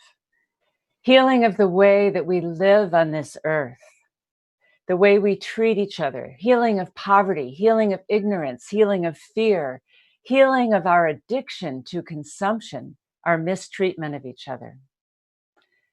We can't remain in denial about this. If a person has cancer, it doesn't go away by pretending that it's not there. They can only heal through facing a higher truth and making a change of life. So here in the world, humanity is facing into a global rite of passage, an initiation to a new way of being, a new kind of human. A human that is not only connected to the divine, but that is actually becoming the divine. A human that can begin to create heaven on earth, which means bringing heaven, higher consciousness, down to earth. Not just going up and away and out to some distant place, but from our meditations, from our higher consciousness, from our enlightenment, bringing that down in service of the world for the healing of our world. And this global rite of passage is also taking us from our cultural adolescence to a planetary adulthood. And you know, this is a change. This is a growing up, a great growing up, a maturing for civilization. Adolescents use everything as if it's going to last forever, but adults provide for the future. Adolescents rebel against authority, but adults are the authority. Adolescents have grown nonstop since they were babies, but as adults, they stop growing physically and start growing spiritually. An adult civilization controls its population so that there is enough for all. Adults know how to care for each other, how to share what they have, and how to plan for the future. So it's not physical growth we need now, but spiritual, emotional, and social growth to new and higher order. How do we do this? Well, think of the caterpillar that goes into a chrysalis, that thing that forms around it so it can transform. Now, with the virus in the world, so many people have been shut down into their homes. Yes? Video வரல நீ click பண்ணீங்கன்னா video வருது இல்ல அவங்களுக்கு Please carry on. There's a disturbance. Okay. So a caterpillar has no backbone. A caterpillar eats everything in sight. But when it goes into the chrysalis, just like we are cocooning in our homes, we are forced to go inside. So we can't go out and buy things and do things. We're forced to come inside so we can undergo an internal awakening and transformation. Are the cells of the new butterfly. And they begin to awaken in that confined state, awaken a higher consciousness. That when that is mature, the chrysalis disappears, we can come back out, but we have transformed to a different kind of being. So we are dissolving our old way of being. And as we social distance from each other, we social distance from the old paradigm. And what do we find in our meditation when we come into our core? A butterfly has a core up and down that the wings are attached to. What do we find when we come into our core but the chakra system? The system of energy centers that are aligned along the spine, along the sushumna, connecting heaven and earth, matter and spirit, mind and body, inner and outer, God and goddess, the integration of all that is in a holy connection from where we are as mortal beings to the supreme divine consciousness that is always our guidance. And so, as we find that sacred map of the chakra system, it is not only a map for our personal evolution and personal awakening, but for the awakening of the world, for the awakening of global consciousness, and a map for how to get there, how to take the journey. And that's what I want to share with you today, how that map gives us a guide for where we are in the world right now and how we can change. For in that map of the 7 energy centers, there are 7 sacred elements. And I know the old texts name only 5, earth, water, fire, air, and ether. In my work, because there are 7 chakras, I've given 7 elements, earth, water, fire, air, sound, because here's how we communicate, light, this is how we see, and consciousness. This is how we know, this is how we awaken. And since this is a day of light when the sun is high, let's begin by talking about the 7th chakra. Let's begin at the top. If humanity is going to make it through this rite of passage, we need a miracle. We need help from the divine, from God, from goddess. And we need that from higher consciousness. We need that from tuning in to something bigger than we are, something holier, something more ancient, something wiser than we are that can inform our consciousness. But we also need a radically new idea of the divine, of our relationship, a co-creation with the divine. Not just where we pray to Lakshmi for more money or pray to Ganesha to remove our obstacles, not where we just blindly obey, but a partnership where we are reaching up like children and the parent reaches down and we walk together. One where the gods themselves are evolving as we do and evolving our understanding of them, where we aspire to their principles, to their teachings, their power, where we begin to become divine ourselves. And I noticed in the previous talk, you were talking about humans having a spiritual experience and divine beings having a human experience. And this is the partnership. We are coming into an era of partnership. So we need to start thinking as gods. We need to start treating each other as if we were all God. And we need to see everything around us as God. And that is the meaning of Namaste, as we all know, that God is in everything. It is in all living things. It's a power and intelligence and a grace that we can call on in times of confusion, in times when we are lost, in times of fear. We can call on for information and guidance. So instead of sitting in meditation and asking God to do you a favor, sit in meditation and ask the divine to come through you, to speak through you, to move through you, to move through your breath, to move through your hands, and yes, even your feet, so that you can walk the divine path of service. For we can no longer see the divine as separate from the earth, but the animating force in all of nature and all of life. So ask God not for what you want, but for what you can give, what your service is, your destiny, your gift. And then you will begin to tap into this force in a new way with the power of grace to assist you. So 7th chakra, crown chakra lotus, opens to receive the grace like a flower opens to receive the sunlight. And our meditation point is a dimensionless still point, a bindu of consciousness in the middle of the lotus that is always unfolding.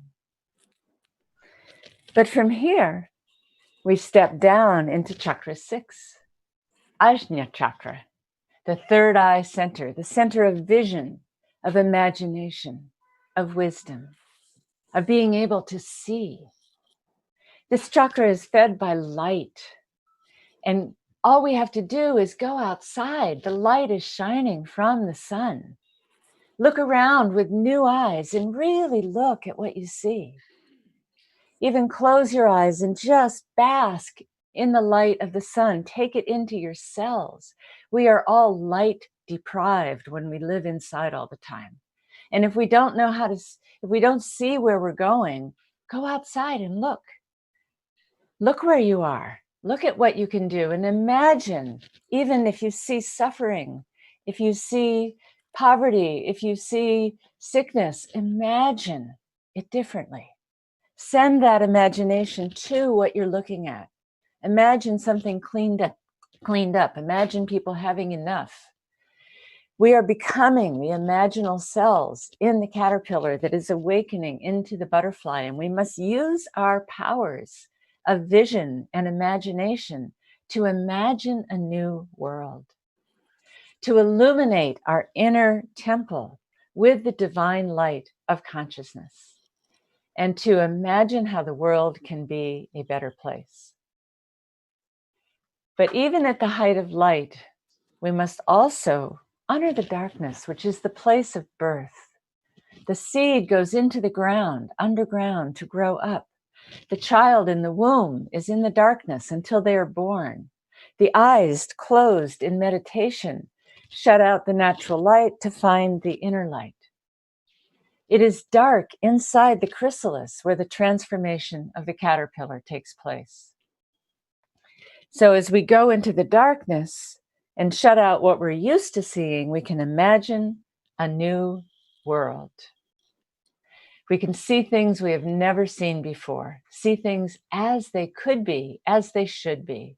And we must use our powers of imagination to imagine a better future, a world we know in our hearts is possible.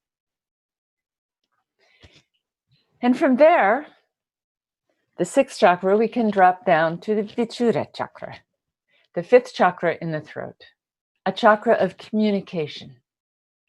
And here we begin to speak a new language to each other, a language of truth, satya, connected to our core, connected to the divine, embellished by our vision, and fueled by human creativity, broadcast through our worldwide media that is connecting us all globally, just as it is right now. Just as we are doing in our Zoom calls, in our media, in our internet, we are connecting globally with a global brain, and we want to bring it into a global heart. And how amazing it is at this time of plague and virus on the world, we have this means of connection. Never before in the world has there been a virus when we've had the chance to connect digitally at the same time. So this is a very special and auspicious time of the world wiring up its global brain and its global consciousness. So as we come into the fifth chakra, know that we create through our words. Watch what you say. Watch what you say even to yourself inside your thoughts. Do you go on and on about how everything's wrong and all the negativity? Or do you give yourself encouragement? Do you speak truth that is uplifting to others and to yourself? Imagine that your words have power, and when you give your word, follow through with it, and your words will become more powerful. But if you say you will do something and you don't say it, and you don't do that, then you are weakening the truth of your word. Tune into higher truths that we can come from the divine, from our vision, and speak those higher truths to each other. The other part of the throat chakra, however, in communication is listening. That's why we have 2 ears and 1 mouth, so we can listen twice as much as we speak. So when you speak, say, "Are my words worthy of the silence that is broken?" We need right now more than ever to listen to each other, to listen to each other's hearts, to listen to each other's suffering with compassion and empathy, to listen to the voices of those who are oppressed, to listen to the earth, to listen to our intuition, our feelings, to quiet ourselves long enough to listen. And that is what meditation does. It lets us be quiet long enough to listen to the voice of the divine. And when we do, we find there is guidance waiting to be downloaded. We just need to hone the art of listening and becoming silent. So 7, 6, 5, 7, 6, 5, 4, we come down into the heart. The heart chakra is where everything comes together. Heaven and earth, God and goddess, mind and body, spirit and matter, masculine, feminine, light and darkness. But to have a true union in the heart, we have to go down to the lower chakras and climb back up. Then we can unify the upper chakras and the lower chakras in the heart. So we'll come back to the heart after we visit chakras 1, 2, and 3. So coming down to the root chakra, the Muladhara, this is the chakra of earth, element earth, matter, mater, mother, prakriti. This is the feminine form of the divine, the goddess, the earth mother that gives us life. We have mistakenly believed that spirit is more important than matter, that mind is more important than the body, that heaven is more important than earth, that matter is tamas, a lesser guna, something to be transcended. And in some yoga classes, you never put your feet toward the teacher because it is believed that the earth dirties the feet and earth is an insult. We have to change this belief. Earth is holy. Earth is sacred. Earth is the ground from which we all come. It is equal to the powers of mind and consciousness and created by the powers of mind and consciousness. And all creation, all life comes from the union of heaven and earth. On this day, the sun shining down and the earth rising up. If the sun didn't shine, there would be no life. But if there was no earth, we would not have bodies and consciousness to experience the mystery. So the earth has to be honored. Denial of the sacredness of the earth leaves us throwing garbage on the street. It creates a world where there's poverty. That is a first chakra ailment. That is a first chakra sickness, poverty, where there is not enough. It means we are not honoring the earth.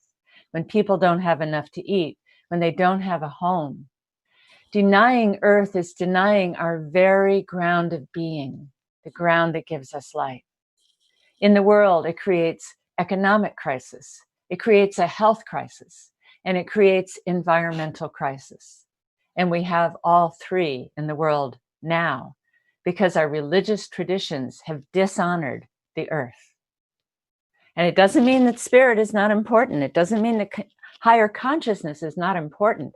It is, but it is a partnership, a unity. And when we clean up this earth, we can bring heaven down to earth and live as awakened beings in an enlightened society. So we must clean up the earth. We must respect nature as we respect any source of the divine. We must respect our bodies and the food that we eat and the chemicals that we put in the water and the air. We must respect the plants and the animals around us if we are to survive. But earth, by definition, is more limited than consciousness. Consciousness is expansive, limitless. So the earth teaches us about limitation. And adults learn to limit. They learn that they can't stay up all night. They can't eat anything they want. They can't drink all the alcohol. They can't do whatever they please. They need to limit. The yamas say there is restrictions. There is limit. Yoga, it has that restriction as a way to come to higher consciousness. So the limitations of earth said, limit the number of population, limit what you use, and you will begin to have a container that allows consciousness to rise up. So from the first chakra of the earth, we come up next to the second chakra, Svadhisthana, one's own place, the water element in the sacrum. Water is out of balance everywhere. There are places that don't have enough, especially in India. There are places that have too much with terrible storms and floods. There are places that have terrible droughts and the plants are dying. Water is out of balance because we have restricted the second chakra. Rivers are dammed and they never reach the sea. As global warming continues, the snow high in the mountains that stores water for everyone will melt and we will not have water through the summer. So we need to reclaim the second chakra, which is about enjoyment of the senses, the color, the sound, the beauty that the earth gives us, the joy of being alive in our bodies, the joy of yoga and how it can make us feel. The second chakra represents our emotions and duality. And we need to honor our emotions, even the fear, even the sadness, the grief we feel about what's happening to our world. We need to honor those emotions because the emotions are the water of rain that cleanses the soul. Then we feel them, we let them go, we move through them, and we can move to joy. We need to honor dualities, the light and the dark, the masculine and the feminine, the young and the old, the heaven and the earth, that this is the tantric fusion of dualities that is weaving the fabric of reality. We've been denying our emotions, and that anger can make people pick up guns and behave badly to each other. We have to be with compassion. Compassion is to feel with each other in our feelings and emotions.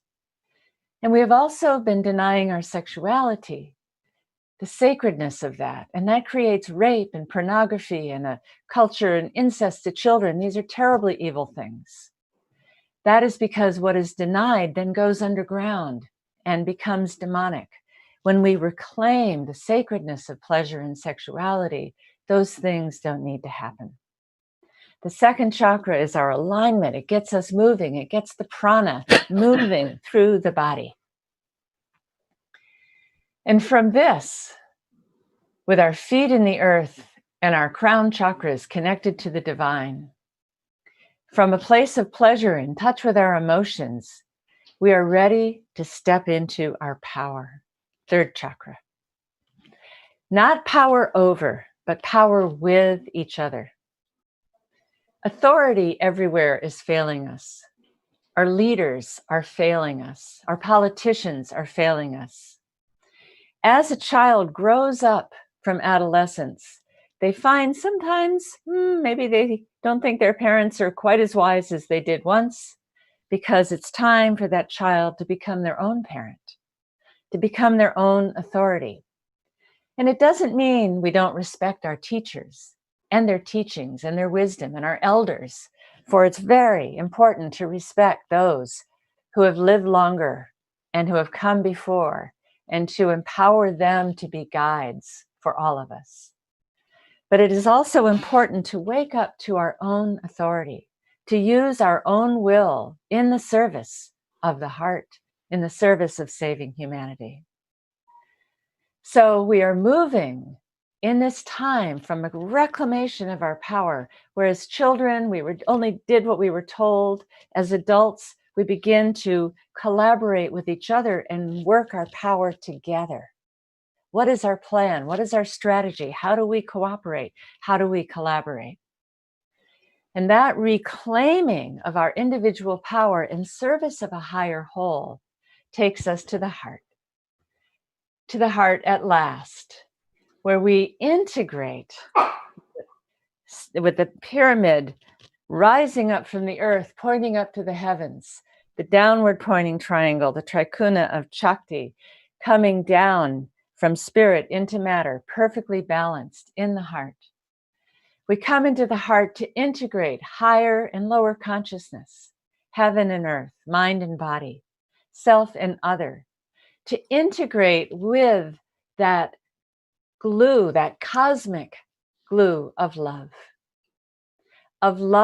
for each other, of love for our planet, of love for ourselves, of love for the divine, an era of integration and unity and balance.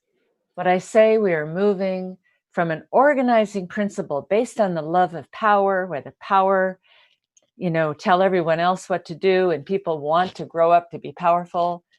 We move from the love of power to the power of love, a higher power, a higher organizing principle. And this is the power of adults. Children are told what to do. Adults make the plan. Adults work together and collaborate. Adults have compassion. They care. They care for their children. They care for their homes. They care for their planet. This is what it means to grow up as a species, to begin to care what food we put in our bodies, to care about our sadhana and our practice, to care about how we treat each other, to create a world of compassion where no one is left behind. But for no one to be left behind, we can't create too many people. We have to control population. It is essential, or many, many people will die, as they are doing now. So this awakening of the heart, anahata, the sound of the heartbeat, it means unstruck, no fighting, no hurting, and the healing of our hearts to serve what we love, to live what we love, to claim what we love, for what we love and put our consciousness on, our attention on, what we appreciate, what we have gratitude for, it increases. If you love your children and you care for them, your children will grow up to be better human beings. If you care for your home is a nicer place to live. If you care for your community is a better place.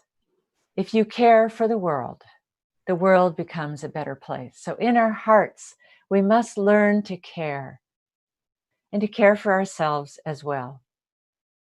So in the heart is the ultimate step, not just the crown chakra, but to go to the crown chakra and bring the higher consciousness down into the awakening, down to inform us, to go down to the earth and bring the earthly consciousness, the prakriti, up to meet the prusha coming down, uniting in the heart, in the anahata chakra, in the sound of the heart beat.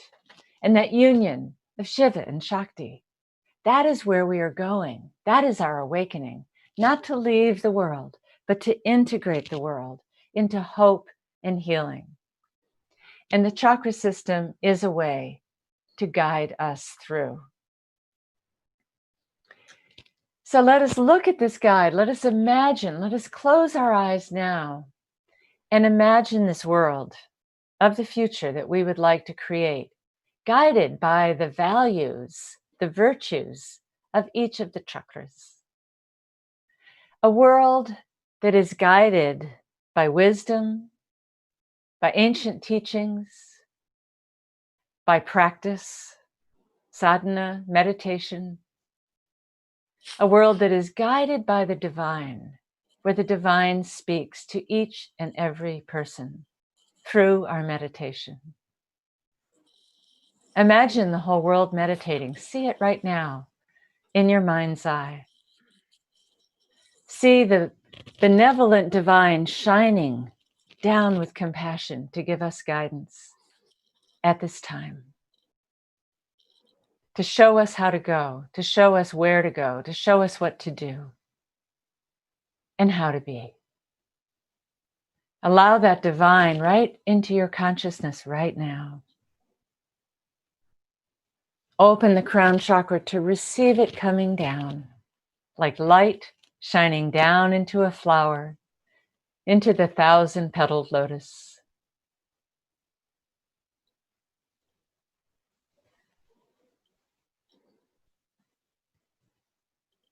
And take that light into your inner temple for your inner illumination. And use that light to imagine, to see a better world. Think of something, someplace where you live. Maybe right out in the street in front of where you live. Or maybe it's something happening in your country. And we all know if we read the news that some terrible things are happening in a lot of places. There are wars, there's suffering. Send light to those areas right now. Send the light of love, the light of grace into the hearts of those who are suffering, of those who are ignorant and hurting each other out of their pain,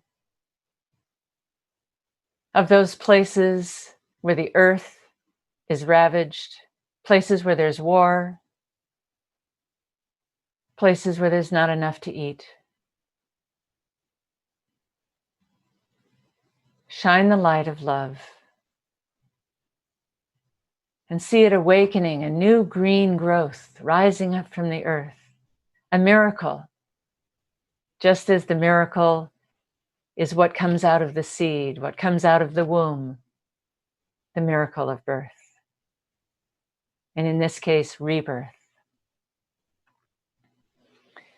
Then come down into the throat. Maybe you have a mantra. Maybe you sing to the divine. But imagine this inspiration coming into your throat chakra to inform your words that you speak, your words that you share, to be words of guidance, words of truth, your Sat Chitananda, your words of consciousness and bliss and truth. Informed by your meditation, by your vision, and opening to listening.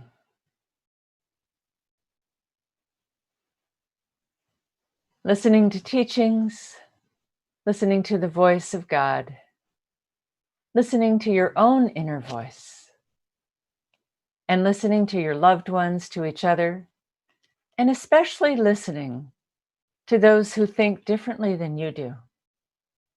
For only when they feel they are understood are they ready to understand something else.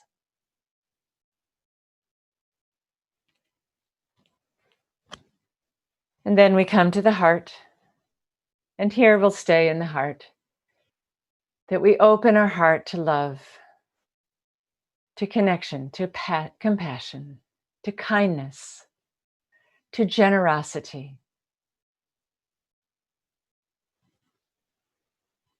That the air of the heart comes into our breath, and through pranayama we bring expansion of the heart.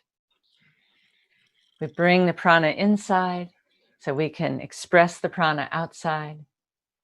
And with this, we empower ourselves to make change in the world. What would be a world where people felt empowered to make a difference? Where they felt empowered over their own lives, to live with dignity, to live in truth. Imagine that. And then imagine in the second chakra, living a world that is pleasant to live in, that we walk on the streets and the air smells sweet and the sound is harmonious and the people smile at each other and are happy, where there's beauty all around, there's flowers and trees and the earth is clean. Can you imagine that? A world we could enjoy? Because the downward current in the chakras, bhukti, means enjoyment. Enjoyment of all that the divine has given us. And it's also the manifestation current where we manifest our highest vision.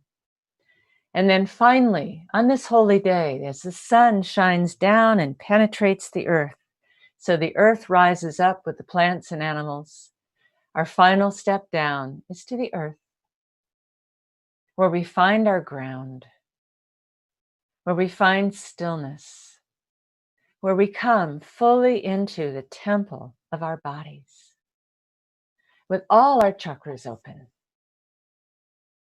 And we pull this energy down from the divine, and we embrace the Shakti, 3.5 times coiled, the serpent coiled around the first chakra. We awaken the Shakti. We awaken the Shakti to climb up the chakras as we bring the divine down. And once again, unify them in the heart, in the cosmic glue of love. Namaste, and thank you very, very much. Thank you very much. Long time back, I have read your book on chakras. Since then, I wanted to see you, actually talk to you. And today I got the chance. Thank you. I saw you when I came to the pyramid at the first Congress of Spiritual Scientists, and it was a very special experience. And I honor you so much for the tireless work that you do everywhere, teaching meditation and teaching to so many people, and all that you do in service of humanity. You are making the world a better place. And I am honored to be part of this International Yoga Day. When did you first come to know about chakras? I began in 1975 when I started my journey of yoga. And I discovered the chakras, and it was like a bolt of lightning came through my body when I read the word in a book. And it was like, whoa, that is my life's work. I didn't even know what they were. but I knew somehow it was my life's work. And I began to read, and I began to study, and I began the practice of yoga, and I was already a meditator, and meditated on them, and could see them in people, and read more, and practiced my yoga, and have just been studying many things. And I find the chakra system is a ordering principle for everything, for our psychology, for our world, for history, for everything. And the more I study, the more the chakra system is a map for the union and awakening of consciousness.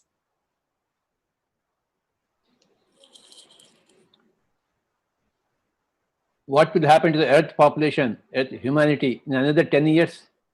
Can you see some hope? Well, I think that we are going through a very, very difficult time on the planet with climate change, and it's going to make water more scarce and food more scarce, and we have too many people. I don't know, what is going to happen, but I think we have to go through this rite of passage. But a rite of passage is by nature difficult. Initiations are difficult, and they are designed to awaken something different that wasn't awake before. So when everything is good, we go to sleep. But when there is difficulty, we develop strengths that we didn't know we had.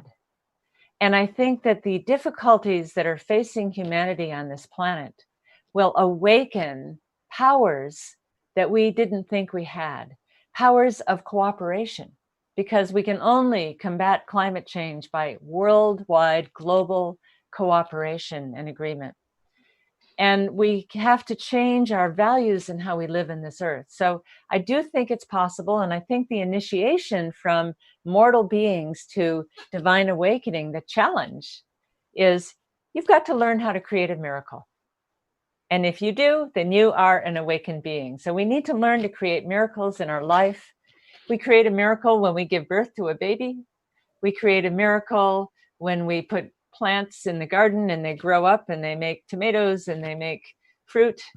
We see miracles every day. Can we learn to create with heaven and earth, to create a miracle on this planet? That means we have to awaken as divine human beings.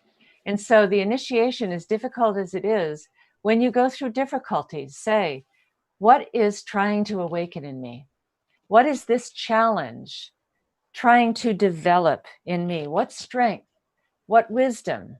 And it often brings people to humility, to their knees, where they open to grace. When we think we know everything, we don't open to grace. We have to go into the unknown to be guided sometimes.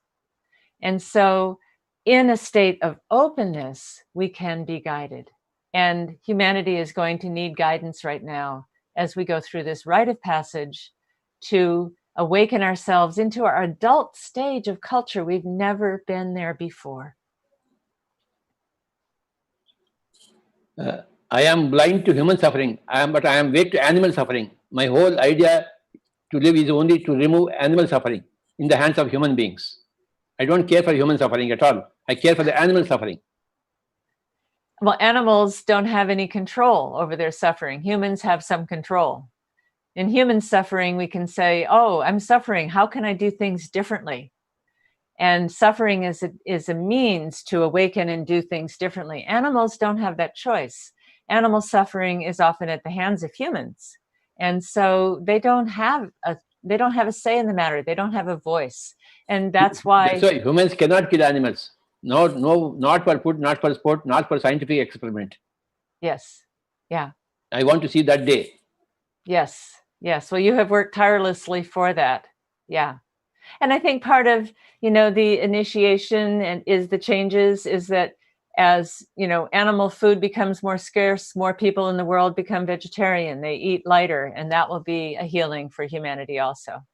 We can't cause suffering and be in the heart.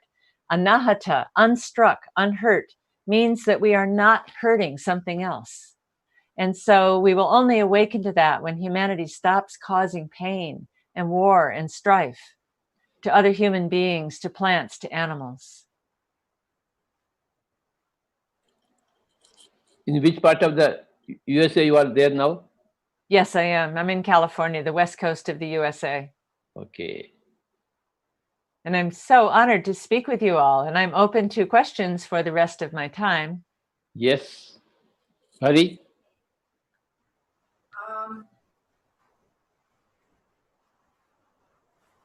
I cannot. Okay. Yes. Right. Thank you, Enodia Judith, for giving us your time and your wisdom. And I really hope that the questions come up. And currently, I do not find any questions, but I do thank you for coming to us on this beautiful day and sharing us your knowledge about all the chakra systems and with the significance of all the chakras and how do you recognize them. Thank you so much, Enodia, for sharing us your wisdom. Thank you so much. Thank you so much. It was a deep honor to be part of this and to be with you, Patraji, and to be with you. And it's just a deep, deep, deep honor. And to honor the great and royal road of yoga. I will leave with one thing. The body is the vehicle. Consciousness is the driver of the vehicle. Yoga is the royal road, and the chakra system is the map for the journey. Beautiful. And I do have one question which has come up right now. I would like to read out the question. What is the linkage between spirituality and psychology? This is my very area of work in life.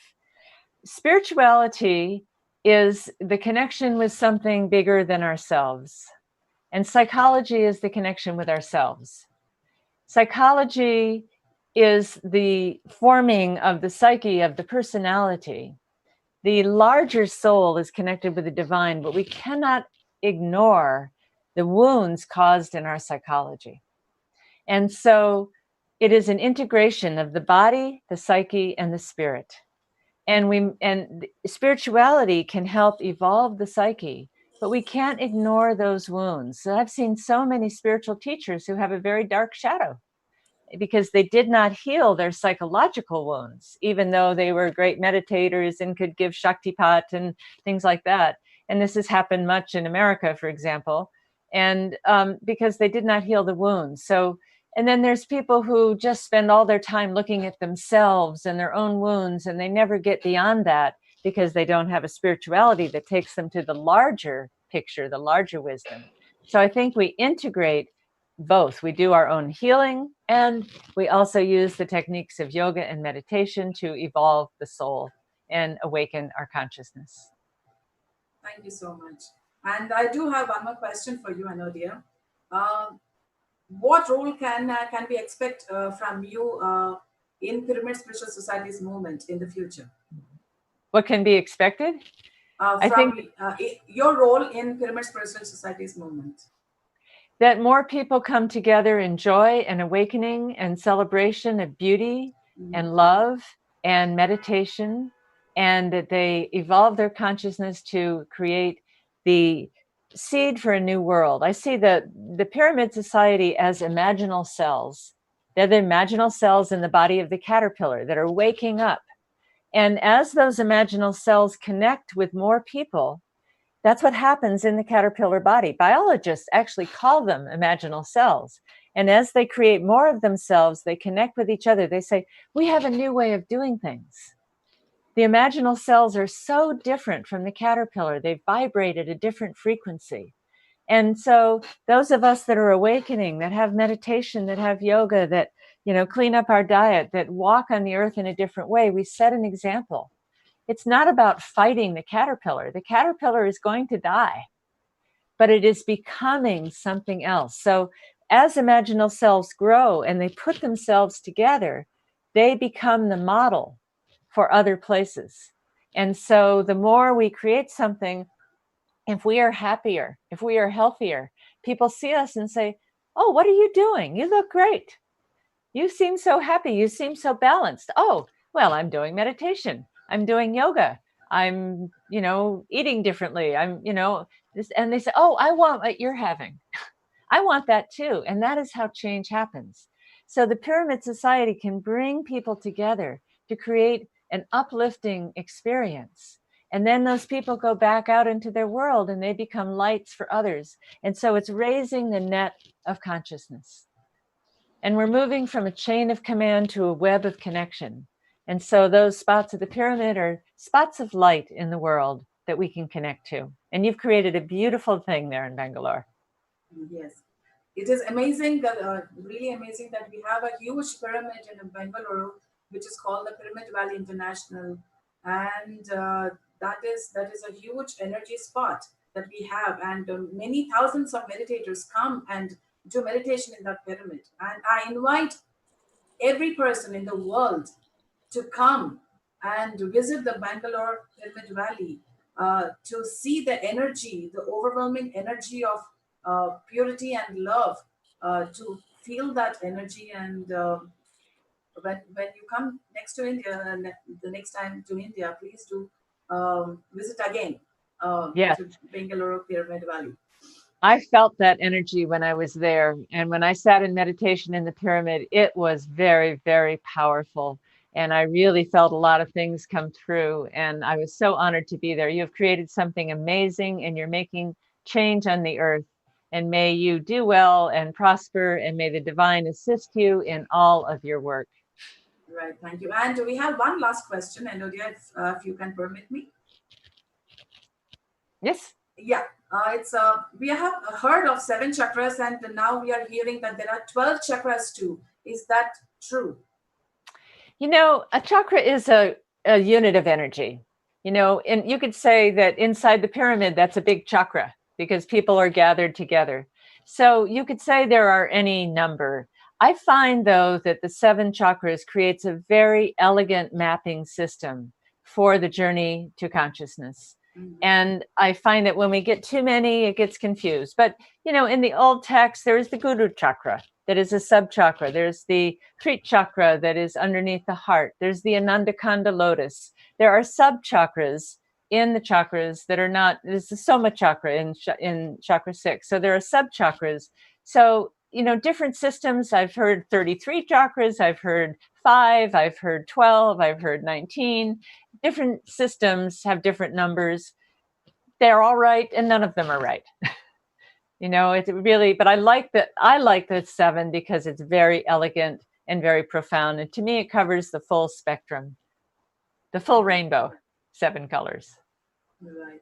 Thank you so much, Enodia, again for sharing the wisdom with all of us. And thank you for giving us your graceful presence among all of us. Thank you. Thank you so much. I'm very honored, and thank you for all the work all of you have done to put this on today and bring yoga out to the world, for your work, Father. And thank you to everyone. I'm very honored. Have a wonderful solstice day, what is left of it. Thank you so much. Thank you so much. And now I would like to give the stage to my sister, Parimala. And before that, I would like to say that the whole idea of this event, the Digital International Yoga Day, is to introduce Patriji to the world, to introduce meditation and vegetarianism and pyramid power to the entire world, and to let the world see the hard work and the willpower and the perseverance behind all this, that we have achieved so much. And the result that is that many millions of people are now meditating, have now transformed into vegetarianism, and are using pyramid power like never before. So that is the whole idea of this event. And then now pass on the stage to my beautiful sister, Parimala. The stage is yours, dear. Thank you, sister. Can you stay for a minute on the screen? Sure. 30 seconds or so, guys. Well, Father, happy Father's Day. I'm so glad I have the opportunity to wish you finally, since last 2 days on DIY. We have your energies here too. So it's and I'm really, really amazed, Father, that you are here since morning. And I've been secretly telling sister that I should ask you to go and sleep. So I don't know how you will do that, but we'll see. So the secret is out. But anyways, it is such a wonderful event. It is so amazing to be here. Hello PSSM. Hello to wherever you are, all the pyramid masters throughout the world watching right now. It is truly a blessing to share the space with you all. And it's just, I want to share something about Patriji, my father. As a father, being born in a spiritual family where a father is like Patriji is not easy, right, sister? Yes, absolutely. It's not easy to be born as a daughter or be even in the family as a wife or a daughter or a brother or a sister, because he carries this enigmatic energy that takes so much out of you, out of the family. And we all have learned throughout the time to support this greater cause. We all have learned to see how big this is. We had to learn that, starting with my mother. She had to learn, see what it is, what this is growing up to, what this seeds that he's planting everywhere, wherever he goes, he's planting seeds, and how they are growing. We learn to watch that, we learn to accept that, and we learn to walk with him. Father, thank you so much on this occasion of Father's Day. Thank you, Baba. And they say what you say is very right. It is very difficult to live with a person like Patriji as your father. And they say that it is very difficult to live with a star. And here we have a huge rock star, the greatest Yes. rock star the world has ever seen. And it's a privilege that you and me are born to this great rock star who... Well, we have chosen him, so I can blame him. Now, we have chosen the this mutual choosing thing that we have done. And this legend, this rock star has really rocked the entire world with his phenomenal work that he has done. The meditation, the vegetarianism, and the pyramid power that he has spread throughout the millions of people and has transformed so many people. It's really tremendous. And we are all so proud of you there. Yes, yes. And also, I want to say, apart from being a master guru and that you are also an amazing father. And I don't want you to doubt that any time. You have been there for us at every point of our lives, given us the freedom to make our own choices. Not that is something that we don't see often in fathers, where we don't have to work hard to get your approval. We don't have to be somebody who we are not to get your approval, to be seen, to be felt. You're always there, and we want you to know that we are always there to support you. And of course, mama, wherever you are, I hope you're listening. And I'm glad she's not there in Hyderabad today. She would have gone crazy with the whole day session. And I'm glad she's in Bangalore, resting, easy. Anything you want to say, Father? Enough of Father's Day. Go ahead with the program. Okay, wonderful. Thank you. So everybody who's watching me, my name is Paripatri from paripatri.com. And I am here to introduce an amazing speaker. But before that, I want to mention a couple of words. We have finished 12 hours of DIYD successfully. So I would ask each and one of you to go to Twitter account. We have created 2 Twitter accounts, PSSM and Patriji. So please, if you don't have a Twitter account, create one and retweet the tweets that are coming up on Twitter. That will allow us to reach more and more people, because this event that we are doing and all the DMS that we are doing, the only mission and purpose is to spread this message, bring Patriji to the global awareness. This is our mission, to reach out to all the global leaders and spread this message and collaborate and work. So please go ahead and retweet. If you do not know how to do it, our members here reach out to any one of the pyramid masters here in the technical team. They will assist you. That is one request. And also, if there is any opportunity for you teaching out, you collaborating with other organizations with PSSM, we ask you to reach out to us, because this is what we are here to do. We are here to bring we work on the global unity to spread message of compassion and meditation. And it's been amazing to see all the programs that there are so many people working tirelessly to bring this for you so smoothly. And I congratulate the whole team for doing this. And happy Fathers to every day who are out there, everybody who's out there. And I want to now introduce our next guest. I've known him since I was a teenager. He started meditation in 1997, and that's when I think even the PSSM was just growing at that point. So he was, since the beginning, he has been the main pillar of taking this movement to where it is right now. I'm so honored to invite him. He's my brother. He's a part of our family. And happy Father's Day to you as well. I'm going to invite Shreyans Daga, the founder, president of Mumbai Pyramid Spiritual Society, and vice chairman and trustee of the Pyramid Spiritual Trust, Bangalore.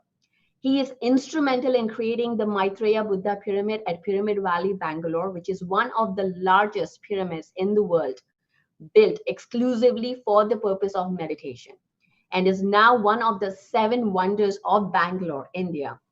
He has aided hundreds and hundreds of masters spreading their light around the world. His main focal point in research has led him to discover the world of quantum energy medicine and the science of spirituality. He is now taking this to the masses, to them to transform their lives through love-based changes to create a brand new empowered reality. And the topic that he's going to talk about is one of my favorite topics, is about manifestation and meditation, how you as an empowered being can start creating your own reality, program your subconscious mind, and manifest what you want to experience right now. So let's invite Shreyans Daga onto the screen. My brother. Thank you, Pari. Thank you. Thank you so much. Thank you. Now it's all yours. Thank you. And thank you, Patri sir. Really, from my bottom of my heart, wish you a very, very happy Father's Day. And yeah, so it's so amazing to see you online today on Father's Day. And you are my father. You are my father probably from many lifetimes. And not only just my father, I think father for everybody. And that's why we call you Brahmashri Pitama Patriji. So I think you've been a father to so many families, and truly your essence is, everybody feels like when we meet you, we all see you. You are really a father figure in true sense, because not just a spiritual guru, but also a very personal. You have that quality to be very personal and relate on one, and still give us all the freedom and empower to grow. So thank you so much, and it's really my honor, my privilege. I feel so blessed that I got to meet you, got your guidance at such an early age since 1997. So really, bottom from my heart, I thank you so much and wish you a happy Father's Day. Thank you, sir. Swamiji, you are our best master. And with your help, the PSSM has grown in so many ways. So many people are indebted to you. So many pyramid masters are indebted to you. The whole world is indebted to you. Please shower your blessing on this important day. Thank you, sir. Thank you all. Thank you, Likhya. Thank you, Shastriji, and the whole team, the IVD team, for putting this all together. I really, really understand how much of hard work you all have put together to collect all the masters, gather all the masters from around the world. Thank you so much for doing this great work. Thank you for inviting me. Thank you for giving me this opportunity. Thank you to all the participants for spending so much time. I know it's been since morning, so thank you so much for giving your time. Okay, friends, so today my topic is meditation and manifestation. So earlier I thought I'll combine it with meditation, but I understand that there's a meditation session right after this. So I'll be probably just talking on the science of meditation and manifestation. And anyways, 11 o'clock it is followed by meditation. And I'll be happy to share the some of the meditation musics. Probably maybe I'll announce in the end. You can always download the meditation music, and it is also, and I'll also share you a few of the YouTube links with all my recorded sessions are there on those YouTube links. Thank you, friends. So friends, how many of you have really believe? How many of you really believe in law of attraction? How many of you have seen the movie Secret? And how many of you believe that visualization, in the power of visualization, but tried so many times and but has not worked, or it has not worked all the time, and you have failed? Right. So it's common, friends. So I also tried a lot of times. I was trying a lot of visualizations when I got to know about creative visualization and the power of your subconscious mind. And I tried so many times, but few times I was successful and few times I failed very badly. And the harder I tried of wanting what I want, the more I manifested what I did not want. So that became my search for what is the fine difference. Why, if manifestation is a science, and why I'm not able to manifest it every time? Where is the gap? Where is that thin line where I'm making the mistake? So friends, today I'm going to talk more about those thin lines, and where we are not able to manifest what we want. And if we are able to understand from that space, that if we are able to exactly fine tune that little small processes, and we are able to exactly manifest what we want in our life. All right, friends. So let me start. So friends, the research shows that we have 60 to 70,000 thoughts a day. Now, the 60 to 70,000 thoughts a day, 90 to 95% are coming from our previous days or from our past. So it shows that by the 95% of who we are by the age of 35 is a set of same memorized thoughts, behaviors, actions, and attitudes, skill sets that we have acquired over a period of time. So our future is no longer different than our past. And so we think that we have a free will, and we are able to have creative thoughts. But actually, those creative thoughts are only 5%. Only 5% are our aspirational thoughts of wishes, desires, aspirations, or positive thinking, what we really want to achieve in our life. But 95% is coming from our past. So we think the same thoughts, which leads us to same emotions, which leads us to same chemical reactions, same emotions, leads us to the same choices, which leads us to same behaviors, same actions, and we draw the same reality into our life. So friends, so 95% of what you see is actually those habitual thoughts and patterns. It has become hardwired into our brain. It has become hardwired. Our brain has formed its strong neurosynaptic connections into our brain, and now it is spontaneous. It is autonomous. It is automatic. Now your body knows better than your mind. So friends, what happens is, whatever we want to think abundance, but we are feeling lack. Because why are we feeling lack? Because our body, which is a subconscious mind, this 95% what you see as a habitual mind is actually a subconscious mind. So 5% is the conscious mind, and 95% is the subconscious mind. And this subconscious mind is represented by a body. 5% is represented by a brain, a creative thinking, a brain, and 95% is represented by a body. Because our body is a subconscious mind. Over a period of time, how do we remember our past? Through the emotions. And these emotions are stored in our body. So thoughts are the language of the brain, and feelings, these feelings, these emotions are the language of the body. So that's why you want to think positive, but you are feeling negative. You want to think abundance, but you are feeling lack. You want to think good health or whole, but you are feeling sick. You want to think a healthy relationship, but you feel hurt, you feel broken, you feel angry, you feel resentment. So friends, this is where the emotions comes in. So the crux is, if you really want to achieve what you want to manifest in our life, we have to marry our thoughts with our emotions. And that is where meditation comes in. So what happens, but over a period of time, we think we have a free will, but actually we have lost our free will to a program, to the 95% program. So it's a choice whether we want to be a host to our future or to be hostage to our past. And over a period of time, because of this 95% of the same thoughts, same emotions, same feelings, we have become, rather than be a host to a future, we have become a hostage to our past. So, as I told you, thoughts are the language of the brain and feelings are the language of the body. So, this is a very important slide where this 95% is represented by body, and body represents emotions, whereas 5% is represented by a brain, and a brain represents your aspirational thinking, your creative thoughts, your wishes, your desires, your aspirations. So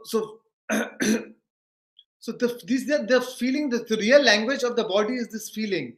So anything happens in our life, we just feel, and from this feeling we just react. So somebody, you're driving on the road, and say somebody bangs your car, and you are just angry. You're not even processing through your logical mind. It's just that you're just in a state of fit or rage or anger, and that is coming by the feelings. And as your feelings are, so it evokes the same corresponding thoughts, which leads you to the same behaviors or same actions, and so you are always living in the past. So friends, that's why the meditation comes in. So to really make a change, we need to first be aware of these unconscious thoughts, this unconscious program. So over a period of time, we have lost our free will to this program. And the more conscious we are of our unconscious program, the less unconscious we'll go during the course of the day. So that's why it's very important to first become very unconscious of this unconscious program. And only then we can make these changes. Only then we'll know that am I working, am I operating from my hardwired patterns, or from my vision of future, what I really want to create, what I really want to manifest.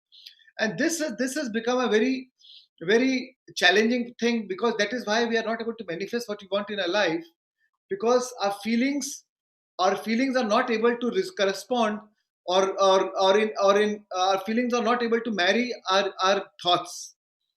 So friends, we are living in a quantum world where we all know about the law of attraction. So this is how the law of attraction works. A lot of times we have heard about, if you want to manifest anything, think big, think positive. But a lot of times this fails. The reason why it fails is thoughts send the signal out. So thoughts send the signal out, but it's the feelings which draw the event back. Whatever you want in a life, the universe works on law of attraction. So the thoughts are sending the signal out, but it's the feelings which draw the event back. Thoughts are the language of the brain, and feelings are the language of the body. Our thoughts are electric, and our feelings are magnetic. So it's like, I'll give you an example, or maybe an analogy, where it's like the thoughts are like you're driving a car. So thoughts are like a driver, but that car is the feeling. So even your thoughts are traveling on the frequency of your feelings. If you're not able to marry your thoughts with the corresponding feelings or the corresponding emotions, your thoughts does not travel far. You're not able to draw that into your life. You're not able to manifest into your life. So the crux is the feeling. So feelings actually are the magnets. So your feeling is equal to prayer. What you're feeling is what you're praying for, and it is what you draw into your life. And so that's why over a period of time, with your repeated behaviors, you become hardwired. It becomes your belief system. Any thoughts repeated over a period of time becomes your belief, and then your belief drives your behaviors. And friends, over a period of time, it's always a fight between your conscious and your unconscious thoughts. But as I told you, only 5% is conscious and 95% is unconscious. So whenever there's a fight, most of the time, your unconscious thoughts, your body wins over your mind, which is represented by your emotions. Your feelings override your brain, your mind, which is your conscious thoughts. So we are actually lost our free will to a program.